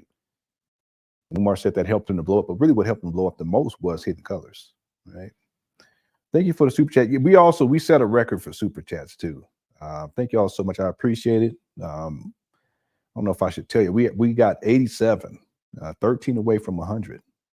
So I don't know if it's possible that we get to 100. I know that will never ever be broken. 87 ain't gonna never be broken for Elisha, but we've been going so long. So thank you so much. We broke a record as I'm trying to now stay awake. I'm trying my best.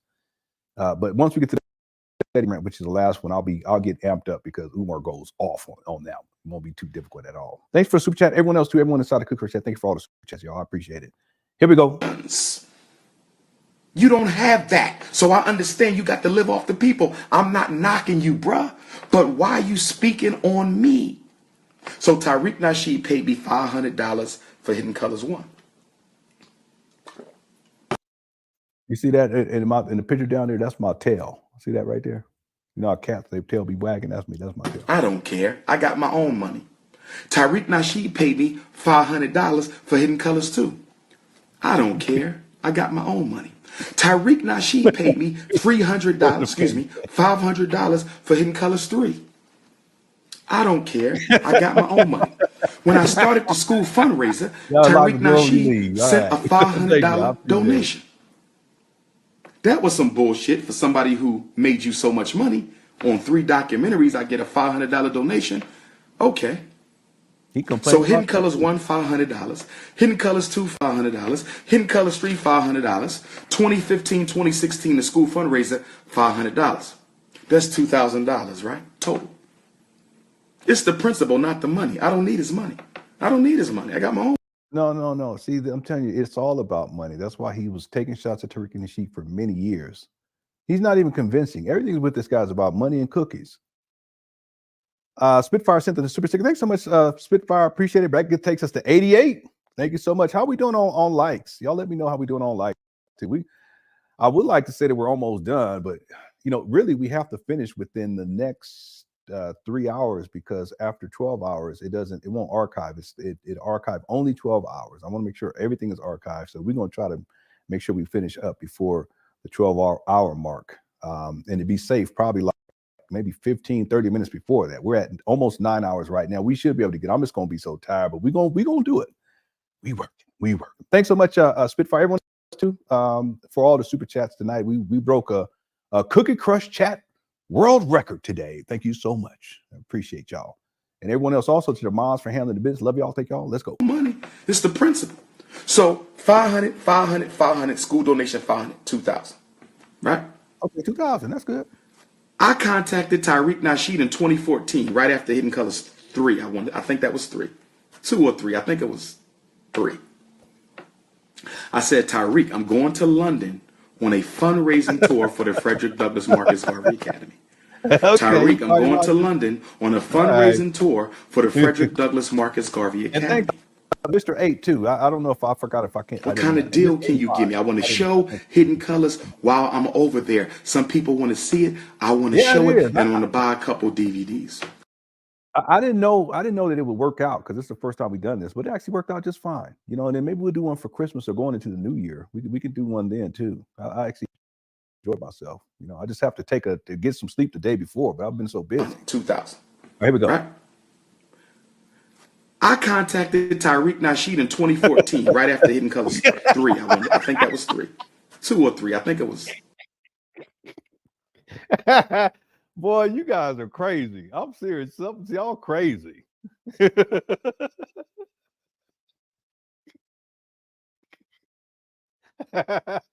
getting tired. I'm just being goofy. Boy, you guys. That don't look that look like a white leg. Don't do that. Umar ain't gonna like that. Okay, stop it. At least come on now. It got a little fire right there. That's a good one though. All right. Thank you for chat too. Let's go. 3.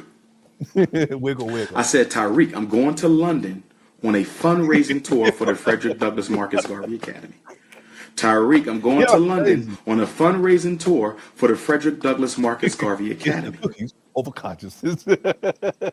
What kind of deal can you give me? I want to show Hidden Colors while I'm over there. Some people want to see it. I want to show it, and I want to buy a couple DVDs. I never sold your shit before. I got my own DVDs, but okay, this is the part that I was explaining earlier. Who actually tells on itself. Over there, some people want to see it. I want to show it, and I want to buy a couple DVDs. I never sold your shit before. I got my own DVDs, but some of the people wanted it. They hadn't seen it yet. I don't want to leave them hanging because they like the Hidden Colors brand. Okay? And we know why, right? So they're definitely conscious. Okay, Big Philly. My socks are conscious. All of them. Where's Panther? He left a long time ago. I mean, I hadn't seen him before we moved. I hadn't seen him for many months. My son did say, my youngest son said, "You guess who I saw last night?" I said, "Who?" Panther. I said, "Son, are you sure?" Because he disappeared a long time ago. He said, "Yeah, he came in." I said, "Well, what did he do?" And he just rubbed against my leg and purred, and then he left. I said, "Are you sure you didn't dream that?" He said, "No, it really happened." I was like, "Okay." But he stopped living with us a long time ago. He found somewhere else to live, and he'll show up every once in a while. I'll be like, at first it was like once a week he'll show up. Then it was like every month he'll show up. Then it was like every 3 months. He just show up, you know. Yeah, I miss him. That was my buddy right there. Yeah, me and Panthro. Lenon, do you feel dark and calm?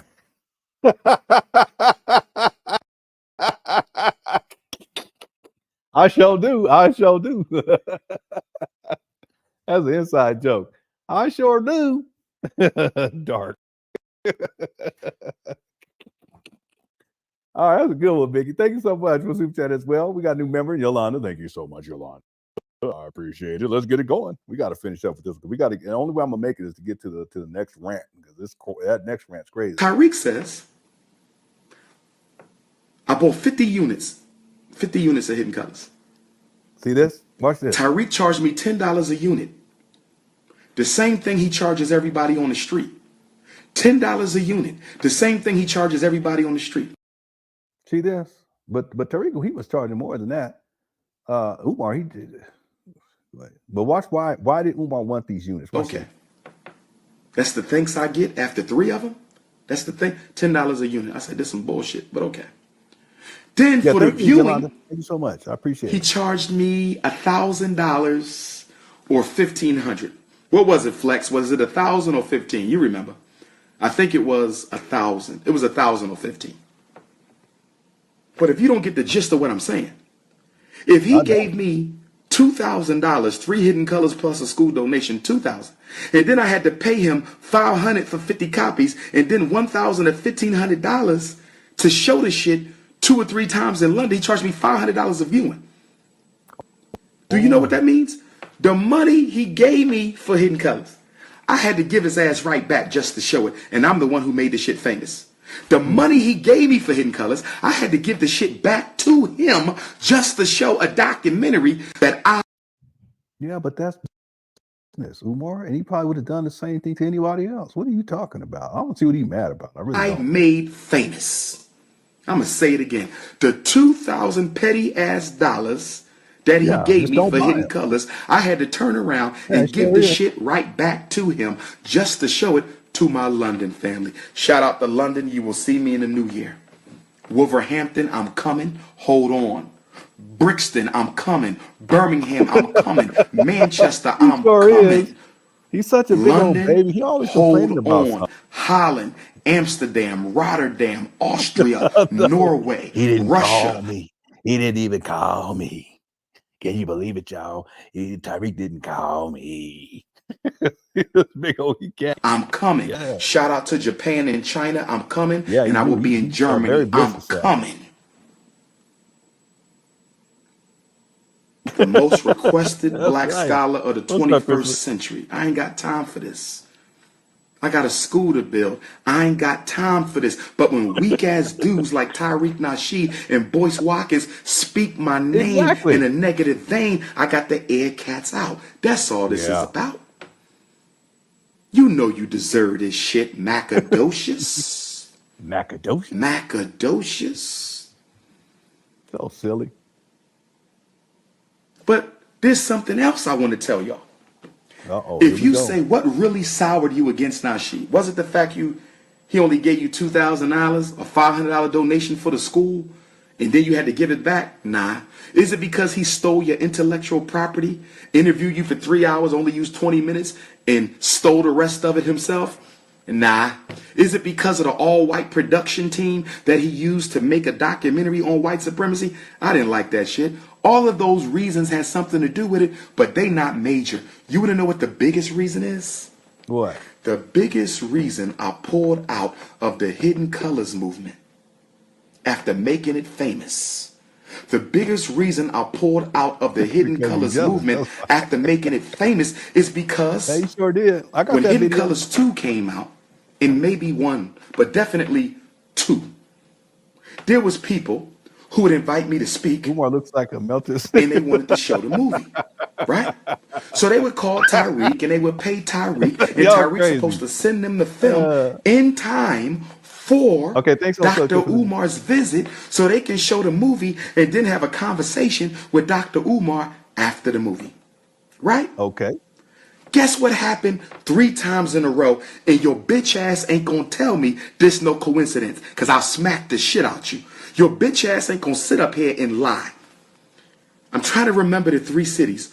One of them was Fort Worth, Texas, Doc Bookstore. And I'm not trying to put them sisters in the middle of this. I haven't talked to them in years. I don't know where they stand with me. I don't know. Because I got some haters down there. Okay?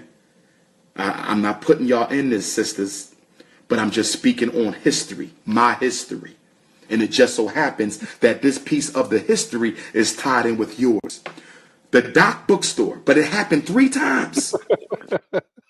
And Tariq took his Japanese massage money. That's what Umar really mad about. I could have used that money for a Japanese massage. I could have used that money to get down into the water. I could have used that money to get in the bathtub. You guys got some stuff? All right. Huh? Oh, they did? Huh? They didn't give any of their drinks. Did you pay for it? Yeah, and so they just refunded everything. Well, you want to reorder the drinks? No, we'll just do boba tomorrow. Boba was closed today. Okay. Okay, thank you, baby. I appreciate it. I know. I'm hanging in there. CashApp, they hanging in with me too. Oh, thank you. You so blessed. Bless your heart. Bless your heart, Queen. Thank you, Queen Mother. Oh, you look good too. Oh, yeah, Queen Mother looking good. What kind of smoothie is this? Strawberry banana. All right. Hopefully this will wake me up.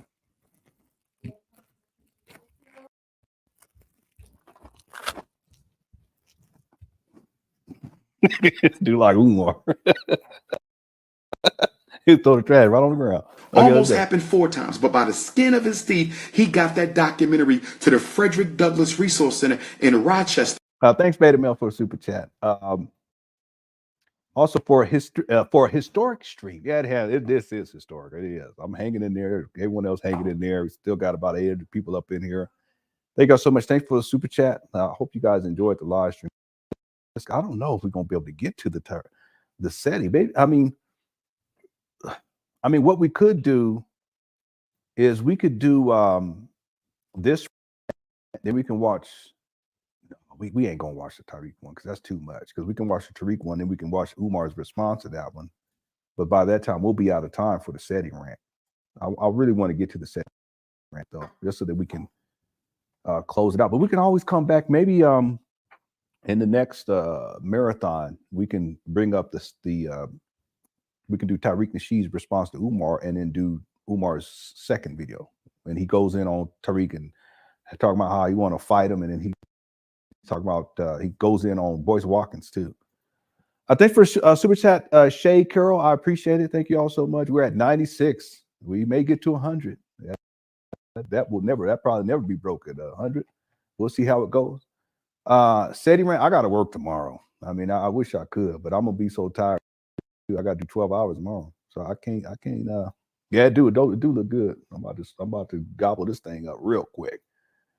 Or next week, we could do that. We can do the SETI rant. Just do it as a separate video. I mean, we really could do that. Let me think about it. We'll figure it out. Maybe I'll ask the chat room if what you all. Well, let's wait now because we still got some time. I want to see how far we can get through this particular rant right here. Do the SETI rant tonight. Okay. All right. We'll poll. We'll take a poll in a little bit. All right. Let's go. In time for hitting color street. He almost played me. Also, thanks to all the super chats, everybody. I appreciate it. Thank y'all so much. 4 times. Tariq Nasheed almost played me. Well, not me, but the customer. So the Doc Bookstore paid Tariq to show the film. Dr. Umar going to do the lecture. They paid Tariq weeks in advance. That film should have been in their hands. This shit happened 3 times in a row. So I know he did it on purpose with his hating ass. I know his jealous ass did it on purpose. I get to the Doc Bookstore. They say, Dr. Umar, we got a problem. What's up, ladies? Response is, it's something else. I said, man, Umar, you can't recover from that. You cannot. We don't have We can come back to it though. We got time in the future. The film. Tariq didn't send us the film. What you mean? We paid him. What you mean? To show the film. So I called your ass up. You remember? I said, Tariq, I'm at the dock with the sisters, man. They supposed to show Hidden Colors today. They didn't advertise it. A different cup because what happened? I don't know. You know, something happened. What you say? What your bitch ass say? Something happened with the shipment, or I ran out, or they should have had it by now, or this, or the shit happened 3 times. It didn't happen once. You did this shit to 3 different hosts for 3 different events in a row. In a row. I'm trying to remember the other 2 cities. That shit happened 3 times. So I knew you did it on purpose. So then I asked them, brothers and sisters, if I'm lying. I got some inside my bag. If I'm lying, I said, Tariq, let's do this, bro. I don't want to leave these sisters hanging. They paid you. They deserve to get the movie. Yeah. Why don't you email me the movie? Email me a digital copy. Let them show the digital copy, and I will destroy it. And if there's any protection you need to put on the digital copy, okay, you can add that protection. I will sign a document, whatever you need, brother. I will sign a document that this film will not go anywhere after they show it. And you know what Tariq told me? What do you think? You know what that coward ass nigga told me? Excuse my French. My New Year's resolution, no more N-word. Yeah, right. My New Year's resolution, no more N-word. I take that back. Tariq said, I can't do that because I have to protect my product. But you also got to protect your... Umar is a scammer, though, too. I think Tariq knew that. I mean, you're going to send him a digital copy. Well, what Umar would do is he'll just distribute that copy, probably make his own DVDs from that. But you can encrypt it. Yeah, no, don't play no games with these scammers like this. They don't make no sense. Okay, don't do it because I know Umar. Yeah, it tastes like ice cream though, but that's fine because we didn't have no sweet stuff to eat. We should have had it here because I would have got me a cheesecake. Thanks Vince. Thanks Shay and Gun Ranger and Beta Male. Everyone else this week. I thank y'all so much. But Tariq's not going to do something like that. He's a businessman. You don't do that. It's his intellectual property. You're going to send it to Umar? Umar's a scammer. You're going to send him a digital copy. That's ridiculous. Customers. You didn't care that you stuck them sisters in Fort Worth, Texas. You didn't care that you stuck me and I helped make that shit famous. And then you went on to do it 3 times in a row, brothers and sisters. He did that shit 3 times. And that's when I said, this dude is a hater. That's when it came to my realization. Tariq Nasheed got a serious problem with Dr. Umar. If you don't like me, that's one thing. But why would you sabotage somebody who paid you? Why would you sabotage the event of somebody who paid you weeks in advance to show that damn film? You's a trifling ass dude. You ain't nothing but a hoe. A Hollywood ass hoe. Dang, Umar. And then you got a nerve to be giving out crispy awards. He took a sip of that drink and threw it down. He slammed it down. He's so catty. Don't get me catty over wrong, family. Tommy Sotomayor got some shit with him. His whole anti-black woman piece. Wow, we got 700 likes too. But this video ain't about Tommy. Okay, this video about you. And one thing that people been saying that I do not condone, bruh, and I'm gonna tell you man to man. No black man who claims to care about black people. This thing tastes like ice cream. I don't even think I should be eating it or drinking it. I really don't. But you know what? I'm gonna do it anyway.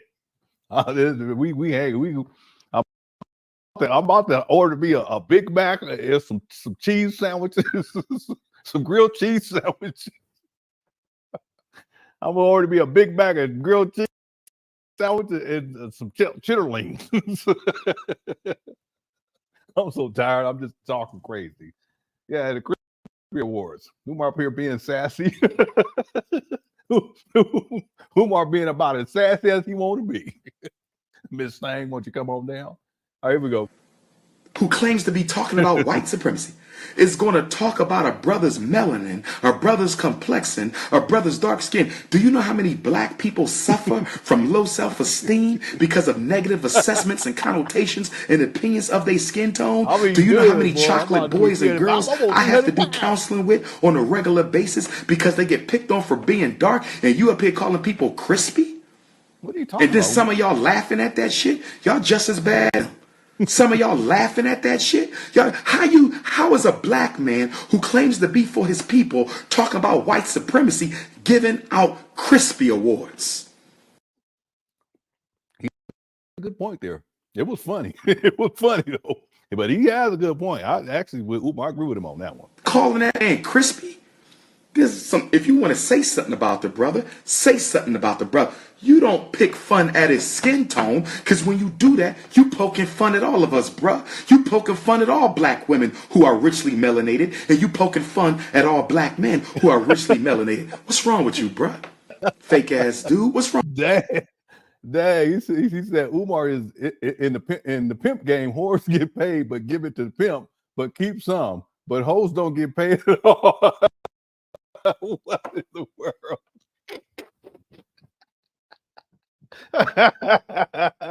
Oh man. Wow, who is this? C Greenheart Project One. Wow. You guys crazy. Yeah, absolutely. He made him SETI for being light-skinned. He called SETI an albino. A lot of people fell off of Umar. That's why we got to do that SETI rant tonight. A lot of people fell back off of Umar when he went on SETI, was talking about SETI was albino. And there was an albino brother that actually did a video. He talked about how disappointed he was at Umar. Yep, I forgot about that. You're absolutely right about that. Yeah, he sure did, Asia. He sure did. How's it going? I ain't seen you in a minute. Says, damn, you weren't lying. Been here a whole work day. You right about that. I got to do work 12 hours tomorrow. We are back from dinner. Love to see the Cookie Crush chat going all day. Thanks for the marathon, and happy Thanksgiving. Yeah, happy Thanksgiving to you, Patrick. I hope you and your family had a wonderful Thanksgiving and ate good. I hope all y'all ate good and drank good and all that. All right. That's right. Y'all got plenty of content to get in. Anyone see this later, you got a whole month worth of content right wrong with you. And you get away with that shit because you into edutainment. And most black folks are in edutainment. They don't want to do no work. And you ain't about no work, nigga. You ain't about no work.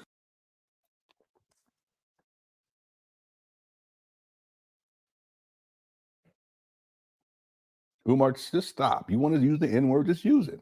You ain't got to, I'm trying to fast. You know how you be doing.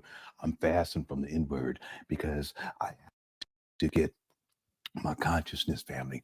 We are doing a 7-day fast from using the N-word. I'm trying not to use it. He always doing kind of a fast. I'm going to be fasting from sun up to sundown for the next month, family. One guy, he was doing that. One guy, he went to go see Umar speaking. Right before he started speaking, he had a hamburger. And the guy said, went up to Umar and said, I thought you were on the fast. Umar every year said, fast with me. Thought you was on the fast.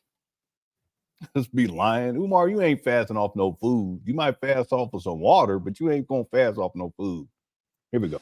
You about getting paid off documentaries that you don't even pay for. You get the money from black people, you give it to white people, they make it, you sell it to black people, you keep the money. That's a disgrace, bro. That's a disgrace, bro. And then you calling people crispy. If anybody need a Coon Award, it's your ass for having white people produce a black documentary about white supremacy. If anybody needs a Coon Award, it's your ass for getting white people, giving white people black people's money. This thing good. Giving white people black people's money to make a film about white supremacy that you sell to black folks. Umar, you already said that. Come on.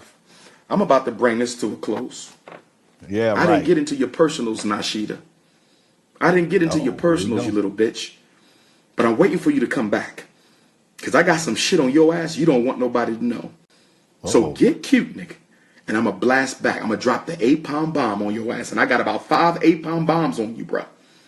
Stuff I ain't never shared about you to nobody because it don't deserve to be shared. I have a code.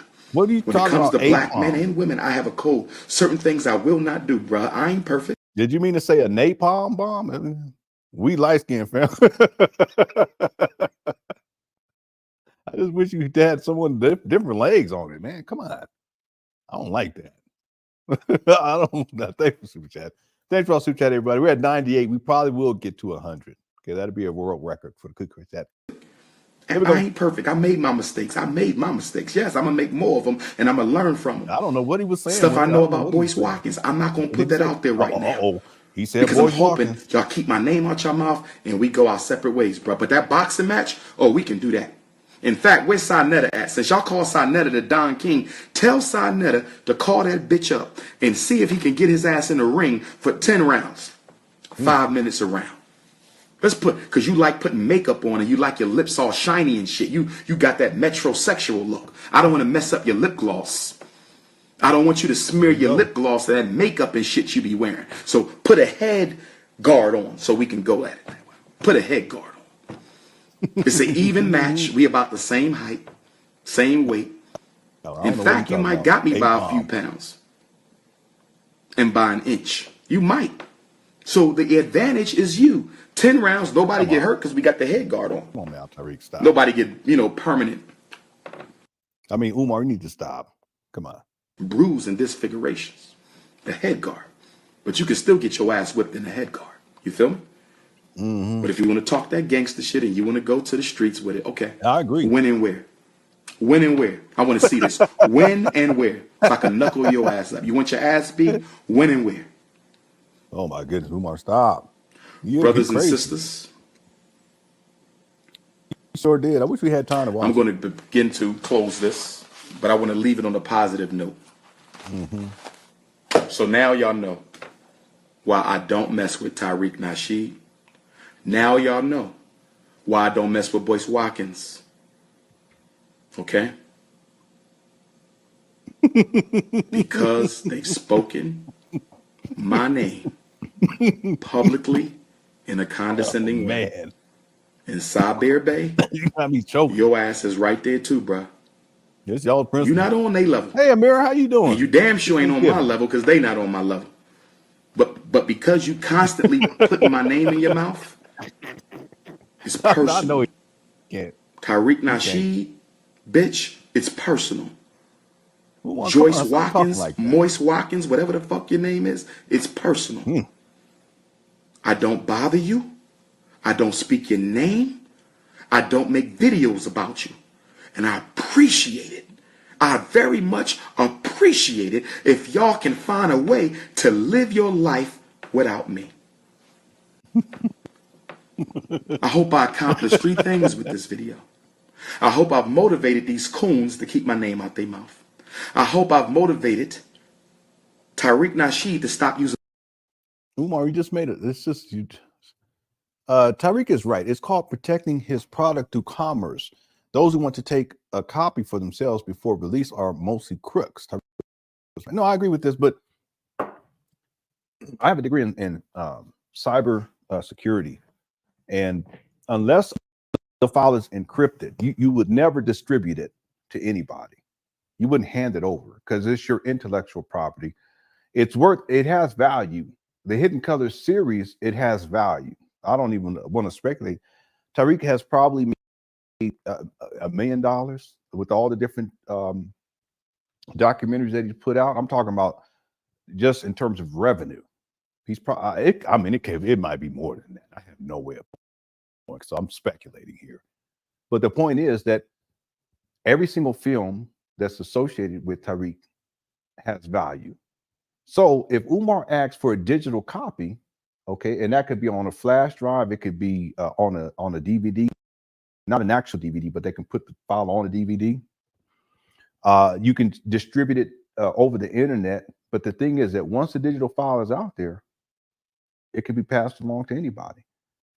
And even if you do encryption, there's ways of breaking encryption. So what happens is if that file is distributed, that means that someone will have access to it and they can turn that as an act of commerce into their own revenue generating product without Tariq knowing about it. And then if that's passed on to another person and on to another person, that's why back in the day, the internet, it was a lot of problems with the internet. I can't even remember what the site was called back in the day, where file sharing was taking place, and the music industry got turned upside down because of that, and people just passing along files for free. Everything was bootleg, Well, that takes money out of the people who produced it initially, and that would be, in this case, it would be Tariq Nasheed. It would to be taking money out of his pockets, if you will. Well, think about this. Yeah, Pirate Bay as an example, but no, I'm talking about long time. Napster. That's it. See, now we going way back. And LimeWire. I used to be on LimeWire back in the day all the time. A lot of people forget about that. I don't remember BearShare, but Napster in particular, and there was litigations and all this stuff, because what it was doing was that music artists, and even to this day, because the internet has totally transformed the music industry. There's artists that they don't make nearly the amount of money that they would have made prior to the digital age. The files were distributed, but what it does is that the more people who actually gain access to that, the less value the actual initial product has, because those people who would have purchased the product, there's no need for them to purchase the product because they just basically got it for free over the internet as a digital file. So think about this. Why would you give Umar? Umar is a scammer. He's criminal minded long before the FDMG, going all back to UNIA days. I think he was like this when he was a child, to be honest with you. Why would you give Umar that file? Tariq Nasheed, he's not going to do that. I don't think he would give the file to anybody, let alone Umar. No. So you're right. Who was that? Let me go back over here. You're absolutely right, Vernon. You're absolutely right. Tariq, he did the right thing. He protected his brand. He protected his product. And if he had given it to Umar, Umar would have done what Umar always does, which is scheme and scam and find a way to turn that into his own revenue stream. And he probably would have been claiming that he produced it or that it's his. Because that's how Umar is. He's like that. He's definitely. So Tariq, he knew what he was doing. Tariq is smart in these regards. One thing you can say about Tariq is business-wise, he knows how to make money. And when it comes to protecting his revenue stream, he's going to do everything that he needs to do in order to do that. If that means not giving Umar what Umar wants, that's what he's going to do. Umar's still mad. I'm sure he's still mad about it to this day. But for Umar, it's about money. That's what it is. He wants that money. All right. Thanks, Vernon. That's 99. Oh, thank you guys so much. And thank the Lord. Thank you. I appreciate the support, all y'all. Okay. This marathon has been obese, but we're almost not done. Okay. Thank you so much for all the super chats, everybody. And Vernon, thank you so much. And LenonHonor socks, thank you as well. I won't show my socks ever again because you guys going to talk and all that. Anyway, here we go. And stop giving white people black people's money for white supremacy documentaries. I really hope I've motivated Tariq Nasheed to stop giving white people black people's money for a white supremacy documentary in Hidden Colors, because that's a contradiction. There are some. And the third thing is I hope that my supporters, because those are the only people I'm talking to, my supporters and those 2+1, those 3 haters. The rest of you I don't give a shit about. Yep. You're right. Either for me, you against me.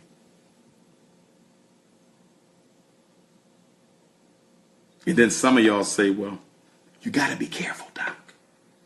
You got to be careful.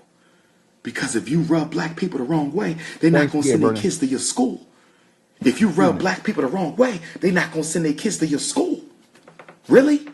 Guess what? Then leave them in charter school with the white folks. Leave them in public school with the white folks. Leave them in parochial and Catholic school where they be in special ed and misdiagnosed, and there we have it, everybody. And suspended and expelled and kicked out. All right, let's take a pause. Thank y'all. We got 100 super chats for the first time in human history. Thank y'all so much. I appreciate it. I love y'all. Thank y'all so all the support, everybody, all the chat, everybody in the chat room, the mods, everybody. Hello, everybody.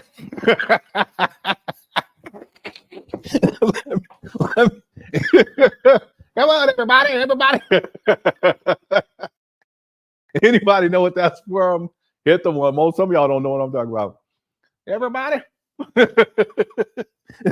Anyway, thank y'all so much. We got a record tonight. Matter of fact, we doubled up on the record, everybody. We did one. This makes 100. I think Umar is zesty. Yeah, he's very zest. he's very zest. He didn't call me. Tariq didn't even call me, man. He didn't call me. He's not your boyfriend, Umar. Stop it. Leave Tariq alone.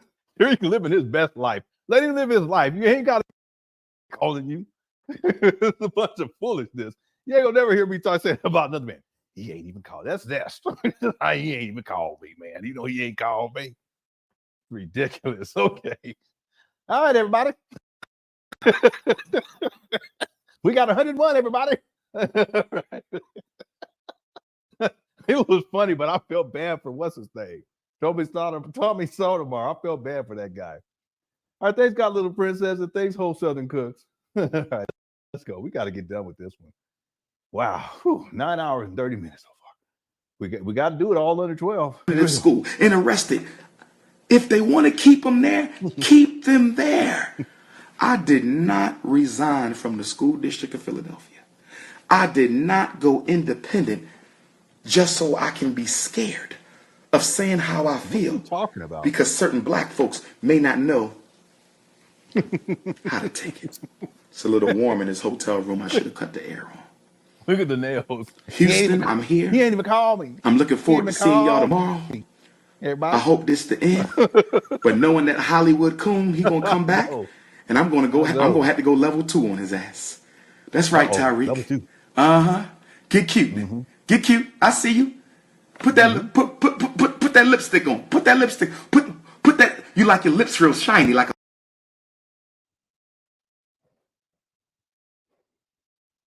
This sounds like some soft porn. What is going on right here, Umar? I mean, tell him to get ready and to put on some lipstick. What are you talking about, man? This ain't manly talk. This is zesty. My goodness, I don't understand what's going on. It's a little warm in this hotel room. I should have cut the air on. Houston, I'm here. I'm looking forward to seeing y'all tomorrow. I hope this the end. But knowing that Hollywood coon, he gonna come back. You said get ready. I'm gonna have to go level 2 on his ass. That's right, Tyreek. Get cute. Get cute. I see you. Put that lipstick on. Put that lipstick. Put that. You like your lips real shiny, like a female. Go ahead, shine them lips up, boy. Put that mascara on, bitch. Get cute. And I'm gonna come back on your ass again. But for my Houston family, you're gonna come back on his what? What in the good Lord is going on? I said, what? Get cute. I see you. Get cute. Put on a lipstick. Put on mascara. Put on the thong. Umar, you really wilding tonight, brother. We're going to have to pull back on this, okay? It's got a little too far, okay? Put on that red dress. Put on them high heels. I said, oh, no. I said, oh, no, what happened? We ain't got to do that. Let's not do that. I'm a King Kong, yo, man. I said, oh, no.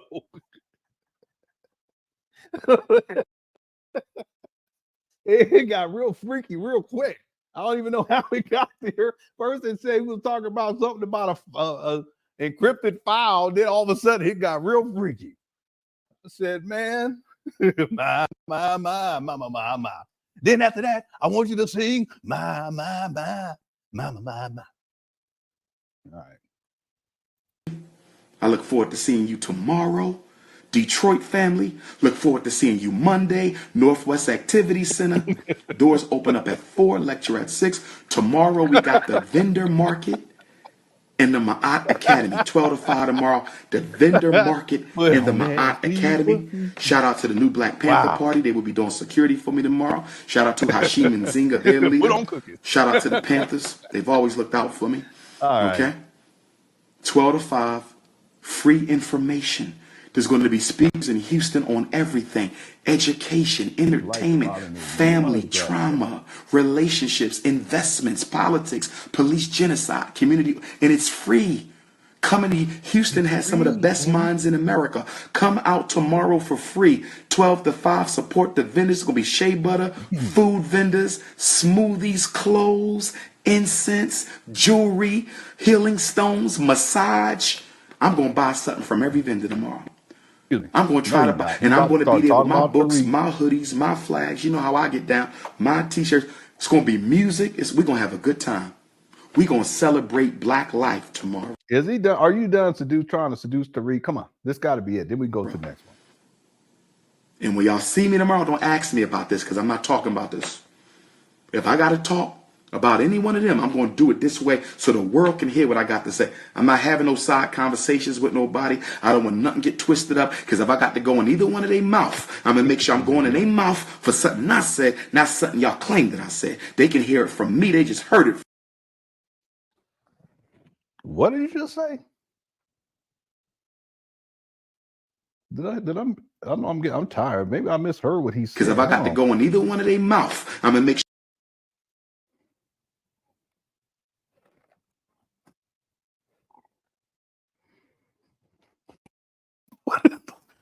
What in the world? I don't know what happened. What? Am I tripping? I thought I heard that, but then I said he didn't say that. Now I've replayed. That's what he said. I'm going in their mouth for something I said, not something y'all.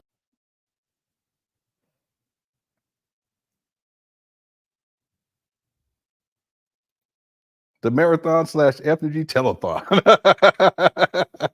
we raising money for FDMG family. We raising money for FDMG family. We got to get the lights turned on Monday. We got to get the lights turned on Monday. I don't know, y'all. Thanks, X Freeman, for super. That's 102. I don't know. I don't know why he's talking like that. I have no idea. I ain't never heard him talk like. Well, I've heard him say some crazy stuff, but it got real freaky real quick. I claim that I said they can hear it from me. They just heard it from me. My word is bond. I'm speaking facts. And if anything I said today is a lie, may I be held accountable. If anything I said today is a lie, I've given you the truth, exactly how that truth has happened, but I left some things out because you never show your full hand. I'm going to wait for them two bitches to come back, and I'm going to blast back at them again. Shrine of the Black Madonna. Doors open up at 3. Dr. Umar speaks at 5. Tickets at... You all up on Hidden Colors, makeup out, lips all super shiny and shit. What you think that shit is attractive? That's some beta male shit, homie. What? But let me stick to my message here. I don't want to get too much off task. It's attractive. Level 1. I'm going to wait for your response, and I'm going to King Kong you the next time. I'm going to wait for your response. I'm going to King Kong your ass the next time. Golly, these comments, these good chat comments are crazy. His Wi-Fi was acting up. Okay. I just got a message from Instagram saying... But I think it replays. That's why. Let me see something. You made the people give you money when I got to the studio where you were to interview me. The very interview where I decided I wasn't fucking with you no more. You had an all-white team to... Okay. Yeah, so this actually, they repeat. So it's yeah, so we got through this one. Okay, just gracious. Boy, I tell you, it got crazy. My actual time in the film might be what? All right, let's get that one off there. Now, real quick, because we're going to go to the setting rant and finish this live stream with that. We can always come back to these other ones at a later time. You know, even freaking she's roast bit of Umar. But I just want to play a little bit of this because Umar goes crazy on this one, too. This is when he was threatening that he wanted to fight or whatever, talking crazy.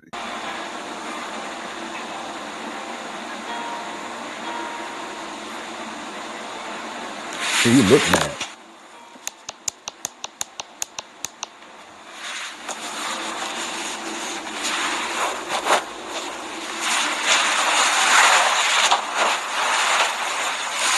He's not mad. He's trying to get comfortable.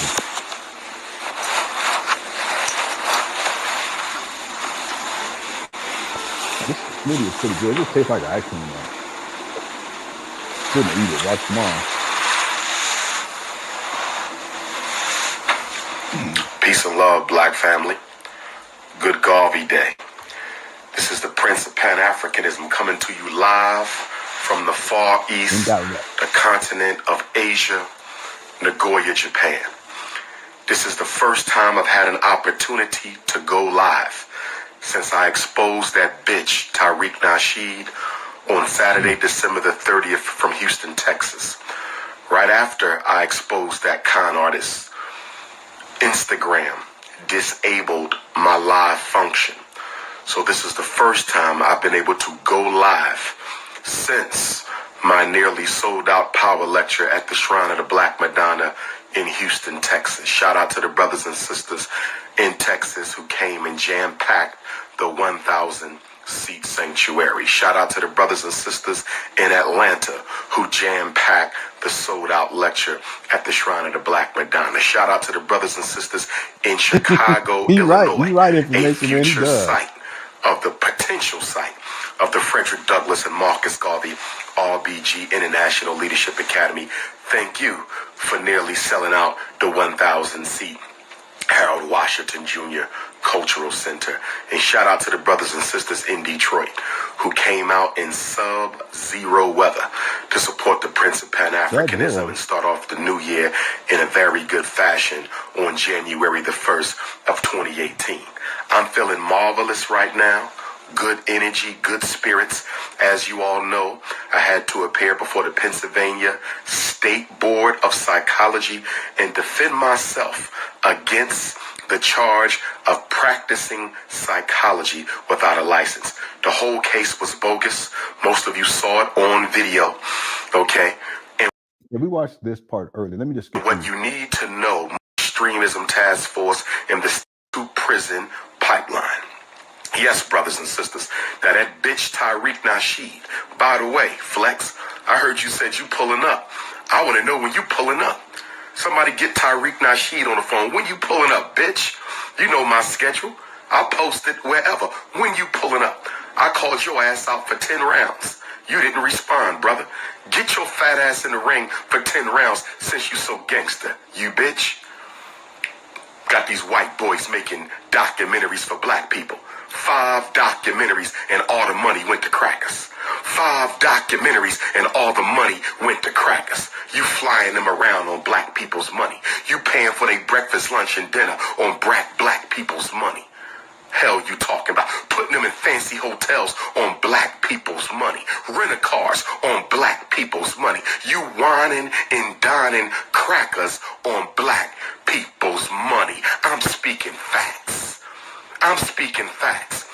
And by the way, Nasheed, I got some more bad news for you, homie. I got some more bad news for you, homie. A couple of the brothers from around the way been texting me for the past 2 weeks. See, I ain't been able to go live until now. I haven't been able to go live until now, and I'm feeling marvelous. I'm feeling marvelous right now. I ain't got a concern in the world. You understand me? The only thing I'm concerned about is whether my ancestors want me to put that first school in Chicago or Wilmington. The only thing I'm concerned about is whether or not, first of all, let me back up. Anybody who talks some slick shit, getting blocked. Okay? I'm going to dismiss your ass into oblivion for eternity. I'm going to dismiss your ass into oblivion for eternity if you make a slick ass comment. I will block your ass and I'm not letting you back in. So get cute today. It will be your last. You better make it the best diss shot you take. You better make it the best diss shot you take, because I'm blocking haters. Let me be clear. My Instagram is for supporters. I'm talking to supporters right now. I'm not talking to no haters. I'm not talking to no haters. I'm talking to supporters. Say some slick shit and I'm getting rid of you. Okay? I just want to give you informed consent because I don't want you to get upset. Y'all start emailing me, Dr. Umar, why did you block me on Instagram? I support you. You know, I just, disagree with you on one thing. Brothers and sisters, I ain't got a problem with you disagreeing.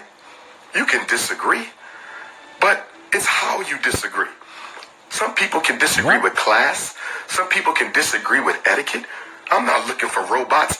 I love intellectual discourse. I love the intellectual boxing ring. I don't have a problem with that. Okay? No problems there. But when you get disrespectful, your ass is out. Because half of y'all who be trolling are unemployed, nothing to do with your ass life coons. Let me say it again. Unemployed, nothing to do with your life as coons. Okay? The only thing you have is a Boost Mobile 2-megapixel phone to troll people who doing more than you. I said, all you got is a... Umar, you ain't got no job. You unemployed. What you talking about? I got to get up tomorrow at 4 a.m., y'all. My goodness gracious. I'm gonna be fine tomorrow, but the next day, boy, I tell you, plus it's Black Friday too. I don't know where I'm gonna get my shopping day. 2-megapixel. Sign up and get it for free.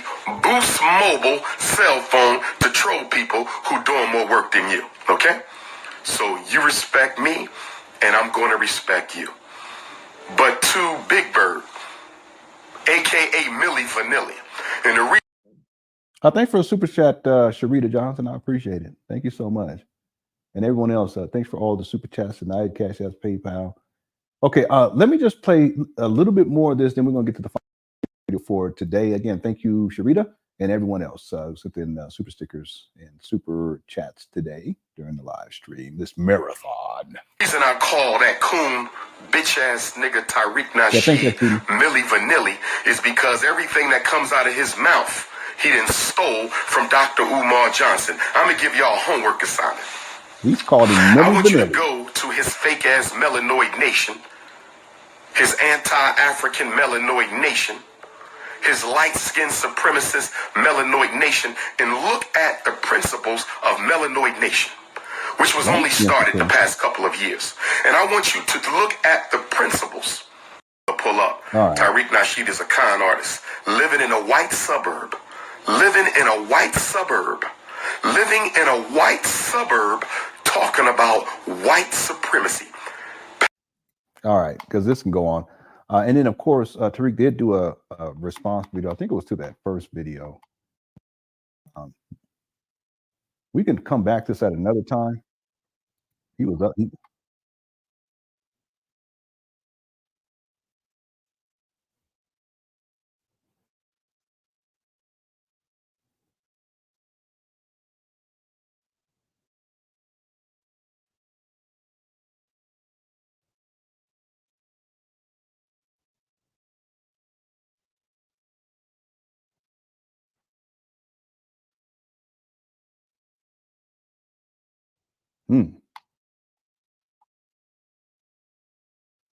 This is true.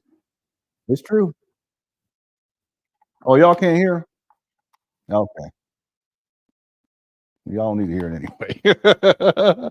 We can probably come back to this at another time, probably as another when we do another marathon. What we'll do is we'll play this video in white men, and then we'll get into Tariq's video. Wait, not that one.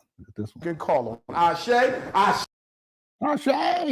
Anyway, we can play the video that I just played before this one, and then we can get into Tariq's response. But it'll be a whole separate one because we're running up against the clock because we have to get all this done before the 12-hour mark, and we still got to get through the SETI rant, and that video is quite long too. So we're gonna do that now. Thanks, Trey Carter, for the super chat. All the super chats tonight. Thank you so much, everybody. Sharita and Shay and everybody else. That's 104. That's a record.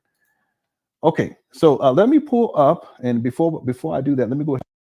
I'm gonna do that while this plays. This is for us to take our little break, and I'll be right back. Because you got somebody you can call on. Ashe, the energy is in here. Maybe so much. I always know what it is, because you know y'all tongue can cut. Watch what you say to your son ever. Ashe. And then you want to call us up to come in and play the damn cops. Walk in the house and dance. It's a beast. There's gonna be some vampires in there. Like, damn. They look like people, don't they? You think they human? Ready to give up? Everybody was there. Cousins, grandpa with a cane. I said, damn. Y'all want to fight the man just because he want to see a scene? Whether the door locked or not. You think my psychology always going to work? Hell no. Some brothers are straight third. I don't want to hear that. You got 3 master's degree. You ain't my master. Damn. Dr. Who? I ain't never seen you on Oprah. Stop laughing. Ain't no audio? What's going on? Can't nobody hear none of this? Can y'all hear this? Yeah, y'all can hear it. He did. He said, "See." He's funny. Up under your skirt and never get that masculine structure. he might start wanting to wear one. He will fix himself. I'm healthy as a mother. He ain't gonna talk about that. I know you want to shake her left, but you can't. Because you'll get a restraining order. Guilty as hell. And if you think that she's not even cute, hey, why you playing with your meat, son? I can't do that. But I can't come out and tell her that. And she become the biggest buck wild at Morgan. Yeah, and a few other people.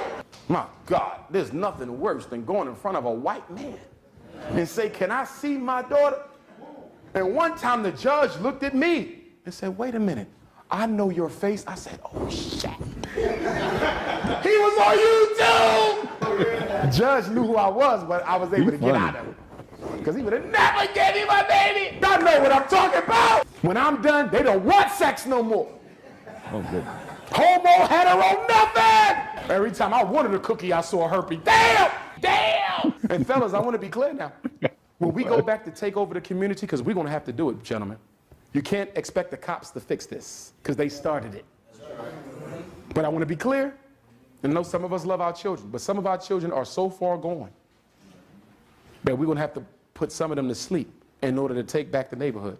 Some of y'all don't want to hear that because you don't live in reality. But I'm telling you, as a psychologist, I'm not going to be able to psychologize all of them on the corner. Some of them going to sleep for good! For good! For good! Stop laughing! All right, here we go, everybody. All right, so we have arrived at the moment in time for the last Umar Johnson rant, the top 5 Umar Johnson rants of all time. This has been a marathon. I hope you all enjoyed the show. And now we have to get the energy needed to finish what we've started, family. We have to get the energy because we are working. Okay, I'm going to pull this up and we're going to get straight into it. Cookie Crush Chat is undefeated. Let's go, shall we? Peace and love, Black family. It's the Prince of Pan Africanism, Dr. Umar Johnson. We live and direct from Jacksonville, Florida. Live and direct, Black Florida, Jacksonville. Looking forward to tomorrow. Regency Square Mall Event Planning Center. This will be my first time speaking in the good city of Jacksonville since 2012.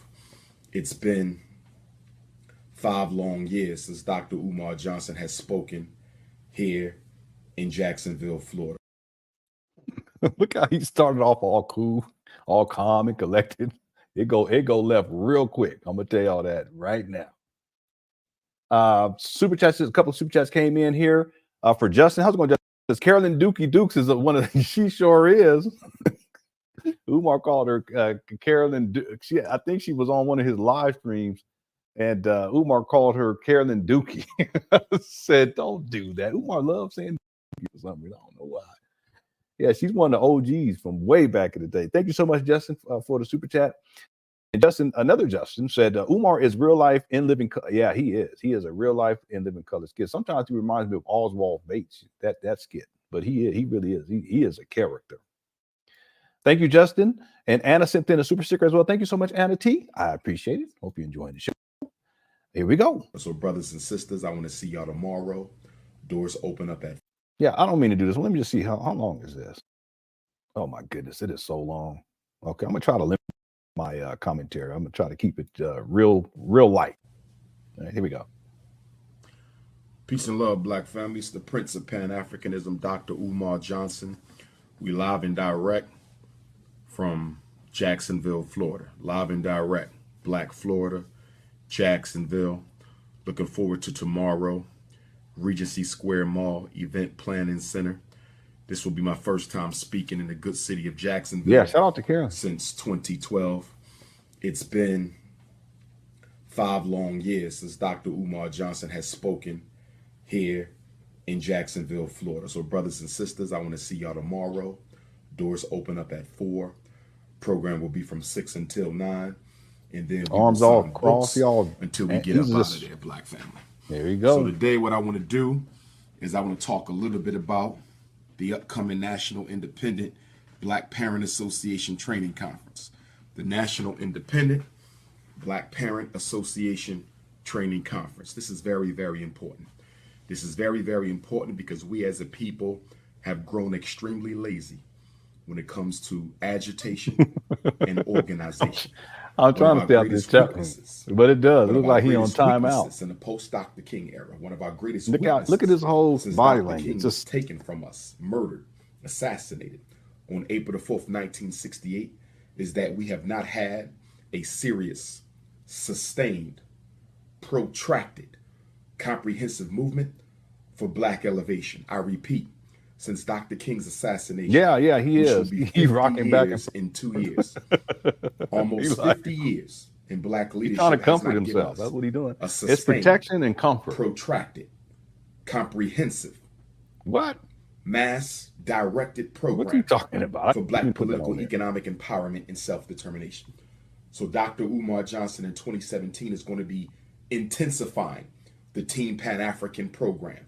In 2017, I'm going to be electrifying the international movement for the independence and protection of African people. For those brothers and sisters who are serious about the Pan-Africanist movement, you will get your chance. We're building a security team as we speak. I want to thank all the brothers and sisters who've been sending me emails who want to be down with the Dr. Umar Johnson African Guards of Garvey Team Pan-African IMIPAP security team. We working on that. My brothers and sisters who into film, my brothers and sisters who are into the media, we about to straight take over the whole conscious documentary film producing movement. We about to sack that shit. We taking that over. Nothing but positive consciousness programming in 2017. That's why you made me the Prince of Pan-Africanism. That's why I took over this conscious shit by the fucking throat. And don't worry, when I'm done talking about the Parent Association, I'ma deal with Papa Smurf. I'ma deal with that little dirty nigga. I heard you, albino. I'ma handle your ass tonight, pussy. You ain't getting away with that shit. You should have never came for me, nigga. I never fuck with your little dirty broke ass anyway. Still living in your fucking mama house. What type of grown ass nigga going on 50 still living in his mama house, nigga? Look at my face when you talking to me. This ain't no WWF, nigga. Who the fuck is you, the conscious Hulk Hogan? You the conscious Hulk Hogan? Papa Smurf? Motherfucker, you look like Tattoo from Fantasy Island with your stupid ass. Who the fuck is you? Randy Macho Man Seti Savage? You's a fucking nut, nigga. You's a fucking nut. What platform you got? What platform you got, nigga? You's a dirty nigga. Sonetta built your nut ass. Now you want it with the prince, nigga? You the general? Well, I'm the prince, nigga. The general answers to the prince. I call the fucking shots, you dirty midget. Dang, I forgot how bad this was. You see how he went to 100 in like 2 seconds, 0 to 100. And this goes on. Let it play. Fucking albino nigga. Your problem is you got an inferiority complex. Don't blame me for that shit. I'm not the reason you look like a fucking cracker, nigga. Dr. Umar ain't the reason you look like a fucking cracker. This ain't Sonetta talking. This me, nigga. I stands my own ground. I ride alone, nigga. I don't need nobody backing me. Fuck you calling niggas on the phone for? You got something to say to me? Why you calling men up on the phone for? Speak your speech, nigga. Speak your speech, nigga. Speak your speech. You built like that? I got some shit for you. I got some shit for you. Y'all ready for this, family? Y'all ready for this? I'm in Detroit Friday, nigga. I challenge you to a debate in your own fucking city. I'm in Detroit Friday, little nigga. Let's debate. My lecture will be from 6 to 8, and I charge Papa fucking Smurf. I charge Minnie Mouse to a 1-hour debate on who really runs the RBG Black Consciousness Movement, nigga. Fuck a YouTube. Fuck a Facebook. You versus me in your town, nigga. That's right. You got the hometown advantage. You got home court, nigga. 3 questions. 3 questions is what we gonna do. Seti, you fucking nut. 3 questions, bitch. Question number 1. What have you done for black people in the past 15 years? Because your ass keeps screaming about what the fuck you done, but I ain't seen shit but a bunch of plagiarized ass lectures. You ain't no fucking scholar, nigga. You ain't done no scholarship. You taking shit out of niggas' books. I'm published, nigga. Research articles and books. I'm published, nigga. You ain't wrote no books. You ain't done no articles. Umar, you ain't published. You self-published. There's a difference, and you're not peer-reviewed either. So cut it out. You ain't fooling nobody. You just up here acting the doggone fool. A lot of people stopped dealing with Umar after this. A lot of people. Articles, because you's a fucking plagiarist. All your information come from other niggas' books. Talking that shit, Mighty Mouse. You think I ain't studied your little nut ass nigga? Think I ain't studied you? Every time you look in the mirror, you see a cracker, nigga. Every time you look in the mirror, you see a cracker, nigga. So you got to go extra hard because you trying to prove to yourself that you a black man. I ain't got that problem. I'm melanated, bitch. See, here's the colorism. Remember in the other video, he was talking about how Tariq was wrong for talking about Tommy Sotomayor's skin and calling him crispy. And it's true, that wasn't right. We shouldn't do that. But here's Umar doing the same exact thing to Seti. Hit the one. See? I gotta get comfortable, y'all. I'm trying my best, but I'm old. Y'all don't know it really. I just had a birthday last week. I'm old. Y'all don't realize it. I don't look it, but I am. Dude, I need me a bottle and give me some warm milk and some cookie. I'll go right on to sleep, family. I'll go right on to sleep. Oh, yes. Yeah. I can't even put the blanket on, right? Come on, blanket, stop. The blanket. You know, he be blaming everybody. The blanket ain't acting right. Blanket, you tripping. Here we go. I'm melanated, bitch. When I look in the mirror, I see a black man. When you look in the mirror, you see a cracker, nigga. Dang. You got that Napoleon thing going on. You got that Napoleon. You see that date, August 21st, bitch. That's when I was born. 821, nigga. Bring it. Bring it, motherfucker. Little dirty midget. Umar, you I called for an elders meeting because shit was getting out of hand. It wasn't about you. I don't go around think about you, you broke ass nigga. Do you even have a job? Talking about you leading the RBG movement, nigga, and you living on your mama couch. How the fuck is you leading?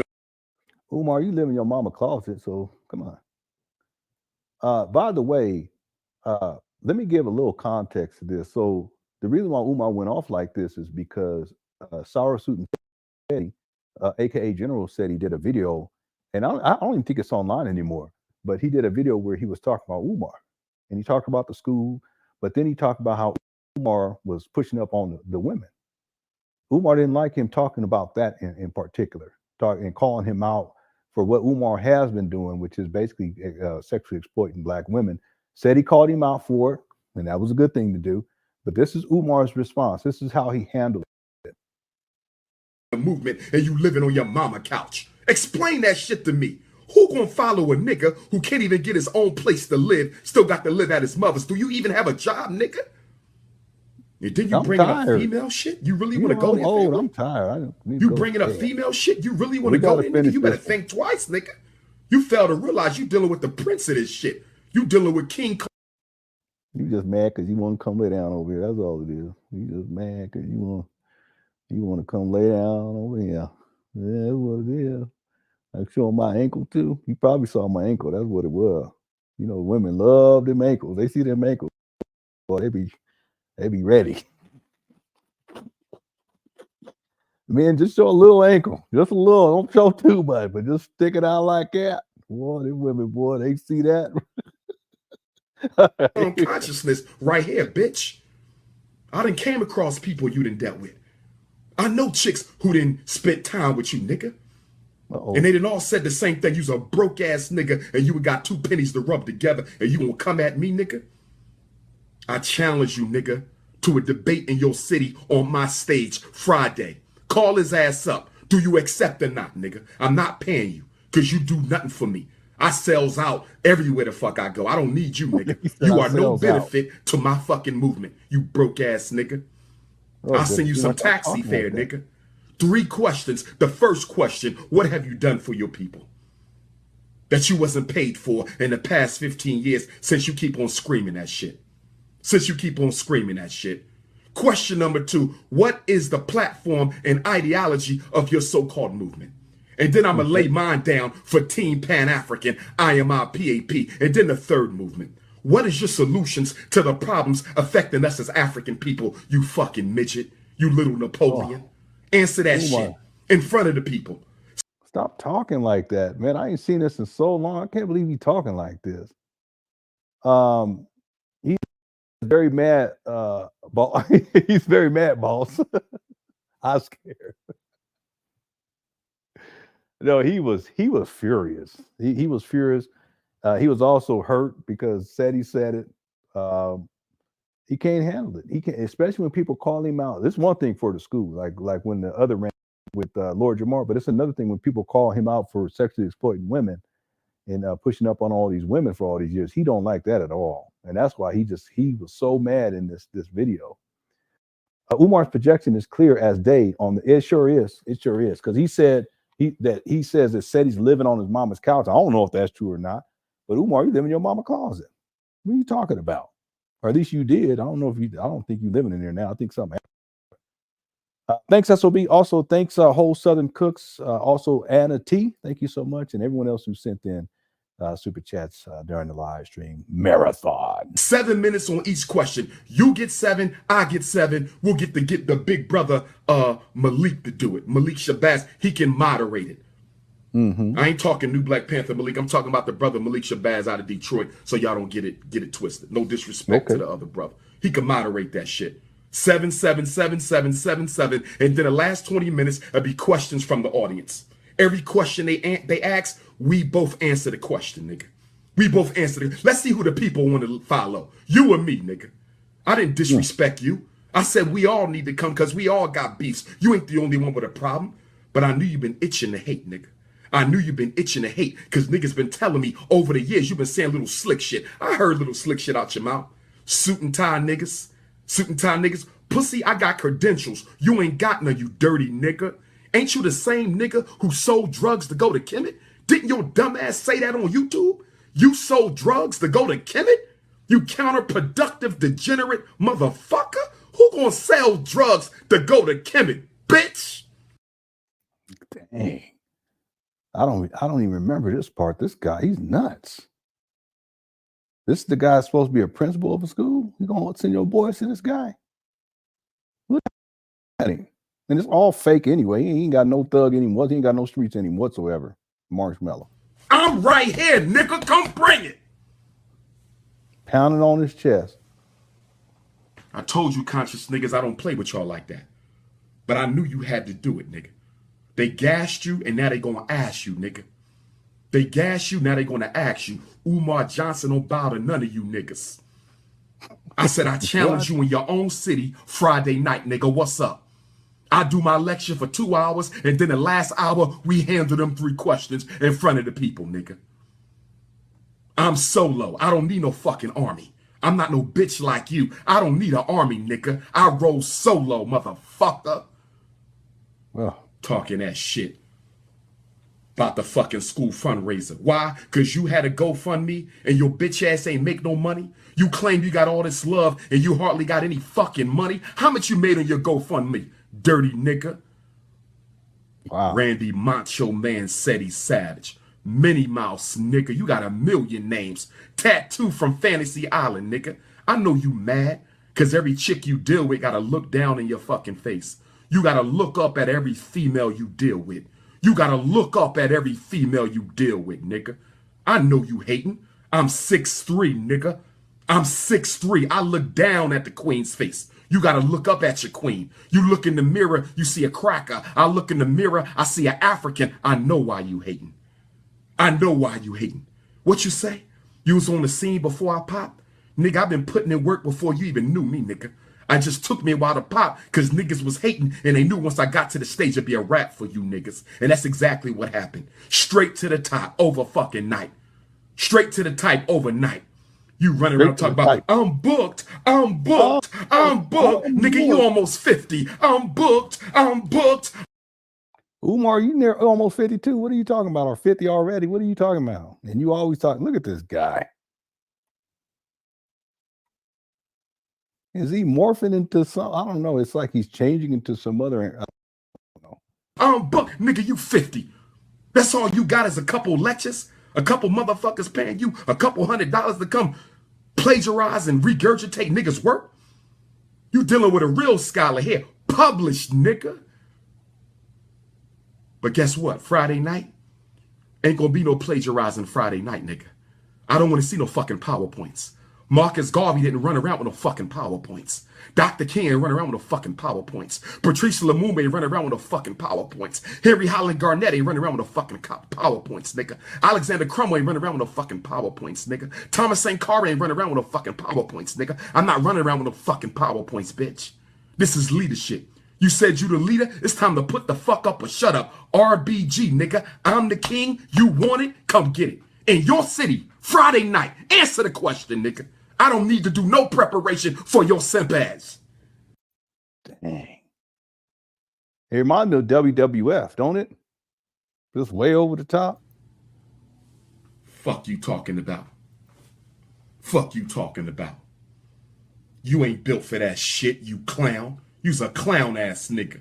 Niggas gassed you. Wasn't nobody talking to you. I said the elders needed a meeting with all of us, and you gonna disrespect? You gonna say fuck the elders? You don't give a fuck about no elders, nigga? What kind of hypocrite is you, motherfucker? Who told you to speak my name, nigga? You done bit off more than you can chew. I'm the Sean Carter of this shit. I'm the Christopher Wallace of this shit, nigga. You mad because I said no name ring louder than mine? That's what tipped you off, bitch. It's the truth, though, ain't it? It's the truth, though, ain't it? Don't no name ring hotter than mine. I don't give a fuck who don't like it, nigga. I told you, if you want the title, you got to come take it. You can't hate it away. But the jig is up now, Randy Savage. The jig is up, Hulk Hogan. That WWE, WWF shit you done pulled, that shit played out now, nigga. You 50 years old making home fucking videos, nigga. Check my videos. I don't even have a YouTube channel, nigga. And I got more videos than all you niggas. Umar, all you do is be on Instagram making videos up there at them trap bandos. What are you talking about? I don't have a YouTube channel, and I got more videos than all of y'all. I ain't got to promote myself. That's the love I get. Clown ass nigga. Talking Umar, about, stop. I'm booked. You's a simp ass nigga. You want to talk to me, nigga? You want a face-to-face conversation? You want a debate, conflict, whatever the fuck you want. 215-989-9858. And this ain't got shit to do with no shit going on in New York, nigga. This is Umar Johnson talking for Umar Johnson. So don't bring nobody else in it, because I stands my ground, nigga. You should have never spoke my name, little dirty ass midget. It ain't my fault your ass only 5 feet tall. It ain't my fault you only 5 feet tall. Fuck you gonna get mad at me because you's a midget. What that got to do with me? What that got to do with me? Napoleon? You got a Napoleon complex. You gotta go extra hard. You gotta fabricate this alpha male shit because you don't feel secure in yourself. I'm a psychologist, nigga. You don't think I can read you? I'm a psychologist, nigga. You don't think I can read right through your phony ass? What psychologist talks like this? And why you're not professional? It's just, and this is all fake too. It's just a fake street thug. You fake street thug. You ain't warring with the cracker, nigga. You ain't fighting the cracker. You fighting the cracker within you. You fighting the cracker within you. That's your problem. You ain't at peace with yourself. You said I got a little belly, right, nigga? But guess what? I'm comfortable in my motherfucking skin. I love who the fuck I am, nigga. Ain't no problems over here with the Prince of Pan Africanism. I'm straight. Why the fuck you looking at my chest for, you pro-homo nigga? What you looking at my chest for? What you looking at my stomach for, nigga? You think I waste any time looking at your nut ass? Oversized t-shirt wearing ass nigga. 50 years old still dressing like you in 5th grade, you dumb ass nigga. Suit and tie. What? Could you imagine this midget ass nigga in a suit and tie? You're already a fucking minstrel show. You probably look like a mannequin, bitch. What? Let me get back to my shit. Forgive me, y'all. Forgive the language. I had to handle something because in this conscious community, every once in a while, y'all know somebody got to try the prince. I knew he was coming because he been living in my shadow for over 7 years now. I knew he was coming because when they say RBG, they think of Ifa Tunde. They don't think of some little albino looking broke ass sleeping on his mama couch, no job having, no income having ass fraud. with a Napoleon complex because he only 5 feet tall. Nobody think about you, nigga. Don't you ever speak my name in vain. Don't you ever speak my name in vain. I'm talking to you, Seti. Friday night, what you gonna do? I'm calling you out. A debate on black leadership. Ain't gonna be no sucker shit. It's gonna be children and mothers in there, and we gonna keep the shit gangster. You got some personal shit with me, we can handle that shit out back. I didn't hear you say that, so I'm not taking it there. But I know you talk that rough shit, so if you really feel that way, nigga, I will meet you how you need to be met. But don't come to me with no WWF, make-believe, Hulk Hogan, YouTube video shit. That does nothing for me, bitch. Talking about you book. If you book, what the fuck am I, nigga? Have you even been off the continent yet, nigga? I don't even. Okay, I heard you did a little thing in Mexico. Went up to Canada, nigga. Have you been out the Western Hemisphere on an invitation? I'm not talking about your trips to Kemet, nigga. Has anybody flew your ass out the Western Hemisphere, you plagiarizing Napoleon Bonaparte, Papa Smurf ass, nigga?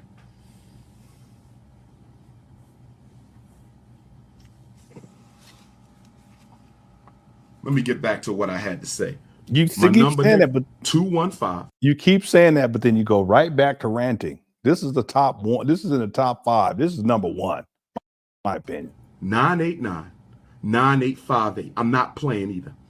I'm dead serious right now because nobody was talking to you. I said the conscious community need to have a conversation with the elders. You don't respect the elders? Well, fuck you, nigga, I do. You don't respect the elders? Fuck you, nigga, I do. You don't respect the elders? Fuck you, you midget, I do.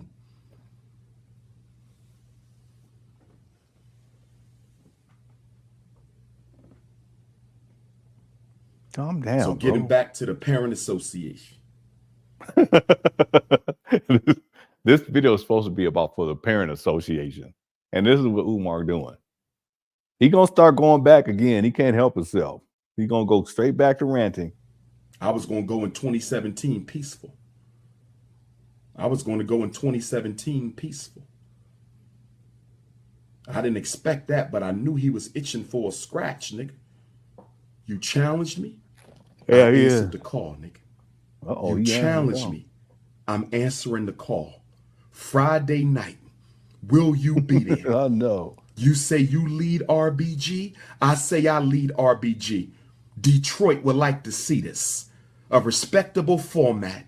3 questions and let the people choose who they want. I don't do debates, nigga. You the debate man, right? Because you got to prove your manhood to yourself. You the debate man. Because you got to prove your manhood to yourself. I don't do debates, but I'm going to debate your ass Friday night.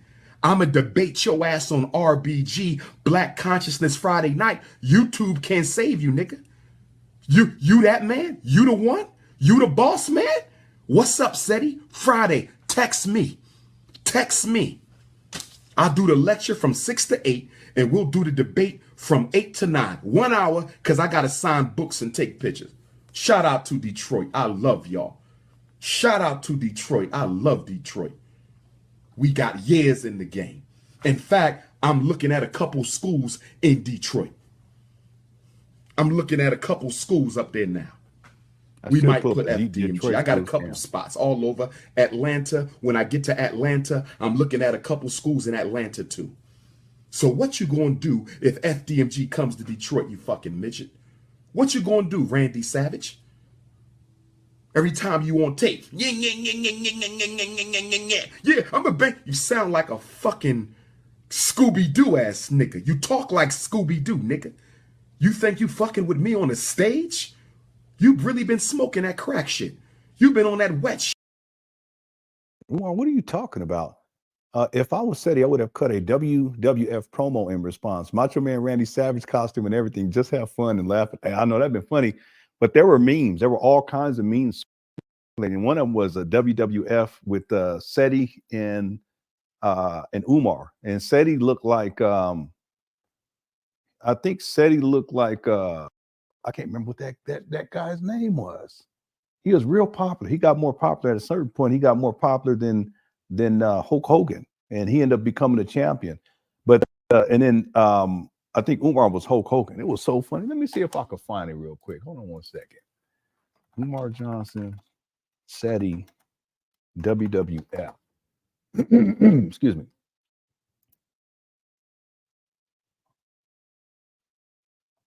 Someone got a UFC one on here too. Yeah, it's not coming up, but it was absolutely hilarious. Yeah, the Ultimate Warrior. It was the Ultimate Warrior and Hulk Hogan. Was it Macho Man? I thought it was I thought it was Hulk Hogan. It might have been Macho Man and Ultimate Warrior, but they had a meme and they superimposed SETI's face on it and they superimposed Umar's face on it. I wish I could find it because that was so funny. I'm gonna keep looking for it. Thanks, Andre, for the super chat. I think SETI did a response to it, but he was more clowning Umar to talk about how Umar was emotional, and how he couldn't control stuff. But it's very clear Umar has self-discipline. He has anger management problems too. He's very volatile. Thanks, Andre, again for the super chat. Here we go. PCP. We're almost halfway through this, so we'll be done and with plenty of time. Okay, here we go. Thanks everyone too for tuning on in. Everyone in the Cook Crush chat, you guys are undefeated. Thanks for hanging with me on this Thanksgiving. And hope you all had a wonderful Thanksgiving. He's also very unstable too. Thanks, Andre. Marijuana, what you smoking, nigga? He's very unstable. People in the hood say you be smoking. You must be thinking you fucking with me. Your oratory don't come nowhere close to me. You called yourself an elder. That's the one thing your ass said that made sense. You's a fucking elder. Keep my name out your mouth. You drew first blood. And I want y'all to be clear this shit. He drew first blood. I didn't call his name. I wasn't talking about the dude. You understand? I ain't even like the way shit went down up in New York on him. You feel me? I ain't even like the way it went down. Everybody knew I had a little ounce of respect for your ass because you do RBG as I do. But I'm the king, nigga. You ain't. So I had a little respect because out of all of them out there, you're the only one who did the RBG. The only one. And now you're going to come at me? Are you serious? See, this is what's wrong with y'all. Y'all don't know how to handle yourself. You could have came to me humbly. Listen, look at how you can't handle yourself. Sonetta cut me off. I'm broke as shit now. You mind if I open up for you and you throw me a couple hundred? I would have looked out for you because you RBG. All you had to do was come to me, right? But see, that Napoleon shit got to you. That inferiority complex you got to. Don't bring up no more fucking women. I don't want to hear another female shit out your mouth, nigga, because I will hear you out on some shit about your personals. I don't want to go there with you. I don't get in men's business and you shouldn't be in mine. You understand me? Leave the women out. If we beefing, we gonna beef man to man. You don't want to go there with me. Trust me, you don't, man. You don't want to go there with me, family. Leave that shit alone. You will lose that. Trust me, man. It's all kind of shit circulating about you. Don't go there with me, family. Keep the shit RBG, and that's how we'll do it. Answer me, nigga. 215-989-9858. The last hour debate. All right, we're about halfway through. Okay, so we got probably about another 25 minutes, and we'll be. Oh, thank y'all so much. We're almost there. Here we go. Don't bring no teams. Don't bring no squad. Come as a man. I'm coming as a man to Detroit Friday. Can you come as a man? Can you come as a man? Let's man up for one time. Can we man up for once? Well, stop acting like this. Umar. Ain't no sign-netted TVs. Ain't none of that. And that's no disrespect to him. I'm just saying, nobody got no battery in my back. This is coming from me. Because I've been getting hit up all day with the stuff you had to say about me. Talking about I'm working with kids trying to get in their mother's underwear. Did I hear you say that? It's true. Did I hear you say I'm working with children trying to get in their mother's underwear? Did I hear you say that? Did I hear you say that? Really? Say that shit to my face.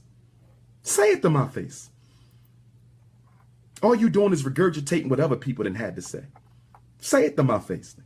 I ain't never disrespect you. I never came at you, but you have crossed the line. You have crossed the fucking line. It's done with you now. We gonna keep it conscious, community. We gonna keep it conscious, community, unless he take it there. But we can keep it straight conscious, community. I found it right here. Hold on. Andre, I found it. Let me show it to you real quick. It's small. I can't enlarge it either, but I'm gonna show it to you right now. Here's one of the memes that was being circulated. Shout out to Black Anonymous. All right, here you go right here.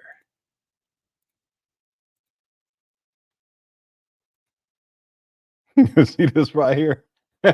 It's Hulk Hogan and Ultimate Warrior, and they superimposed Umar's face on the Hulk Hogan, and then on the Ultimate Warrior they put SETI, and this was circulating. This was so funny.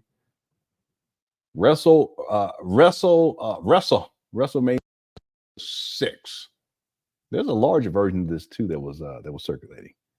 All right, now let's get back to it. Here we go. 215-989-9858. 215. Anyhow, there's 7 committees in the National Independent Black Parent Association. He just switched right over like nothing happened. And then he gonna go right back to it. What? 7 committees. If it was circulated. It was funny parents, too. Everyone was talking about it. If you're serious about helping our children, I told you. I'm really hoping you brothers and sisters join us in San Diego. I'm really hoping you join us in San Diego. Nobody was dealing with you in San Diego, brothers and sisters. I know church done made y'all lazy. Church done made y'all lazy. Church got us comfortable just praying and paying. That's not gonna get it done. I know the conscious community got y'all lazy. All they running around this intellectually masturbating old ass information. Like Papa Smurf. That Papa Smurf shit ain't gonna get us nowhere. That Papa Smurf shit ain't gonna get us nowhere. You feel me? Hold on. Yeah. Nah, I got this. I got this.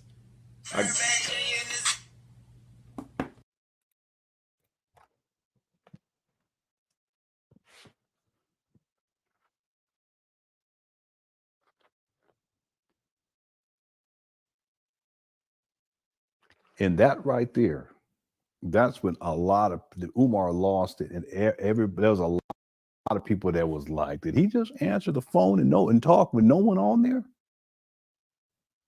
And then the phone rings,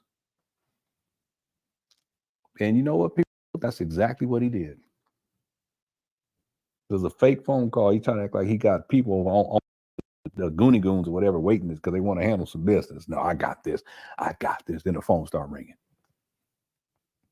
What kind of man does something like that? Is this someone, is this a principal of a school? Is this some professional psychologist, a therapist? I don't think so. This is somebody that's so far gone. He out there. I don't even see how he thought to do that. I mean, you have to really think quickly and say, you know what, let me act like I'm talking on the phone. Let me get this and act like it's still ringing. Go ahead. Nah, I got this. Then the phone rang. Boy, Umar, he's something else. I'm trying to tell y'all he's something else. That right there, even to this day, people clown him about that. You want me to run it back, East B? I'll run it back. Here you go.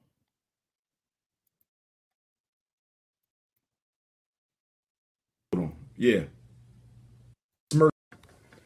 I'm really hoping you join us in San Diego because we need these chapters, brothers and sisters. Yeah, that's church done made y'all lazy. Church done made y'all lazy. Church got us comfortable just praying and paying. That's not gonna get it done. Yeah, he was fronting so bad it's ridiculous. Got y'all lazy. He was double fronting. All they running around is intellectually masturbating old ass information. Umar was Papa double Smurf. fronting. That Papa Smurf shit ain't gonna get us nowhere. That Papa Smurf shit ain't gonna get us nowhere. You feel me? Hold on. Yeah. Nah, I got this. I got this.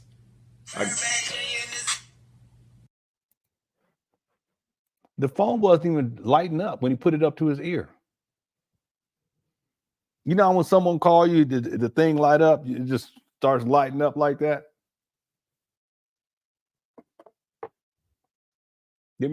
I mean, this one video, side note, this one video, it was Tony the Closer, and he was talking to this guy, and the guy was talking, I don't know what he was doing. He was trying to sell some property or whatever, and Tony the Closer said, okay, well, call your people right now. I'm gonna buy all those properties.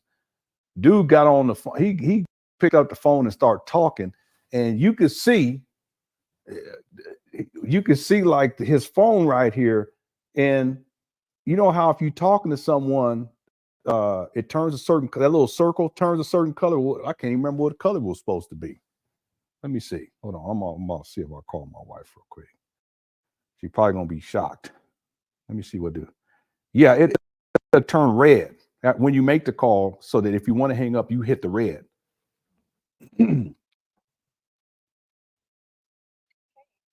Shalom. Shalom. What you doing? I'm all the way live, Queen. What you doing? What you got going on? You need to stop. Stop what? Are you live calling me? No, I'm not live. I'm not live. I'm almost. What you doing? What you got on? No, we are not. Okay, all right. We almost done too. We probably got about another month. No, it's probably be about another 30 minutes. Okay. I love you. All right. You ain't gonna say love you back? I said I love you. That's right. She's trying to play me. I love you. Bye. She's trying to play me, y'all. Why is she gonna do that? See how she be doing me? Trying to play me like that. All right, where were we? What were we talking? Oh, Umar's fake phone call. But when you make your call, it'll turn red. That little thing on there. So if you want to hang up, you know to push or swipe that red. Well, this guy on Tony the Closer, he was acting like he was on the phone, but you can see his phone right there, and it was green because he wasn't talking to nobody. Well, that's Umar. That's exactly what Umar doing right here. All right, let's get back to it. We're almost done too. Y'all so much, boy. This marathon has been a marathon. Here we go. So that Papa Smurf thing ain't gonna work. You feel me? Mm-hmm. Conscious community is like church. You got us thinking all you got to do is hear old ass information. He just acts as if nothing happened. Like nothing just happened. Shit ain't gonna get us nowhere. That Papa Smurf shit ain't gonna get us nowhere. You feel me? Hold on. Yeah. Nah, I got this. So that Papa Smurf thing ain't gonna work. He's a nut. Conscious community is like church. You got us thinking all you got to do is hear old ass one more information. time, okay. Old ass information. Like Papa Smurf. That Papa Smurf shit ain't gonna get us nowhere. That Papa Smurf shit ain't gonna get us nowhere. You feel me? Hold on. Yeah. Nah, I got this. So that Papa Smurf thing ain't gonna work. You feel me? Man, conscious community is like church. Right, got us thinking all you got to do is hear old ass information. He was just act like nothing happened. Old ass debate topics. Old ass shit. You ain't solving no problems. Brothers and sisters, we got to organize. I don't know. Garvey said the greatest weapon used against the Negro is disorganization. We have to organize. Do you understand me? We got to organize. Phones ain't loyal. That's his ringtone. You cannot do this from your laptop. Yeah. You cannot help our parents and children from your cell phone. You cannot do this shit from your iPhone. Your Samsung guy. You got to get off your ass and we. Umar, don't talk about no phones, especially after PhoneGate. What just happened? Don't try to bring anyway. We got to organize. We got to knock on doors. Who is with me? Who is with me? Yes. Ain't you tired of being at the bottom of the barrel? Ain't you tired of being laughed at by all the other races on this planet? He just was like, okay. The reason they don't better than us is they organizing. You want to go to church and think you changed something. You want to Umar, don't nobody care what you saying right here. We want to know about the phone. Okay? Go to a conscious debate with two idiots talking about old ass shit that they done plagiarized out of somebody else's books. That ain't going to change us. What's the Birdman? And then social network, this is a problem. This is a problem. Because that's all we want to do. Tweet, text, Facebooks. No, it is a problem. That phone is a problem when you're doing fake phone calls to your goons. That's a serious problem. You shouldn't be talking about no phone right here, Umar. Don't just let it go. That ain't going to do it. This is a war of extermination. People saying, why do white men keep messing with the black man? Because this is a war of extermination. They trying to get rid of us, black family. What you call me? They trying to get rid of us. So if you serious, come to San Diego Friday and Saturday. Yeah, I don't know the Birdman January 27th and 28th. Come to San Diego Friday and Saturday, January 27th and 28th. 9 a.m. to 6 p.m. I'm going to give you the training. 7 committees, family. 7 committees. Sure did. Special Ed Committee is going to investigate special ed fraud. The Special Ed Committee is going to systematically do the research. Not Papa Smurf research, real research. How many kids in special ed? Who's in for autism? Who's in for deafness? Who's in for blindness? Who's in for traumatic brain injury? Who's in for speech and language? Who's in for ADHD? Who's in for intellectual disability? How long are they in? Are they in full-time? Are they in part-time? Or yeah, but Umar, what about the phone call though? Are they itinerant where they just get pulled out a period here or there? We need to know this. We need to know this. I need. And then the discipline committee. Too many black kids being suspended. Too many black kids being expelled. Y'all heard the new information out of Missouri? If a child fights in Missouri,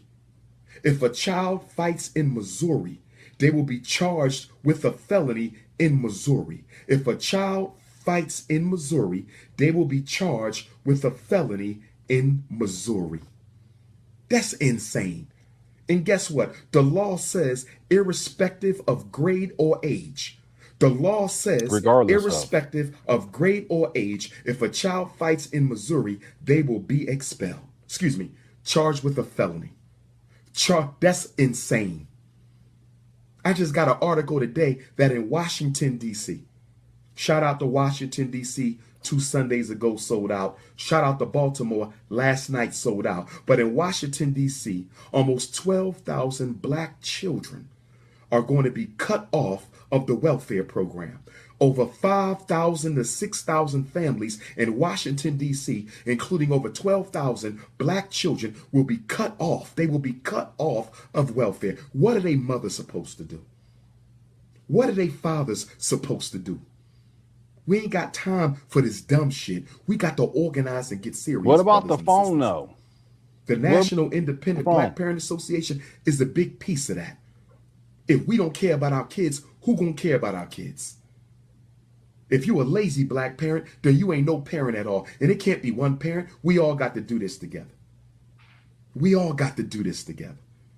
And then we're going to have the finance committee where we're going to look at how they spending the money to make sure the money is going on our children. The how finance you spend the money for the school? How about that? Who getting the contracts to clean the bathroom? What are you talking about? Who getting the contracts to bring in the lunch? Who getting the contracts to bring in the textbooks? We got to look at this. We got to look at this. And then the social support committee to help all of our struggling black families. To help our struggling. I'm serious, y'all. And we're going to do this without no government handouts. Umar, what are you talking about? I think after he got that phone call, he's lost. He ain't even talking about it. Just going around in circles, just blabbing. What about that phone, though? I ain't got time for no intellectual masturbation like the rest of these dudes. They ain't got shit to do but plagiarize people's information and cause conflict. Cause conflict. You know why your nut ass don't want to meet with the elders? So-called tribunal. I don't know where you get that shit from because I didn't call it a tribunal. You know why Papa Smurf don't want to sit down and iron this shit out? Because his whole platform is based on conflict, nigga. What are you without conflict? Your whole platform is based on conflict. If you ain't conflicting with niggas in the conscious community, you conflicting with the European. And we must defeat the European. But when do you build? Okay, after baby, you fighting people in the conscious community. You fighting the European. When do we turn into the community and build? You just can't react to racism. That's all you do. 50 years old, that's all your ass do when you ain't sleeping on your mama couch. You fighting with conscious people and you want to bang on the cracker, but you ain't banged on no. This Umar, he's projecting. Umar's going after everybody. Tariq Nasheed, I mean, he's going after everybody, literally. Saw Netter, he's gone after everybody, just projecting. Right. Because one of your queens told me that your ass is a school police officer. You's a school police officer. And you supposed to be the general of the Black Power? Really? And you's a fucking school cop? You serious right now? You's a cop? A school cop? Like, Umar, man. Boy, here he goes. You's a cop? Now, you might have never locked him up, but you... Listen, Umar's about to turn up. You's a cop. You a part of the team. I ain't never been no cop. I ain't never been no military man. Oh, no, he's talking right now. I ain't never been no government agent. Yeah, he's talking about SETI right now, but he's going after everybody, literally. He's going to, I can't think of anyone in the black country that he ain't taking shots at. I ain't never been no government employee. Never. Never. My life is real. Never.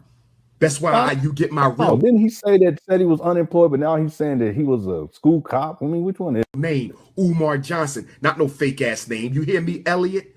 Elliot, are you listening to me, Elliot? Huh? Fake ass, pseudo ass WWF dude. Speak on me. You done lost your mind, boy. Boy. Now you got to answer the challenge. You got that sound like me right there. You need to cut it out, boy. Answer the challenge. You called me out. I answered. Friday night, 8 to 9, 1 hour. What you gonna do? Who is the leader of the RBG Black Conscience? I can't believe he's acting like this. He is, Jermaine. He's bugging. I'm giving you home court advantage.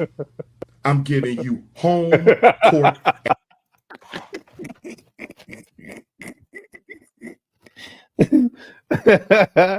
Elliot versus Jermaine on Saturday, January 26th. 11 p.m. From 11 p.m. to 12. 10 rounds of action. No holds barred. No holds barred. Elliot versus Jermaine. Mike Tyson will be the referee. The play-by-play will be called by Saw Netter and Tariq Nasheed.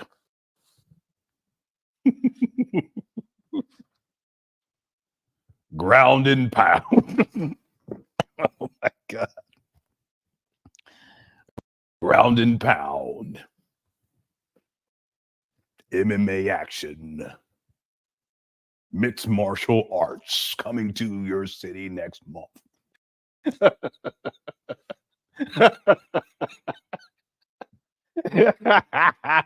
Elliot versus Jermaine, January 26th. Be there. Yeah, I would go. I definitely would go. That's what they call it.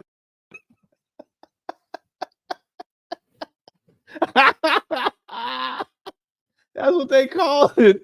If you ever watch the MMA where they get them on the ground, they call it ground and pound. I never thought about it until just now. I said, wait a minute. Wait a minute. That sounds a little zesty.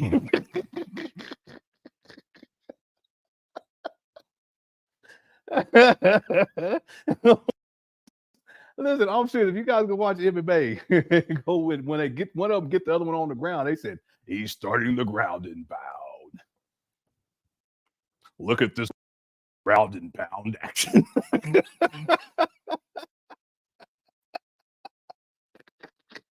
I kid you not. That's what they be saying. Now I think about it, I'm like, wait a minute. He's been working on his ground. And they say this. They say this. He's been working on his ground and pound in practice. He's been practicing his ground and pound. We expect him to get him on the ground quickly and pound. I said, oh my God.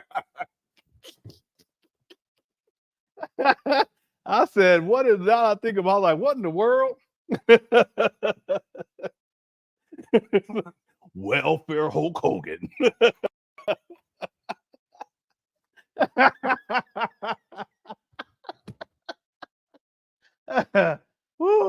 Wow.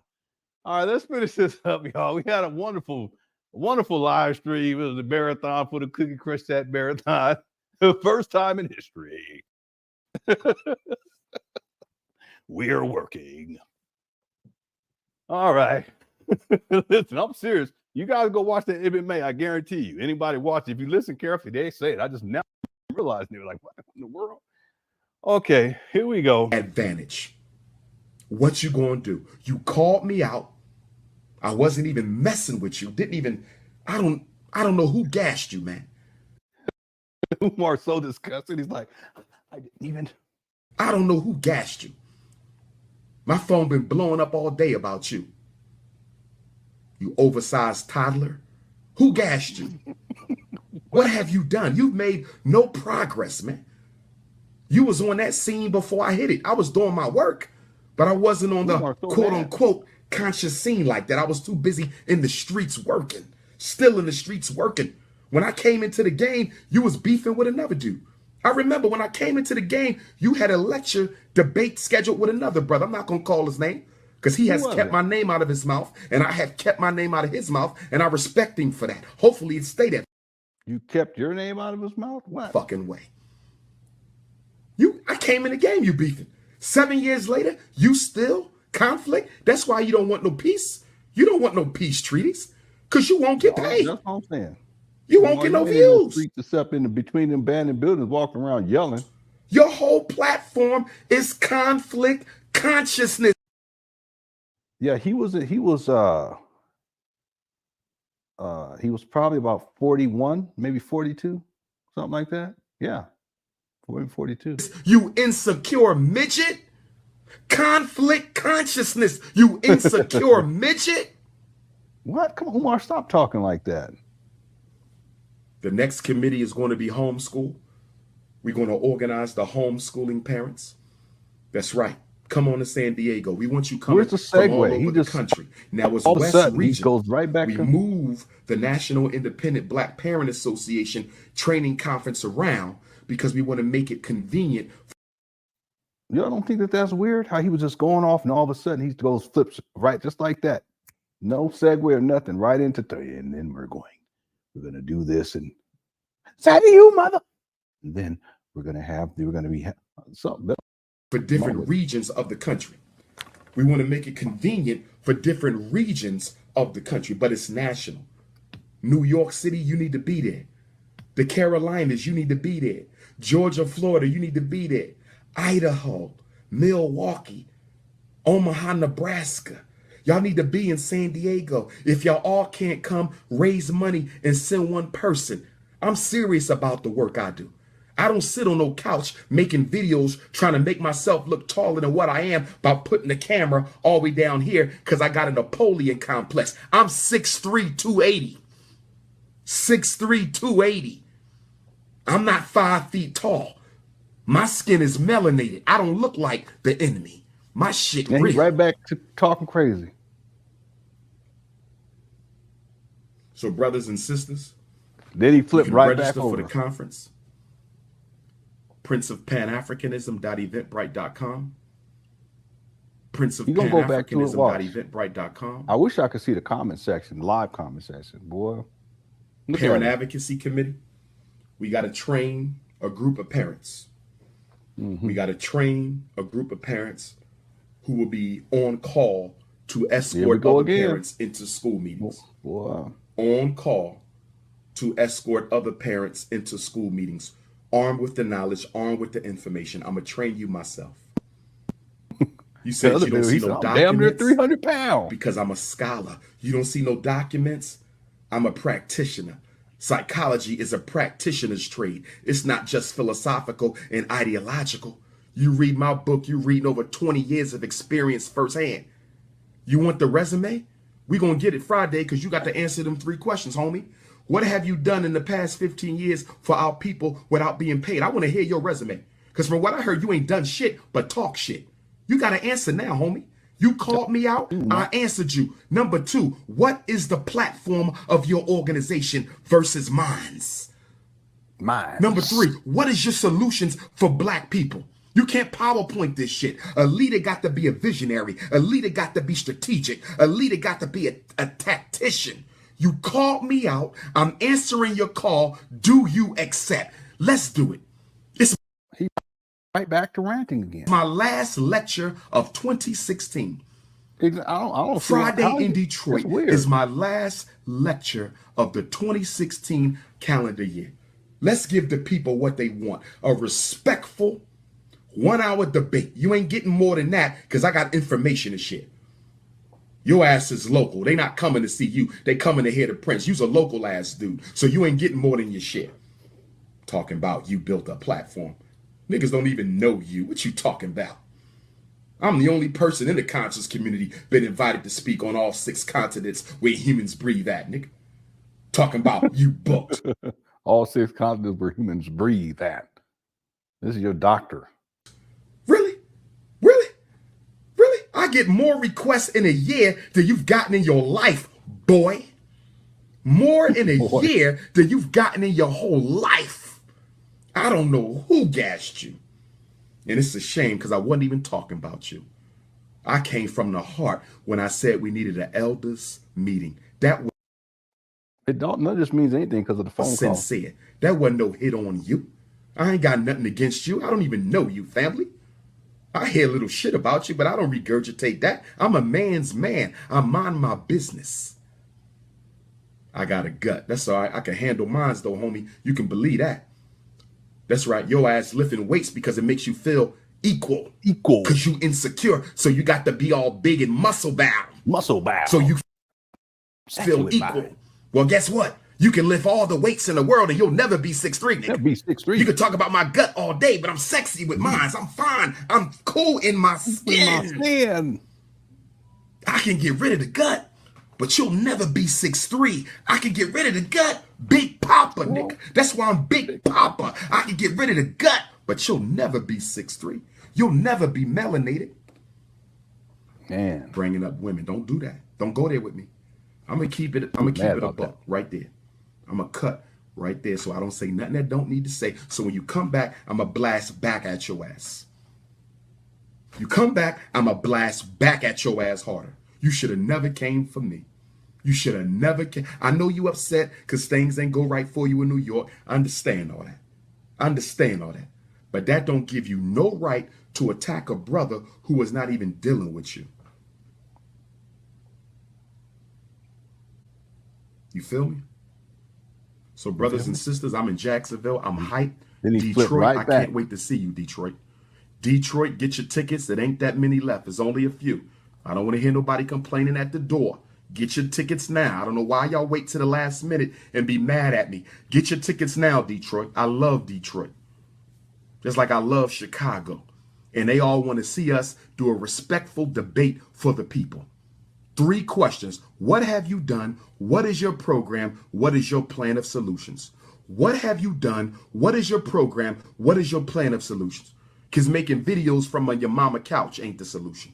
Making videos from your mama couch ain't the solution. A nigga who can't get his own house can't leave. Did Umar just say the other dude is a cute little... Nobody nowhere. I hope not. I didn't hear that. My Chicago people said they coming through. Indiana people said they coming through. Cleveland coming through. Umar's such a fake thug. Cincinnati coming through.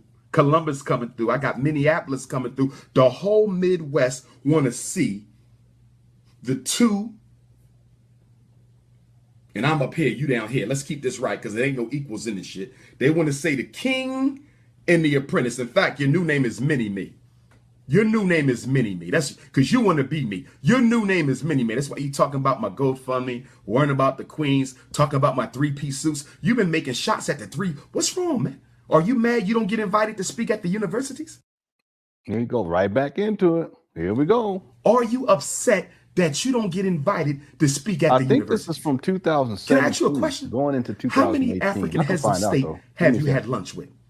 How many Caribbean prime ministers have you had lunch with?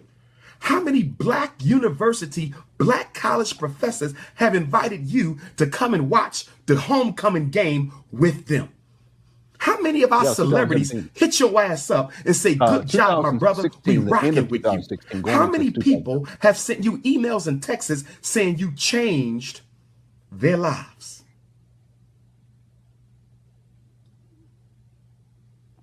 Excuse me. Brothers and sisters, sometimes I got to vent.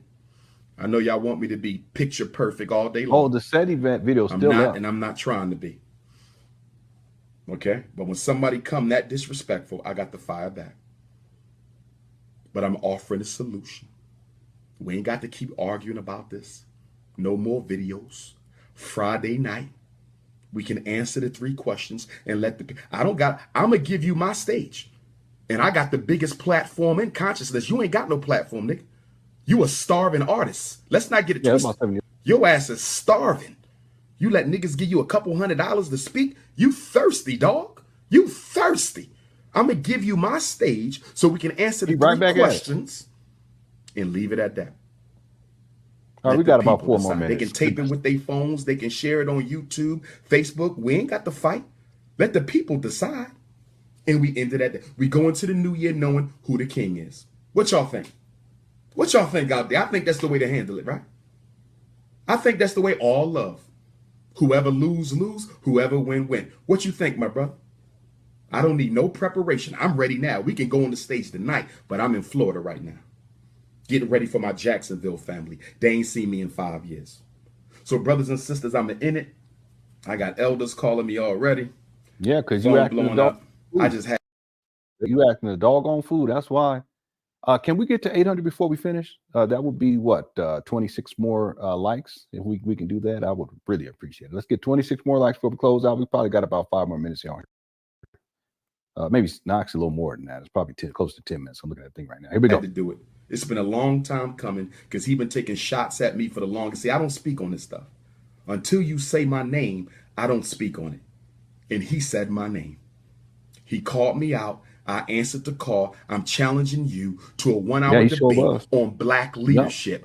RBG, not no damn plagiarized books. I don't want to see no rusty ass PowerPoints. I don't want to see what you done stole out the library. This is you and me, RBG Black Consciousness. To work day tomorrow. Is the leader? What have you done? What is your program? What is your platform if going you guys forward? like the marathon, go and hit the like audience, button. Thanks everyone for tuning on in. Thanks to all the mods for handling it. They want to cook Christian. Y'all undefeated. Facts, respect. They want to I don't even do debates. But I will debate your ass. I will debate your ass any day. You Scooby-Doo sounding ass clown. Super chats. Thanks for the cash apps and the PayPal as well. We had brothers and sisters. 788, 12 more, 12 to 79. 79 could be 79. I'm gonna end on that. Give me some sleep. 79, 79, could be 70, 79. Y'all see somebody 79, 79, 77, 791, 791, 791. All right, 791 could be 791. Once going twice, 792. I'm about to call it right here. 792 can be in 792. 792, 792. 55, taking the 792, 792, 792 going once. I'm going to do it. This is it right here. This is about it. This is a winner. 792. We're trying to get a 792 going once, going to 794. 794 to a lady in the back. Thank you so much. Thank you so much, lady in the back. Thank you so much. Coming to 795. 795. 795 going once. 795 going twice. Come on, bit of man. 795. 795. 795. Got 795. Let's get them up. Let's get them up. We're about to 795. 794 going once. I said 794 to 795 with the man right here with the blue jeans on. 795, 795. Thanks so much. Happy to see you still got a crush on me. Oh, my Lord.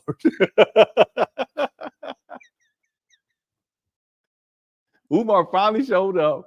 Umar, your rants are off the chain, my brother. Get out that bathtub. Maybe you just stop it.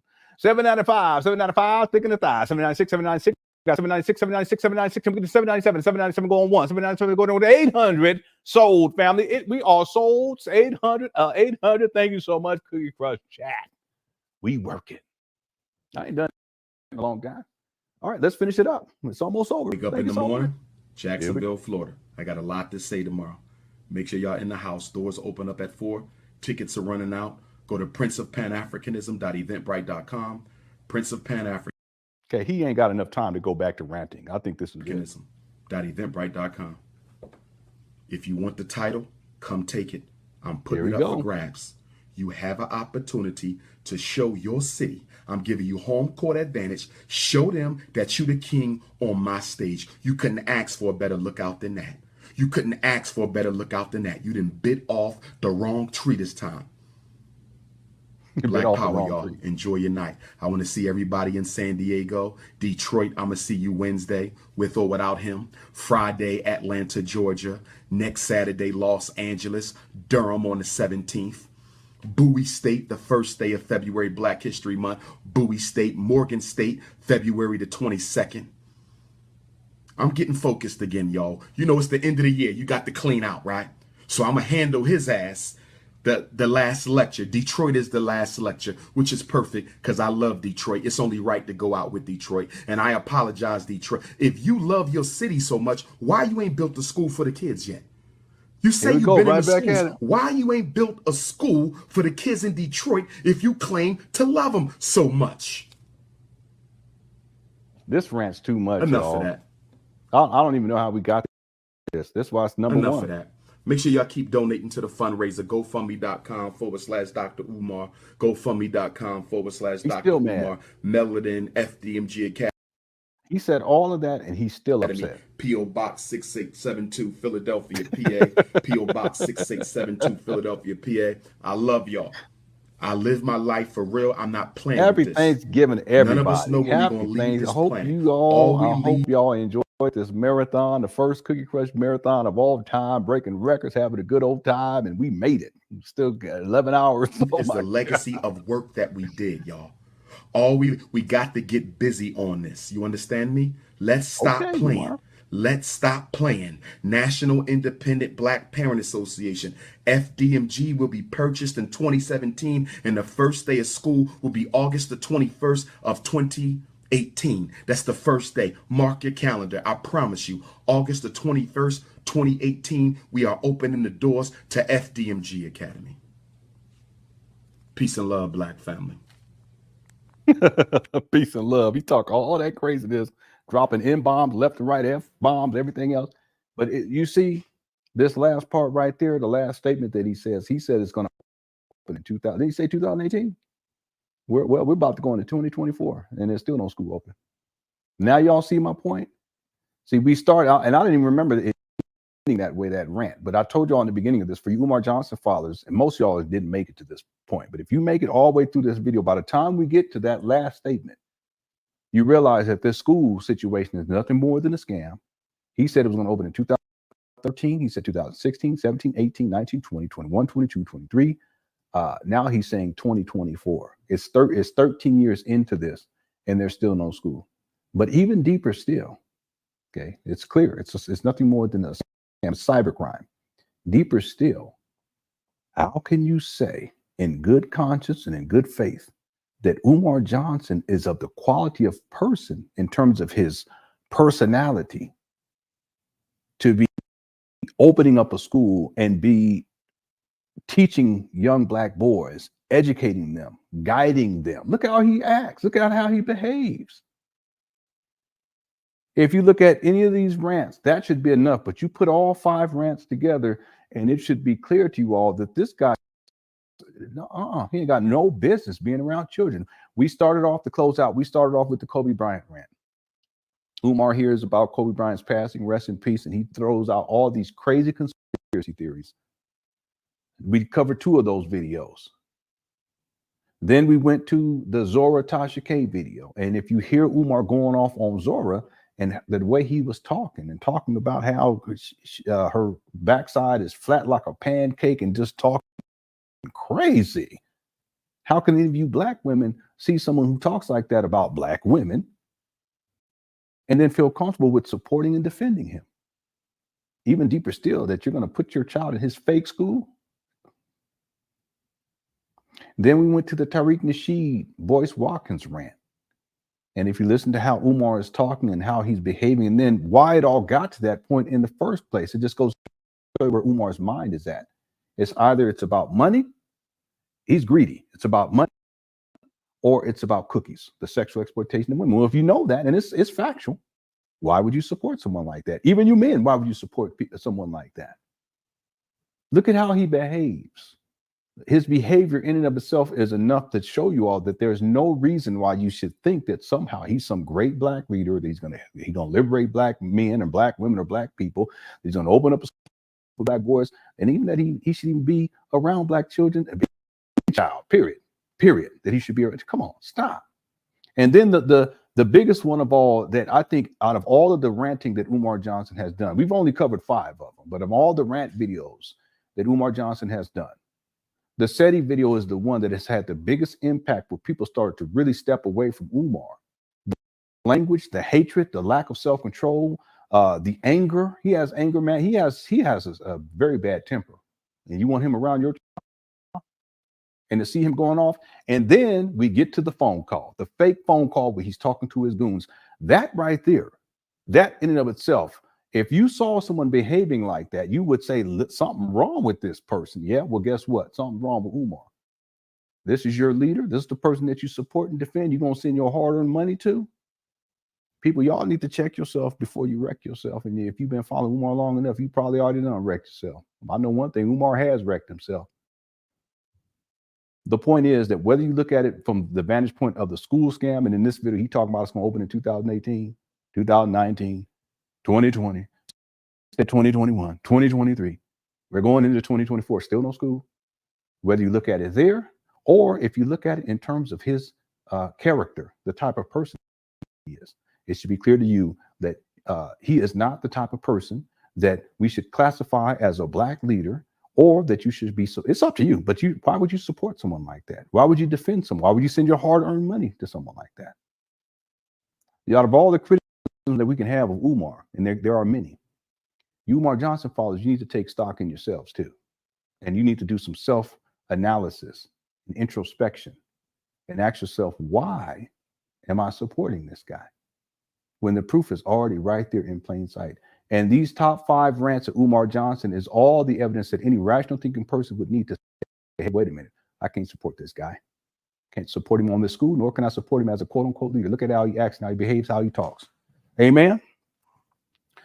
All right. Thank you all so much for being here for this first, and hopefully not only, Cookie Crush Chat Marathon. And I think it was an overwhelming success. We had, I don't know, it was 113 super chats. We had over, I think it was 700 likes or something like that. Thank you all so much, everyone who sent the likes for this live stream. I appreciate that as well. I also want to thank our mods for handling the video. Also, thanks to everyone inside the Cookie Crush chat. WrestleMania 40 is only months away. I challenge you, Leon, quit making videos and face me one-on-one.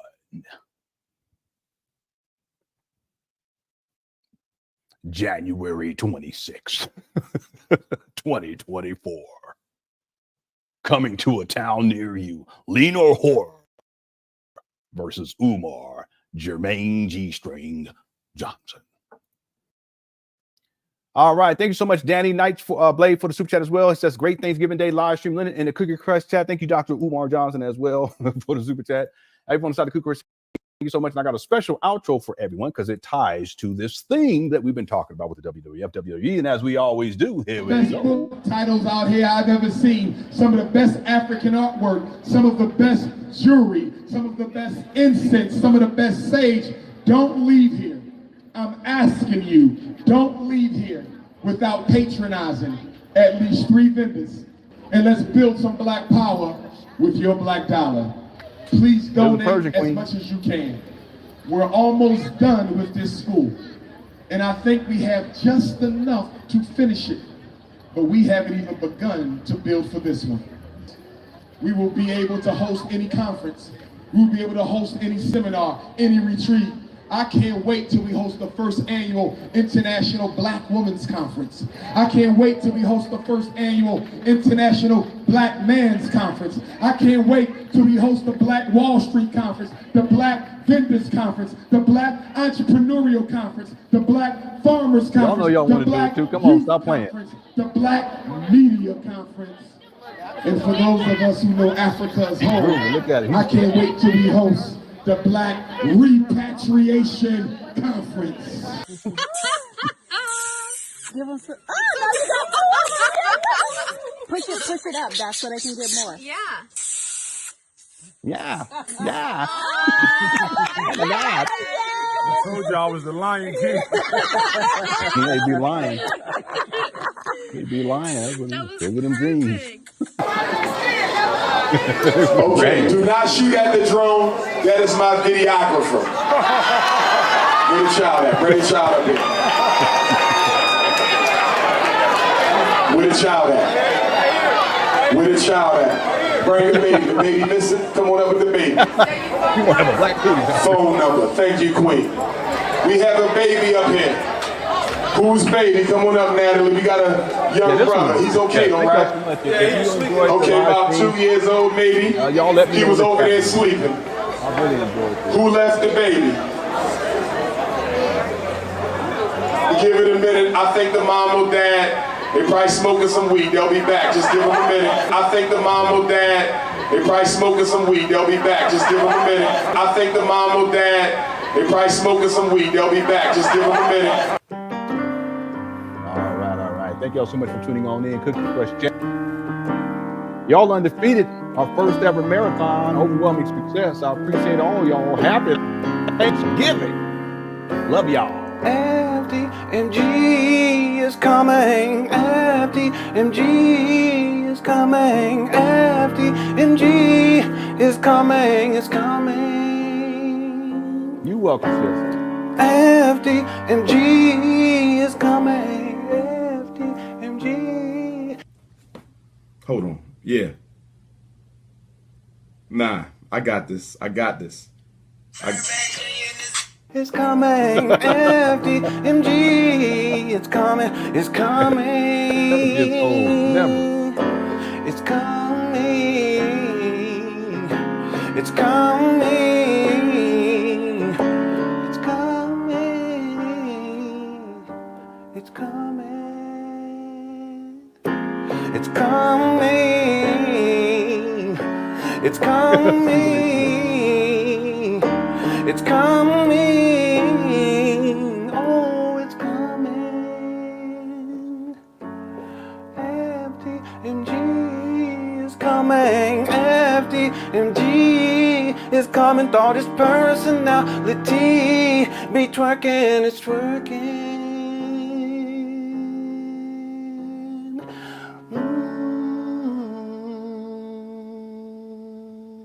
All right. We did it. We got through it.